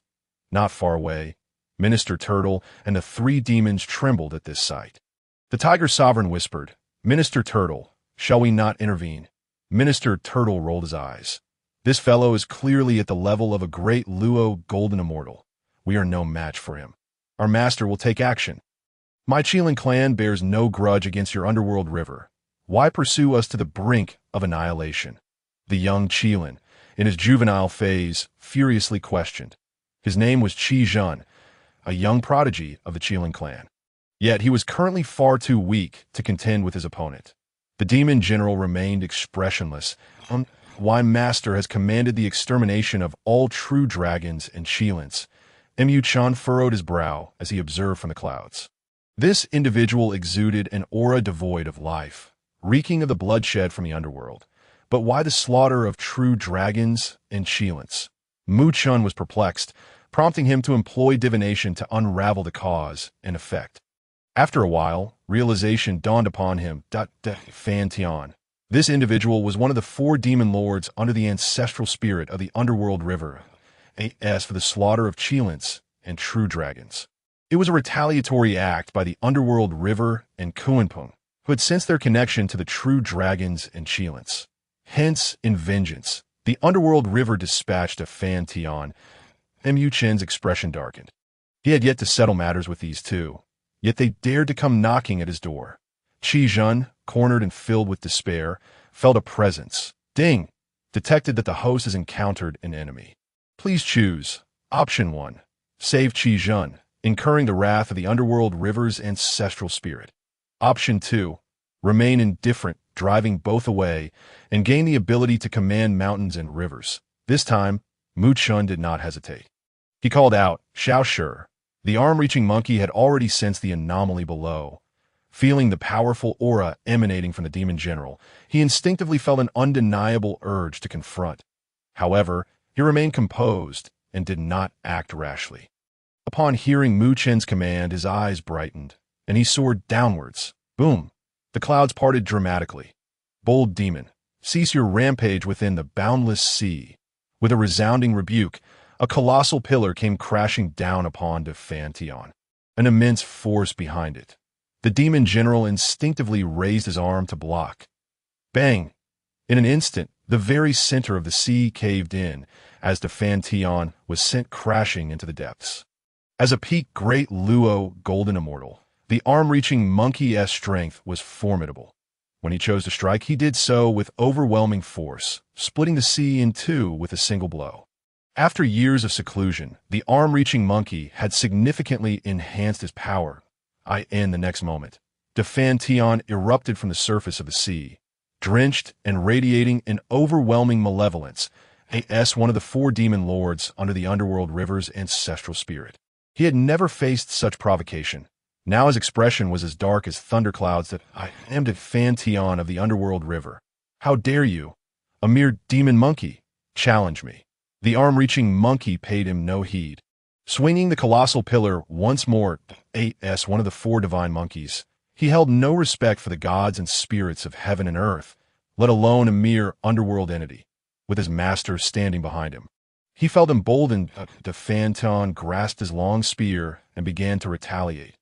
Bang, bang, bang. Wherever the two clashed, explosions erupted. The battle was exhilarating, shaking the heavens and earth. The beings of the boundless sea gazed in awe at this spectacle. A confrontation between two great Luo golden immortals was a rare sight even in the Primordial Era. Time flowed slowly, and several hours passed. Yet, the two continued their fierce struggle, with no clear victor. Chen observed the scene from above, content to let Xiao engage, merely to help him regain his confidence after past setbacks. Evidently, the strategy was effective. The arm-reaching monkey was on the verge of a breakthrough following his secluded training. And now, facing an equally matched opponent, achieving the status of great Luo Xian immortal was merely a matter of time.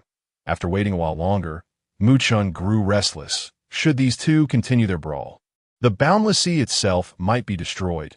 Thus, with a mere thought, he manifested upon a rocky outcrop on the sea's surface.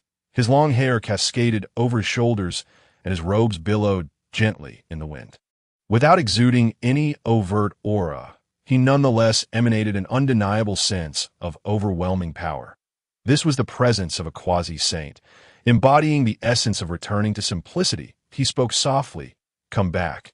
The arm-reaching monkey was taken aback, hastily retracting his actions and coming to Chen's side. Who goes there? The great Brahma squinted at the gray-clad Chen, feeling no pressure whatsoever. With a cold laugh, he remarked, One is insufficient, so you bring two? Seeking death, are you? The long-armed monkey cast a strange glance at this fellow upon hearing his words, and Chen remained silent. He harbored no kindness towards the minions of the river of Hades and Kunpa. If they could be killed, then let it be so. Now they dared to venture into his territory. Such audacity was nothing short of seeking death in the next moment, Chen gently extended a finger. And instantly, a terrifying bolt of lightning shot forth from his fingertip. The great Brahma attempted to block it with his spear, but was still sent flying thousands of miles, crashing heavily into the sea. What? The great Brahma's face was filled with shock. Yet before he could fully comprehend the situation, Chen seemed to blink and appeared beside him, casually slapping downwards. Boom! The great Brahma violently spat out a mouthful of black blood, his entire form plunging back into the depths of the ocean. The water surged to the sides, creating a complete vacuum in the center. The great Brahma dove straight to the ocean floor, where he became firmly embedded in the rock below that moment. His face was a mask of horror and dread, gazing up at the calm surface of the sea, where Chen regarded him impassively. He thought in terror, a quasi-saint. It must be a quasi-saint that, if not for such power, it would be impossible to be so formidable. In the next instant, he frantically plummeted, desperate to escape back to the Yellow Springs. Chen's expression remained unchanged, a hint of disdain curling at the corners of his mouth. Did they truly believe they could come to his domain and take lives, thinking him to be of a gentle disposition? Without uttering a word, Chen raised a hand into the air. Above, a colossal hand materialized, entwined with countless bolts of lightning and the essence of the great Tao, exuding an aura of utter annihilation. The giant hand then descended from the heavens, bearing down upon the great Brahma. This was no mere divine technique. It was simply Chen's comprehension of the world within his grand formation. It was more terrifying than most divine powers. The great Brahma wished to flee, but found no avenue of escape. Witnessing this scene, his very soul quivered in awe. I am a disciple of the River of Hades. You cannot kill me, or the Azura clan will not let you go. Mu Chen replied coolly, it is precisely you I seek to kill. With a mere thought, the giant hand crashed down. The great Brahma was instantaneously obliterated. His remains reduced to nothingness. Having completed this deed, Mu Chen vanished from the surface of the sea. Observing this, the long-armed monkey trembled with excitement. It was the first time he had seen his master take action personally. And the result was the instantaneous annihilation of a great Luo Jinxian. Truly, he was overwhelmingly powerful. The other beings around gazed in worship, nearly kneeling in reverence. As the saying goes, once you have made a grand display, you must flee, lest you be struck down. As the system's certified king of survival in the primordial chaos, Mu Chen naturally understood this principle. Above the sea of clouds, Xian huddled, trembling in a corner. Seemingly stunned by the earlier battle, Mu Chen, upon returning and witnessing this scene, revealed a faint smile, as if reminiscing about some amusing past events.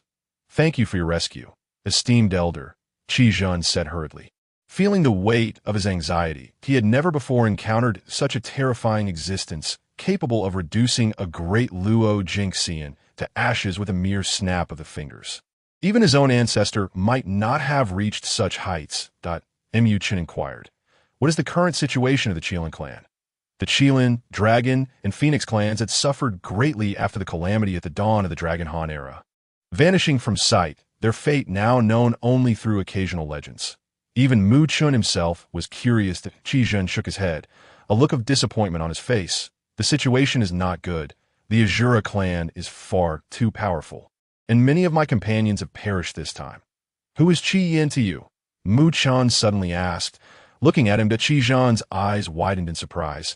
Esteemed elder, do you know her ancestor? Ancestor? Mu Chen was momentarily taken aback, then began to calculate, and soon displayed a look of realization. It turned out that when Xian and Tan had departed from here, upon learning of their clan's dire circumstances, in despair, he led the remaining members of the clan to conceal themselves on the overseas Qilan Island, beginning a period of recuperation. Now, Xian had even become the ancestor of the Qilan clan. However, due to the massive slaughter during the Great Calamity, the three clans had declined, no longer boasting the same grandeur as in the past, which emboldened the Azura clan to bully them. This matter is actually somewhat my fault. Mu Chen felt a twinge of guilt. After all, it was he whom the Kunpeng and River of Hades sought to target, and the Qilan and Dragon clans were merely collateral damage. Contemplating this, Mu Chen stated, You shall remain here to recuperate for 10 years. I will impart to you the techniques of the divine arts, and you can return to inform Xian. Xian cautiously asked, May I inquire what connection you have with our ancestor? Mu Chen did not respond, merely smiling faintly. You will know when you inquire with your ancestor in the future. Subsequently, Mu Chen first bestowed several innate spiritual treasures, such as the Wandering Pen, upon Xian, before imparting to him the techniques of Zhurong's fire control and the 3 flavors of true fire. Given that the Qilan were inherently associated with fire, these techniques were the most suitable for them. 10 years later, Xian had mastered them to great proficiency. Mu Chen said, You may return. The techniques and divine arts can be shared with the members of the Qilan clan. From now on, you should possess the power of self-preservation. Xiao Shi, accompany him. Should you encounter the Azura clan on the way, send them back home directly. The long-armed monkey sat cross-legged on a red cloud, responding respectfully. Before departing, Xian bowed deeply, expressing gratitude that we, the Qilan clan, will forever remember your great kindness, esteemed elder. With that, he hurriedly took his leave. The eye in his eyes, the elder was undoubtedly a being beyond the quasi-saint level. Having received his protection, the Qilan clan now had hope. This news must be conveyed to his ancestors swiftly. Watching Xian and Xiao Shi depart, Mu Chen stroked his chin, lost in thought. The ancestor of the River of Hades and Kunpeng had undoubtedly made an enemy of him. Now, having killed the great Brahma, who was a disciple of the River of Hades, an unending conflict was inevitable. The problem was that the River of Hades was birthed from the Blood Sea, inherently immortal and indestructible. Even saints found it exceedingly difficult to eradicate completely, unless utilizing the power of laws. After much contemplation, Mu Chun concluded that if no methods could be found, then survival would be the only option. It was not that he wished to survive. Rather, his enemies were simply too formidable. Mu Chun convinced himself of this, then began to cultivate contentedly once more 100,000 years. It was nearing, at that time. He would be able to comprehend a form of law power, which would signify that his time to emerge from seclusion was not far off. Along the way, the long-armed monkey detected the presence of the Azura clan and pursued them. Instructing Xian to return to Qilan Island, Xian nodded in agreement and did not pause, heading directly to an overseas celestial island, in stark contrast to the dominant status of the Primordial Era. The current Qilan Island appeared particularly desolate and dilapidated. Within the island, a dozen Qilan were patrolling and on guard, each bearing various wounds. Ancestor, Xian ventured deep into the island, a terrifying figure, as massive as a small mountain, slowly awakened from the shadows, surrounded by raging flames. Exuding an overwhelming power with every breath, it was Qian. Having endured countless ages of trials, Qian's lifespan had reached an advanced stage, and his cultivation had also attained a remarkably terrifying level. It seems you were not slain by the Azura clan, and have encountered some fortuitous opportunity. Qian spoke, his voice imbued with a sense of calm and a hint of satisfaction. I have encountered a predecessor who not only vanquished the great Brahma, but also imparted divine abilities to me, urging me to share them with my kin. Such a fortuitous event. Indeed, this elder resides within the cloud sea and appears to have known our ancestors well, treating me with great kindness, with a thunderous sound. Akin to a dragon turning in its slumber, Qian's entire form straightened, towering enough to overshadow the entire isle. Yet at that moment he was panting heavily, fixating intently on Xian. Wait a moment. The cloud sea? Are you referring to that expanse in the extreme south of the primordial realm? Xian had never witnessed such an uncharacteristic display from the elder, and he felt a surge of trepidation. He hastily recounted the events of the past decade. Upon hearing them, tears welled in Xian's eyes. Indeed, it is the master. The master still remembers me. After departing years ago, Qian had shouldered the immense responsibility of safeguarding his family. As the elder generation of Qilan gradually passed away, he, being the most powerful among the Qilan, faced an ever-increasing burden. Regrettably, the Qilan clan had seen a decline, unable to reclaim the glory of the Primordial Era. Thus, throughout the countless years, he had devoted himself to arduous training, striving to protect Qilan Island. Consequently, he had scarcely found the time or opportunity to revisit his master. Nevertheless, in his heart, he had long yearned for that cloud sea. Now, learning that Mukin had not forgotten it either, and had even defended his kin, even the steadfast Qian could not contain his tears. Elder, I shall first impart the divine abilities to our kin. This way, should the Azura clan attack again, we shall face them with composure, Qian exclaimed joyfully. Qian endeavored to maintain a semblance of tranquility in front of his descendants, nodding in agreement. Yes, go ahead. Before departing, Qian inquired with curiosity, Elder, what connection do you have with that predecessor? May I take him as my master? Upon hearing this, Qian rolled his eyes. I can only call him master myself. If you were to take him as your master, would that not place you above me in seniority? I regard you as my grandson. Yet you wish to be my elder brother?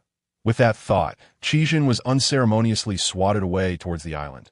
The poor Qian was left bewildered, unsure of how he had displeased the elder, rubbing his head. He wore a face of grievance as he set off to impart the divine abilities to his kin.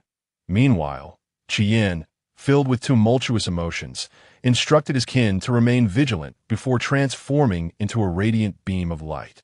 Departing from Qilan Island, in the depths of the somber and silent sea, fierce winds howled, and waves surged higher than the heavens, laden with formidable pressure. Upon arriving, Qian assumed human form, clad in a resplendent crimson coat.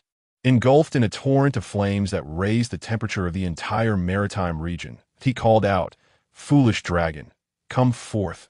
No sooner had the words left his lips than a faint dragon's roar reverberated through the waters. A colossal black dragon slowly revealed itself, its immense form barely visible above the surface, akin to an iceberg. After enduring countless years of cultivation, Xian had now become the patriarch of the dragon clan, commanding a vast domain of the sea. I thought it was a wretched Azura here to meet its end. What brings you, Xian? Xian's voice boomed like thunder. Despite the ancient enmity between the three clans during the Primordial Era, Xian and Xian had become friends after the Great Calamity, fostering a cordial relationship between their clans. Xian scoffed. What is the Azura clan to us? Spare me the jest. That old ancestor of the river of the underworld is quite troublesome. We are not as we once were, and we must care for our kin. Xian's voice carried a tinge of melancholy. Observing Xian's demeanor, Xian burst into laughter. What does the river of the underworld matter? The master is aware of this situation and has already come to our aid. Xian's dragon eyes widened in surprise, instinctively flicking his tail, causing the sea to erupt into tumultuous waves. Several dragon descendants were thrown far away by the force of the surge. Utterly bewildered, unaware of their elder's sudden change in demeanor. Master, you mean our master? Xian exclaimed, astonished. Of course. I've come to summon you, you foolish dragon. The master has sent someone to fend off the Azura clan's onslaught. Now, without delay, come with me to express our gratitude to the master, Xian declared. Under normal circumstances, Xian would have engaged in a playful banter with Xian upon hearing such words. However, at that moment, he had neither the inclination nor the time for such trivialities. He transformed into a figure clad in black robes with two prominent horns and flew straight towards the extreme southern cloud sea, exuding such potent pressure that the cloud sea trembled in his wake. Hey, foolish dragon, run so fast, and you'll be reincarnated soon. Humph, this is how one proves their loyalty to the master. You can take your time trailing behind. Wait for me. Mukin was currently meditating upon the cloud sea when he perceived two formidable presences approaching. He felt no surprise, for after acquiring the divination method, he had come to understand most matters quite clearly. However, he couldn't help but marvel at how, after all these years, the two had ascended to the level of quasi-saint. Yet, upon reflection, it was only natural. Both were ancient beings who had survived since the primordial calamity, endowed with extraordinary talents. Their attainment of quasi-saint status was merely a matter of course. Mukin opened the cloud sea, and shortly thereafter, Xian and Xian arrived, spotting Mukin seated beside a pool. Overcome with emotion, they knelt before him, tears brimming in their eyes. We pay our respects to the master, Xian proclaimed. We pay our respects to the master. Chen echoed. Mukin regarded both of them with warmth, feeling a wave of nostalgia. In the blink of an eye, the primordial calamity and the great calamity of the witches and demons had passed. And after enduring countless epochs, he found himself reunited with familiar faces. The sentiment was profoundly gratifying. Xian prostrated himself, exclaiming, "Thank you, Master, for safeguarding the Qian clan. We are eternally grateful." Xian paused, pondering how this usually dim-witted fellow had suddenly become so astute. He quickly added, "Thank you, Master, for protecting the dragon clan. We are eternally grateful. Have some dignity. Since when has the master ever acknowledged the dragon clan? I merely brought you along. You mutt, are you looking for a fight? If it comes to that, do you think I'm afraid of you?" The two fell back into their familiar bickering. Mukin shook his head in amusement and exasperation. Despite having become the patriarchs of their respective clans, they remained as they had always been. He understood their sentiments well and spoke. The Azura clan is relentless in the blood sea, an endless tide of foes that cannot be vanquished in the short term. You should relocate to the boundless sea, where within a radius of 100,000 miles, you may find a valley and deep waters suitable for your kin to reside. Upon hearing this, both Xian and Xian's eyes brightened, and they knelt once more in gratitude. "Thank you, Master." After conferring with one another, Xian and Xian prepared to lead their clans in migration. Mukin had contemplated this matter thoroughly. There were many unoccupied areas within the boundless sea where both the dragon and Qian clans could settle. Furthermore, as ancient divine beasts, they represented auspicious omens, embodying the fortune of heaven and earth. If they were to reside within the boundless sea, it could enhance the spiritual energy of the region and potentially elevate it to a blessed land. And a month later, Xian led his kin to select a desolate yet expansive island within the sea. The island was lush with trees, featuring valleys and deep caves, perfectly suited for the Qilan clan's habitation. With the arrival of 18 young Qilan, the once barren island instantly burst forth with vibrant life. Soon after, Xian also brought his dragon descendants to the boundless sea, selecting a portion of the water. The true dragons plunged into the depths, and countless beings within the sea trembled in fear at the sight. Quaking at the overwhelming might of the dragons, true dragons, this is indeed a terrifying existence from ancient times. Even though it is now diminished in power, it is not something they can contend with. What is surprising, however, is that the dragons seem entirely disinterested in them, diving straight into the depths of the ocean floor. They have already received stern warnings from their ancestors in the boundless seas. One must not stir up trouble, nor engage in conflict. In short, all matters should be conducted according to the rules here. Should any trouble arise, they would be personally punished by the ancestors, enduring severe penalties within the clan.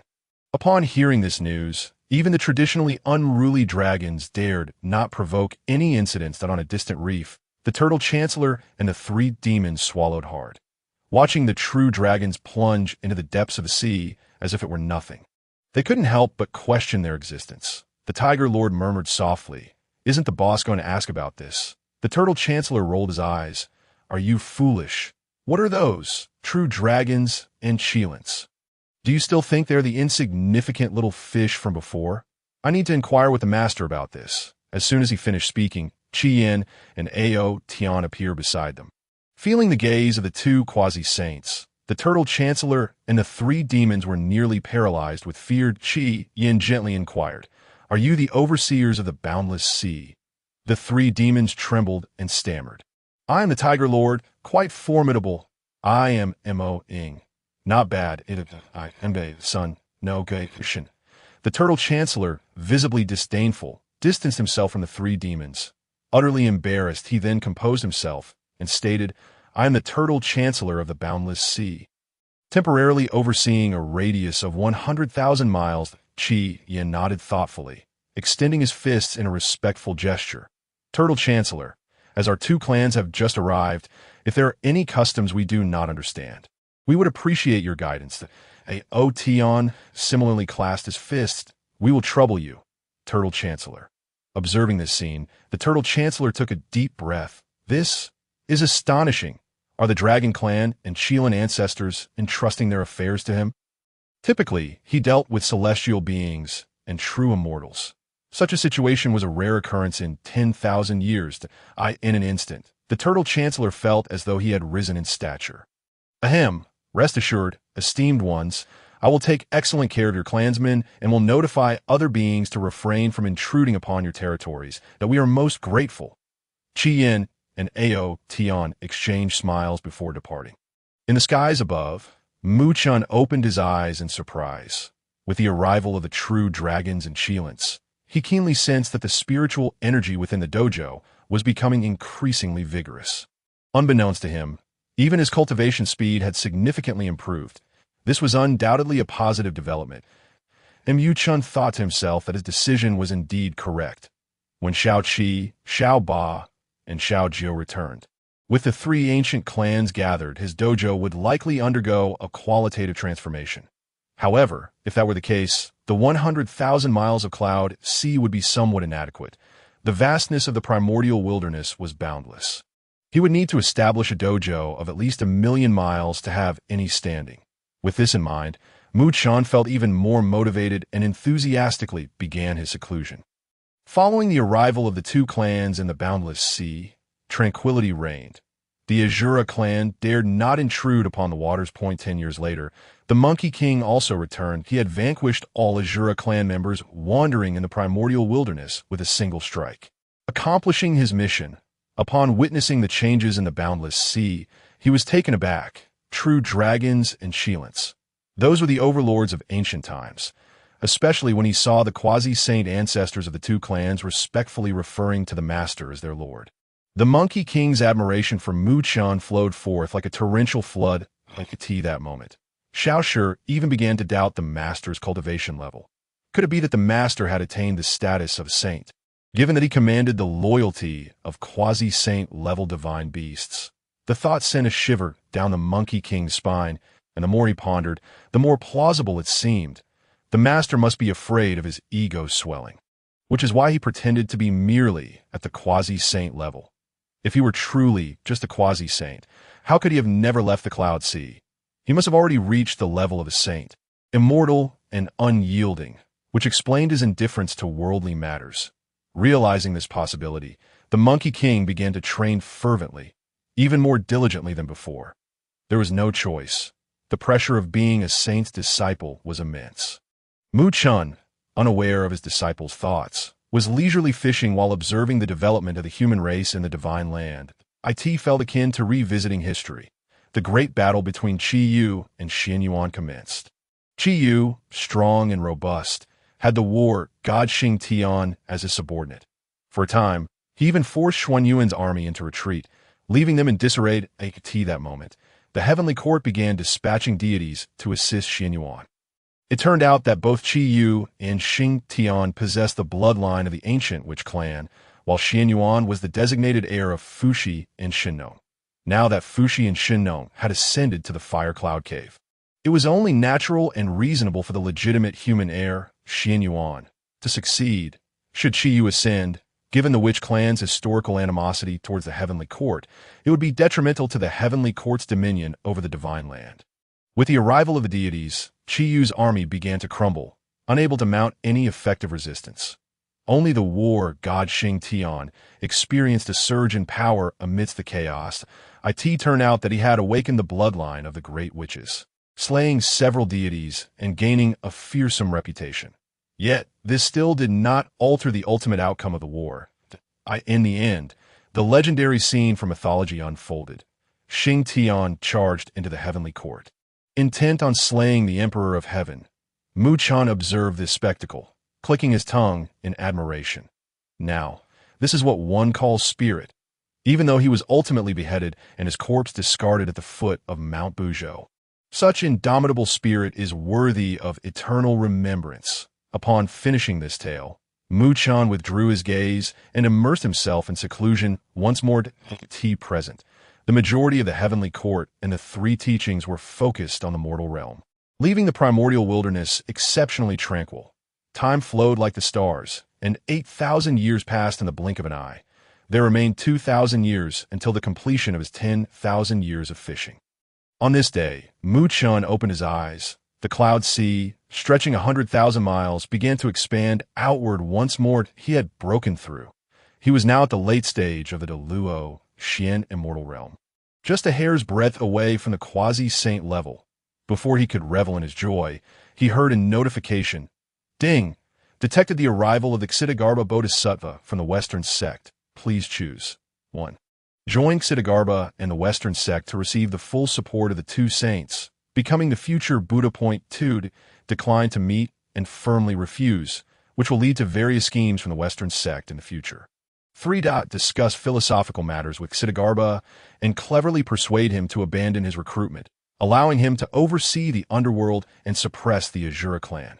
Why is the Western sect targeting me? They even sent Xitigarbha to lure me into their ranks. Upon hearing this news, Mu Chen's brow furrowed.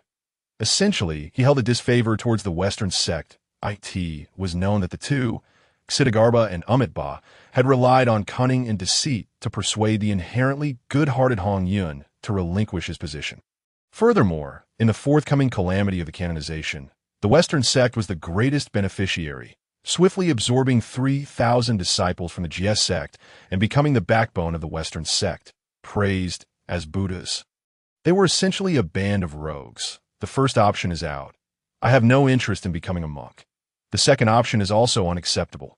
Xitigarbha and Amitabha are far too treacherous, and being ensnared in their schemes is exceedingly dangerous. Mu Chun contemplated this, and could only choose the third option. Put it bluntly, if there were anyone in the entire three realms who could rival the Western sect in terms of deception, it would undoubtedly be him. It must be said that at times Mu Chun possessed a rather astute understanding of himself. Across the vast expanse of the world, Who could compare to him when it came to the art of persuasion against the Western Buddhist sect? With this thought in mind, Mu Chen decisively activated the Cloud Sea Grand Formation, calmly awaiting the arrival of the king of the underworld. While simultaneously pondering how to outwit this individual, it is worth noting that the king of the underworld held an exceptionally high status within the Western sect and possessed formidable cultivation, making him a challenging opponent. Unprecedentedly, Mu Chen sensed a looming crisis in the primal wilderness. A monk journeyed from the distant west, palms pressed together, clad in a cassock, traversing the realm. His figure was hunched, his visage aged. Yet his countenance radiated a compassionate and benevolent aura. Suddenly, the Taoist Master Duo Bao emerged from the void ahead, his expression grave as he inquired, "What brings the king of the underworld from the Western sect here?" The monk slightly bowed and calmly replied, "The Buddha resides in the south. I have come seeking the Buddha." Duo Bao scoffed, "The Buddha is clearly in the west. How can there be talk of the south?" The monk's expression remained serene. "The Buddha I have witnessed is indeed in the boundless southern sea. Hence my arrival." Duo Bao furrowed his brow. In truth, the arrival of individuals from the Western sect in the primal wilderness appeared trivial. Yet it was, in fact, quite significant. The two, Taiyi and Xian, had established a Western sect, which contradicted the orthodox principles of the three purities. Put it plainly, if the Western sect were allowed to propagate its teachings in the primal wilderness, the doctrines of the three purities would undoubtedly suffer. The flourishing of the West would lead to the decline of the Taoist teachings. This would have repercussions for the entirety of the three realms, a scenario the three saints were loath to witness. Thus, upon perceiving the arrival of the Western sect, Tong Tian personally dispatched Duo Bao to inquire. The king of the underworld's voice was indifferent as he asked, "Will the Taoist stop me?" Duo Bao remained silent for a moment before shaking his head. "I will first return to the palace to consult my master." The king of the underworld continued on his way, casting a glance at Duo Bao before smiling and saying, "Duo Bao, you are fated with the West. Would you care to join me in the pure land to cultivate?" Duo Bao dismissed the notion, retorting, "I am the foremost disciple of the heavenly master of the king of the underworld." Shook his head. "You can attain Buddhahood on the holy mountain of the West." Duo Bao rolled his eyes and flew away. "Madman, I am a disciple of the currently in my prime. How could I possibly venture to the desolate and dilapidated Western sect to become a Buddha? It is utterly unthinkable." Upon returning to the Bo Palace, he recounted the events, omitting only the part about being invited to attain Buddhahood in the West. The boundless sea, Tong Tian pondered, isn't it the domain of my little friend Mu Chen? Ever since he had witnessed Mu Chen preaching to the beings of the sea above the ocean, he had been struck. Consequently, he had spent these years in seclusion, refining the principles of it. He understood that the Western sect was in need of followers, even attempting to recruit from the East. However, he had not anticipated that Taiyi and Xian would set their sights on Mu Chen. That a sense of intrigue and curiosity welled up within him. "Inform Yuanshi and Laozi. I wish to see how Mu Chen will respond." With that, Tong Tian dispatched a sliver of his primordial spirit towards the boundless Yu Chen awaited atop the cloud sea, when he noticed a monk slowly approaching from shore, with palms pressed together. The monk exuded no discernible aura, yet he bore a weight akin to a mountain.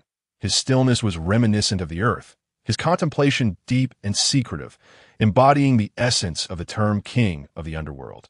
The eyes of the monkey-like creature flickered with a glimmer of brilliance.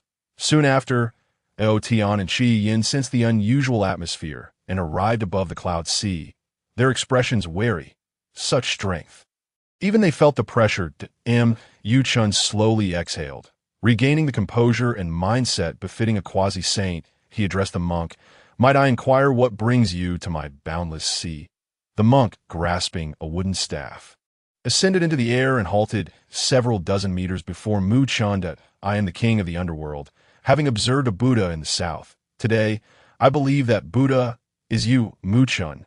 Hence my visit to invite you to join the Western sect and assist the two saints in saving all sentient beings." How predictable. Such standard lines of persuasion. Not even a hint of originality. It was akin to a child exclaiming he saw something extraordinary and offering to sell a martial arts manual for a mere 5 coins, then beckoning one to join him in saving the world. Mu Chen internally scoffed, though his expression remained impassive. But I cultivate the path of the three purities. The Buddhist path concerns the afterlife. Surely, as a Mu Chen, I may choose differently? If I refuse, must the king of the underworld persist in pressuring me? The monk replied, there is no distinction of high or low in Buddhism. Yet there are differences. I will persuade you until you agree. This implied that the king of the underworld intended to debate the two paths of Buddhism and Taoism with him. To alter his resolve? Indeed, came the response. The dispute between Buddhism and Taoism had been a major conflict since the journey to the west. That it was unexpected that the trend had already begun to surface. Mu Chen, undaunted, declared, then let us proceed. With that, Mu Chen appeared in midair, the cloud sea parting beneath his feet to form a black and white Taiyi diagram. Standing at the center, hands clasped behind him. His long hair, cascading, he appeared ethereal.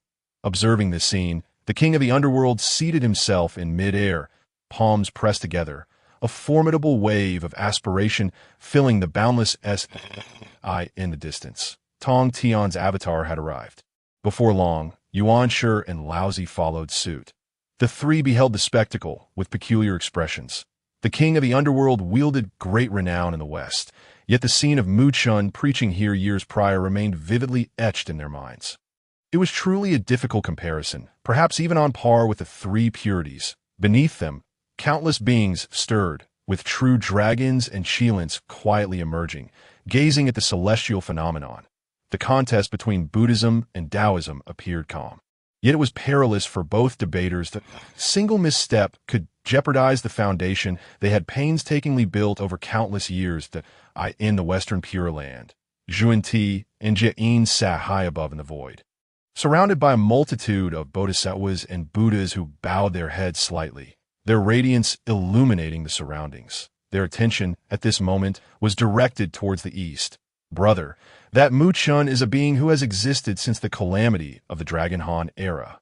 He declined the invitation from the Demon Ancestor. Could the king of the underworld face difficulty? The king of the underworld possessed profound Buddhist wisdom, representing the rise of the Western sect, and thus could surely succeed. For Mu Chen had not yet attained sainthood, and his Tao practice remained relatively shallow. Xuanti and Xian exchanged glances, their confidence unwavering as they closed their eyes. Moreover, at the highest point, within the purple cloud palace, a trace of Hongjuns will silently descended upon this place. You may begin, esteemed guest. The king of the underworld sensed the arrival of the three purities and was not surprised. He had intended to engage in the debate before the saints, as this would prevent the Taoist saints from intervening. Mu Chen smiled. If the Bodhisattva seeks to guide me into the Western sect to attain Buddhahood, what constitutes a Buddha? The king of the underworld responded confidently. A Buddha is one who awakens, one who perceives truth to understand the essence of all things, to comprehend the cycles of life and death. Is to be a Buddha. Upon hearing this, all beings present could not help but nod in agreement. However, Mu Chen merely chuckled and shook his head. That is incorrect. The beings listening were momentarily taken aback. This response was undeniably perfect. What could possibly be wrong? If it were anyone else, they would all suspect that this was a deliberate disruption. After all, a debate requires reason and evidence. Both parties are great practitioners. And with so many onlookers, they cannot afford to lose face. The Bodhisattva K. Itagarbha, known for his exceptional temper, smiled and asked, what is incorrect? If the opponent were to speak nonsense, then the debate would naturally be won by him. Mu Chen, filled with confidence, replied, it is indeed incorrect. Understanding all things and comprehending the cycles of life and death, this can only be considered saintly, not Buddha-like. The leaders of the three teachings are not to be mentioned. Even now, among the few human practitioners in the wilderness, many can calculate the cycles of life and death. Are they Buddhas? K. Itagarbha pondered this, subconsciously asking, then what is a Buddha? Mu Chen replied coolly. A Buddha is one who guides countless beings to the other shore. The world is like a sea of suffering. Mortals drift within it, desperately seeking liberation but finding none. Therefore, those who can lead others to the other shore may become Buddhas. K. Itagarbha contemplated deeply, unable to find a single point to refute. He couldn't help but nod in agreement. Mu Chen then asked, Does your nod signify that you find my words to be correct? Indeed, there is reason in your words, Kate Itagarba acknowledged. Chun smiled coldly. Incorrect, utterly incorrect, and profoundly mistaken. Kate Itagarba displayed a look of astonishment, while the other beings exchanged glances, baffled by how his own words had been overturned. The three purities also frowned slightly, betraying no emotion. Chun maintained a stoic expression and continued to explain that, in my view, one who guides others to the other shore is merely a bodhisattva, not a Buddha. The scriptures state that a Buddha embodies the essence of all sentient beings, meaning all beings are Buddhas, that if one truly traverses the sea of suffering and realizes that every person within it possesses the Buddha nature, perhaps that signifies their own enlightenment. Do not underestimate these few words. Addressing someone of K. Itagarba's caliber requires substance. Fortunately, in his previous life, Chan lived in an era of information explosion and had some understanding of Buddha scriptures. As his words fell, those of lesser realms among the listeners instantly clutched their heads in agony, even collapsing to the ground, their cultivation scattered. The pain was unbearable. They could not contemplate deeply. The words contained profound truths. A moment's carelessness could lead to immediate immersion, resulting in utter spiritual downfall. That moment, Kate Itagarba's expression mirrored confusion. He even wished to speak, but found himself utterly at a loss for words.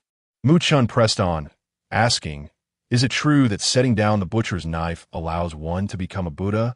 Kate Itagarba hesitated for a moment, then nodded affirmatively. There is no error. Chun smiled, his expression growing colder. I believe that is still incorrect. The Buddha teaches that all beings are equal. A wicked person can become a Buddha by laying down the butcher's knife, while a good person must endure the suffering and calamities of this world to attain blessings in the next life. What kind of equality is this? Is it not too easy for the wicked, while the virtuous face insurmountable challenges? Kate Itagarba, can you clarify? Each word resonated like thunder. This moment, Kate Itagarba's complexion turned ashen, feeling as though every word from the debate's onset struck him like lightning, leaving him utterly defenseless. If it were truly a debate on Buddhist principles, he was confident that he was only a hair's breadth behind the two Western sages. Yet before Chun, he found himself completely restrained and unable to exert his abilities. In truth, did Chun truly comprehend the Buddhist doctrine more profoundly than Kate Itagarba? Certainly not. It was merely that Chun employed a few modern debate techniques. From the very first question, he led his opponent into a misstep, then unleashed his pre-prepared theories to vanquish him. Kate Itagarba had never encountered such a method before and was momentarily caught off guard, thus stepping unwittingly into the trap that Chun had set'd in the distance. The three purities exchanged glances, wondering when this young man had gained such deep insight into the Western teachings. Just a few simple sentences seemed to carry a weight of truth. Even they found it somewhat compelling. Above the sea of clouds, Tion and Xian were on the verge of kneeling in reverence. The great ape had already bowed down, his head repeatedly touching the ground. They had initially thought it would be a contest of equals, but from the very beginning, it had been a complete rout. My master is truly formidable. The multitude of bodhisattvas and Buddhas from the West looked on, equally bewildered. Jin, in a fit of anger, exclaimed, this child does not play by the rules. Kate Itagarba remained silent for a long while, still harboring a trace of unwillingness, and finally spoke. Your understanding of the Western Buddhist teachings is so profound, it further proves your connection to the Western doctrine. Therefore, in your heart, where does the Tao reside? A thought-provoking question. Those capable of comprehending the debate were formidable beings. They instantly grasped the brilliance of K. Itagarba's inquiry. If Chen's understanding of Buddhism was so deep, yet his grasp of the Tao was slightly lacking, would that not imply that the Tao is inferior to Buddhism? Then this debate would naturally come to an abrupt end. Countless eyes turned toward Chun, eager to see what response he would provide. After a moment of silence, Chun pointed at his own feet. Forgive me, but I stand upon the sea of clouds, and that is the D. As his words fell, the heavens and earth resonated. The great Tao manifested, and beneath Mu Chen's feet, the patterns of Tai Chi and the 8 trigrams instantly enveloped the boundless sea. Within this domain of the great Tao, countless beings felt their spirits uplifted, and their realms progressed imperceptibly. Beams of radiance descended from the heavens, piercing through the sea of clouds and enveloping Mu Chen. Standing amidst it all, he appeared as if the Tao Ancestor had descended to the mortal realm, exuding unparalleled grace. "My master is truly a sage." The great ape roared within, for if he were not a sage, how could he utter such confident words that could even provoke the tremors of heaven and earth? One must remember that Hongjun Daozu was still present. Who among mortals would dare to discuss the Tao before Hongjun? Ao Tian and Xian, however, remained somewhat calmer, for they had followed Mu Chen since the beginning of the Dragon Han calamity. A wave of astonished gasps swept through the crowd. Such dominance! Even they could sense the overwhelming power and invincibility contained within Mu Chen's response. Among the 3 purities, Lao Xing nodded repeatedly, stroking his beard and laughing heartily. Wonderful! Marvelous! Truly remarkable! Kate Itagarba was indeed clever. Observing Mu Chen's deep understanding of Buddhist principles, he no longer insisted on debating the comprehension of Buddhism, but instead turned the tables. Since you possess such profound insights into Buddhist teachings, where does the Tao reside in your heart? How do you distinguish between Buddhism and the Tao? This inquiry was a direct assault on the heart. Should Mu Chen provide an imprudent answer, he could easily fall into Kate Itagarba's trap. However, Mu Chen's answer was even more exquisite. "I'm a Tao." This signified that Buddhism resided in his heart, that Buddhism was within his understanding. "Yet, I am the Tao itself. I have forged my own path. I observe the Buddhist teachings from within the Tao." In an instant, the distinction became clear. Mu Chen felt the reverent gazes surrounding him and could not help but swell with pride. In truth, he had never contemplated this point that I asked for why he said it. It was simple. He was flaunting. This statement, viewed from any angle, was brimming with endless arrogance. They asked for how the other party perceived it. That was of no concern to him. Kate Itagarba, at this moment, understood fully. His face was a mixture of confusion and dejection. He knew that when Mu Chen uttered these words, he had completely lost the debate and possessed no means of retaliation. I have lost." With hands clasped together and a slight bow, the Xitigarbha stood with closed eyes, filled with profound sighs. As his voice faded, an uproar erupted across the sea, with all beings displaying expressions of astonishment. Following the great calamity of the Lich King, the debates between Buddhism and Taoism had commenced countless times, yet Taoism often found itself at a disadvantage, facing more defeats than victories. This was fundamentally due to the comprehensive logical framework and concepts upheld by Western teachings. Whereas Taoism advocated for the principle of following the natural way, eschewing contention over transient matters that, in simpler terms, it was a matter of indifference. Believe it or not, it does not hinder my quest for immortality. Generally, this was inconsequential, but during true debates, it placed them at a disadvantage. Who could have anticipated that the renowned Xitigarbha, in this moment, would concede directly in the face of Mu Chen's argument, surrendering without a hint of resistance? In an instant, countless beings erupted in applause and cheers. In these times, the orthodox teachings of the Xian men were still deeply ingrained in the hearts of the people. Subsequently, Xitigarbha made a startling gesture, kneeling and bowing in reverence, sincerely inquiring, "Dare I ask, esteemed elder, what constitutes the true Buddha in your heart, and how might one attain Buddhahood?" Witnessing this scene, all beings were left dumbfounded. This was Xitigarbha, who, at this moment, behaved like a humble disciple. Only the 3 purities remained composed, and Mu Chen had existed since ancient times, even predating their eras, and thus was worthy of such a bow. "You ask me?" Mu Chen mused. Finally steering the conversation to its true essence, he then straightened his posture, revealing a smile that hinted at profound depths. "The Buddha's teachings are boundless. The Tao follows nature. You inquire about the essence of the true Buddha? That hinges on whether you could become a Buddha yourself." Xitigarbha, even more reverent, pressed on, "And how might one attain Buddhahood?" Mu Chen cleared his throat, feigning a worried expression, and said, I calculate that in the Yellow Springs, countless vengeful spirits abound, particularly in a certain blood sea of the underworld, which lies outside the three realms but is home to the Azura clan, who live by devouring vengeful souls. Their sins are profound. Yet if you can guide them, you will naturally attain Buddhahood. To be honest, I gaze upon the underworld and feel deep compassion, always wishing to guide the Azura clan, yet alas, time eludes me. Mu Chen shook his head in sorrow, appearing profoundly heartbroken. However, as soon as his words fell, the three purities exchanged peculiar glances. Have you truly ventured into the underworld? Are you deceiving fools?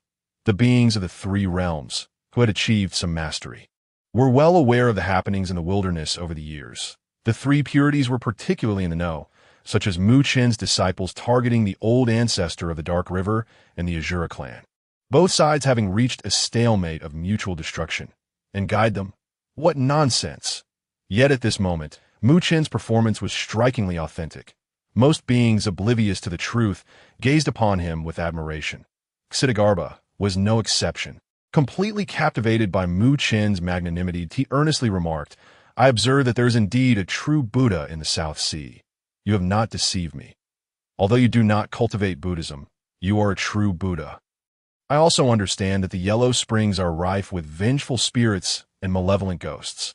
Thus, I shall descend into the underworld on your behalf, hoping to perform some good deeds. And Mu Chen was taken aback, not expecting such a straightforward response. Internally elated, he maintained an outward demeanor of calm. Remember, the Buddha resides in your heart. I shall trouble you with this task. By the way, within that blood sea of the underworld lurks a fearsome entity known as the old ancestor of the Dark River. Do take care, he is ruthless and malevolent, a scourge so great that even the cycle of reincarnation cannot restrain him. An ordinary person is no match. Merely keep him in mind. Do not engage him directly. Mu Chen feigned deep concern, his underlying message being, this fellow is a great villain. Recite scriptures to him until he perishes.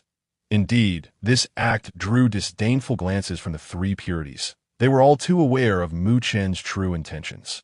However, since Xian was ultimately a figure of Western teachings, they felt little discomfort at his expense. Xian replied mildly, in my lifetime, I have always cherished the opportunity to guide such beings.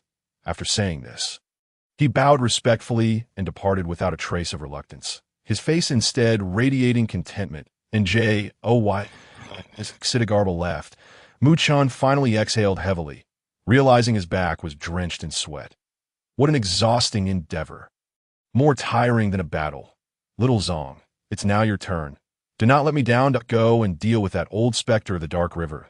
A mischievous smile crept across Mu Chen's lips as his figure instantaneously returned to the formation of the Cloud Sea. With both protagonists having gradually dispersed, the observing beings felt a lingering sense of incompleteness, returning to their respective domains or resuming their secluded meditations.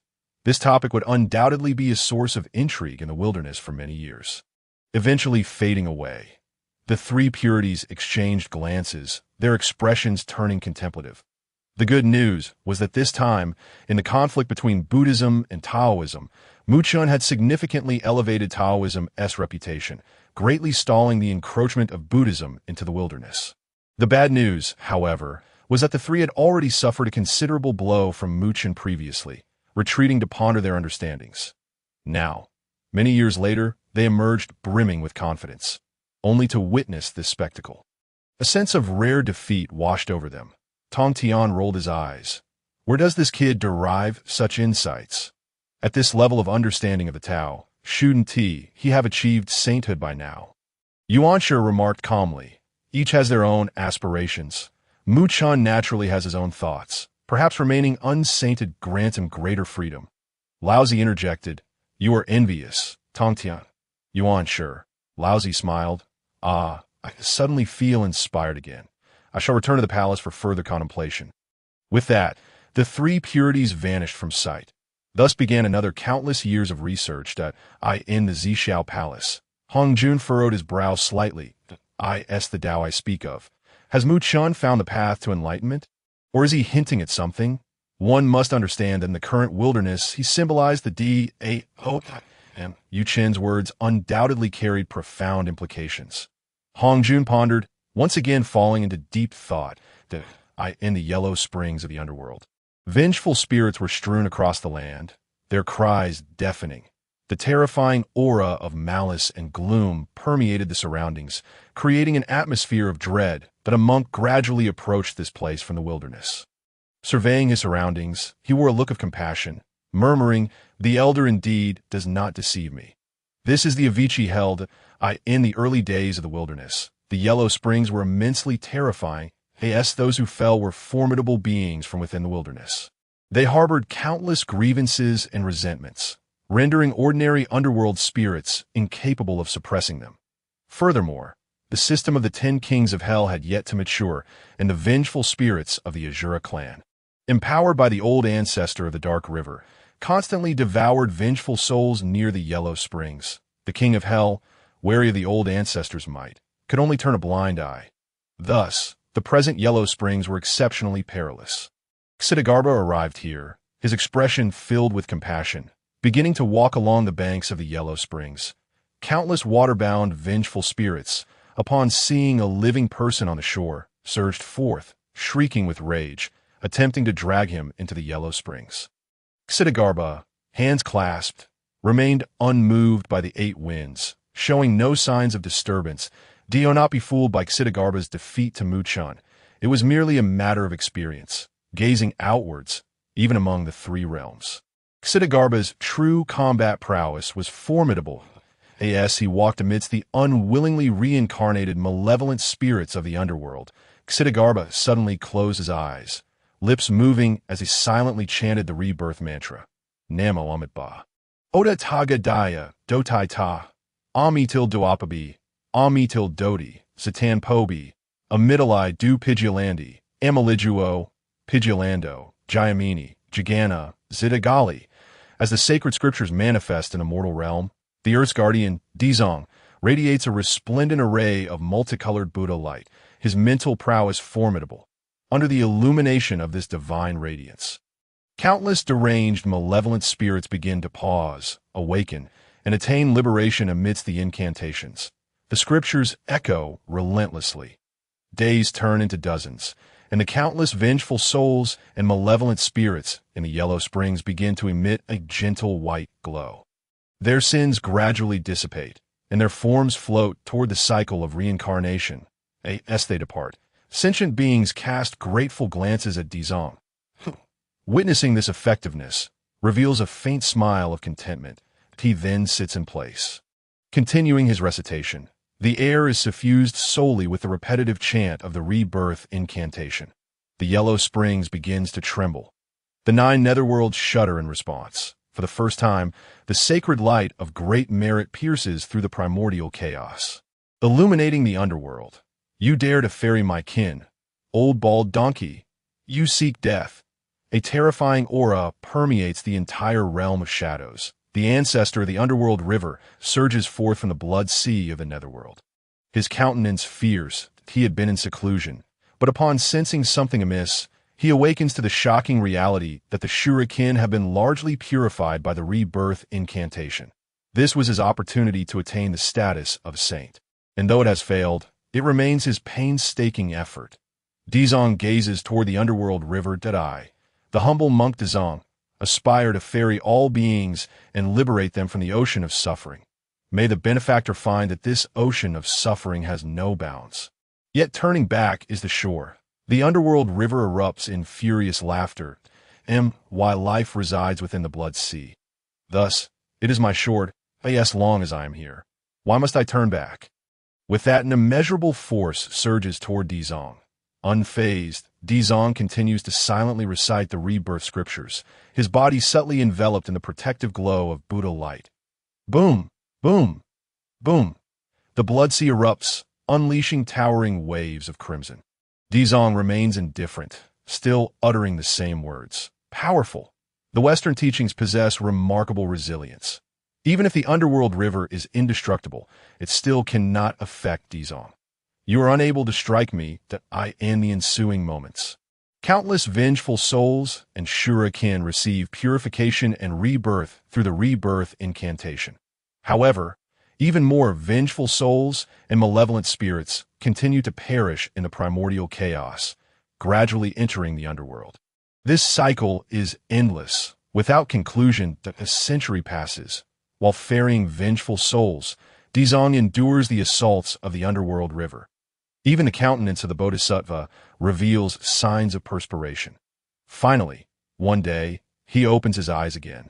A look of bewilderment upon his face. T.O. ferry millions is to become a Buddha. Yet why? After ferrying countless malevolent spirits for millennia, have I not attained Buddhahood? Furthermore, even if I were to become a Buddha, could I truly liberate these endless malevolent spirits? If liberation is unattainable, what purpose does becoming a Buddha serve? Dizong is engulfed in profound conflict, seeing Dizong cease his recitation of the rebirth incantation. The underworld river is nearly moved to tears. Please, Bodhisattva, do not continue. If you recite for another century, my kin will be utterly annihilated. I have been attacking for over a century, yet it is utterly ineffective. Over this century, the shuriken has suffered devastating losses. A sight too painful to behold. It is as if his very heart is bleeding. Suddenly, Dizong lifts his head, recalling the words of Muchun from years past. The Buddhist scriptures state that the Buddha embodies all sentient beings, meaning that all beings are Buddha. If one truly seeks to understand how to attain Buddhahood, one must traverse the ocean of suffering and discover that within this suffering, all are reflections of the Buddha. Perhaps this signifies that one has already attained Buddhahood. The Bodhisattva, Dizong, finally displays a look of enlightenment. To ferry all sentient beings to Buddhahood is to realize oneself as the true Buddha. He then turns to the underworld river, a smile gracing his features. The underworld river inhales deeply, a sense of foreboding creeping in. What do you intend to do? Remain calm. Subsequently, Dizong slowly assumes a meditative posture. Ascending into the I in his left hand, he holds a lotus flower, and in his right, he bestows fearlessness. The Buddha light swells, akin to a solemn vow from the Buddha himself. May I, in the countless future calamities, respond to all suffering beings with the utmost compassion, facilitating their liberation. From this day forth, before the pure lotus-eyed Tathagata, I vow to rescue all beings enduring the torment of hell and the three evil paths, ensuring they attain Buddhahood. Only then will I achieve true enlightenment. Thus, the scripture of Dizong emerges into the world. Henceforth, Dizong establishes a grand aspiration. Once all sentient beings are liberated, only then will I attain Bodhi. Until the hells are empty, I vow not to become a Buddha. His words resonate. The heavens and earth tremble. The sacred light of great merit pours forth from the primordial chaos. The three realms resonate with this declaration. Upon hearing this, the underworld river spits out a mouthful of old blood, nearly fainting on the spot. Damn in the boundless sea of clouds. Muchun also hears the grand vow of the Bodhisattva Dizong. Exclaiming in astonishment, he actually succeeded. This signifies that from this moment forth, an incessantly murmuring old Bodhisattva will appear by the blood sea of the netherworld, idly reciting scriptures and chanting, ferrying wandering souls and the shuriken. The pitiful ancestor of the underworld river, by logical progression, becomes an old adversary of King Dizong, leading to an unseemly coexistence. Muchun reflects on this and sighs that, is it any wonder these Western disciples hold grudges? After enduring a century of beatings, they must recite scriptures at the opponent's doorstep for countless millennia. Who can withstand that? The thought alone is terrifying. However, for Muchun, this is fortuitous. Thus, the underworld river will no longer trouble him. As for Kuanpeng, well, he decides to retreat into seclusion. In 2,000 years, his laws and the god-slaying spear will soon be within his grasp. With that thought, Muchun resumes his cultivation with peace of mind. 2,000 years pass in the blink of an eye. During this time, the arm-extending monkey successfully breaks through to the great Luo Jinxian immortal. Sensing a calling, he continues his travels through the primordial chaos. The sea of clouds grows ever more tranquil. With the arrival of Ao, Tian, and Xian, the two quasi-saints establish their presence, ensuring that no one dares to stir up trouble, resulting in an era of peace. On one fateful day, a divine and terrifying pressure emanates from the sea of clouds, enveloping a vast expanse of over 100,000 miles of ocean. This pressure then expands exponentially, instantly covering a radius of 1,000,000 miles. Countless mountains, rivers, seas, and lands are swiftly engulfed. Numerous living beings lift their heads, their faces etched with awe and terror. Yuchen opens his eyes, gently exhaling a breath upon the great formation of the cloud sea.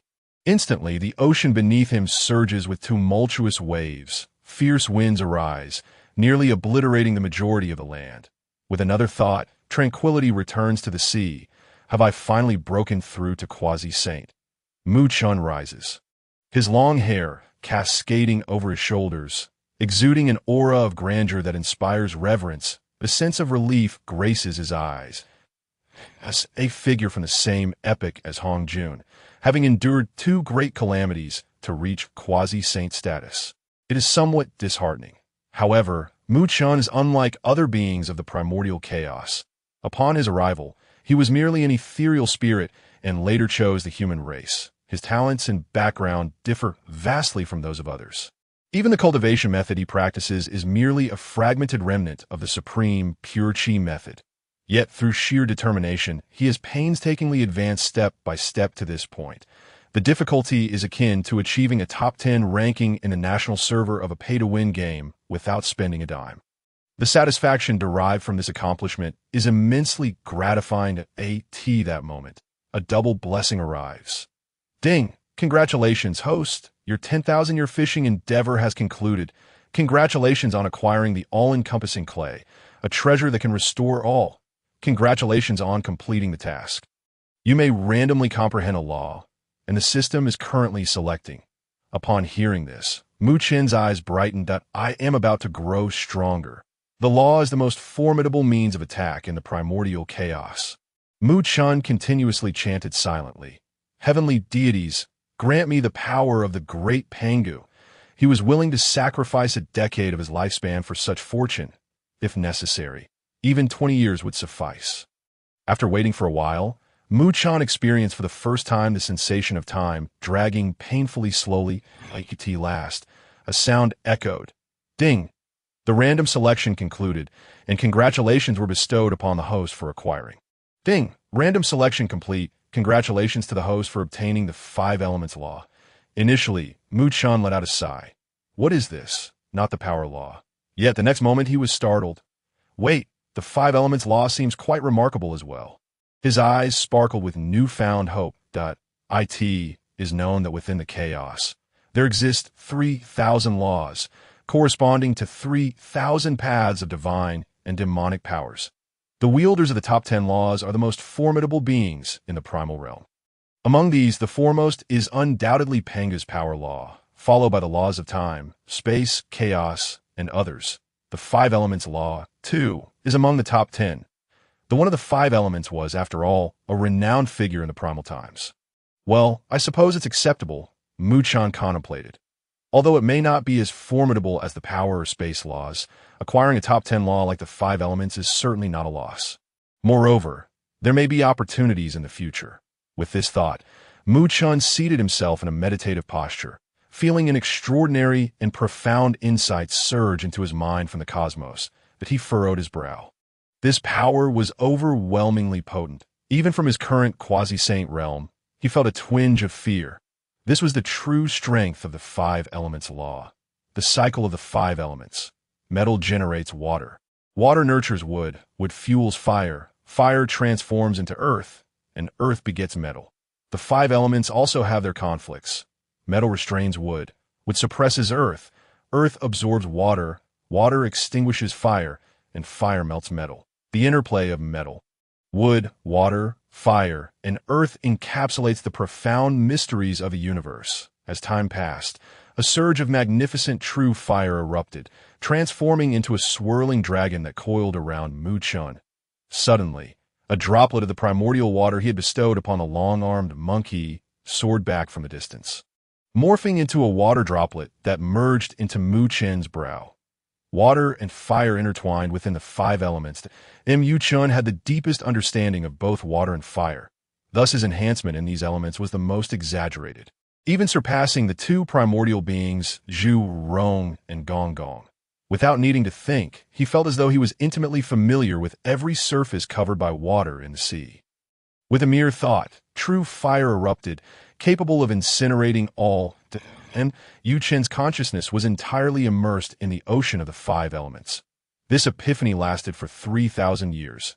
After 3,000 years, Mu Chen opened his eyes, and his aura had transformed profoundly. His gray robe had shifted to a blend of black and white, his long garment floating in the air, rustling with the wind. His visage had also subtly changed, a Taiyi symbol emerging on his brow, where water and fire fused, rendering his aura ethereal and harmonious with the cosmos. Stepping forth, he emerged above the sea, casting a brief glance around. He discovered that all things were imbued with the five elements, each embodying the principles of generation and restraint. This the power of the law.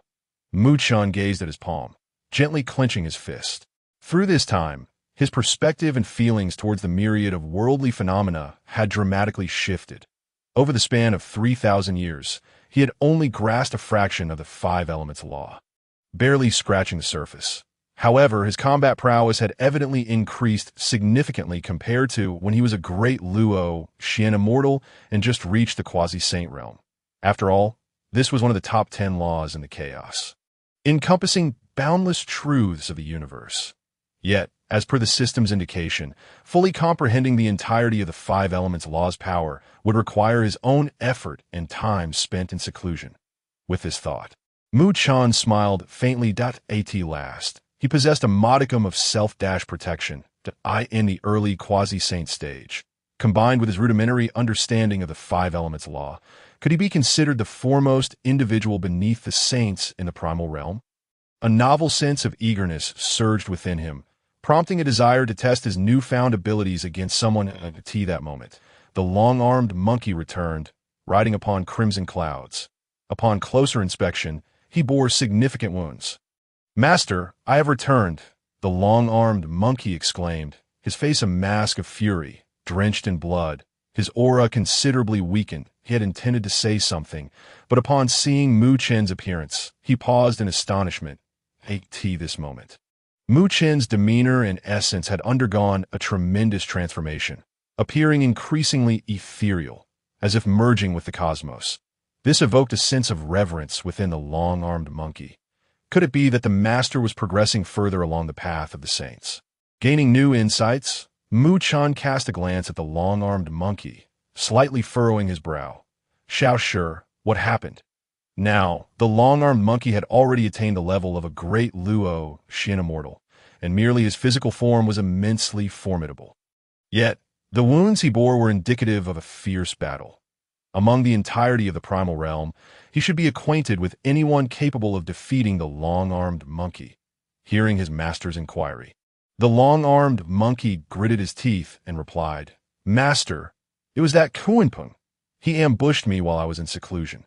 Thankfully, I had the crimson clouds, allowing me to narrowly escape and return. He seemed intent on capturing me, to threaten you." Upon hearing this, Mu Chen's expression shifted to one of understanding. This made sense. As a quasi-saint, Kunpeng was indeed capable of dealing with Xiao. With this thought, Mu Chen regarded the long-armed monkey with a sympathetic gaze. In truth, the long-armed monkey was quite strong, having inherited a large portion of his master's skills. In the grand scheme of the primal realm, he was undoubtedly a top-tier expert. However, ever since joining Mu Chen, he had encountered foes consistently one tier above him, making it seem as though he was perpetually on the receiving end of beatings. In response, Mu Chen couldn't help but sigh, speaking earnestly, "Xiao, you must understand, enduring hardships is pivotal for growth. Become the greatest of monkeys.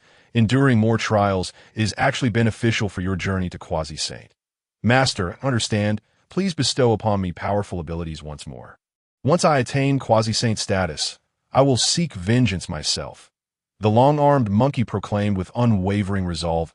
"No need.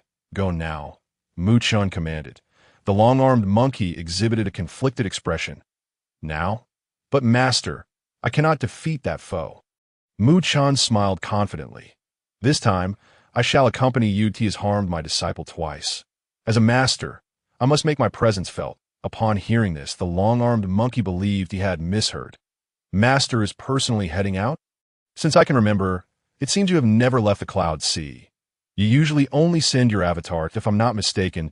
Is this the first time Master is emerging from seclusion? As this realization dawned on him, the long-armed monkey's eyes turned red. Master is willing to leave seclusion for me. What had he done to deserve such honor? Master, please don't go. Just rest easy. He urged it. No, I will go. Do not worry about your disciple. I will avenge myself in due time. No, I will go. Master, get lost. I'm going out. In a swift motion, Mu-chan sent the long-armed monkey back into the Cloud Sea to recuperate. How infuriating! He had finally attained the quasi-saint realm and comprehended the laws.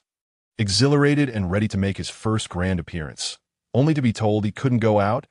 Impossible. As Mu-chan's thoughts stirred, he found himself standing upon the land outside the vast sea of clouds. Simultaneously, he ceased to deliberately suppress his aura. The trace of quasi-saintly energy emanated from him, and with a thunderous roar, the billowing white clouds began to dissipate. The earth trembled, rivers reversed their flow, and phenomena surged around him. 3 flowers gathered atop his head, and 5 energies converged towards the source. Additionally, terrifying phantoms materialized behind Mu-chan, infused with the essence of the T. This moment, there was no doubt he had truly reached the realm of quasi-saint. Taking a deep breath, Mu-chan glanced at the land before him, instantly feeling an extraordinary sensation. This was unlike being within his own territory. Since the onset of the Dragonhan calamity, it was his first time stepping out of the sea of clouds in his true form. Was this the sensation of wielding thunder and lightning, of freedom? Dismissing the subtle discomfort, Mu-chan gently closed his eyes, attuning himself to the heavens and earth. Ever since he comprehended the laws of the 5 elements, his perception of the world had magnified countless times that, in an instant, his consciousness expanded for thousands of miles. Wherever the 5 elements existed, Mu-chan could reach. The Kunpeng, a formidable beast transformed from the essence of heaven and earth, posed a significant threat. Mu-chan approached this adversary with a lethal resolve, simultaneously seeking a worthy opponent to hone his understanding of the 5-element laws. After much contemplation, he deemed the Kunpeng the most suitable sparring partner. He had considered the dangers involved, yet now, as the calamity of the gods had yet to unfold and the forces of the myriad teachings and the primordial chaos were steadily developing, there were no significant celestial tribulations. It could be said that this was a period of tranquility. A quasi-saint could still quietly roam the world, provided they remained discreet and did not attract the attention or hostility of the saints. Thus, Mu-chan emerged, cloaked in the deceptive mantle of the heavens to obscure his destiny, intending to deal with the Kunpeng before stealthily returning. This plan seemed feasible. Days later, Mu-chan opened his eyes. A glimmer of brilliance flashing within, he had found it. In the next moment, he utilized the art of shrinking the land and took a step that spanned thousands of miles, directing himself southward.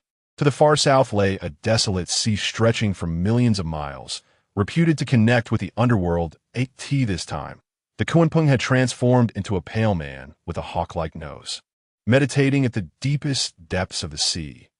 Initially, he had been recuperating in the blood sea of the netherworld. However, ever since the arrival of the old Bodhisattva, king of the earth, he found himself unable to die and was subjected to daily recitations of scriptures. Witnessing the river of the underworld endure a fate worse than death, the Kunpeng wisely vacated the blood sea of the netherworld and began to cultivate at the sea's depths. Decades prior, he had seized an opportunity to ambush a great monkey of the Luo Jinxian realm, only to be thwarted by the astonishing speed of the first red cloud of heaven, which allowed the monkey to escape. Enraged, the Kunpeng returned to this location, ever prepared for the next opportunity. Currently, the attention of the 3 realms and the heavenly court was predominantly focused on the human race of the divine land, leaving them with little energy to concern themselves with him. As for Mu-chan, he was merely a quasi-saint and not a match for him in direct confrontation. Contemplating this, a fierce glint emerged in the Kunpeng's eyes as he murmured, "Mu Chun, just wait. Although the river of the underworld is no longer viable, when Kong Xian emerges from his seclusion, the two of us can still slay you together."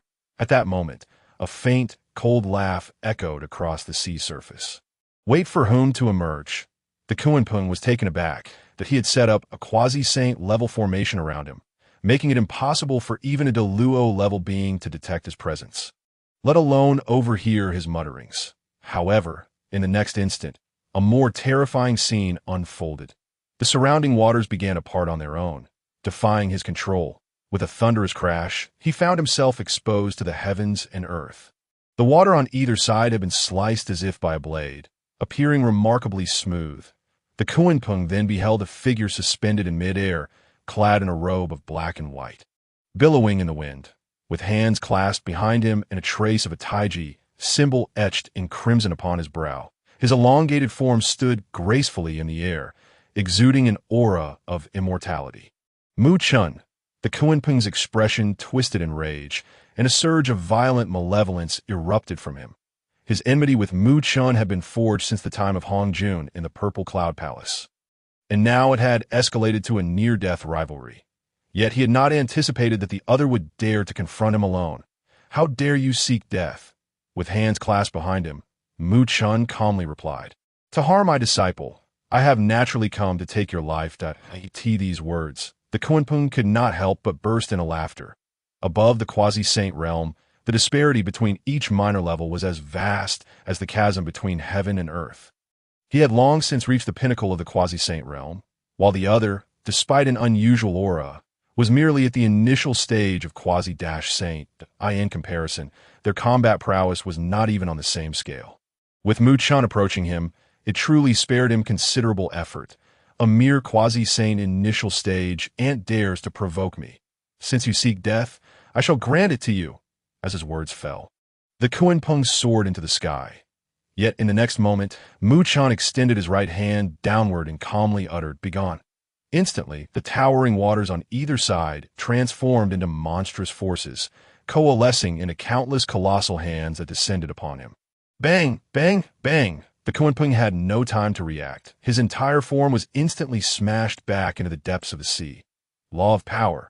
Even a being as formidable as the Kunpeng was momentarily taken aback. This belief etched across his face. In the wake of the water's impact, he had sensed a trace of the law's power. Impossible. How could a mere quasi-saint initial stage individual possess the power of the laws? Roaring in fury, he surged up once more, his body swelling against the wind, transforming in an instant into a behemoth of immeasurable size. If the Jade Emperor were present, he might begrudgingly accept defeat.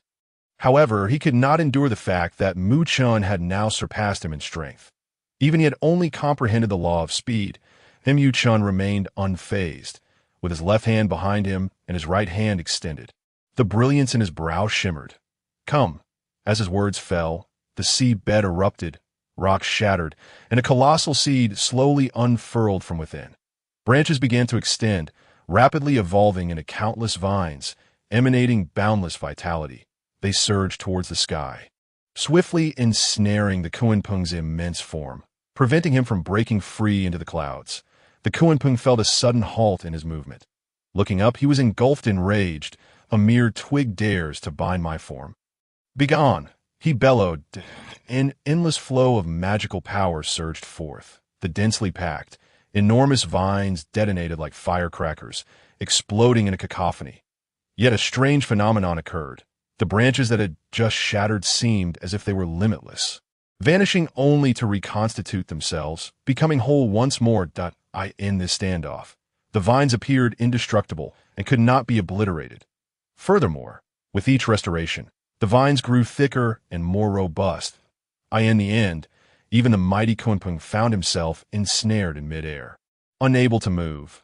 "What on earth is this thing?" The Kunpeng, in a fit of rage, found itself bound by tendrils, an incomprehensible predicament for a being of such celestial prowess. Mu Chun, pondering deeply, was equally astonished. The power of the laws exceeded his wildest imaginings. Given his initial strength at the early stage of quasi-sainthood, his chances against the Kunpeng seemed exceedingly slim. However, according to the principle of the five elements, where water nourishes wood, the tendrils in question not only embodied the force of wood, but also possessed the boundless might of the ocean. Water, when tempered to its softest, can become the most unyielding. Even the formidable Kunpeng could not break free. This was the essence of the laws. In that moment, Mu Chen felt an epiphany regarding the cosmic rules of the primordial world. Die, with no hope of escape. The Kunpeng opened its massive jaws, drawing in all life within a radius of 100,000 miles. This energy coalesced into an intensely compressed purple sphere, spinning with an ominous aura of destruction. "What the hell is that the tailed beast jade?" Mu Chen exclaimed, only to hastily shake his head. No, this is not right. This is the primordial world. In an instant, he plunged into the depths of the water. The next moment, countless mountains behind him were obliterated, reduced to mere dust. The Kunpeng unleashed powerful shockwaves, sending forth beams of purple light that detonated the boundless ocean, creating numerous gaping holes, with monstrous waves crashing violently. Mu Chen darted through the water, his heart racing. This is truly terrifying. If I weren't so swift underwater, I might have been obliterated. Time flowed on, and Mu Chen ascended back to the skies, his fury ignited. "Just wait. Today, I shall stew you." Upon uttering these words, he formed the five-element seal with his hands, unleashing a kaleidoscope of colors. His right palm glowed intensely, enveloping the sky in a scorching crimson aura. Great Sun Golden Flame. Mu Chen thrust both hands forward, a torrent of golden fire erupting from his palms, akin to a cascading waterfall, crashing down upon the Kunpeng's purple shockwave. Boom! The cloud sea dissipated, and the earth within tens of thousands of miles shattered, fissures spreading like a spider's web in all directions, as if the heavens themselves were collapsing. The two titanic shockwaves collided mid-air, and the mere residual force obliterated all surrounding terrain. After a time, Mu Chen's Great Sun Golden Flame gained the upper hand, as was to be expected. The Great Sun Golden Flame, the primordial essence of the five-element fire, birthed at the dawn of chaos, was infinitely more potent than the so-called true fire of Samadhi. With Mu Chen's profound understanding of the five-element fire, he was able to wield it with mastery. "Die for me," Mu Chen roared. Extending both hands, the Great Sun Golden Flame surged to double its size, a terrifying inferno engulfing the Kunpeng's tailed beast cannon, swiftly covering its corporeal form. Boom! Endless flames enveloped the Kunpeng, boiling and blazing.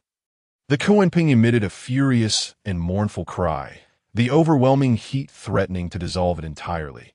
Instinctively, it flapped its wings, attempting to invoke its speed to flee. One must understand that the Kunpeng's true divine ability was its unparalleled swiftness. A single flap could traverse immeasurable distances. Should it ascend to the clouds, few could hope to pursue, and Mu Chen remained impassive, drawing in the air as if painting, softly uttering a word. Bind! The tendrils that had already ensnared the Kunpeng surged forth anew, merging with the Great Sun Golden Flame to bind it tightly, preventing any escape that he pressed on. The surging flames continued to sear, the fiery chains ensnaring the creature with resolute intent to roast the Kunpeng in the depths of the sea. From a distance, it appeared as though a massive cauldron sat in the ocean, the Kunpeng firmly held within, subjected to the flames. Coincidentally, this scene was witnessed by several cultivators who had come to investigate, their faces pale with terror. Thus, a saying emerged in later generations. In the northern sea, there exists a fish named Kun, so immense that it cannot be stewed in a single pot. Time passed, and Mu Chen's magical energy was depleting at an alarming rate. His understanding of the five-element laws was not yet profound, leading to significant consumption. Eventually, after an indeterminate stretch of time, a peculiar aroma of something cooked wafted through the air. Mu Chen inhaled deeply and ceased his assault. The fiery chains dissolved, and the Kunpeng crashed into the ocean, creating towering waves. Upon inspection, Mu Chen discovered the Kunpeng still bore some consciousness, yet it lacked the strength to resist. Lying quietly upon the surface of the sea. Done, Mu Chen clapped his hands, preparing to feast the flesh of the Kunpeng. A creature that few had ever tasted filled him with excitement. Although this was the first Kunpeng of the primordial world, possessing great merit, Mu Chen was not reliant on such merit for sanctification. He had no fear. Concurrently, a feeling of elation surged within him. To have bested a being of Kunpeng's quasi-saint peak was a remarkable feat. Though he had consumed much of his strength, he felt an overwhelming pride. The Kunpeng was no match for him. In the primordial realm, who else could warrant his humility? In that moment, Mu Chen's heart echoed with 6 words. Who else? Step forward, as if answering his fervent call.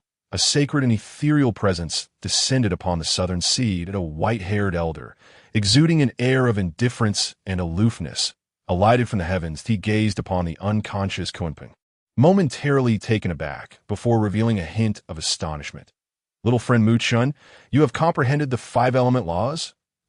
Mu Chen stared at the figure, his scalp tingling. Holy crap, it was none other than the primordial heavenly venerable. How did he know him? At this moment, Mu Chen was entirely unaware that the 3 pure ones had long since discovered his pursuit of their profound teachings and had observed him for quite some time. The primordial heavenly venerable turned to survey the battlefield, a look of appreciation crossing his features. I did not expect the great sun golden flame, born from the 5 elements, to be wielded by you. Its power is indeed impressive. With a gentle wave of his hand, the golden flames that still danced in the inferno were instantly extinguished. This sturdy wood, born from the 5 element laws, is also remarkably profound. With another gesture, the myriad tendrils began to shrink, as if time rewound, swiftly transforming into a small seed. Witnessing this, Mu Chen was left bewildered. What was he doing? The primordial heavenly venerable's actions resembled someone praising him while simultaneously lifting him to strike him down. Was he playing games? In that moment, Mu Chen grasped the profound truth behind the saying. Beneath the sage, all are but ants, regardless of whether one was a Luo or a quasi-saint. In the presence of a true sage, one could only remain obedient. Indeed, the sage was invincible in the primordial realm. Since the fall of the 5-element Taoist in ancient times, no one had ever comprehended the 5-element laws again. The primordial heavenly venerable remarked, You have done well. Yu Chen's smile was more akin to a grimace, uncertain of the sage's purpose for being here. The primordial heavenly venerable replied with a gentle smile. The Kunpeng possesses the treasured artifacts of the demon clan, the river map and the book of Luo, which are vital for the prosperity of humanity. I have come to retrieve them, and, incidentally, to enlighten it. I wonder if the little friend Mu Chen would be so kind as to grant me this favor. Mu Chen fell into deep contemplation. After a short while, he departed from the Nether Sea and obediently returned home, letting out a sigh tinged with regret. The cutlery had been meticulously prepared, yet the sumptuous dinner was taken away by Yuan Shi. However, there was little to be done. After all, Yuan Shi was a sage, and Mu Chen, as an elder of the human race, felt it was neither appropriate nor reasonable to voice any objections. Yet, through this experience, Mu Chen suddenly comprehended a profound truth. To attain sainthood, one must cultivate with utmost diligence. With this thought in mind, Mu Chen soared towards the endless sea. Upon his return, the monkey with long arms had been waiting eagerly and hurriedly approached. Master, how did it go with the Demon Ancestor? In his eyes, his master was of sage caliber, naturally not someone he needed to worry about. Mu Chen, his demeanor calm and unflustered, responded, That Kunpeng is nearly roasted to perfection by my true fire. However, just as I was about to finish it off, Yuan Shi arrived to plead for its life, claiming it possesses great fortune and should not be easily slain. Out of respect for Elder Yuan, I decided to spare it. The long-armed monkey was taken aback. Yuan Shi came to plead for mercy. What great prestige and power that must entail. Instantly, admiration for Mu Chen flowed forth from him in waves. I shall retreat for a period. You must manage things here. Remember to look after your junior brothers Ho, Yi, and Kwa Fu when you have the chance. Their cultivation is still shallow, and they are wandering in the primordial chaos. Do not let them come to harm, Mu Chen instructed. Understood. The long-armed monkey acknowledged, and then set off to find Ho, Yi, and Kwa Fu. Watching the little monkey depart, Mu Chen settled himself beside a small pond on the 12th grade Red Lotus. stretching lazily. Da-da. Home is indeed the most comfortable place. Following that, Mu Chen began to retrieve the blade and hilt of the Qingping sword. With a mere thought, the system bestowed clay of all things appeared in the AI, or I, in the previous years. He had forgotten about this innate treasure in pursuit of the laws. However, in truth, the genuine Qingping sword was also extraordinarily fearsome. It symbolized the unity of the three teachings, the Taiyi, the Yu, and the three pure ones, and was one of the three great innate spiritual treasures. The sword measured 3 feet, 6 inches, and 5/10 in length. Its body and sheath a deep black, adorned with a green lotus flower entwined around it, formed from the leaves of the 36th grade pure world green lotus, one of the 3 great innate meritorious spiritual treasures. Mu Chen extended his hand slightly, and the sword body and hilt began to merge slowly. He then cautiously covered the joint with the clay of all things. Suddenly, a powerful azure radiance surged skyward from the true Qingping sword, flooding into the cloud sea, turning the entire expanse into a terrifying black, with thunder and lightning clashing within. Almost immediately, an unparalleled and terrifying might descended from the heavens, enveloping the surrounding ocean. The once tranquil sea surface began to churn and roar, erupting into towering waves. Countless beings were awakened from the depths of the ocean or their caves, gazing at the sky with expressions of dread. Particularly, the true dragons and Xian clans, being highly sensitive to the aura of heaven and earth, turned pale and terrified upon sensing this malevolent energy. "What is this? So terrifying! We must hide quickly, or we shall perish," they exclaimed, overwhelmed by fear. Such a dreadful presence. This must be the Qingping sword. Tian and Xian appeared simultaneously in the sky, their expressions grave. Years ago, the Demon Ancestor Luo, who had massacred the beings of the 3 clans with a god-slaying spear. Yet the aura emanating from this sword was strikingly similar to that of the god-slaying spear. Yet, this sword was said to be a sage's treasure. How could it now be in the possession of its master? They exchanged glances and soared towards the sky. At this moment, Mu Chen's eyes widened. Such a formidable aura. The energy enveloped his entire being, that if he were not careful, his consciousness could easily be lost to the overwhelming power. Mu Chen clicked his tongue twice, using the power of the 5 elements to seal the aura within the sword body. After investing some effort, he established his mastery over the Qingping sword. In the absence of battle, this sword bore no distinction from an ordinary treasure. Only upon breaking the seal would its terrifying might be revealed. Gazing at the Qingping sword, Mu Chen fell into another bout of contemplation. This sword seemed to belong to Tong Tian. How had he inexplicably obtained it from the system? Had Tong Tian's Qingping sword vanished? Or did it still exist? If it still existed, would that not mean there were 2? How would he explain this to Tong Tian if discovered? For a moment, Mu Chen fell silent. Just then, Tian and Xian arrived above the cloud sea, both bowing respectfully. "Master." They then noticed the Qingping sword in Mu Chen's hand and instinctively gasped, and Mu Chen smiled lightly. "Do not worry. I've already recognized it as mine."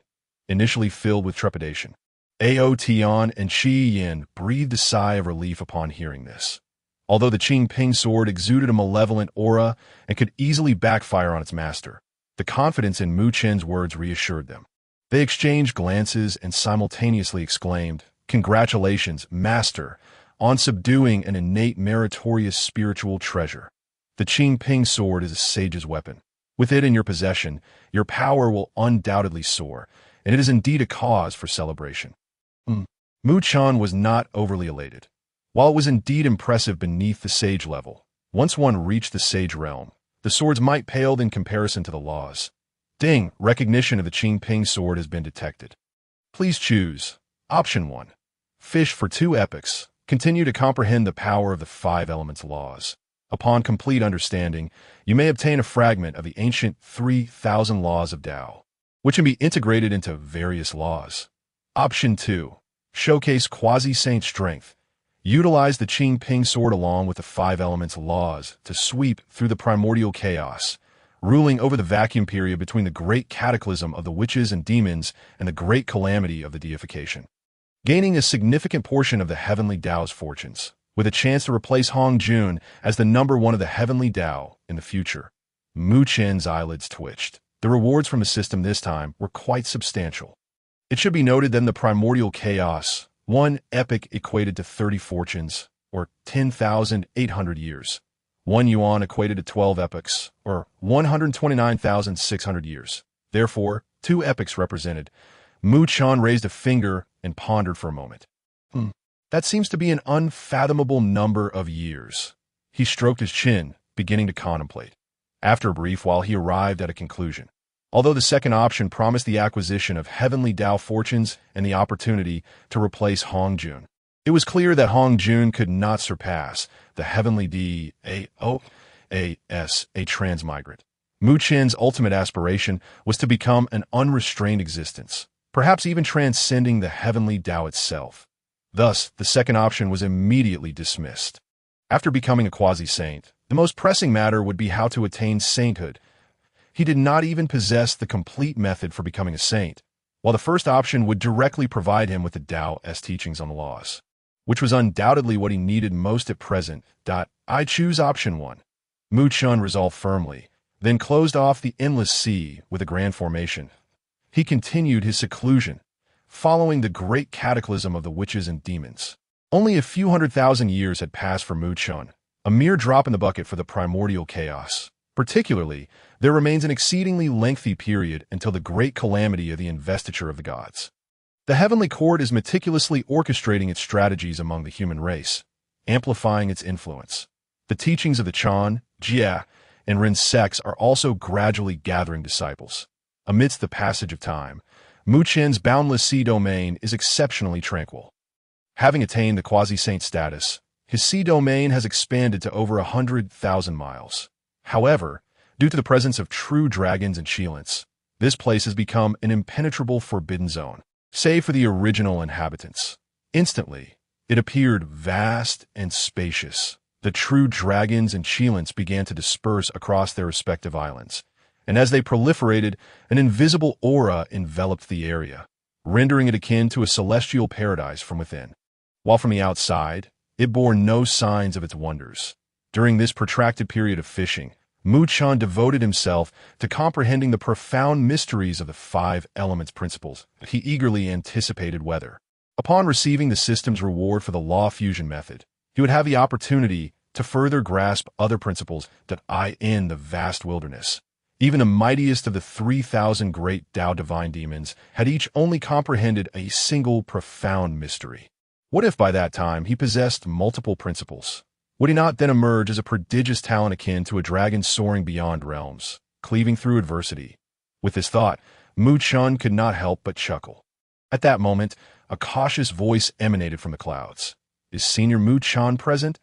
Mu Chun opened his eyes, sensing the presence, and a flicker of confusion crossed his gaze. Duobao, Darren? But what business did he have here? Most likely related to Buddhism. Mu Chun replied directly. Not here. Having offended the 2 saints of the Western teachings by allowing the Earth Store to remain in the underworld, he did not wish to entangle himself further with them before reaching the saintly realm. What if the 2 figures forcibly abducted him? Duobao Darren was momentarily taken aback by the response. Hadn't he just spoken? How could he not be present? After a moment, the realization dawned upon him. Senior Mu Chen's profound understanding of the Western teachings must indicate that the timing was not yet ripe. With this thought, Duobao respectfully declared, "Then I shall visit another day." Mu Chun watched as Duobao departed. Momentarily stunned, he hadn't anticipated that this fellow could be so easily deceived. Nevertheless, this was beneficial, as it did not interfere with his fishing of heaven, earth, and air. He resumed his angling. Yet, on the following day, Duobao Darren returned once more. Is Senior Mu Chun present? Not here. Mu Chun closed his eyes. On the 3rd day. Is Senior Mu Chun here today? Not here. Mu Chun rolled his eyes. On the 4th. 5th, 6 days. Is Senior Mu Chun present? Mu Chun was rendered speechless. He finally understood why Duobao would eventually gravitate towards the Western teachings. This was akin to dealing with the bothersome old fellows of the Western sect. A veritable nuisance. Even a stone would be converted if he were made to chant scriptures. Truly fitting for the future Buddha. At that moment, the system's voice chimed in. Ding! detecting Duo Doran's persistent inquiries. Please choose. 1. To allow Duo Doran to enter the Cloud C Great Array. Upon resolving his doubts, it may enable the Cloud C Great Array to upgrade once more, making it impossible for saints to forcibly invade. Save for Dao Ancestor Hongjun.2. Refuse, avoiding any entanglement with Duobao's karma, and no rewards will be granted. Chen pondered for a moment. Forget it, considering his unwavering persistence. I might as well let him in. The temptation of upgrading the Cloud C Great Array was too alluring. After the upgrade, even the 3 pure ones would not be able to enter his Dao field undetected, which would certainly provide him with a sense of security. Chen's voice resonated from a Cloud C. Come in. Duo Doran's eyes brightened. The moment had finally arrived, and he hurriedly entered the Cloud C. Upon seeing Chen seated in meditation atop a 12-petal red lotus, he immediately bowed that I have come to pay my respects to Senior Chen. He had personally witnessed the debate between Chen and the Earth Store, and his admiration was profound. Furthermore, having learned from his master that Chen had once declined the invitation of the Dao Ancestor, his reverence deepened, and Chen glanced at the little fatty before him, noting that he had indeed grown plumper. He had met him once before at Panlai Island when he attended Tongtian's teachings, but he had not been this rotund then. Was it true that the portly suit had becoming a monk? I wonder why you have come to seek me repeatedly. Duo Doran, facing Chen, felt an unprecedented pressure. He disclosed, this humble Taoist has learned of your profound understanding of the mysteries of both Buddhism and Taoism, and your adeptness in enlightening beings. Thus, I have come to request your guidance. Chen nodded. Speak, then. Duobao's expression turned complex, and he sighed. Speak candidly. When Earth Store Bodhisattva once visited the wilderness, I did attempt to obstruct him. That time, he sought to recruit me into the Western teachings. Since then, during my meditations, I've been plagued by dreams, even witnessing the 2 saints, Jin and Zhuani, manifesting and calling me to the West, promising immediate Buddhahood. However, I am deeply conflicted and cannot disclose this to my master. So I have come to seek your counsel on how to choose. Upon hearing this, Chen's eyes gleamed with understanding. Jin and Zhuani were beginning their scheming. In the forthcoming calamity of the investiture of the gods, it would outwardly appear that the Jie sect suffered a crushing defeat, while the Yuanshi Tianzun's faction basked in victory. Yet in truth, the Western teachings would quietly reap great rewards, seizing 3,000 disciples from the Jie sect to transform into 3,000 Buddhas, and claiming the 4 great disciples of the Chan sect to become Western bodhisattvas. For instance, the well-known Guanyin Bodhisattva was among them. It was precisely because of this that the Western teachings ultimately evolved into Buddhism, successfully flourishing to the point of rivaling Taoism. By the time of the journey to the West, Buddhism had already established a formidable presence, overshadowing Taoism. It could be said that Duo Doran was one of the most crucial pieces in this grand puzzle. With this realization, Chen could not help but inwardly click his tongue in admiration. The most terrifying aspect of the wilderness was the saints. Everything that transpired was calculated within their grand design. Reflecting on the events of recent years, Chen discerned that the original target of Jin and Zhuani had indeed been himself. In their eyes, he was the most fitting candidate to ascend to Buddhahood in the West. They even went so far as to dispatch the formidable Earth Store King to persuade him. Yet who could have anticipated that he would encounter a cunning trickster like himself, the king of deception in the wilderness? Even Nuwa had been deceived into becoming a saint. Thus, it was inevitable that the Earth Store King would fail. However, they did not relent and shifted their focus onto Duo Doran, a meticulously orchestrated plan.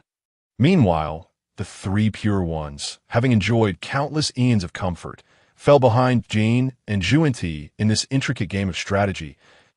Chen pondered this and nodded inwardly. Yet another question arose. What should he do? Should he inform Duo not to go, then notify Tongtian to thwart the Western Saint scheme? If he did so, would Jin and Zhuani not lose face and come here to eliminate him? The thought of the terrifying Western teachings sent a shiver down Chen's spine. He could not act recklessly. Monks were known for their grudges. The way the Earth Store King relentlessly targeted the kin of the River of Blood to chant scriptures was a testament to this. One claimed, as long as the Blood Sea remains, the River of Blood shall not perish. Meanwhile, another vowed, until the hells are empty, I shall never become a Buddha. How terrifying. The mere thought of those two old monks chanting scriptures beside his cloud sea was too horrifying to imagine. But to directly send Duo Bao to the West.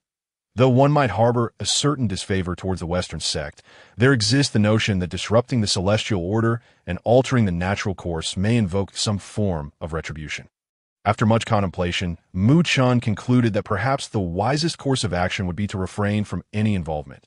Thus, he resolved to put on a fade, sitting upright with an air of gravity.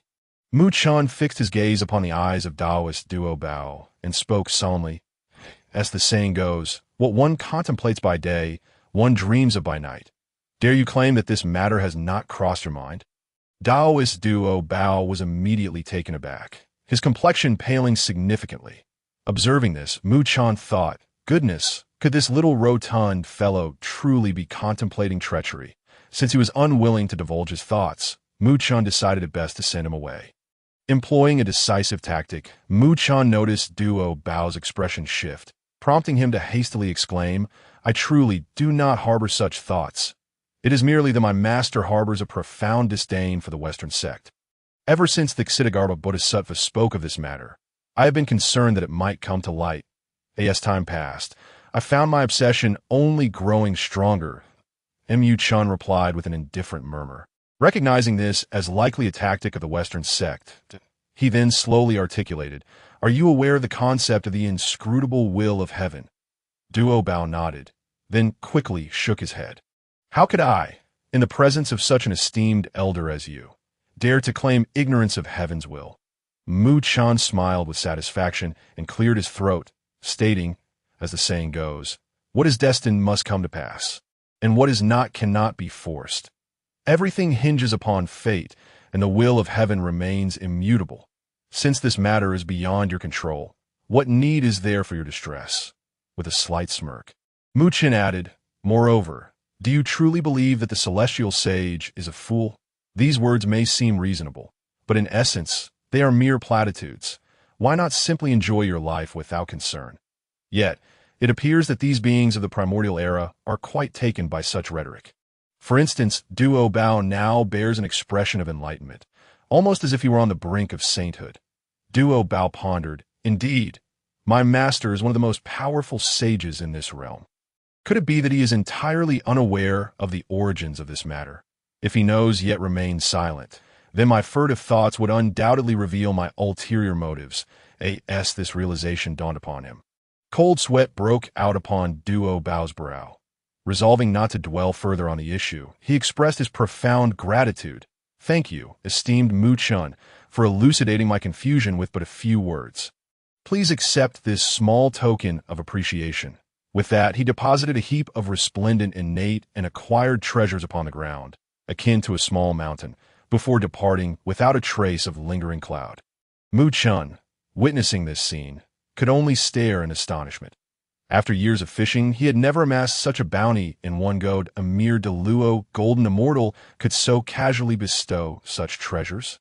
Duo Bao, how profound indeed! With a swift motion of his sleeve, Mu Chen gathered the offerings into his possession. Though he did not recognize the innate and acquired treasures, they were evidently unremarkable within their own rank. Given that he possessed the Qingping sword, a treasure of considerable caliber, he found little value in these items and thus accepted them without hesitation. The solution to Duo Bao's quandary unfolded.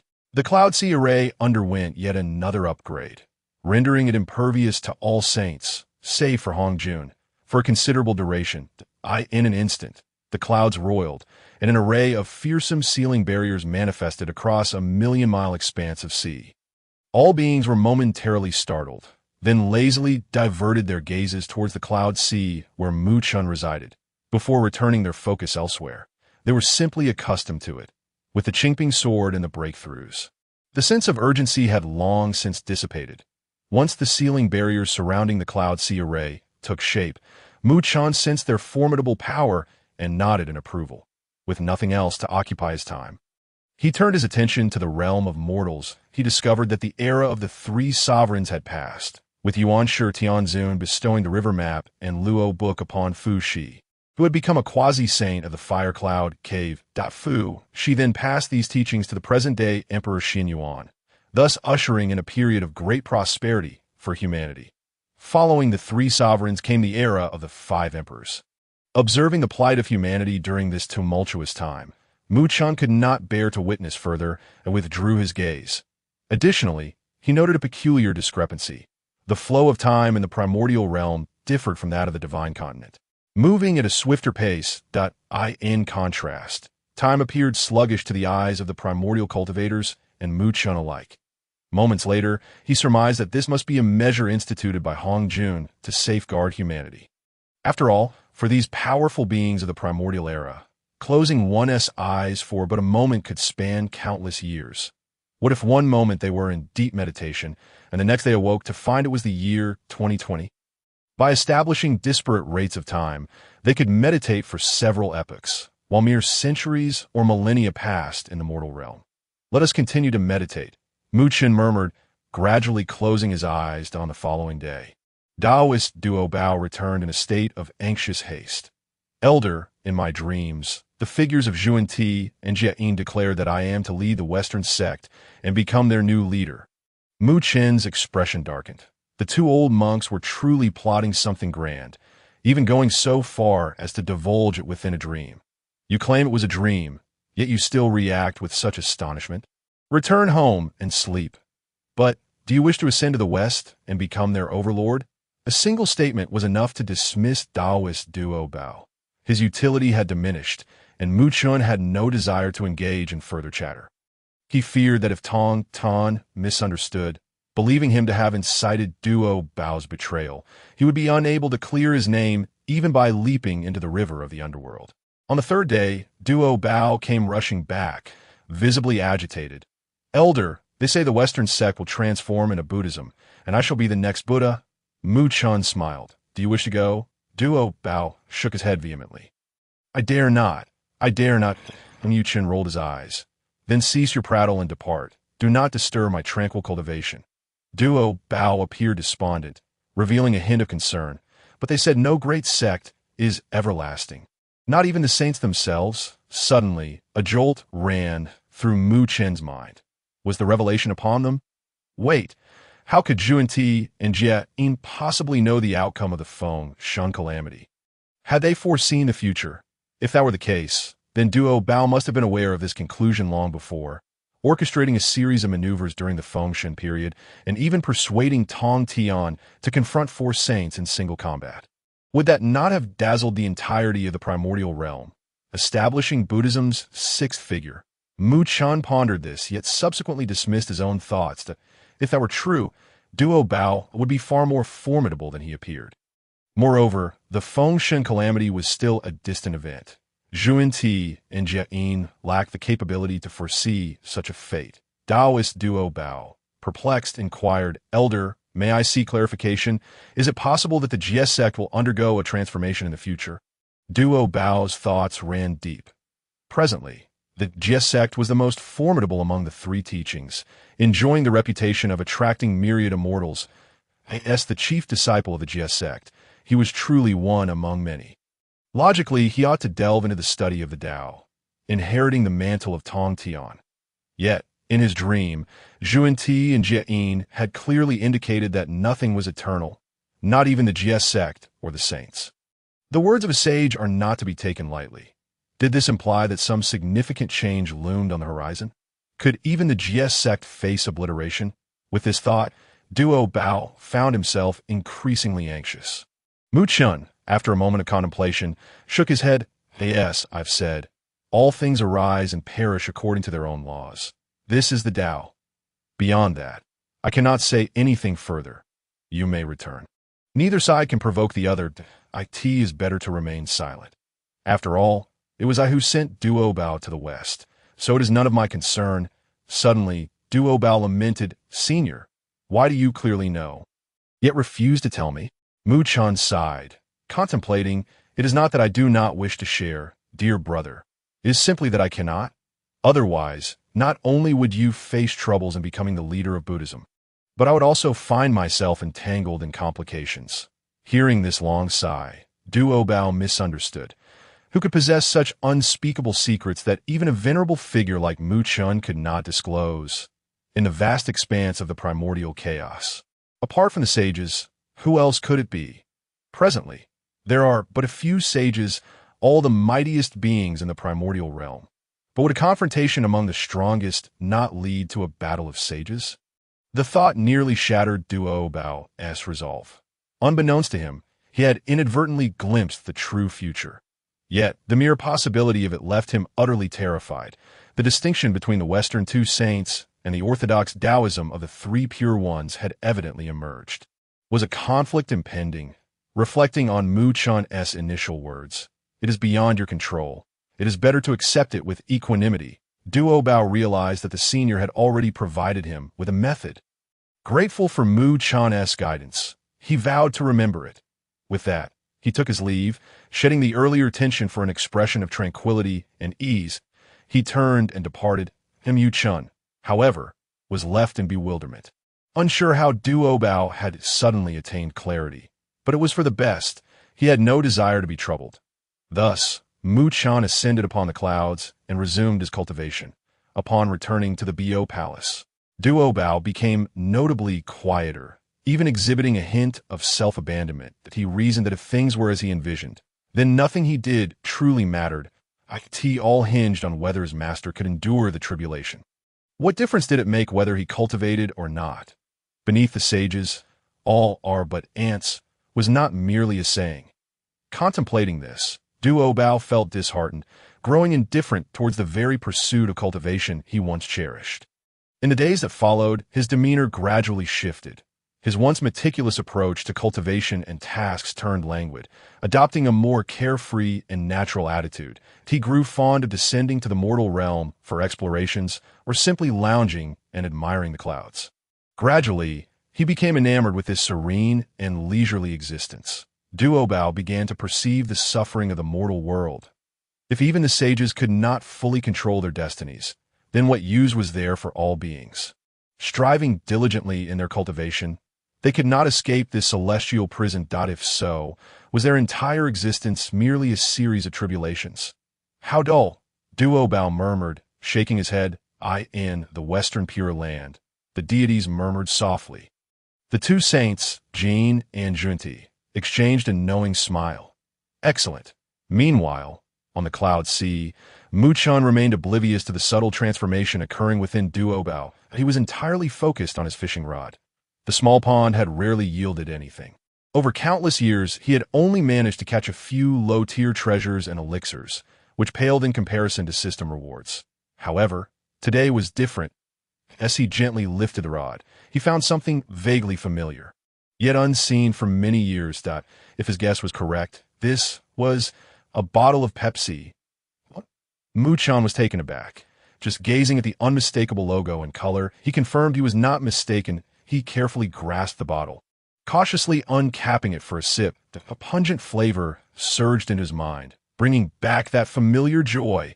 It truly was soda. An array of emotions flooded Mu Chun. Nostalgia, excitement, and reflection, all mingled together. He could hardly believe he had managed to drink soda in the primordial chaos during his lifetime. And he had fished it out, no less, before long. An inexplicable longing for home welled up within him. It felt as though the small pond was now brimming with potential catches. Mu Chun sighed and took a few more sips.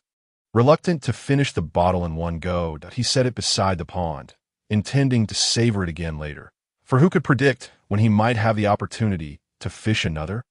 At that moment, Mu Chun raised an eyebrow, sensing a presence approaching within the cloud formation. An elderly man with white hair and a kind expression appeared, a pentagram etched upon his brow. The old man gradually bowed.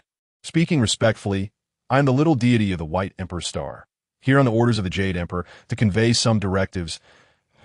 Mu Chun responded with a curious, "Oh, the White Emperor Star?" From what he understood, the White Emperor Star was known for his kindness, primarily serving as the Jade Emperor's emissary. tasked with delivering various commands. Moreover, within Taoism, the White Emperor star was considered a core member, ranking just below the three pure ones, a position of great esteem. Naturally, in the presence of someone as ancient as Mu Chun, the White Emperor star seemed somewhat lacking in stature. Realizing this, Mu Chun understood. In the ancient myths of the primordial chaos, some claim that the White Emperor star only came into existence during the period of the gods. This was evidently a misconception. The White Emperor had long been a trusted confidant of Xian. Since it was a command from the Jade Emperor, Mu Chun opened the cloud sea.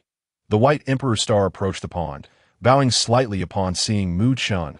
"I pay my respects to you." Senior Mu Chun and Yu Chun inquired, "What edict does the Jade Emperor convey?" The White Emperor star hesitated, speaking softly. "Since the establishment of the heavenly court, there has been a severe shortage of personnel, making every matter somewhat tentative. Thus, the Jade Emperor wishes to borrow your disciples to serve in the heavenly court." Mu Chun was taken aback. My disciples? Who? The White Emperor star quickly continued. "It is Ho, Yi, and Kwa Fu. Their talents and divine powers have garnered the Jade Emperor's admiration. Hence, I have come to inquire if they may be permitted to serve in the heavenly court. If you are unwilling, I shall take my leave immediately." Upon his arrival, Xian had already briefed the White Emperor star about Mu Chun's origins, fearing that any miscommunication might provoke Mu Chun's ire. When the White Emperor learned that Mu Chun was a being capable of conversing with the Demon Ancestor and had guided the young Xian for a millennium, he was instantly struck with fear. How could he dare show any disrespect? "Ah, I see," Mu Chun said, enlightened. Essentially, they were seeking assistance. The great calamity of the gods arose precisely because Xian was in dire need of manpower, prompting him to consult Hong Jun and Yuan Shi about the matter. Ultimately, they established the list of deification. Who would have thought that before that time arrived, the Jade Emperor would begin recruiting? But it made sense. Talent was exceedingly scarce during the Primordial Era. Both the Western sect and the Heavenly Court were busy seeking individuals. Ding, detecting a request from the Jade Emperor, "Please choose Option 1. Decline directly, allowing the bond with the Jade Emperor to gradually fade in exchange for 10 ginseng fruits. Option 2. Permit Kwa Fu and Ho Yi to join the Heavenly Court, thus forging a good relationship with the Jade Emperor, ensuring that no disciples are drawn into the calamity of deification." Upon hearing this, Mu Chun chuckled. Was there even a choice? He declared, "This matter is acceptable, but both Ho Yi and Kwa Fu have yet to reach substantial cultivation. I require a century to guide them. After a century, they may serve in the Heavenly Court." The White Emperor star was overjoyed. He understood why the Jade Emperor had not come personally. He feared that Mu Chun would outright reject the proposal, leaving the mighty Heavenly Emperor without face. Yet he had not anticipated Mu Chun's straightforwardness. "Very well, I shall return to the Heavenly Court to report to the Jade Emperor." Taiyi Xuanxian spoke, and then left in a state of elation. Observing this scene, Mu Chun's thoughts stirred, prompting him to summon Attain and Xian. The two had established a territory of the True Dragon Sea, spanning 200,000 miles, and a colossal Kirin Island within the Endless Sea. Presently, they both stood at the early stages of quasi-sainthood, renowned and formidable beings in the outside world. Upon sensing Mu Chun's summons, they promptly appeared in the clouds above the sea. "Young master, how may we assist you?" Xian inquired. Since several decades prior, Mu Chun had instructed them to address him differently, acknowledging their status as the venerable ancestors of their respective clans, thus deserving of respect. Upon realizing Mu Chun's intentions, their gratitude overflowed, tears and snot mingling. Earlier, the Celestial Court sent envoys. Mu Chun recounted the events Attain, displaying a decisive demeanor, frowned. Ho Yi and Kwa Fu possess extraordinary talents. It seems somewhat of an underutilization for them to serve in the Celestial Court. Xian concurred. "Indeed, it is not without merit. Young master, this course of action may not be ideal," and Mu Chun smiled amiably. "Very well.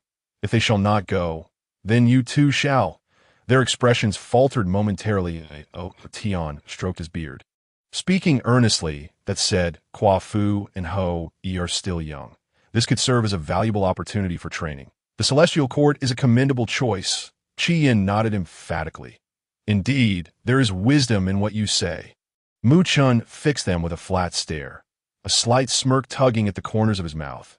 Choosing to disregard their banter, a decade later, Ho Yi and Kwa Fu returned, compared to their initial departure into the primordial wilderness. They now exuded a maturity and composure, their realms having advanced from the initial stage of celestial immortal to the mid-stage of profound immortal, just a step away from Taiyi.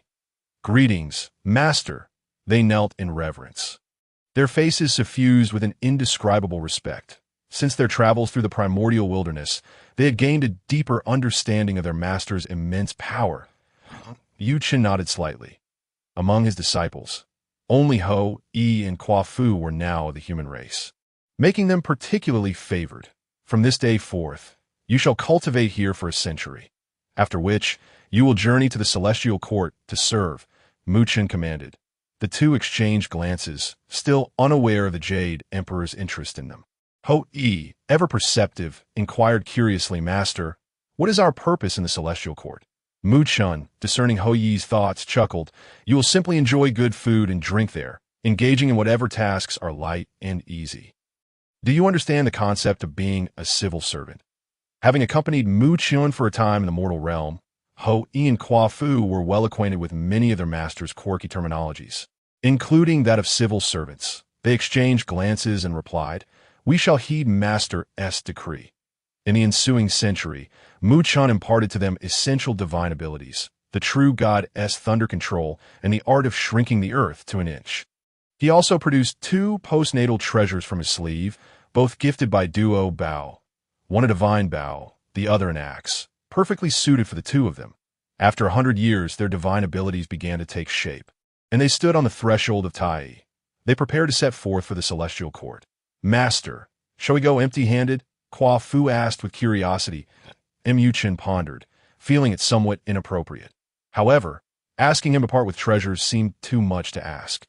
He was usually the one to acquire rather than bestow. His gaze fell upon a half-bottle of cola by the pond, sealed by his magical powers for a century. He wondered if it had deteriorated. With a wave of his hand, the cola flew from the bottle and was contained within an empty golden vial. This should suffice, he remarked, tossing it to Ho Yi. This shall be a token of goodwill for the Jade Emperor. Known as Feijai Quail Shui, he smiled. Furthermore, remember that the sea of knowledge is boundless. While in the celestial court, conduct yourselves with humility and groundedness. Understood. Both Ho Yi and Kwa Fu expressed reluctance, bowing deeply 3 times before departing. Outside the heavenly gate, several celestial generals stood guard, their presence formidable and the atmosphere solemn. Upon arriving, Ho Yi and Kwa Fu felt a rare tension creeping onto their faces. Who goes there? Bellowed a burly man clad in silver. Ho Yi bowed respectfully. We are Ho Yi and Kwa Fu from the endless sea, sent by our master to serve in the celestial court. The celestial general frowned slightly, scoffing. And who might your master be? This is the celestial court. It is not so simple as to enter upon your master's mere word. With that, he intended to dismiss them. That moment, 2 beams of golden light appeared. A man with a kind demeanor, none other than Taiyi Xuanxian, approached, accompanied by a dignified figure in a dragon robe, exuding an aura of authority that seemed to command respect across the realms. Countless celestial soldiers and generals changed their expressions, hastily kneeling that we greet the Jade Emperor. Ho Yi and Kwa Fu, not foolish, also knelt in reverence. Their master had instructed them to be humble in the presence of others. Upon seeing the Jade Emperor, they knew not to question, but to submit, bowing deeply. With the proper gestures of respect, they ensured that should the celestial beings wish to trouble them, they would find it impossible to do so. The Jade Emperor regarded the two with a smile that not be anxious. You two have been summoned by Taiyi Xuanxian at my behest. I hold great expectations for you, and I hope you will achieve great things in the celestial court. As soon as his words fell, not only were Ho Yi and Kwa Fu taken aback, but even the kneeling celestial soldiers and generals nearly dropped their jaws in astonishment. In the entire primordial realm, aside from Hong Jun and a few saints, who else could command the Jade Emperor to personally welcome them? After a brief exchange, the Jade Emperor began to escort Ho Yi and Kwa Fu deeper into the celestial court. The illustrious Jade Emperor, personally leading two minor immortals who had yet to reach Taiyi, clearly held a fondness for them, largely due to the respect he had for Muchan on the way. He recalled something and cautiously produced the golden vial. Your Majesty, this is a treasure presented by our master, named Taiyi Xuanxian. The Jade Emperor raised an eyebrow. Caught off guard, he took the vial, inquiring, from whence does this originate, and what does Taiyi Xuanxian mean? Does such water truly exist? Both Yi and Qua Fu shook their heads, adopting an expression of ignorance. After a moment of contemplation, the Jade Emperor, with a hint of skepticism, replied, "Very well, I shall taste it."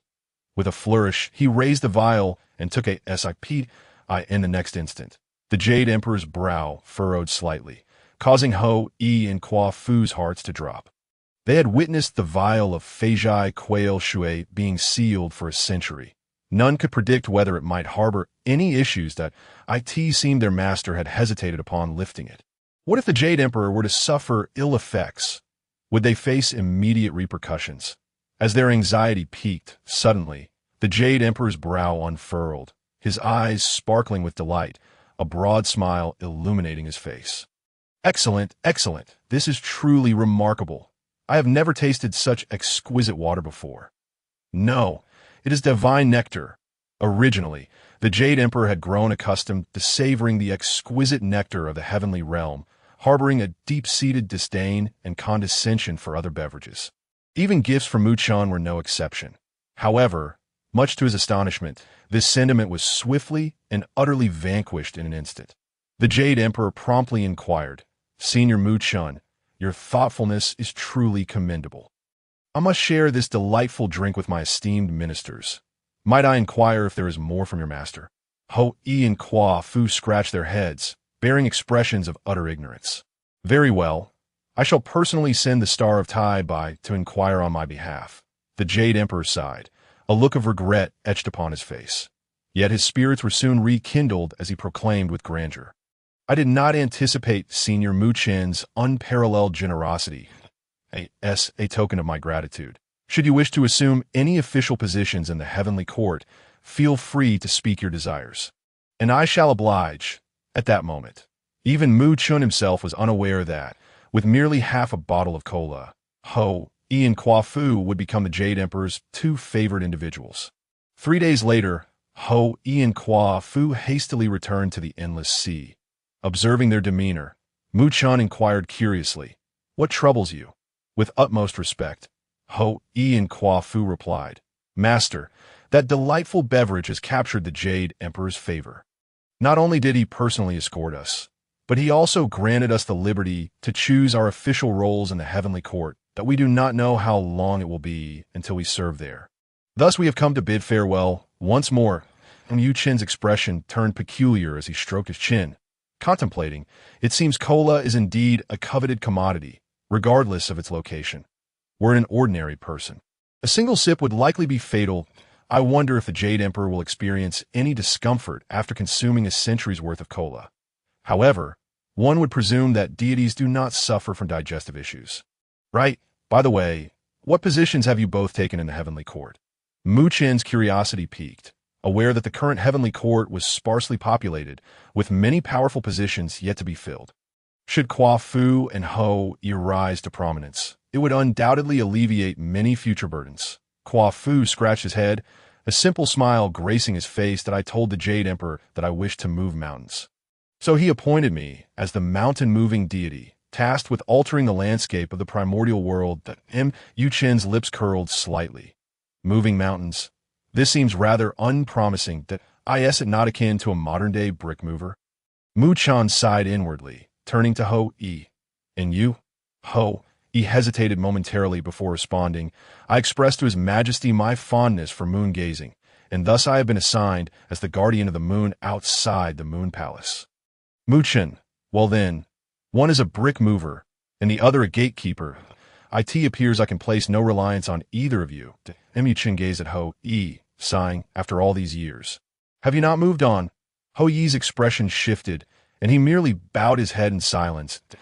In the past, when Muchan instructed the once mortal Qua Fu and Yi during their earthly travels. He had a wife named Chang'e, who was but an ordinary human. One fateful day, by a twist of fate, He acquired several elixirs of immortality, hoping to share them with Chang'e, so they could become a pair of immortal lovers. However, in that moment, He was so extraordinary, having received Mu Chen's guidance, that he no longer resembled a mortal. Chang'e, feeling insecure and fearing abandonment, consumed all the elixirs herself. As a result, she ascended to the heavens and inexplicably became a celestial maiden in the Moon Palace, adopting the name of Chang'e. Yet, He remained a mere mortal, unable to ascend, thus creating an eternal rift between them. This incident weighed heavily on Yi's heart, and it was precisely for this reason that he wished to serve as a guardian in the Moon Palace, likely hoping for a glimpse of his former wife. Though he did not voice this sentiment, Mu Chen understood implicitly. He could not help but sigh, reflecting on the poignant tale of love and regret, which even moved Mu Chen, an eternal virgin. Very well, since this is what you desire, I shall say nothing further. Mu Chen waved his hand. Why do all those from my lineage seem like idle fish? Perhaps this is the nature of mentorship. Only Xiao seems to possess a hint of ambition. Mu Chen continued. In that case, you may depart. The delightful beverage desired by the Jade Emperor was a fortuitous acquisition on my part, and should an opportunity arise again, I shall send someone to deliver it to the heavenly court. Both Yi and Kwa Fu nodded in unison. Then, Master, we shall take our leave, with Mu Chen's nod of approval. The two departed the endless sea, soaring toward the heavenly court, embarking on their divine journey. As Yi and Kwa Fu ascended to divinity, the endless sea grew increasingly tranquil. However, this tranquility did not persist for long. As the true dragon clan began to feel restless, the true dragons, inherently proud and unruly, possessed an innate sense of superiority over the four seas and the heavens. They had once sought refuge here due to the slaughter by the Azura clan. Yet as time passed in leisurely comfort, many dragons yearned to venture outside. Although the endless sea was vast, it still felt confining to these dragons. After all, who would prefer to remain in this small corner when they could reign supreme beyond? In light of this, Tian found himself troubled and approached the cloud sea to seek counsel. Young master, what decision should I make? Mu Chen had anticipated this development and replied, if they wish to venture forth, let them do so, but they must remember not to utilize the endless sea as their backdrop or sanctuary. The future of the Dragon Clan lies in commanding the four seas. Yet, even so, the circumstances are not as they once were. They will merely serve as subordinates to the heavenly court. These young dragons have yet to experience the harsh realities of society, and once they step outside and are dealt with by the heavenly court, they will learn to behave. Upon hearing this, Tian felt a sense of relief. He then brought along a younger member of the clan, named Guang, to the residence of the Turtle Prime Minister.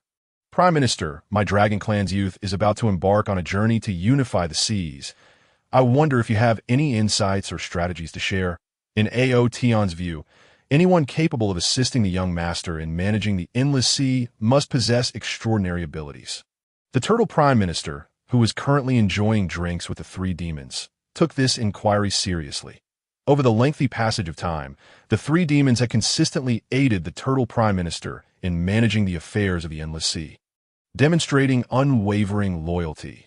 Consequently, they had been rewarded with elixirs from Mu Chen, allowing them to break through to the Taiyi realm.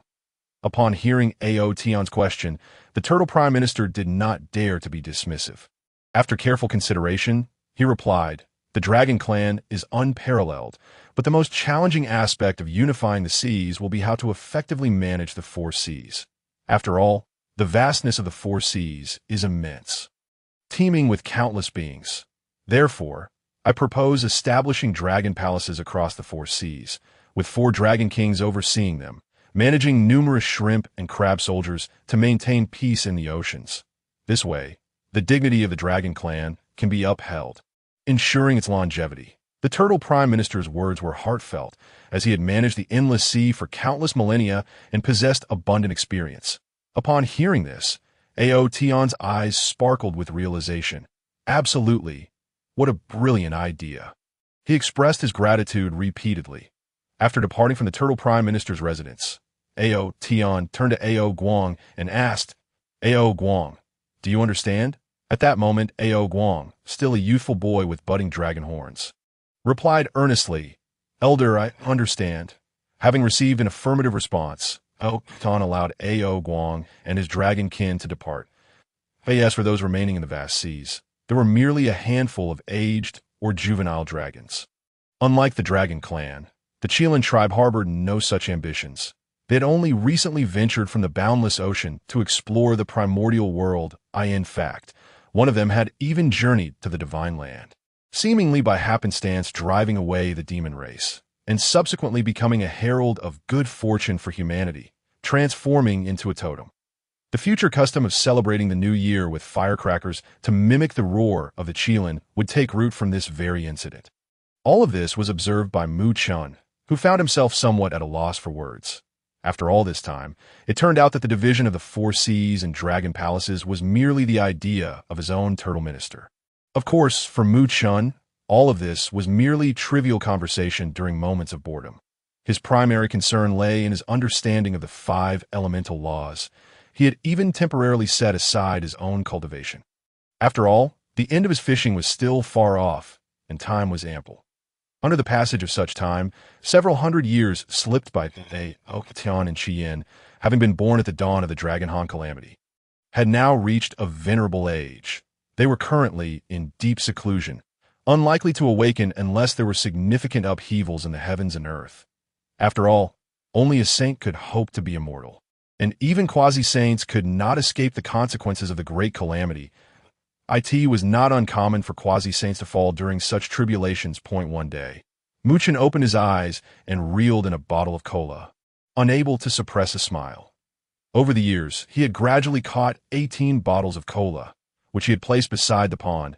He had sent a total of 5 bottles to the heavenly court. It wasn't tea out of reluctance. Rather, it was the rarity that lent them value. Moreover, he had heard that the heavenly court had now renamed this cola as celestial water, placing it on par with exquisite nectar. It was only bestowed upon the gods during grand feasts held in the heavenly court. Even Mu Chen had never anticipated that this delightful beverage would inadvertently gain popularity in the heavenly court, becoming a sought-after commodity. That moment, a formidable aura surged towards him from afar. Mu Chen slowly narrowed his eyes. It was not weak, but neither was it overly strong. It was not of the saintly caliber. In a moment, a woman descended from the moon, her countenance icy and imbued with an indescribable chill. I am Chang Shi, the moon goddess, she proclaimed. Chang, she was the wife of Dijun, the deity of the sun. She was born of the moon's 12 phases and was regarded as the first moon goddess in Taoist mythology. And Yu Chen's thoughts stirred, and he appeared at the edge of the cloud sea. Regarding the exquisitely beautiful woman with a calm expression, might I inquire what brings the moon goddess to the boundless sea? Changshi's expression soured slightly as she got straight to the point. Isn't Ho-E, the guardian of the moon palace, your disciple? Mu Chen instinctively nodded. A flicker of anger crossed Changshi's face as she questioned, I have come to inform you that Ho-E is frivolous and irresponsible. Not only does he neglect his duties, but he also spends his days lurking outside the moon palace, where my servant, Chang'e, resides. That I have refrained from taking action because he is still a junior and because the Jade Emperor personally intervened. However, I must ask you, as his master, what is the meaning of this? Well, upon hearing this, Mu Chen was momentarily at a loss for words regarding Ho-E. You see, when it comes to seeing your wife, can't you conduct yourself with a bit more decorum? Wandering around the entrance like a lecherous stalker, who wouldn't be alarmed. It's perfectly normal for someone to lodge a complaint.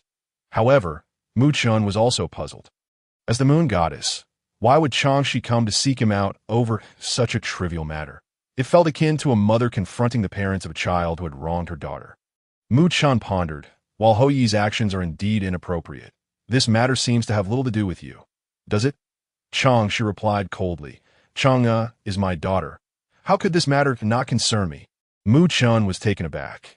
Instinctively, he employed his divination methods and discovered that this was indeed true to Dijun and Chang. She had a daughter, who was none other than Chang'e. However, during the catastrophic events of the Wu and Yao conflict, the couple had utilized secret methods to seal Chang'e away, allowing her to be reborn as a human in later generations. By sheer happenstance, she encountered Ho Yi and even married him. Later, when Chang'e consumed an elixir and ascended to the Moon Palace. It was largely due to Xi's subtle machinations, and Yu Chen's face was filled with disbelief. This narrative was entirely different from the myths he had previously heard. Yet upon reflection, it made sense. Myths, after all, could not all be true. Rather, these underlying truths were far more real. Clearing his throat, Mu Chen spoke. Well, Chang'e and Ho Yi do share a bond from their mortal lives. Although Ho Yi's conduct is questionable, it hardly warrants such severity, does it?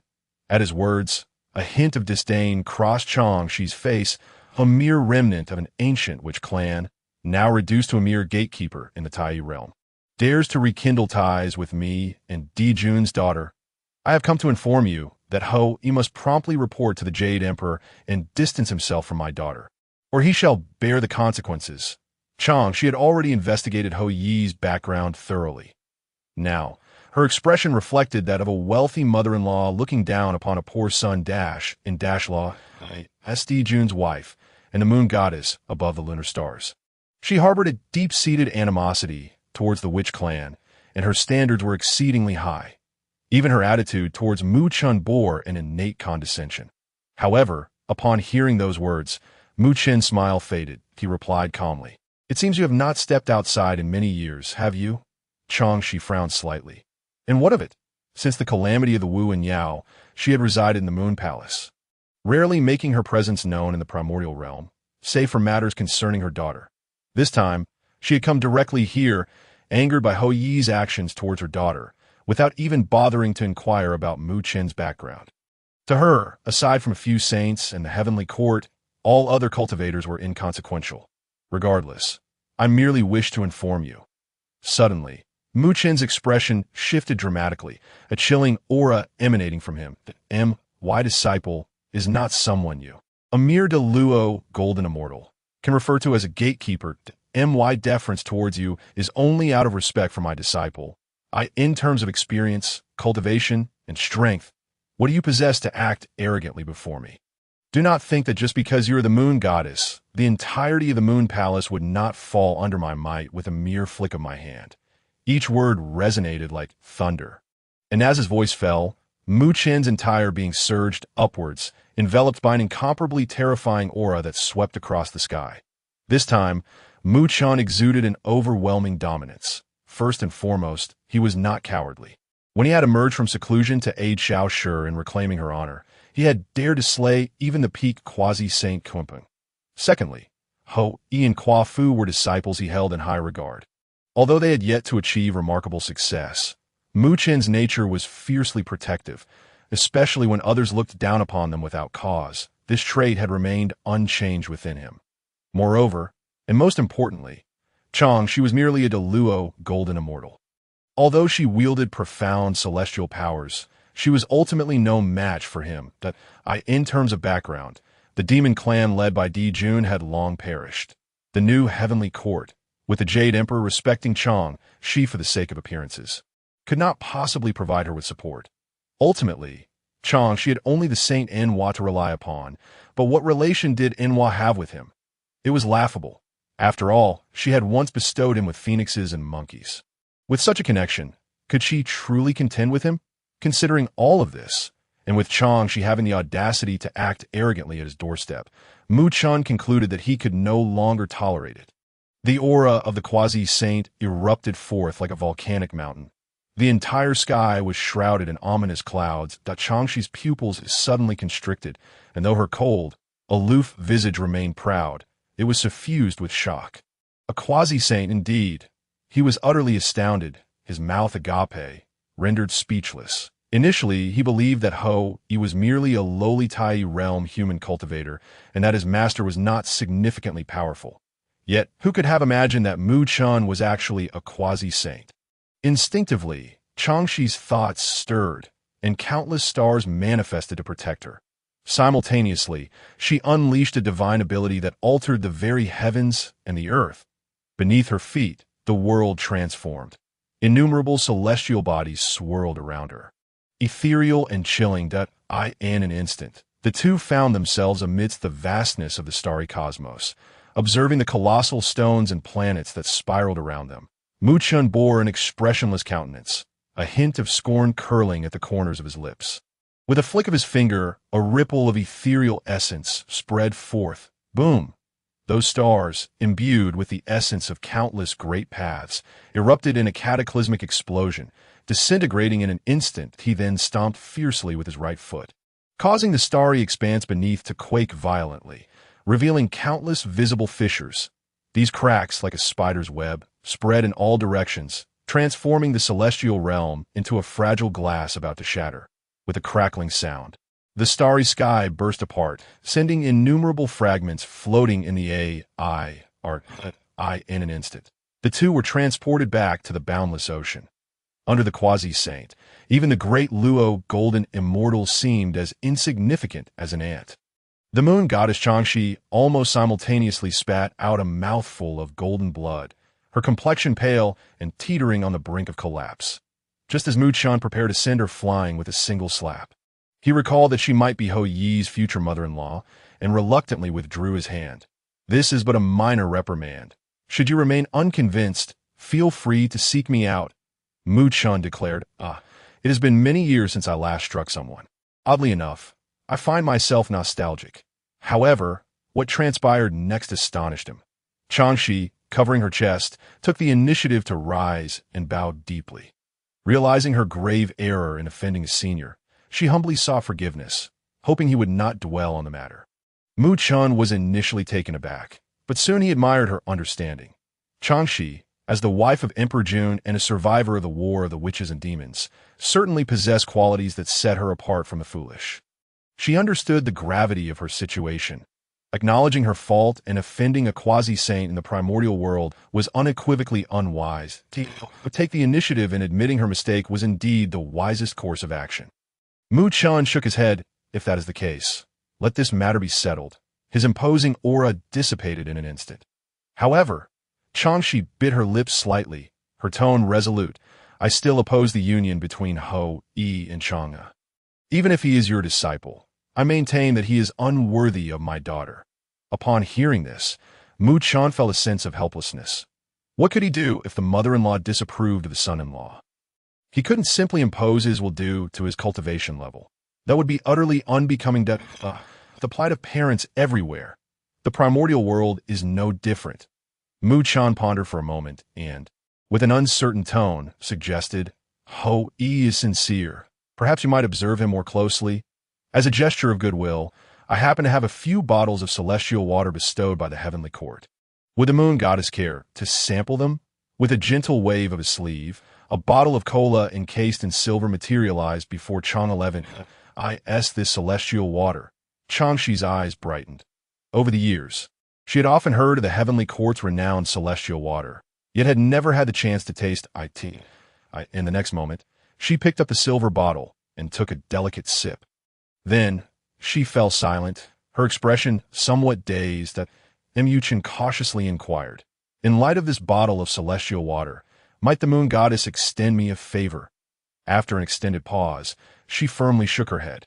No, 3 bottles are necessary, she declared with unwavering determination. Raising 3 fingers with utmost seriousness, Mu Chen was taken aback. Just moments ago, they had been at odds. Now she was bargaining with him. Strangely enough, her current demeanor struck him as somewhat endearing. Yet, to part with 3 bottles of cola for his daughter, he could only imagine what Chang'e would think upon hearing this. Ding! Detected Xiangxi's request for celestial water. Please choose. 1. Grant a certain amount of celestial water to gain the favor of moon goddess Xiangxi and the entire moon palace, along with a wisp of the essence of the moon. 2. Refuse on the spot, sending her flying or slaying her, forcibly claiming Chang'e and receiving a piece of innate spiritual treasure. Upon hearing this, Mu Chen did not need to deliberate.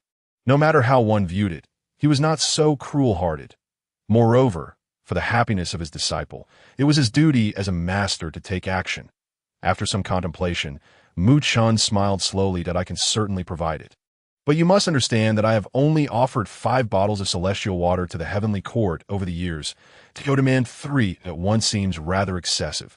Xiangxi pondered slightly. Realizing she had indeed been overly demanding, the esteemed heavenly court had only 5 bottles. She clearly lacked the standing to ask for so much. Thus, she replied, "Then 2 bottles will suffice. I wish to take them back for the disciples of the Moon Palace to sample. So it cannot be any less." Mu Chun smiled broadly. "Deal." He then produced another bottle from beside the water pool. Observing Mu Chen's straightforwardness, Changshi's eyes flickered with a hint of unexpected surprise. In truth, her request for celestial water was not only due to her genuine desire to taste it. More importantly, she wanted to gauge Mu Chen's reaction. Now, she felt reassured. With such a broad-minded and amiable character, his disciples would surely not be lacking. I did not anticipate that you would possess such a generous spirit, and why previous disrespect was unintentional. As an expression of my apology, allow me to gift you a wisp of moon essence as a token of gratitude." Changshi bowed once more, her countenance filled with utmost respect. She then presented Mu Chun with a pearl that emitted a faint moonlight. Mu Chun smiled at this scene, pleasantly surprised by Changshi's forthrightness. It seemed he had misjudged her, and no need. Having already given, I shall not take it back. Keep these 2 bottles, and should Chang'e and Ho be destined for one another in the future, I shall bestow 2 more. That would be splendid. Thus, after a cordial exchange of gifts between the 2 families, the encounter concluded successfully. Watching Changshi's departing figure, Mu Chun sighed deeply, speaking earnestly. "Little E, I have taken care of your mother-in-law. The rest is up to your own abilities." Outside the Moon Palace, Ho E gazed affectionately at the ethereal silhouette within, suddenly stifling a yawn. Who is calling my name?" After this minor upheaval, Mu Chun shook off his previous state of idleness and devoted himself wholeheartedly to the study of the 5 elements principles. He had nearly attained perfection in the realms of water and fire. Next, he would tackle the realms of metal, wood, and earth. Only by mastering all 5 elements could he truly grasp the power of the 5 elements principles. Thus, peace reigned once more in the cloud sea, stretching into an exceedingly prolonged tranquility. Blue skies, white clouds, verdant mountains, and flowing waters. 12,000 years had passed since Mu Chun entered seclusion, marking a complete cycle. According to the system's designated fishing time, he still had half the distance to cover. Understanding the principles of the 5 elements individually was not particularly arduous. However, the interplay of the 5 elements, embodying countless grand principles, proves to be exceedingly intricate. One day, Mu Chun opened his eyes and murmured softly to himself. After several tens of thousands of years, he still found himself significantly distant from the realm of complete mastery over the 5 elements. There was little he could do. Although humanity reigns supreme in the impending era of decline, when compared to the innate deities and demons of the primordial chaos, they are ultimately lacking in innate talents. Achieving the early stage of quasi-sainthood step by step is already a rarity, without a doubt making him the foremost among humanity. Nevertheless, Mu Chun remained unperturbed. As a human destined for sanctification, he is not subject to the scrutiny and manipulation of the heavenly Tao. This implies that the tribulations of heaven and earth would not deliberately target him, which is of utmost importance. In comparison, a slightly slower pace in cultivation is of little concern. Presently, Mu Chun's attributes are already quite commendable within the primordial realm. Host, Mu Chun race, humanity, realm, early stage quasi-saint. Divine abilities, law of heaven and earth, avatar of the outer heavens, 36 techniques of the celestial gangs, true God S thunder control technique, shrinking the earth to an inch. Fire God S protective technique. Cultivation techniques, low-tier breathing techniques, high-tier breathing techniques, Zhu Rong S fire control technique, fragments of the supreme pure chi method, weapons, imitation of the 4 swords of extinguishing immortals, soul dispersing gourd, Qingping sword, among others, treasures, 12th grade infernal fire lotus platform, a fragment of lunar essence, and the host S comprehension of the 5 elements law formed as for other items. Either they had been bestowed upon others or were inferior in comparison to those listed above. Thus they were disregarded. Overall, Mu Chun exuded the aura of one who might soon reach the pinnacle of his potential. He felt a profound sense of satisfaction. Suddenly, Mu Chun gazed toward a certain direction in the mountains and inquired with a smile. Little six ears, do you dare to pry into my path? His voice boomed like thunder, resonating throughout a secluded and tranquil forest. At the mountain's peak, a clever and lively monkey's expression shifted drastically, retracting its 6 ears' divine ability and making a hasty retreat. Yet in the next moment, a figure clad in gray appeared before him, blocking his path. This was a casual avatar conjured by Muchan, hands clasped behind his back, bearing a smile. Why run? The 6 ears was immensely frightened, turning to flee once more. However, no matter where he ran, Muchan was ever present behind him, like a shadow, after a considerable time had passed. The 6 ears could no longer muster the strength to continue. Only then did Muchan lightly wave his hand. A tremendous force instantaneously pierced through the void, pulling both of them into it. Above the sea of clouds, Muchan scrutinized the trembling 6 ears monkey crouched on the ground, curiosity overtaking him. Among the 4 mischievous monkeys, the 6 ears was adept at listening, discerning reason, and comprehending all things. He was also the oldest among them. Back when Hong Jun preached in the Purple Cloud Palace, the 6 ears was punished by Hong Jun for eavesdropping, leading to the famous saying that the teachings were not to be transmitted to the 6 ears. As a result, he found himself estranged from the paths of the world. Even cultivators who took an interest in him refrained from accepting him as a disciple, fearing the might of the Tao Ancestor. Thus, he remained merely a minor Xian to this day. What Muchan did not anticipate was that this little fellow had dared to eavesdrop on him. Yet, Muchan bore no anger, jesting lightly.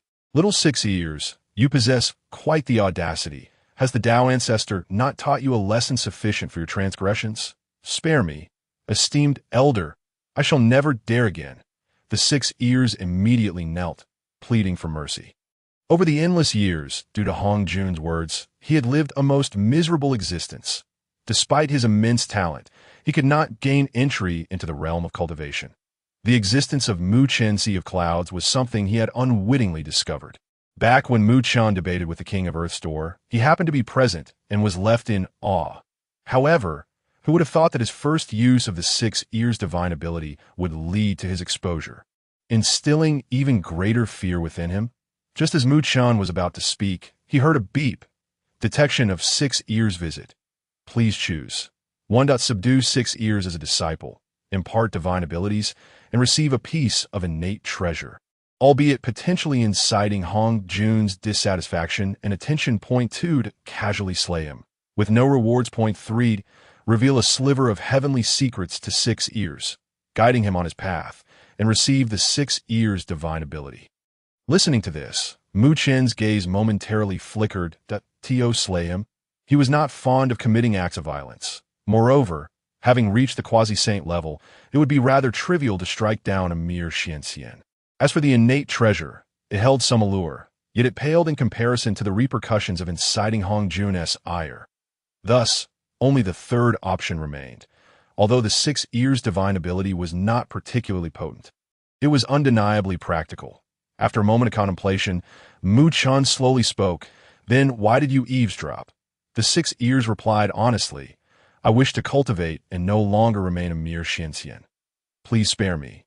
Esteemed elder, I shall never dare again. Muchan chuckled softly. The Tao Ancestor has already declared that no one in the entirety of the primordial realm will dare to impart teachings to you. You may as well abandon that hope. Upon hearing this, the 6 ears' face fell, flooded with unspeakable sorrow. However, Muchan's tone shifted. All things possess their own laws. The Tao Ancestor may have simply been momentarily enraged. He may have long forgotten, and you might not be without opportunities. Considering future circumstances, the saying that the teachings were not to be transmitted to the 6 ears might very well have been Hong Jun's deliberate intention to provide talents for the teachings of Quinty. After all, prior to the great calamity of the investiture of the gods, the 6 ears appeared quite ordinary, only to be embraced by Buddhism during the flourishing of Buddhist teachings in later times. Of course, it was also plausible that Buddhism had grown too arrogant, daring to disregard the Tao Ancestor. The 6 ears' eyes brightened. Esteemed elder, do you wish to impart me your teachings? Muchan smiled faintly. Shaking his head, what I have learned is the orthodox teachings of the 3 teachings.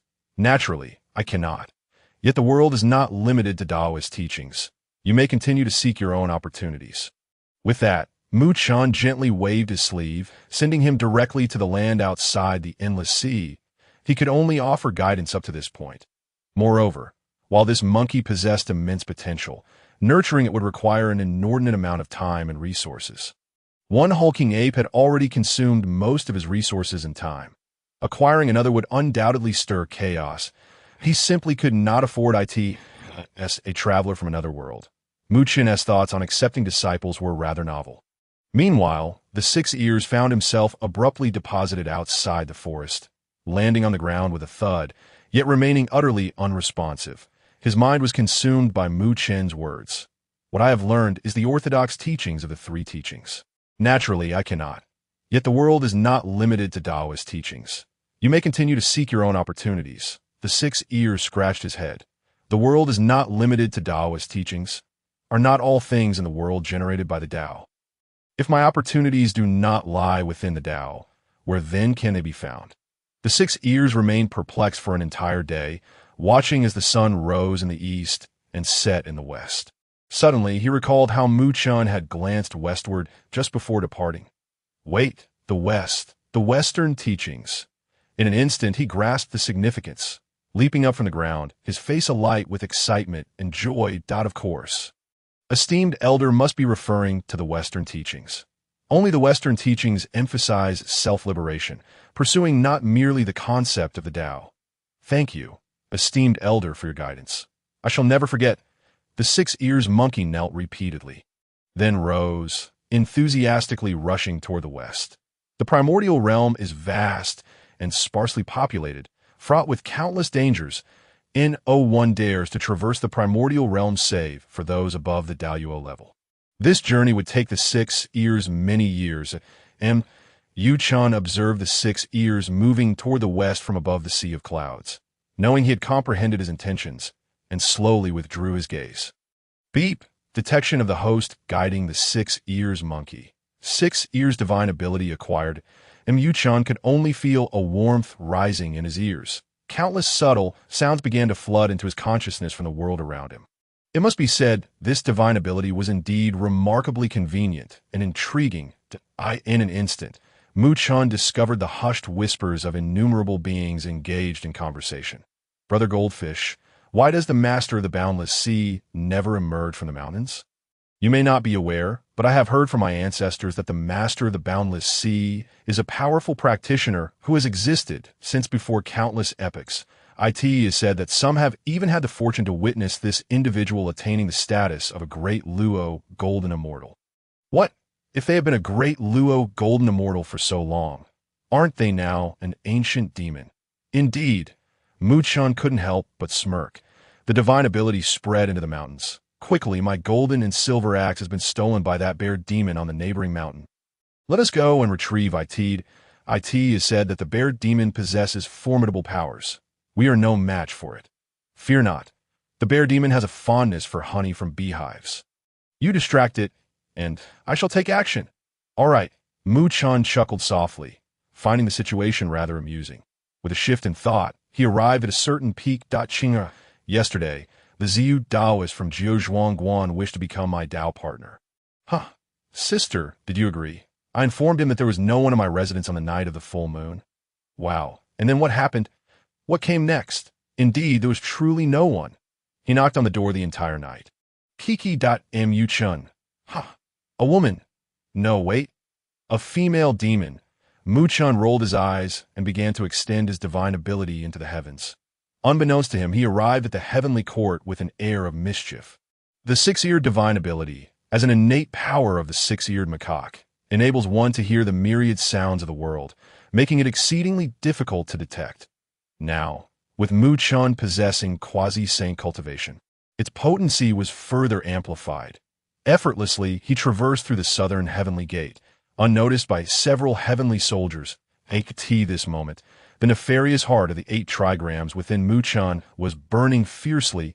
To secretly eavesdrop on other secrets was undeniably exhilarating. In this tense and thrilling atmosphere, scoundrel, from within a grand hall, the furious voice of the Jade Emperor resonated. and Yu Chun was startled. After a moment, realizing he was not the target of the anger, he was drawn closer, curious about what could provoke such wrath from the esteemed Jade Emperor, who rarely expressed his emotions unless utterly exasperated. With a subtle shift in thought, a small ear silently grew in the corner of a stone pillar surrounding the hall, perfectly positioned to overhear the conversations within. This moment, the Jade Emperor was vociferously venting. "This is utterly outrageous. It is a strict decree that mortals and gods cannot fall in love. Yaoji, you infuriate me beyond measure. Who is this mortal? Guards, summon the mountain-moving deity Quafu, and have him apprehend them immediately. Such disgrace to the heavenly court must be met with severe punishment." The Jade Emperor's countenance was ashen. Since the establishment of the heavenly court, there had never been a case of a mortal's falling in love with mortals. And to have his own sister be the one to breach this ironclad rule caught him completely off guard. Mu Chun, meanwhile, listened with rapt attention. "Yaoji, a mortal romance? That sounds somewhat familiar." After a brief moment, Mu Chun realized, wait a moment, isn't she the mother of Erlang Shun Yangjian? Does this not signify the impending emergence of Erlang Shun Yangjian? Mu Chun recalled that in the original tale, Yangjian pursued and hunted, rescued his mother from the mountains, and was taken as a disciple by the Jade Dingzhenren, becoming a renowned disciple under the primordial heavenly lord. His prowess during the Fengshen period was quite notable, and he only grew stronger during the journey to the west, a character easy to cultivate and undeniably an exemplary SSR-level figure.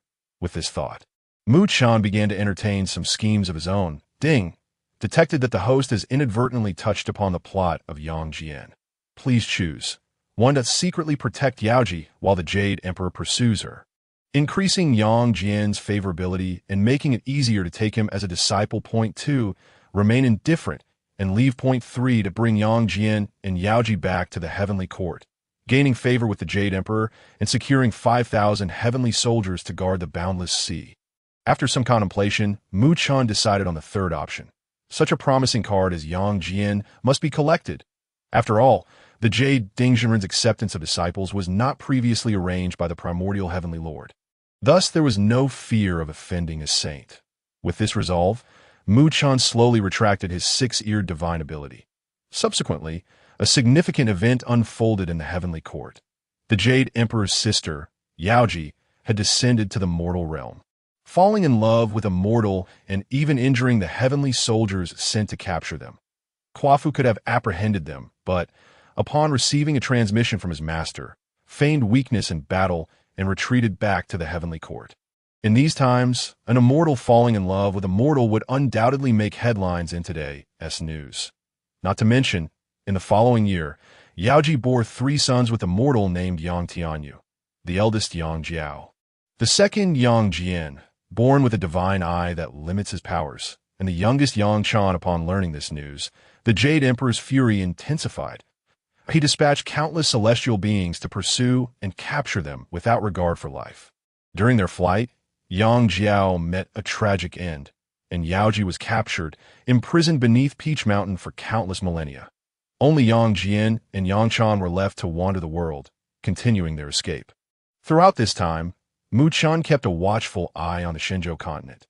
The flow of the wilds, the heavenly court, and the mortal realm varied greatly, as if they existed in entirely different worlds.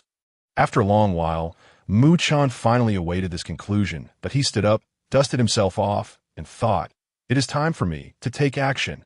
If I wish to save Yangjian, I must first contend with the Jade Emperor, for his existence brings shame to the heavenly court.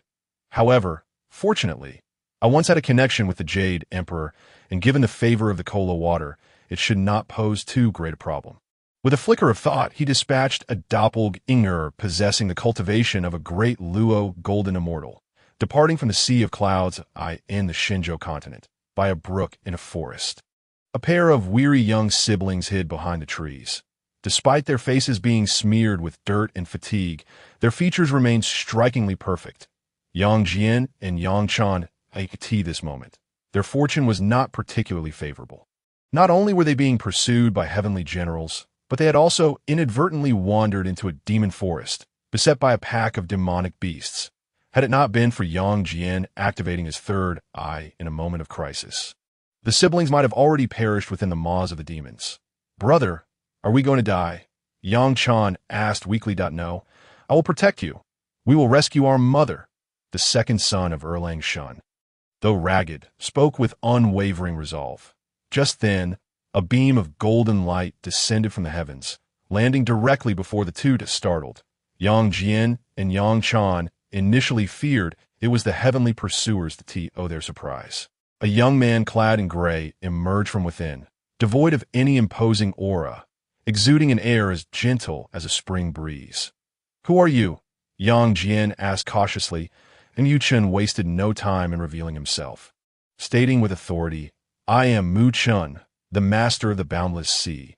"Yang Jian, to speak frankly, I've been watching you since your birth. Your extraordinary bone structure signifies a rare talent for cultivation. As the saying goes, if I do not enter hell, who will? I have long prepared to take you as my disciple. The trials you are currently facing have all been meticulously arranged by me, and you have successfully passed my test.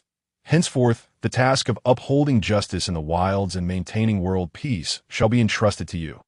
The siblings stood dumbfounded, absorbing his words at Mu Chun, with his hands clasped behind his back. Scrutinized Yang Jian, growing increasingly pleased. This was truly a remarkable find. Without discussing cultivation, this appearance is undoubtedly far superior to that of the little servant raised at home. This moment, in the distance, a long-armed monkey engaged in a fierce battle with ancient beasts of the Primordial Era suddenly sneezed. In a moment of distraction, it was sent flying by its opponent. "Why should I trust you?" Yang Jian furrowed his brows and inquired, "Could it be that you are a lackey sent by the heavenly realm?" Mu Chan smiled and shook his head. "This little devil is not easily deceived. Fortunately, I had a strategy prepared and spoke directly. Yang Jian, do you not wonder how you manage to escape death each time under the pursuit of heavenly soldiers? Do you truly believe that the celestial army is simply too weak? Or is it that your luck is simply extraordinary? With your intellect, I'm sure you have pondered this." Upon hearing this, Yang Jian's expression changed dramatically. The words struck right at his heart. He had always been perceptive, and the questions posed by Mu Chan had indeed crossed his mind. During their time on Peach Mountain, there were many occasions when the deity known as the mountain-moving god had the opportunity to capture them. Yet each time, it seemed to fail most fortuitously. "Are you saying you helped us?" Yang Chan asked weakly. It was then that Mu Chan noticed the little girl behind Yang Jian. Is this not the future three holy mothers?" He chuckled and ruffled the girl's hair. Before he could say anything further, the ground suddenly trembled violently. The surge of ominous demonic energy rushed toward them. Looking out, countless beasts surged from the forest, targeting Yang Jian and Yang Chan. Yang Jian's face turned pale as he shielded Yang Chan protectively. "Run. No need." Mu Chan lazily extended a hand. Great Sun Golden Flame. An incredibly scorching golden flame erupted from his palm. The aura emanating from the flame caused the horde of beasts to instinctively pause, their expressions revealing agitation. And Yu Chun smiled lightly. With his strength, he could have extinguished these creatures with just a finger.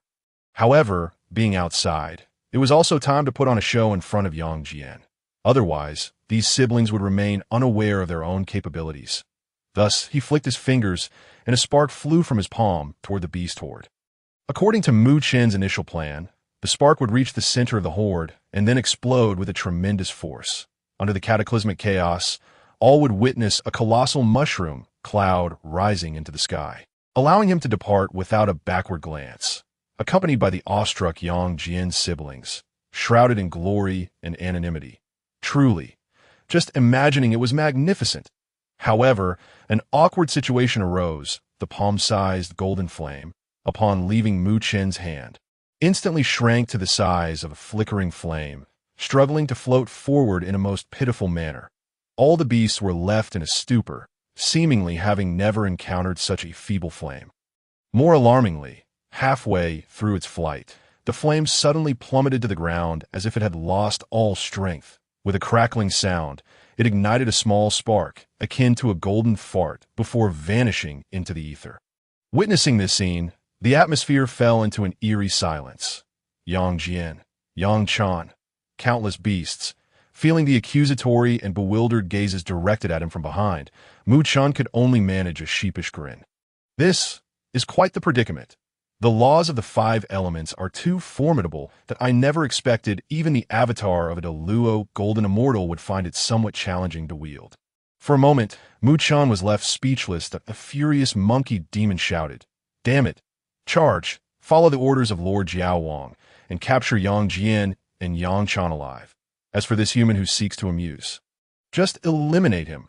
With a single command, countless beasts surged forward, surrounding them from all sides. Yang Jian's face turned pale as he questioned, "Can you even do this?" Mu Chan cleared his throat twice. My mistake. My mistake. Let's reset. He took a deep breath and suddenly thrust his right palm downward. Fire arise. Boom! Like thunder erupting from a clear sky, torrents of samadhi true fire burst forth from all directions, transforming into numerous ferocious fire dragons that instantly engulfed all the surrounding beasts. The temperature skyrocketed, and piercing screams echoed. In almost an instant, countless beasts were reduced to ashes, leaving behind an eerie silence. As far as the eye could see, the mountain forest had been turned into a charred wasteland. Yang Jian and Yang Chan stared wide-eyed, unable to comprehend the scene before them. It was terrifying. Even stronger than those heavenly soldiers, Mu Chun smiled and asked, "How about now?" Without a moment's hesitation, Yang Jian knelt on the ground. "Senior, please take me as your disciple. I am willing to serve you and do your bidding, only seeking to learn your divine powers, eradicate the heavenly court, and rescue my mother." Yang Chan followed suit and knelt. Mu Chun shook his head with a smile. "Whether or not you save your mother is your own affair, that I cannot destroy the heavenly court. I can only teach you divine powers. Are you willing?" Yang Jian pondered briefly before respectfully kneeling alongside his sister Yang Chan. Disciple Yang Jian greets the master. Disciple Yang Chan greets the master. Mu Chun nodded in satisfaction. "You two have many senior brothers and sisters, but that can wait for another day. For now, follow me back to the endless sea." Just as he was about to leave, a beam of golden light, imbued with the aura of a Luo golden immortal, descended from the sky. A Taoist with an ethereal demeanor, holding a whisk, smiled and said, "This humble Taoist is Jade Spring Mountain's Jinxian. Jinxian, a disciple of the Yuanshi Tianzuan of the Yushu Palace, is one of the renowned 12 golden immortals of the Chan sect. The initial events of the Fengshan Bang were precipitated by the calamities wrought by these 12 golden immortals. One of the 12 golden immortals. Jinxian is among the most formidable, known for his rebellious spirit. This moment, he radiated golden light, exuding an aura of solemnity and divinity, paying no heed to anyone else as he smiled at Yang Jian. "Yang Jian, to speak frankly, I have been watching you since the moment of your birth. I have observed your extraordinary birth phenomenon, your remarkable bone structure, and your exceptional talent for cultivation, truly a rare genius among thousands. As all things adhere to certain laws, I am to be your future master. Would you be willing to learn the Tao from me?" Clearly, Jinxian shared a similar intention with Mu Chun, establishing his status as a master right from the outset. In an instant, he radiated power and confidence. Yang Jian, however, remained unmoved. Instead, he felt a peculiar sense of familiarity with those words. He instinctively glanced at Mu Chun, who merely rolled his eyes in silence, uninterested in speaking. Yang Jian politely shook his head. "I apologize, Jinxian, but I already have a master." Yuding was momentarily taken aback, his expression one of disbelief as he continuously calculated with his hands. "How can this be? I clearly did not foresee this. Who dares to take on this karma?" Yang Jian pointed at Mu Chun. Jinxian's expression darkened as he cast a wary glance in Mu Chun's direction. However, the next moment upon recognizing Mu Chun's visage, his expression froze, and his eyes nearly popped out of their sockets. At you, Senior Mu Chun?" Mu Chun was equally taken aback. "What the? I am clearly just lying low. How come everyone seems to recognize me? Could it be that the reputation of the recluse king of the Primordial Era has spread throughout the entire realm?" Realizing it was indeed Mu Chun, Jinxian immediately became far more respectful. A disciple of the Yuanshi Tianzuan, He was naturally well aware of the existence referred to by the Tao Ancestor during the imparting of the Tao, a figure spoken of with great reverence, acknowledged to possess a comprehension of the Tao that surpassed all innate deities of the time.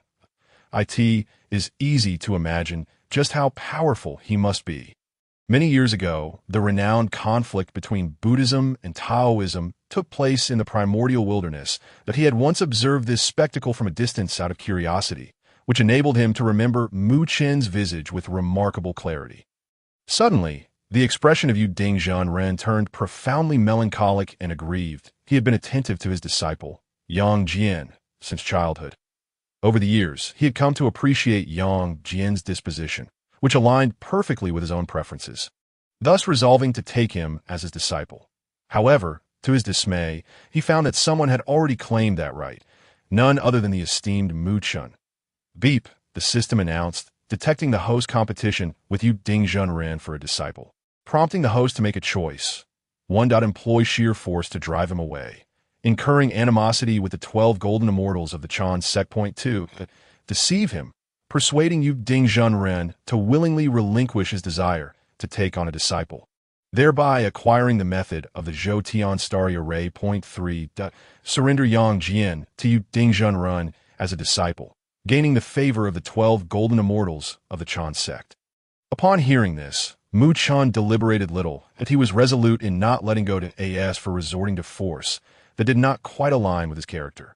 Yet, the Zhou Tian starry array captivated his interest, being a formidable celestial formation utilized during the ancient era of the Demon Clan's heavenly court.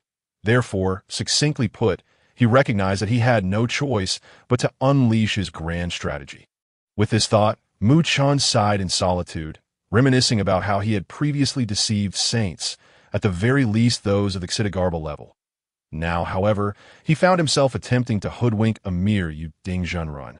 He genuinely feared he might inadvertently bamboozle him. If that were the case, would Yuanshur not seek to avenge himself?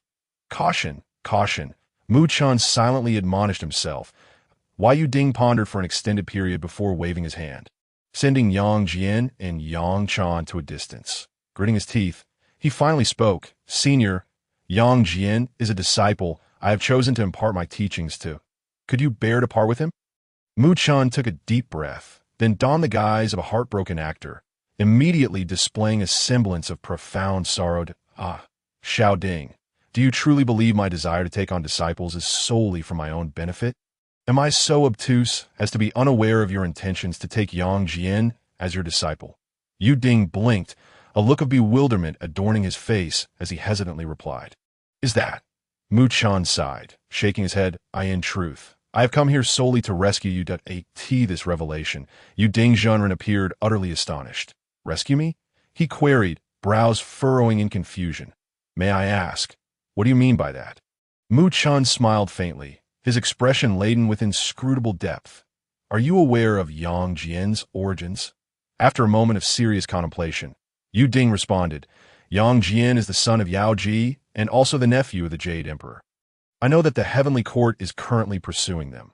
However, as a second-generation disciple of the Chan sect, I believe taking Yang Jian in for training should not pose any significant issues, right? As for the consequences, as a Luo, I should be able to bear them. He had contemplated this matter long ago, yet Mu Chen's words inexplicably instilled a sense of doubt within him. Could it be that I, as a Luo and a disciple of a saint, cannot bear the consequences of one Yang Jian? Mu Chen smirked slightly, unfazed, and inquired, if you, as a Luo, can bear the consequences of Yang Jian, then can you withstand the repercussions between the heavenly court and the Chan sect? Yu Ding Zhanren's face turned pale with trepidation. What does the relationship between the Chan sect and the heavenly court have to do with me? Mu Chen sighed, his expression conveying the naivety of youth. Currently, the doctrines of the three saints are rising throughout the primordial wilderness, establishing a situation of dominance for the three teachings. You understand why the ancestral decree established the heavenly court. Yu Ding furrowed his brow, then murmured, to maintain a balance? Precisely. Mu Chen regarded him with a look of approval. He then subtly sealed the surrounding space, obscuring the heavenly secrets, and continued, indeed, some may say it is rather irreverent. Yet it is because the three teachings dominate the primordial wilderness excessively. However, the unity of the three teachings has failed to sustain the balance of the primordial wilderness, which is why the Tao Ancestor dispatched Xian to establish the heavenly court, aiming to restore equilibrium to the primordial wilderness and the three realms. Now, let me ask you, based on this reasoning, how do you perceive the relationship between the heavenly court and the three teachings? Yu Ding's complexion grew somewhat ashen as he uncertainly replied. It seems rather tenuous. As a second-generation disciple of the Chen sect, although his master had not explicitly stated it, he could discern from subtle indications that his master did not regard the heavenly court with much concern. Maintaining an attitude of mutual non-interference, it appeared that all three teachings shared a similar stance towards the heavenly court. Mu Chen adopted a look of reassurance and patted Yu Ding Zhenren's shoulder. Exactly. The relationship between the Jade Emperor and the three saints was already strained, even somewhat cold and adversarial. If you were to take the Jade Emperor's own nephew into the Chen sect for training, how would that reflect upon the Jade Emperor and the celestial beings pursuing Yang Jian? Would you not be publicly slapping the heavenly court in the face before all beings? Should the Jade Emperor come to believe that this was a directive from the Chen sect, seeking to hold you accountable, then considering Yuan Shi's temperament? Mu Chen left the implication hanging, observing the cold sweat trickling down Yu Ding Zhenren's forehead. He then continued, "Finally, I must ask you, if indeed a rift should arise between the Chen sect and the heavenly court, disrupting the Tao Ancestor's grand design for the primordial wilderness, where would you, as the instigator of this monumental upheaval, position yourself? I doubt the saints would be inclined to exhibit much leniency, that in essence. All of this was merely Mu Chen's fabrications. Based on future circumstances, if Yang Jian were to enter the Chen sect, the Jade Emperor would likely turn a blind eye. After all, he was his own nephew. And with a saint in the Chen sect, a graceful exit would naturally be sought as for Yuan Shi. As a saint, he would be even less likely to concern himself with a mere mortal like Yang Jian. Nevertheless, one must acknowledge that overthinking can lead to complications that Mu Chen was purely steering the narrative towards the most unfavorable outcome. As his words settled, Yu Ding Zhenren found himself genuinely ensnared in this web of reasoning, his back now drenched in cold sweat. Following Mu Chen's discourse, he instinctively thought, could it be that this is indeed the case? Instantly, he felt an immense relief wash over him, thankful that he had averted a grave error. Subsequently, Yu Ding Zhenren looked at Mu Chen, his face brimming with uncontainable gratitude as he bowed deeply, exclaiming, "Thank you, Senior, for preventing me from inadvertently inviting a catastrophe of such magnitude. Without your intervention, I fear the primordial wilderness could have descended into chaos." "Ah, it was nothing so grand," Mu Chen replied modestly. "Senior, you are too humble. It is indeed a remarkable deed." "Not at all. Indeed it is. All right, you caught me." Mu Chen conceded, his hands clasped behind his back, exuding an air of compassion for all beings. "But let it be said, if I do not descend into hell, who will? Today as consequences shall rest solely upon my shoulders. You may take your leave." Upon hearing this, Yu Ding Zhenren was overwhelmed with admiration, a torrent of words welling in his throat, yet he found himself unable to articulate them. Ultimately, he could only depart in tears and anguish. Observing this scene, Mu Chen shook his head. "I haven't even exerted myself yet, and yet another has collapsed. The loneliness." Beep, the system chimed, confirming that the host had successfully persuaded Yu Ding Zhenren to relinquish his desire to take on a disciple, thus acquiring the Zhou Tian starry array. With a smile, Mu Chen departed, sweeping Yang Jian and Yang Chen into his sleeves and leaving the divine land. Above the sea of clouds, Mu Chen returned with the siblings Yang Jian and Yang Chen. It was their first time witnessing such breathtaking scenery, sitting amidst the clouds with expressions of disbelief, as if in a dream. "It is magnificent," they exclaimed, gazing at the clusters of clouds that seemed almost within reach. Mu Chen smiled warmly. "From this day forth, you shall cultivate here for 300 years. He could naturally discern Yang Jian's intentions. It was likely that he was eager to descend the mountain and cleave the peach trees just after mastering his skills. However, Mu Chen had no intention of obstructing him. He believed in letting things unfold naturally. Despite the Jade Emperor's outward display of fury and authority, he nonetheless harbored some leniency within in the subsequent days. Chen imparted advanced cultivation techniques to the two of them. The more sophisticated Taiyi Xuanxian remnants were still not quite suitable for them at this stage. During the following days, Chen guided the two in their cultivation within the Sea of Clouds. Yang Jian possessed extraordinary talent, and Yang Chan, as the future mother of the three saints, was no less gifted. Both were descendants of the Haotian lineage, and their progress in cultivation far exceeded Chen's expectations. In merely a century, Yang Jian had successfully broken through to the Earth Immortal realm and had opened his third eye. Yang Chan followed closely behind. So soon, Chen raised an eyebrow.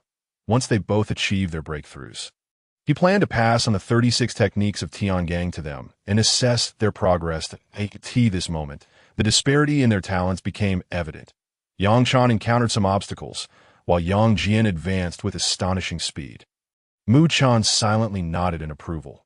This was a method passed down to him by the Demon Ancestor Hongjun, a superior technique that was difficult for most to master. A significant part of the reason was Yang Jian's unwavering diligence.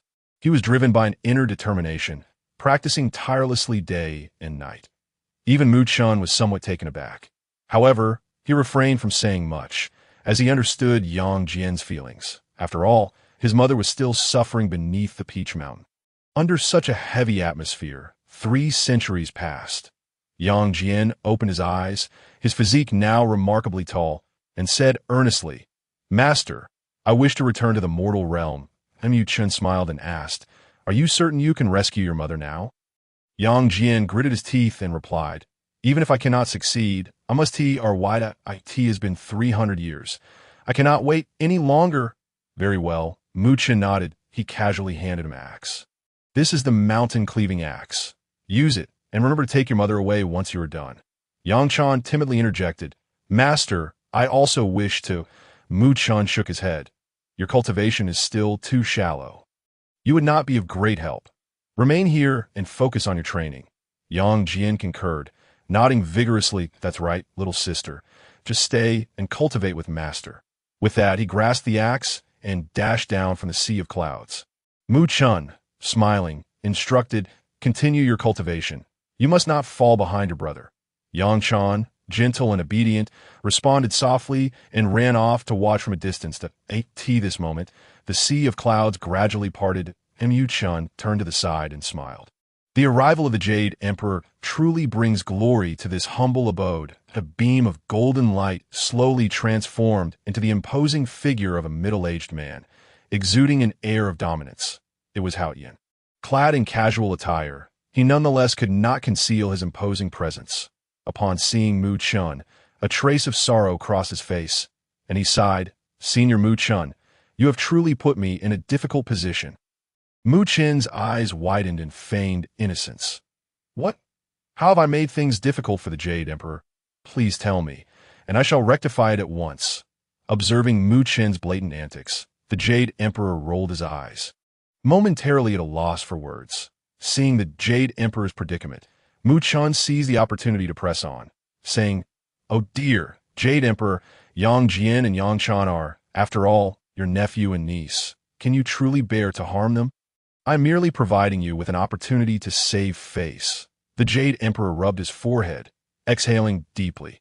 "But this boy insists on cleaving the Peach Mountain rather than focusing on his cultivation. You do not intervene. Does that not undermine the dignity of the Heavenly Court? What can I, as the ruler of the Heavenly Court, do?" After speaking, the Jade Emperor glanced at Yang Chan, who was wholly immersed in her training, his gaze softening with an unprecedented tenderness. Although he outwardly displayed thunderous anger and had even issued a pursuit order against the two, he did not possess such callousness within. After all, Yao Ji was his sister, and Yang Jian and Yang Chan were his beloved niece and nephew. Blood is thicker than water. How could he be so heartless? Yet, he could not violate heavenly regulations as the sovereign of the Heavenly Court. If he were to shield his kin, would that not be a slap in the face? It was this internal struggle that left the Jade Emperor feeling so distressed. Otherwise, he would not have come alone upon learning that Yang Jian and Yang Chan had been taken by Chen.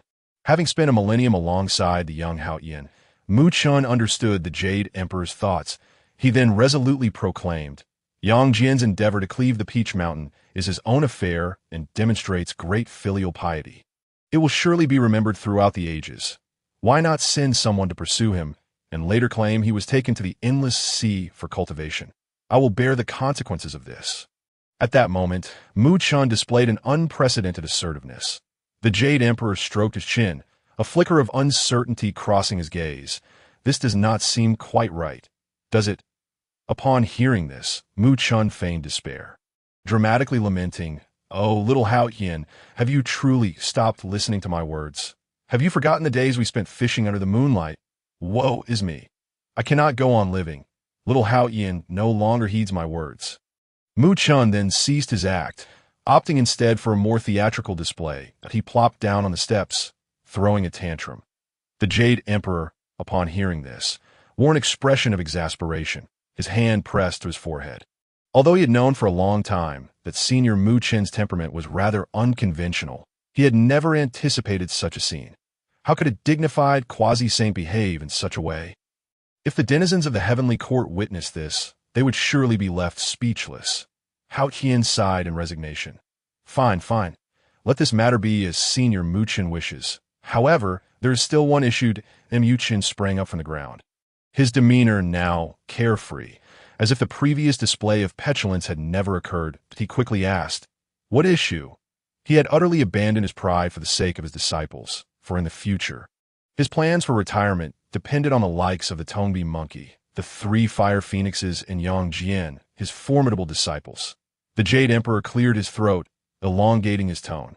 Recently, the divine nectar has become exceedingly popular among the celestial beings in the heavenly court, and the treasury is experiencing a shortage. Mu Chun glared, unblinking. So, after all this, he was still being asked to part with something. Gritting his teeth, Mu Chun stated bluntly, 3 bottles of divine nectar. 10 bottles. 5 bottles is my limit. 8 bottles. 6 bottles is the maximum. Deal. As he watched the Jade Emperor depart with 6 bottles of divine nectar, his robust figure exuded an uncharacteristic grace, leaving Mu Chun deep in thought. What a peculiar feeling. Had he truly been taken advantage of? Could he, Mu Chun, also be deceived? No. Such a notion was preposterous. Shaking his head, he redirected his focus to the mortal realm. The ensuing events unfolded as he had anticipated in the original myth. Yang Jian cultivated under the tutelage of the real man Yuding until he reached great heights. Wielding the 3-headed flood dragon's transformed 3-edged blade as he descended upon the Peach Mountain. However, the Peach Mountain was ensnared by formation, and only the mountain-cleaving axe could cleave it open. Thus, Yang Jian set forth once more to traverse the 4 corners of the world in search of the mountain-cleaving axe. After enduring countless tribulations, he ultimately succeeded in rescuing his mother, thereby etching a remarkable tale in history. Indeed, the later legend of Chen Xiang rescuing his mother is but an extension of Yang Jian's narrative in the present day. With Mu Chun as his master, it is undeniable that he has expertly grasped the concept of minimizing struggles by at least 50 years. There are no convoluted paths. From the very beginning, it was all about the mountain-cleaving axe. Consequently, Yang Jian did not squander much time and swiftly cleaved open Peach Mountain, splitting the great mountain in 2. From within emerged Yao Ji, barely clinging to life. It turned out that since her love affair with a mortal, her powers had gradually waned, compounded by being suppressed for countless years. Both her body and spirit had reached a state of complete exhaustion. Had it not been for her unwavering thoughts of her child, she might have long since perished. Now, upon encountering Yang Jian, all her last wishes were fulfilled, and she passed away in his embrace. Yang Jian was overcome with unbearable grief. Unprepared for such a turn of events, he erupted in a furious clash with the celestial soldiers sent to apprehend him. In truth, had the heavenly court genuinely intended to capture him, the still inexperienced Yang Jian would have been no match. Little did he know that the Jade Emperor had already struck an unspeakable deal with Mu Chun amidst the grand formation of the Cloud Sea. Thus, the ensuing battle, though appearing to shatter mountains and rivers, was rife with exaggeration.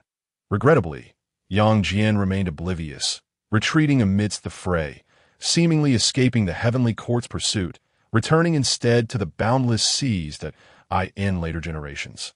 It was precisely due to his mother's tragic demise that although the Erlang god Jian eventually took up an official post in the heavenly court, he refused to acknowledge the Jade Emperor as his uncle, becoming the sole deity who heeded not the edicts of heaven.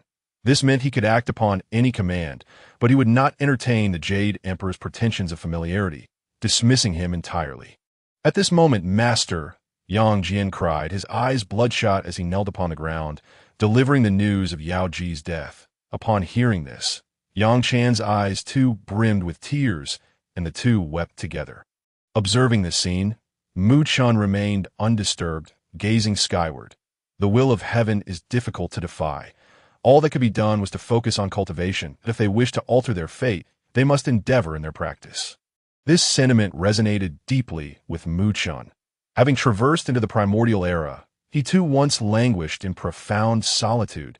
He recalled his loved ones from his previous life, likely lost to the endless passage of time, leaving him utterly alone. Ultimately, he could only rely on cultivation to numb his emotions. The vicissitudes of life, birth, aging, sickness, and death, constitute the greatest sufferings of existence, and only through experience can one attain growth. With ample experience, he required no comfort. Only time could wash away the sorrows. Countless years later, the two gradually emerged from the shadows of maternal loss, embarking on a new cycle of cultivation, freed from the burden of rescuing their mother. Jian's practice became increasingly stable that he ascended through the realms, from celestial immortal to golden immortal to profound immortal, ultimately reaching the stage of Taiyi golden immortal, his progress akin to a forceful surge. Chen could not help but exclaim, impressed by the prowess of his disciples. Little Ten had long attained the status of great Luo profound immortal and had been honing his skills externally for countless years, likely only a stroke of fortune away from becoming a quasi-saint. Meanwhile, the three fiery phoenixes, Little 7, Little 8, and Little 9, had also discovered the volcanic grounds of Yuan Feng for their cultivation eons ago. Now, in seclusion, their strength a mystery. And now, yet another Jian had emerged.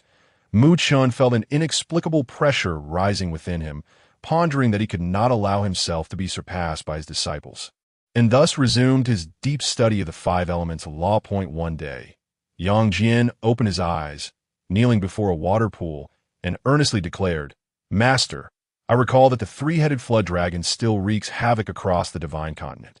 I wish to capture it and avenge our mother."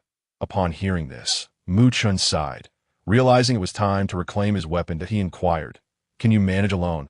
He remembered that the strength of the three-headed flood dragon seemed to exceed that of the current Jian. With confidence, Jian replied, "That dragon pierced my mother's heart in the past. This grudge must be avenged. You need not worry about me, master. Very well, proceed, and take Chen with you as you command." Jian responded respectfully, feeling emboldened. Over the years, while his master had been stern with him, he had been exceptionally kind to his sister. Just the protective artifacts alone numbered no fewer than 7 or 8, not to mention an array of powerful divine abilities for self-preservation. Even though Chen's current cultivation level was inferior to his, should a confrontation arise, the sheer weight of the artifacts could easily overwhelm him. One could not help but wonder if his sister was indeed the favored disciple of their master, while he merely basked in her brilliance. Chen offered no explanation, as the saying goes. Raise boys in hardship, raise girls in luxury. The greater the trials, the better Jian would be honed into a gem. Watching the brother and sister depart from the cloud sea formation, Chen sighed in contentment. For some reason, he was reminded of a certain monkey. Look at the vast disparity between humans and monkeys. It was as if Little Ten were a completely different entity, despite his tireless efforts in nurturing Little Ten and depleting his resources.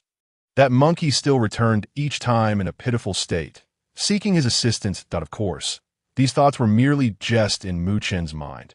After reflecting, he resumed his study of the laws. Progress was swift, nearing completion. However, at this moment, in an unknown realm, Little Ten was still diligently battling against quietly honing his skills, when he suddenly sneezed. Jian's conquest of the three-headed flood dragon did not stir much commotion. With Yangshan standing guard, after a series of challenges, the three-headed flood dragon ultimately bowed in submission, kneeling and pleading for mercy, transforming into the three-edged blade, thus becoming Yang Jian's weapon. After subduing the three-headed flood dragon, the siblings found the human realm devoid of interest and decided to return home. Yet, en route through a certain village, they witnessed the once tranquil sky abruptly darken, engulfed in an unnatural gloom. Yang Jian opened his third eye and gazed upward. A colossal shadow loomed over the moon, as if intent on devouring it whole. Countless people cried out in terror amid the night. The celestial dog. The celestial dog devours the moon. It was over. The moon was to be consumed by the celestial dog. As Yang Jian opened his third eye, he furrowed his brow. This was no mere celestial dog devouring the moon.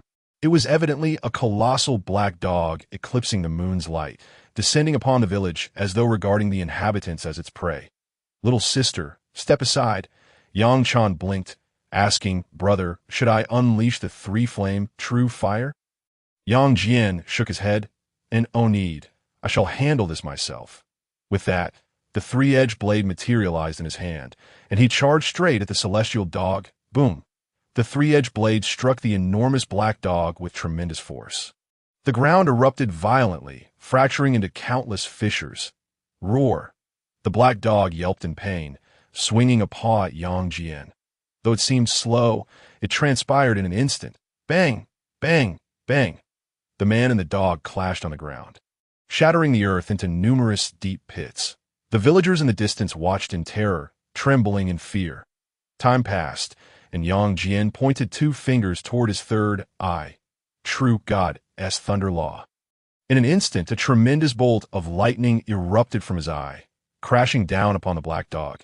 The true God's thunder law was a family legacy of Mu Chen's lineage, a fundamental skill that nearly all initiates learned. Yang Jian and Yangshan were no exceptions. A fierce bolt of lightning struck the great black dog, and the heavens darkened. A chilling and piercing howl resounded. The great black dog, maddened with rage, charged at Yang Jian, intent on devouring him. "Second brother, be careful." Yangshan appeared at Yang Jian's side. With a gentle wave of her sleeve, a torrent of three-flame, true fire surged forth, engulfing the beast. Roar! The clash of thunder and fire was immensely powerful. Yang Jian observed for a moment, frowning as he remarked, "This creature is rather formidable." The blazing fires of Samadhi and the true God's thunderous command descended simultaneously upon the black dog. Yet it emerged unscathed, merely hindered in its movements for a brief moment. This creature was extraordinary, a being we could not yet subdue, and it posed a threat to the villagers. It would be prudent to lure it back to the endless sea for our master's handling. After uttering these words, Yang Jian, accompanied by Yangshan, began to entice the black dog while heading towards the boundless waters of the primordial wilderness.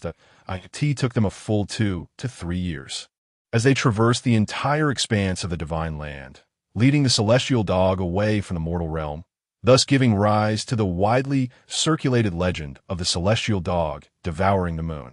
In the primordial realm, through a series of distant pulls, the duo finally brought the creature to the endless sea. That moment, Mu Chen, clad in gray robes, stood serenely on the surface of the water, his garments billowing in the sea breeze. Utilizing his divination techniques, he had discerned the events involving the two and that great black dog, if his calculations were correct, was indeed the howling celestial dog. Sure enough, as Yang Jian and Yangshan laboriously returned, a massive black dog trailed closely behind, its expression menacing. Clearly, this was a creature that bore grudges. However, the next moment, upon catching sight of Mu Chen on the water surface, the enormous beast abruptly halted, a flicker of suspicion crossing its eyes. The strange that it was inscrutable. Clearly, this was a formidable presence. With that thought, the black dog wasted no time and turned to flee. Witnessing this scene, not only were Yang Jian and Yangshan taken aback, but even Mu Chen found it hard to suppress a chuckle. This dog was rather clever. Yet, in the face of absolute power, cunning was of no consequence. Mu Chen extended his right hand gently and uttered a single word, "Bind." Instantly, the water's surface erupted, transforming into countless massive ropes that surged towards the black dog. Bang! Bang! Bang! In an instant, hundreds and thousands of water chains formed an enormous aquatic prison. Binding it tightly, the black dog, in a frenzy, could not break free, no matter how it struggled. Its final cries morphed as follows. Roar! Roar! Woof! Woof! Woof! Whimpering, it eventually lay despondently on the water surface, its form shrinking from that of a mountain to merely half a human size.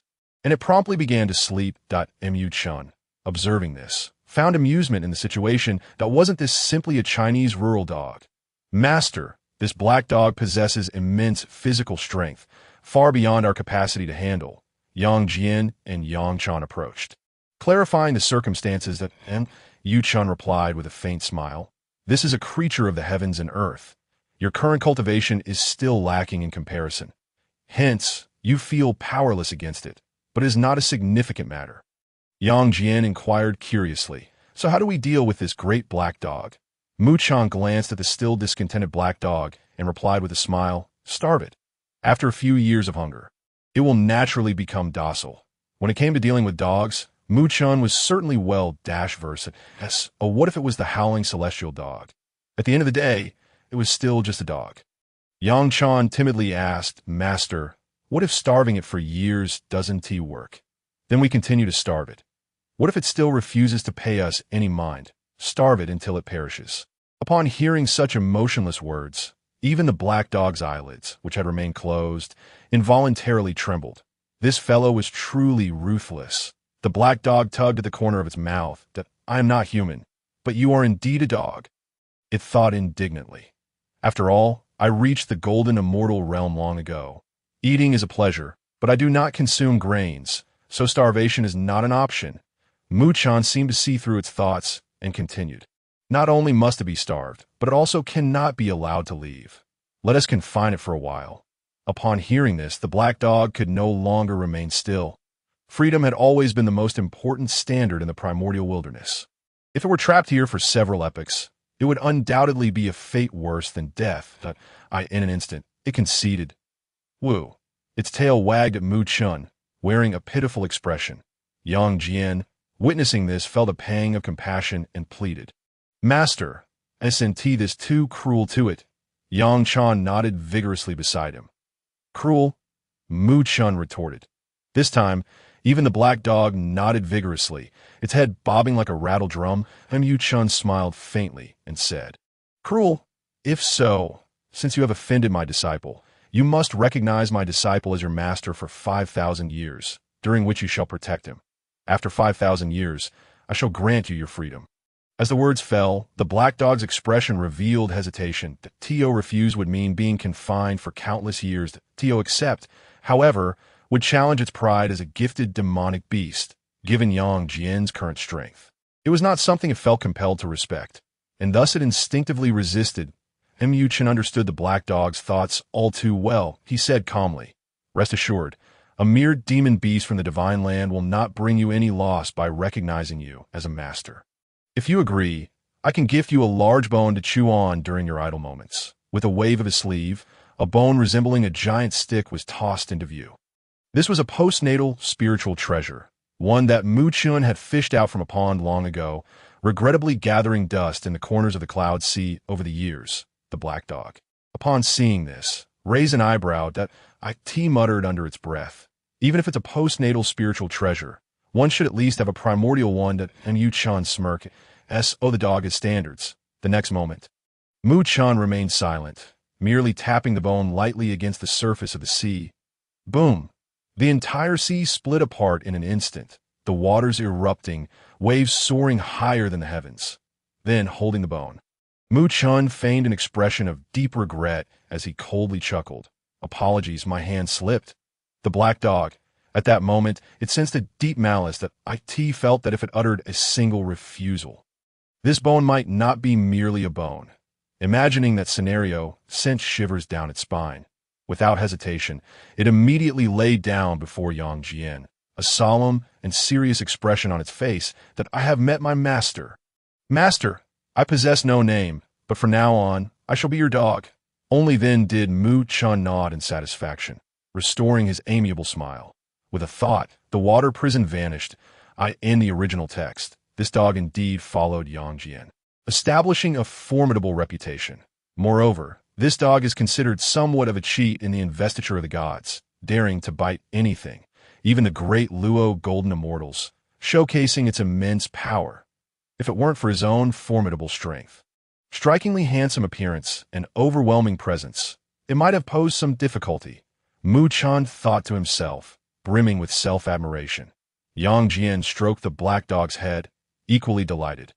After all, having gained a powerful ally was quite satisfactory. Yang Chan curiously asked, "Master, since the great black dog has no name, shall we give it one?" Yang Jian suggested, "How about Little Black?" Yang Chan pondered before pouting. "I sent Little Flower a better name." Mu Chan shot a pained glance at his two disciples. What sort of name was that? Shaking his head, he finally said, "The black dog is astonishing, possessing the power to swallow the heavens. Let us name it Howling Celestial Dog." After Yang Jian subdued the celestial dog, he began to diligently seek a cave within 1,000,000 miles to immerse himself in arduous cultivation. However, Yang Chan lost her motivation for practice, ever since she attained the Tao fruit of Taiyi. She began to tinker with flowers and plants in the sea of clouds. This, Mu Chun did not intervene. Each person has their own aspirations, and he never imposed a specific level of cultivation upon his disciples. Moreover, each time Yang Chan ventured out, she would return with rare and precious flora from the primordial wilderness, which not only enhanced the scenery, but also greatly benefited the cultivation of the human body. Countless millennia passed, and his sea of clouds remained a canvas of white, occasionally adorned with splashes of other colors, which seemed to uplift his spirits considerably. On one particular day, Mu Chun sat majestically on a 12-grade red lotus beside a pool of water. Below him stood Yang Jian and Yang Chan at that moment. Mu Chun, for the first time, refrained from delving into the five-element laws and instead imparted his experiences of the Daoas, a quasi-saint. Instructing two Taiyi cultivators was but a trivial matter. The two below listened intently. Suddenly, a resonant voice echoed, "Master." The sea of clouds parted, revealing a robust figure clad in black armor, wielding a mighty pillar of heaven, none other than the hulking figure of the Monkey King. Xiao Shi. With his arrival, a fierce and overwhelming aura of slaughter surged forth like a tidal wave. Yang Jian and Yang Chan, akin to delicate flowers sheltered in a greenhouse, nearly fainted under the terrifying pressure. Especially Yang Jian, whose eyes widened in disbelief at the sheer strength and terror of his master's formidable disciple. In that instant, he felt both inferior and awed, realizing just how weak he truly was. Mu Chun surveyed Xiao Shi with approval. The peak of the great Luo golden immortal. He was but a small realm away from the initial stage of quasi-saint. Moreover, after years of relentless battles and training, his combat experience was substantial, making him one of the strongest at his level. Mu Chen remarked with satisfaction. "Indeed, he is my most promising disciple." Xiao Shi grinned widely, glancing at Yang Jian and Yang Chan, hesitating before saying, "Who is this?" Mu Chun replied, "I have just accepted these two as disciples. They are also your junior brothers and sisters." The Monkey King's eyes brightened. He hurried over to Yang Jian, embracing him in a bear hug that nearly caused Yang Jian to spit out a mouthful of blood. Accustomed to life and death struggles among the beasts of the demon domain, Xiao Shi now exuded a rough and hearty demeanor. Yet he also conveyed a profound sense of trust and reliability. Xiao Shi then ruffled Yang Chan's hair excitedly, exclaiming, "Wonderful! Besides our outstanding elder brother Wang Jia, we now have junior siblings joining us." Yang Chan, filled with curiosity, inquired, "Are there more people, brother?" The Monkey King nodded. "Of course. Elder brother Wang Jia is also of the human race. It is said he has established a gang in the mortal realm called the Zhatian Gang, and his talent is incredibly formidable. Then there are my three elder sisters, fiery phoenixes with true phoenix bloodlines, who are currently cultivating elsewhere." Upon hearing this, both Yang Jian and Yang Chan were taken aback. Elder brother Wang Jia sounds powerful by name alone. And as for the phoenix, didn't they vanish long ago during the myriad epics? Yang Jian could not help but ask, his eyes brimming with admiration. "Master, Have you existed since the great battle between the dragon, phoenix, and Xian clans? How did you survive that time? Mu Chan smiled faintly. After all these years, I shall no longer pretend. Indeed, I have personally experienced two great calamities of heaven and earth, and emerged unscathed. Yang Chan, filled with gossip, eagerly pressed, Master, Master, how did you endure the tribulation back then? A hint of loneliness and weariness flickered in Mu Chen's eyes, yet he spoke with an unspoken disdain. Silly disciple, when have I ever been afraid? What are the calamities of heaven and earth? Naturally, one must fight. Fight against heaven and earth. Kill, until rivers run red with blood. Ultimately, one must crush all adversaries until they are invincible. As his words fell, Xiao Shi's gaze turned contemplative.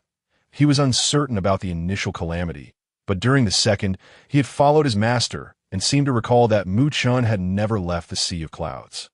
So where did this fighting against heaven and earth come from? At that moment, he found himself bewildered.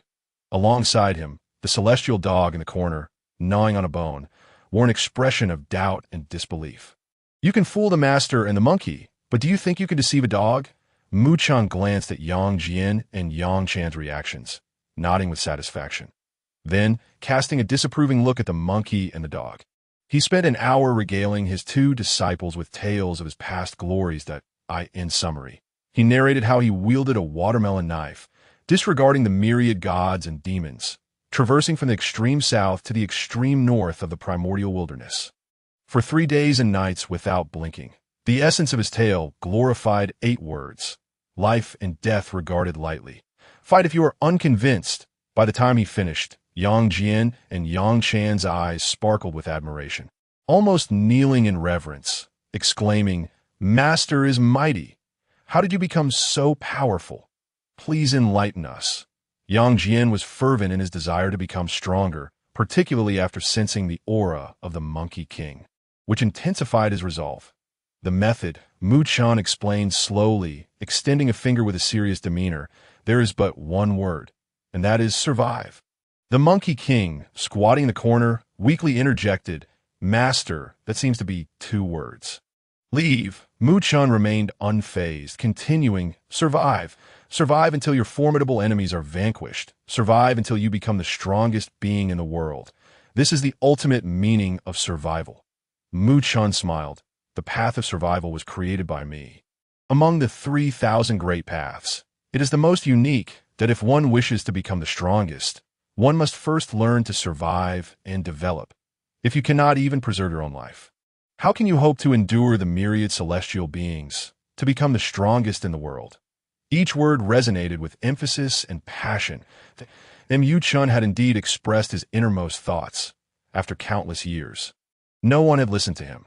Now, with 2 admirers before him, it was time to boast, to cultivate them. Yang Jian and Yang Chan were utterly astounded. They exchanged glances, sharing a singular thought. Is that truly possible? Yang Jian sniffled, his expression earnest. "Master, I understand now. You are teaching us. From this day forth, I shall begin my training in seclusion, vowing not to emerge until I reach the quasi-saint level." Mu Chan smiled. "Ah, a teachable child, but isn't the quasi-saint level a bit too far-fetched?" He was still anticipating the time of the canonization, where he would survive while his disciples stirred up trouble, successfully averting a great calamity. As for his current disciples, he feared that in the future, Hongjun might conspire against them and involve them as well. Now with the Monkey King and Yang Jian as formidable allies, his heart felt more secure. Collecting disciples is meaningless. When trouble arises, the disciple shall take action. This was Mu Chen's guiding principle. Yang Jian shook his head solemnly, declaring, "No, the world is fraught with danger, if even master. With such immense strength is surviving. How can I, as a disciple, not do the same? If I do not attain the status of quasi-saint, then I shall never again set foot in the Taoist temple, lest I bring shame upon my master. Therefore, master, I shall take my leave and seek refuge in a cave within the temple." With that said, Yang Jian disregarded the others and descended into the clouds to find his own dwelling. Mu Chan, watching Yang Jian's retreating figure, was left in a state of bewilderment. Wait a moment. Something feels off. It seems I have led young Xian astray. If this continues, will the future hero, brimming with righteousness, become merely a coward?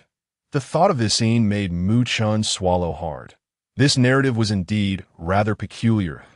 An inexplicable sense of shame washed over him. Master, I could see that moment. The Monkey King approached quietly, saying, "There's something I must inform you about. I heard a rumor in the primordial chaos about a terrifying powerhouse named Xian, whose reputation is formidable. It is said that his first act was to go to the northern sea, declaring his intent to avenge the Kunpun. Merely a trivial matter. Master, I also learned that the ancestor of the river of Hades has inexplicably emerged from the underworld, arriving in the primordial chaos. Do not panic that a friend of mine mentioned that they seem to be conspiring to trouble you." Mu Chun was taken aback by this news. Originally, the stunning red peacock, the first of its kind in the world, was a descendant of the ancient phoenix ancestor, born from the energies of yin, yang, and the five elements.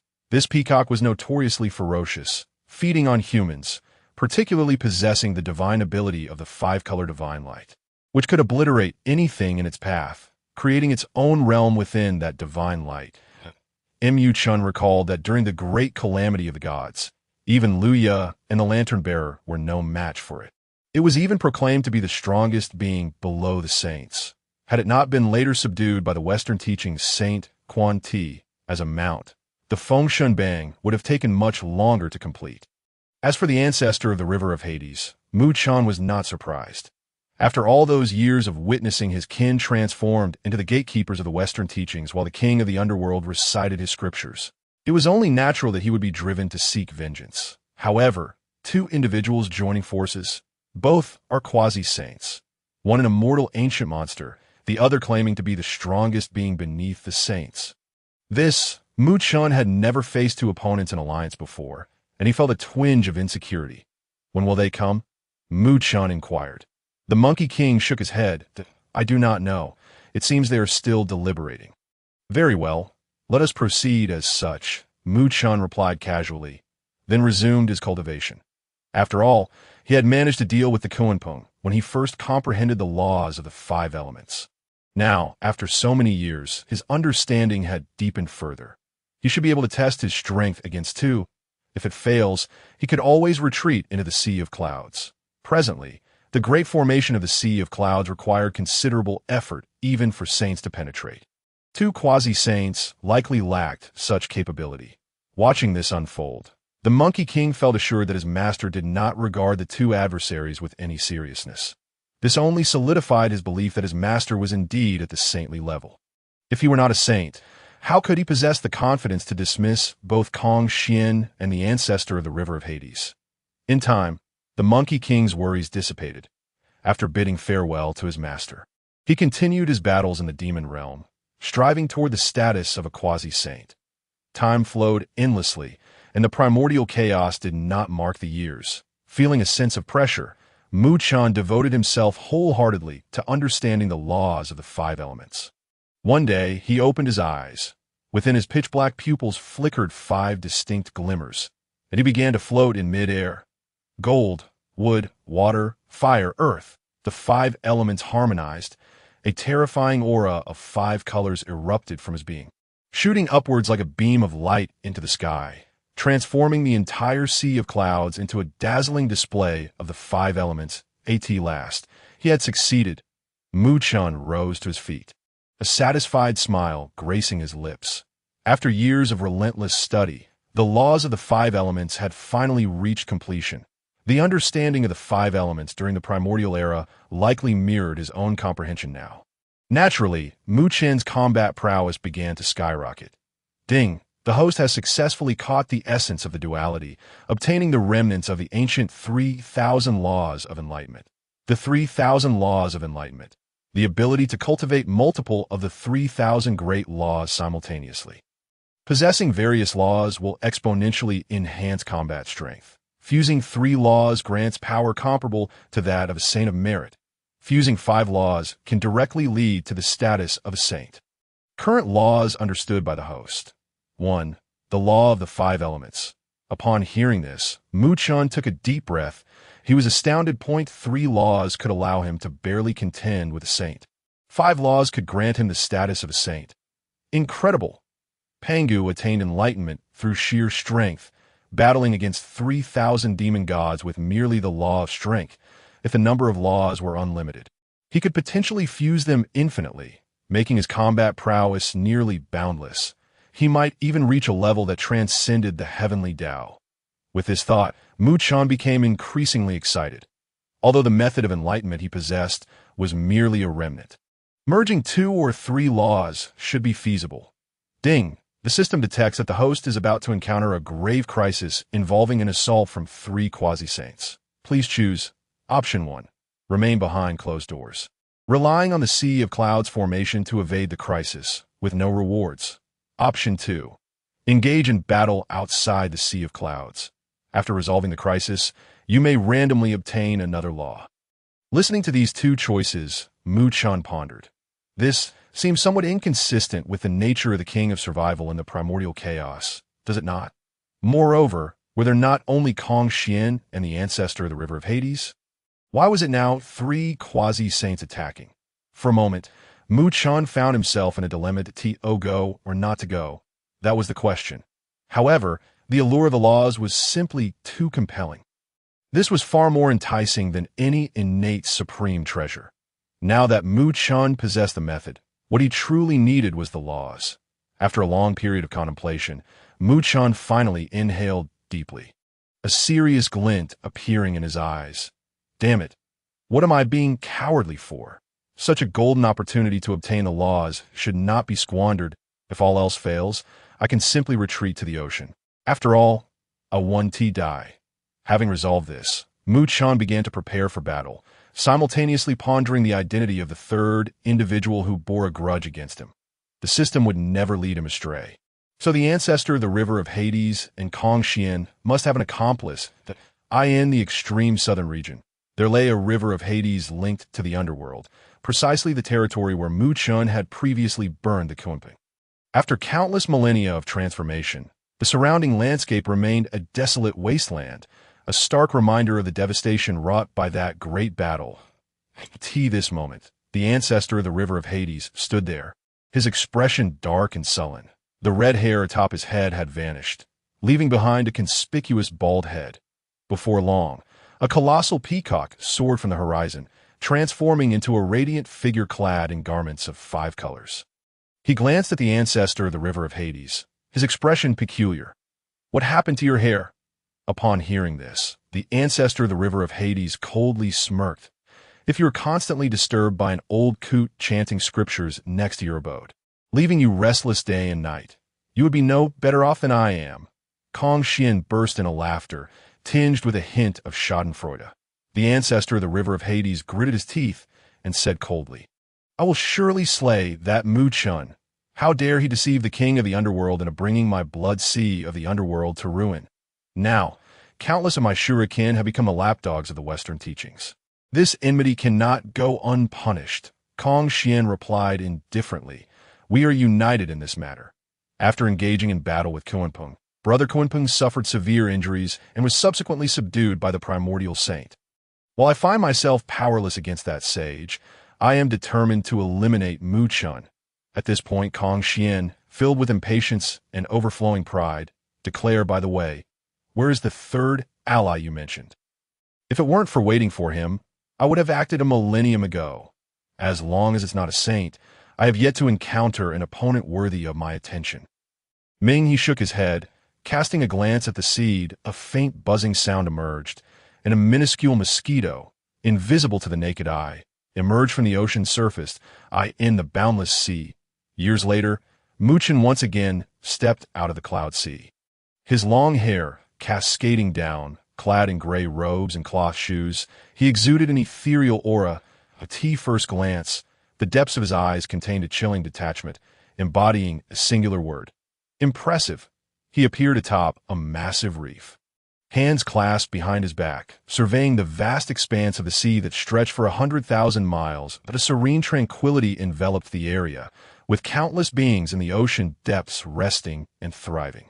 Mu Chen vaguely recalled his first venture out of the cloud sea, when he had nearly set Kunpeng ablaze in the southernmost realm of the underworld sea. However, the freshly cooked Kunpeng was whisked away by the primordial celestial venerable as a pet, leaving behind a permanent regret. He had vowed never to emerge again until he achieved sainthood. Yet the allure of the laws proved too powerful, compelling him to take this risk. Chen wandered through the 100,000-mile sea, making no use of any divine abilities. Yet no beings detected his presence. Deep within the ocean lay Xian Island, where Xian and Ao Tian were deeply engrossed in their seclusion, awakening only for significant matters. Observing this scene, Chen sighed, dismissing the thought of rousing them. After all, they were figures from the elder generation, and the future of both the dragon and Xian clans relied upon these two elders. It was best for him to take action himself and test the might of his pinnacle 5 elements laws. With this thought in mind, Chen's figure flickered and he appeared on a remote island not far from the boundless sea. Seated upon a 12-petal red lotus, silently awaiting the arrival of Xian and the others, as time flowed slowly, an overwhelming pressure descended upon the island. The previously tranquil waters began to churn, and the clouds above thickened, casting shadows upon the ground. Chen looked up to see a man clad in colorful garments descending from the sky, his face betraying an uncontainable pride as he materialized before Chen. Xian, one of the most troublesome figures of the impending age of deification. Next, the elder of Ming, he also manifested on the island, wearing a cold smirk. Chen, how dare you step out of your domain? Today shall be your demise. Xian nodded repeatedly, declaring, whoever dares harm my brother shall be slain today. Chen shot a glance at Xian, rolling his eyes. Truly, a brute is a brute, still prancing about. Kunpeng had already been reduced to a guardian beast by one of the 3 pure ones. Soon, you too shall be coerced into becoming a mount for the Western teachings, yet you remain oblivious to the looming danger. Insisting on prancing beneath the sage's nose, be frank. Had the rewards not been so alluring, I would have scarcely bothered to acknowledge you. Then, Chen began to sway his head, seemingly in search of something. Xian, noticing Chen's disregard for the two of them, furrowed his brow and asked, what are you looking at? Chen responded, there's another fellow, Ysnt, he's showing himself. What, do you intend to ambush me? As his words fell, Xian and Ming, he exchanged glances, their eyes filled with shock and astonishment. This fellow, he managed to detect that mosquito. A voice echoed as a rift appeared in the void, and from it emerged a palm-sized mosquito. It did not transform into a human form, yet emitted an air of danger and terror. Initially, the trio had conspired to give Chen a lethal blow at the opportune moment. However, to their surprise, he detected their plot and boldly revealed himself, a mere early-stage quasi-saint. Hardly a cause for concern, Chen declared, his expression deadpan. A mosquito. He pondered for a moment. So, is the mosquito Taoist of the underworld blood sea? With this realization, Chen swiftly concealed his 12-petal flame-red lotus within his sleeve. The mosquito Taoist, originally a fierce beast transformed from the blood-winged black mosquito, had been wandering the void near the underworld blood sea, only to be summoned by the elder of Ming. It is worth noting that the mosquito Taoist was a formidable figure, renowned even below the saints during the journey to the west. Initially captured by the Western teachings Cunning Taoist during the deification period, he was handed over to the disciple by Lin Tongzi for custody. However, due to a moment of negligence by Lin Tongzi, inadvertently released the mosquito Taoist, leading to the near-total consumption of the turtle spirit Holy Mother, one of the 4 direct disciples of the GS sect.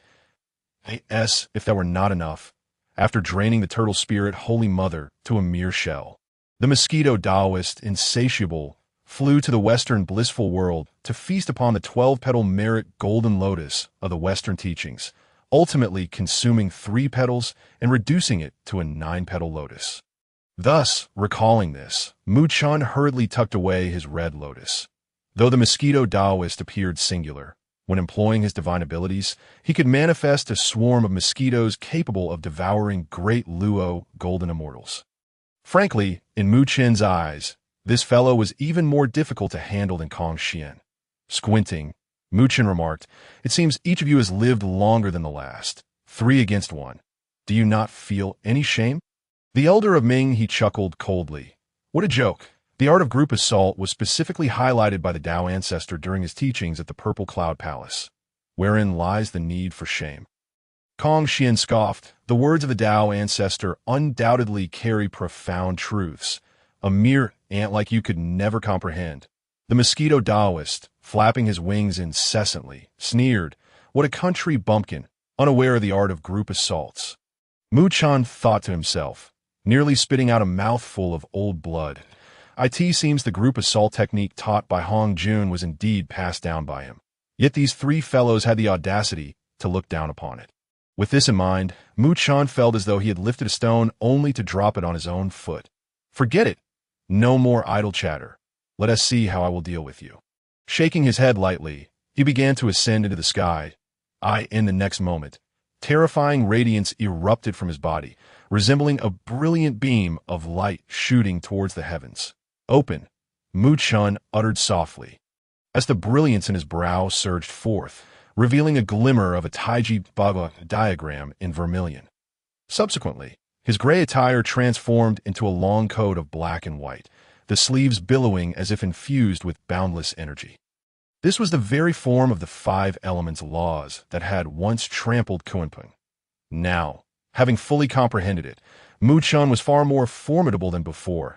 A circular Taiyi Xuanxian diagram gradually formed behind his long coat.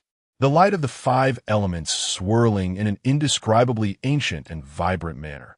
Witnessing this scene, the mosquito Taoist, the elder of Ming He, and Kong Xian all displayed looks of astonishment. This fellow, merely an early-stage quasi-saint, had actually grasped the powerful five elements laws. No wonder he dared to confront us single-handedly. This was the reason. Yet, what are the five elements laws? My five-color divine light has never known defeat. Let me first experience the power of your five elements laws. Kong Xian emitted a cold snort, and in the next moment his entire form shot straight towards the heavens. 5 of his primordial feathers surged with brilliant light behind him. Transforming into a spectrum of colors, Yu Chun maintained a stoic expression, his sleeves gently waving, and the ocean behind him instantly morphed into a colossal beast towering tens of thousands of zhan. Crashing down upon Kong Xian, boom! The earth shattered with a deafening roar. The immense shockwave split the island beneath them in two. Kong Xian bellowed. Part from me. The five-colored radiance resembled five long blades, slicing through the water beast with swift precision. Yet in the next moment, before Kong Xian could reveal a smile, a hand silently pressed down upon his crown. Simultaneously, for faint words echoed, Great Sun Golden Flame. Before Kong Xian could react, a torrent of golden flames engulfed him from head to toe. The next instant, an anguished roar filled the air. Kong Xian burst forth from the golden flames, retreating into the sky. His body scorched but not mortally wounded. Mu Chan remarked, somewhat surprised. He had not anticipated that his opponent could emerge unscathed from his great sun golden flame, but a moment later, he noticed that Kong Xian clutched a fiery red feather alight with flames. Suddenly enlightened, Mu Chan realized that Kong Xian was the first five-element peacock born of the primordial phoenix, and that the five-color divine light, renowned for its invincibility, stemmed from the five feathers symbolizing the five elemental powers. It was precisely this connection that rendered him invulnerable to attacks beneath the level of a sage. In essence, it shared a common origin with Mu Chan's five-element principles, allowing Kong Xian to evade this fiery assault. Damn it! How dare you ambush me? Kong Xian's expression twisted with rage. He seemed to have never suffered such harm before.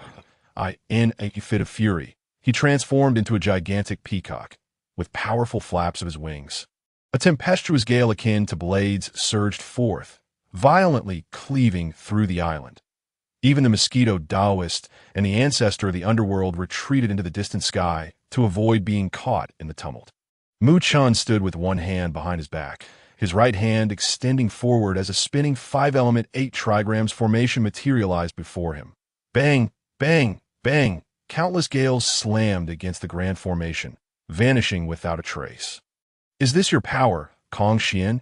Mu Chan inquired, his tone calm, yet laced with condescension. The top 10 principles were indeed formidable. and had it been in the past, even he would have found it troublesome to face Kong Xian at the initial stage of sagehood. However, now that he had thoroughly integrated the five-element principles, the five-color divine light was merely a simplified version of those principles. Relatively feeble in nature, he naturally looked down upon it. Sensing this blatant disdain, Kong Xian let out a piercing cry. Countless feathers rose high into the sky, the five-color divine light radiating brilliantly as it surged towards the heavens. The sky became shrouded in the essence of the five colors, and five distinct rainbows descended like arrows, aimed directly at Muchun. The force was so immense that the very fabric of the void cracked open. Observing this scene, Muchun shook his head lightly, his hands swiftly forming seals in the air, creating a series of illusory images. Oh, you think you are the only one who can wield such a technique? Muchun's lips curled into a slight smile as he shouted, "Behold my five-color divine light." Boom! 5 streams of terrifying energy, each a different hue, surged skyward, directly rupturing the void. The power was so great that it surpassed even Kong Xian's own attack. Seeing this, Kong Xian's expression turned to one of disbelief as he roared, "What?"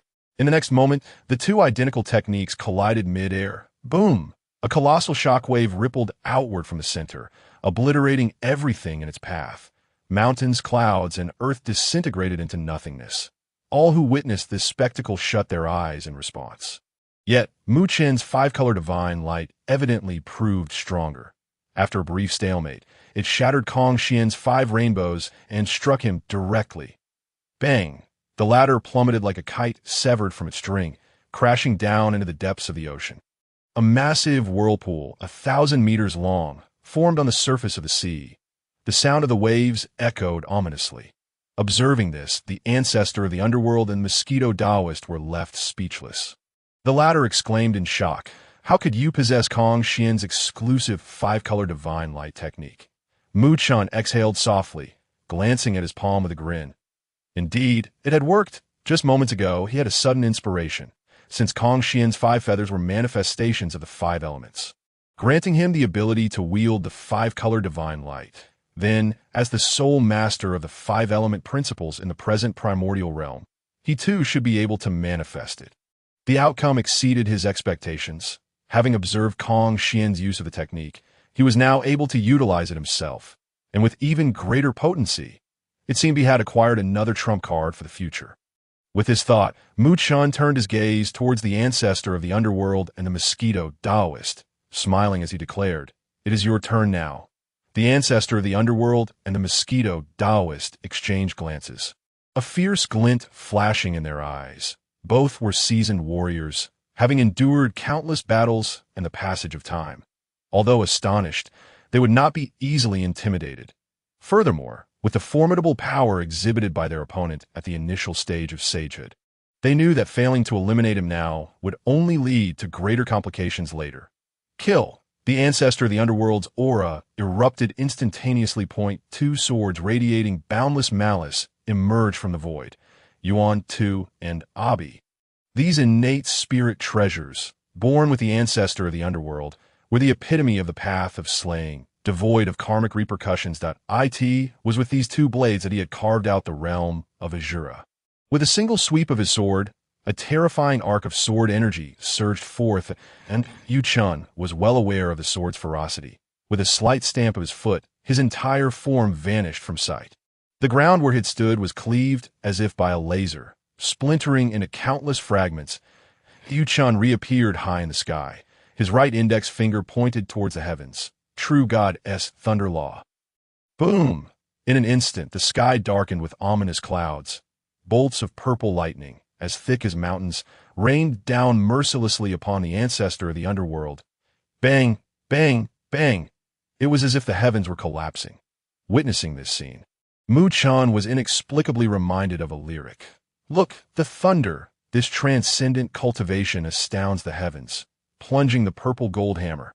After a moment's thought, he found the lyric remarkably fitting. Below, the ancestor of the underworld stood upon the surface of the sea, his bald head conspicuously visible as he unleashed both swords, dispersing all the heavenly thunder, appearing like a divine being. Just as Muchun was about to take action, he squinted slightly, pointing gently to the right. The ocean formed a barrier, effectively blocking the countless swarms of black mosquitoes surging forth. Buzz, buzz, buzz. The entire sky seemed to be obscured by the myriad of mosquitoes, akin to a locust plague. In an instant.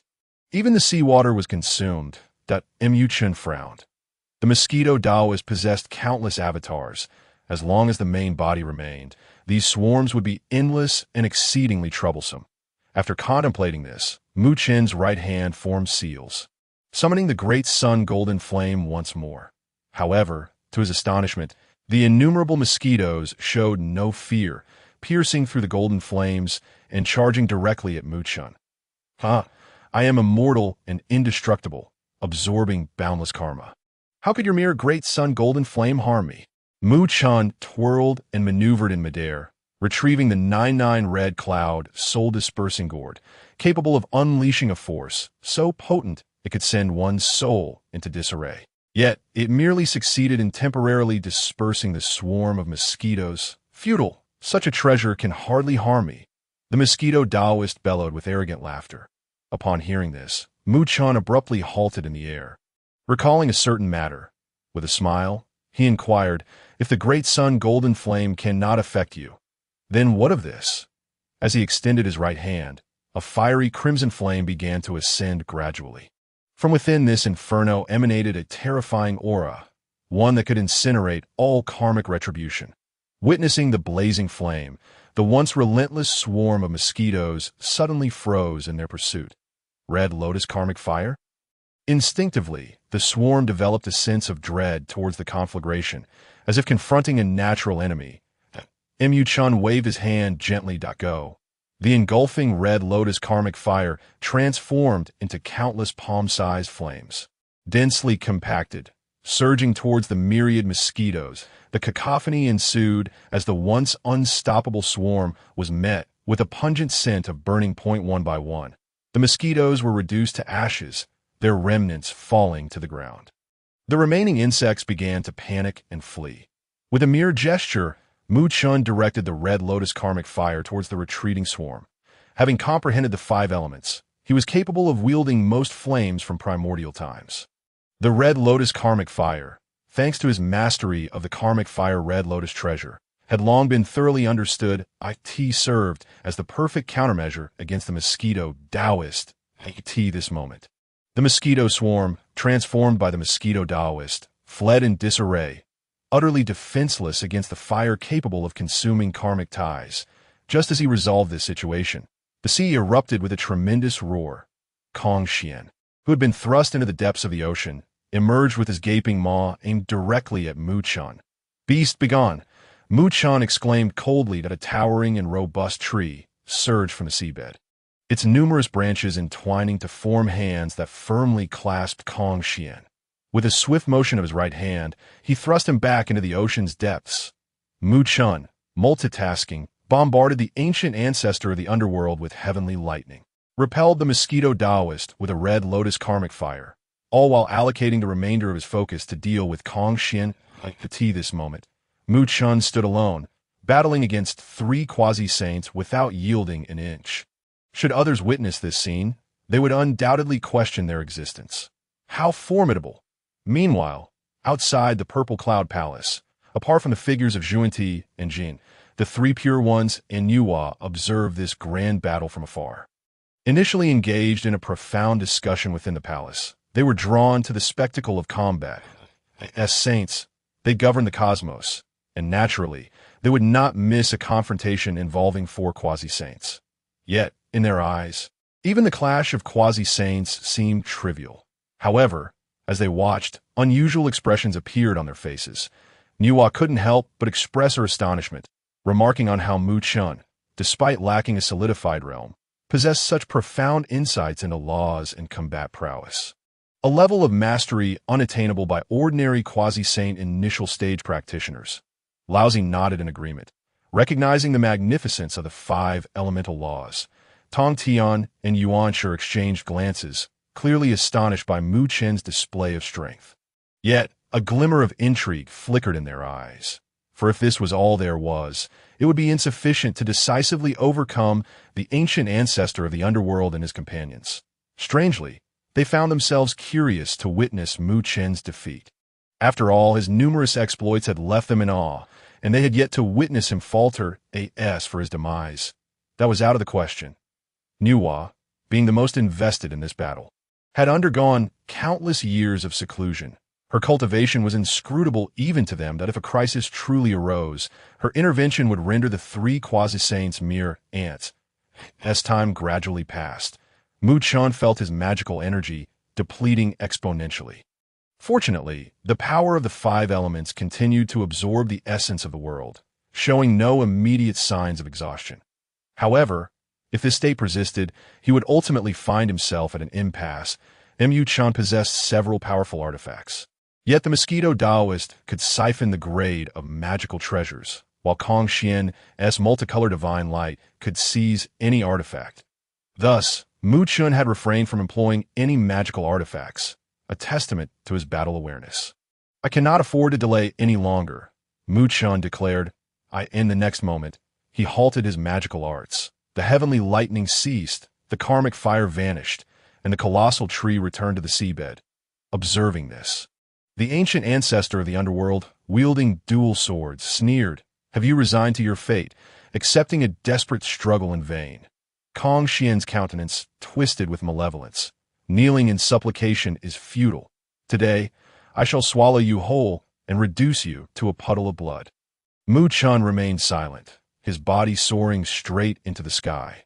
Taking a deep breath, his sleeves billowed dramatically. His vast magical energy surged within him, roaring like an ocean. The three adversaries had yet to unleash their full fury. Merely seeking to deplete his magical energy before launching a collective assault, Mu Chen understood their intentions, but would not grant them that opportunity. If a drawn-out battle could not vanquish him, then he would simply unleash his ultimate move. In the next instant, radiant beams of light shot skyward from 5 directions within a 10,000-mile radius. The clouds of the 5 directions were enveloped by varying hues of light, forming an indomitable barrier. Centered upon the island, the power of the 5 elements surged within, accumulating a force so terrifying that it threatened annihilation. Yu Chen's long hair began to float in the air, his gaze shining with unparalleled brilliance. The 5 elements, in their cyclical nature, birthed all things. Yet, in their clash, they brought about destruction. When the 5 elements reversed their flow, they would unleash an unparalleled force of annihilation. This represented the pinnacle of Mu Chen's understanding of the 5 elemental laws, aptly named the 5 elements annihilation formation. The reason Mu Chen had arrived on this island as a battlefield was to set the groundwork for the 5 elements annihilation grand array in advance. At this moment, Mu Chen began to form intricate seals with his hands. Countless complex gestures manifested as the 5 elements began to reverse within the array. Metal conquers wood, wood conquers earth, earth conquers water, water conquers fire, fire conquers metal. Amidst the intense operation of the laws, a breath of destruction was born. Even the ancient ancestor of the underworld, Kong Xian, and the mosquito Taoist, ancient beings, felt a tremor of fear upon sensing even a fraction of this overwhelming aura. What is this? Such a terrifying aura of annihilation. We cannot allow him to continue. Attack. The 3 unleashed their unparalleled quasi-saint auras, no longer holding back. The multicolored divine light, the dual swords of Yuan Tu and Abi. The relentless swarm of mosquitoes and various magical techniques surged toward Mu Chen in a reckless onslaught. The formation was complete. It was too late. Mu Chen's expression was one of detached indifference. His right palm pointed downward, and with a calm utterance, he proclaimed, "Annihilate." His tone was unassuming yet resonated with the weight of the supreme in that instant. Mu Chen's magical energy was entirely expended, and in its place, all life within a 10,000-mile radius collapsed in an instant. An unparalleled force of annihilation transformed into a black sphere, radiating outward from its very core in all directions. Under the influence of this power, the ocean shattered, living beings dissipated, and the sea of clouds collapsed. Everything was rendered utterly non-existent. those divine abilities were rendered powerless against this force, vanishing in the blink of an eye. A resounding roar echoed through the air. Heaven and earth trembled. The black sphere, imbued with boundless might, shattered the void and continued its descent toward the island. I am the ancestor of the river of Hades. The ancestor of the river of Hades declared, his countenance fierce as he thrust his hands forward. An infinite sea of blood surged forth from his sleeves, attempting to obstruct this force of law. Xian's body swelled to an immense stature, his five-color divine light reaching its zenith, leaving only the hues of five colors in the cosmos.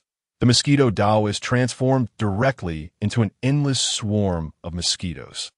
The three united their strengths to resist the might of the Great Formation. In the next moment, Mu Chen's expression remained indifferent as he gently pressed his right finger downward. Ants, as his words fell. Two forces collided with ferocity. The two terrifying powers clashed in midair, devoid of any suspense.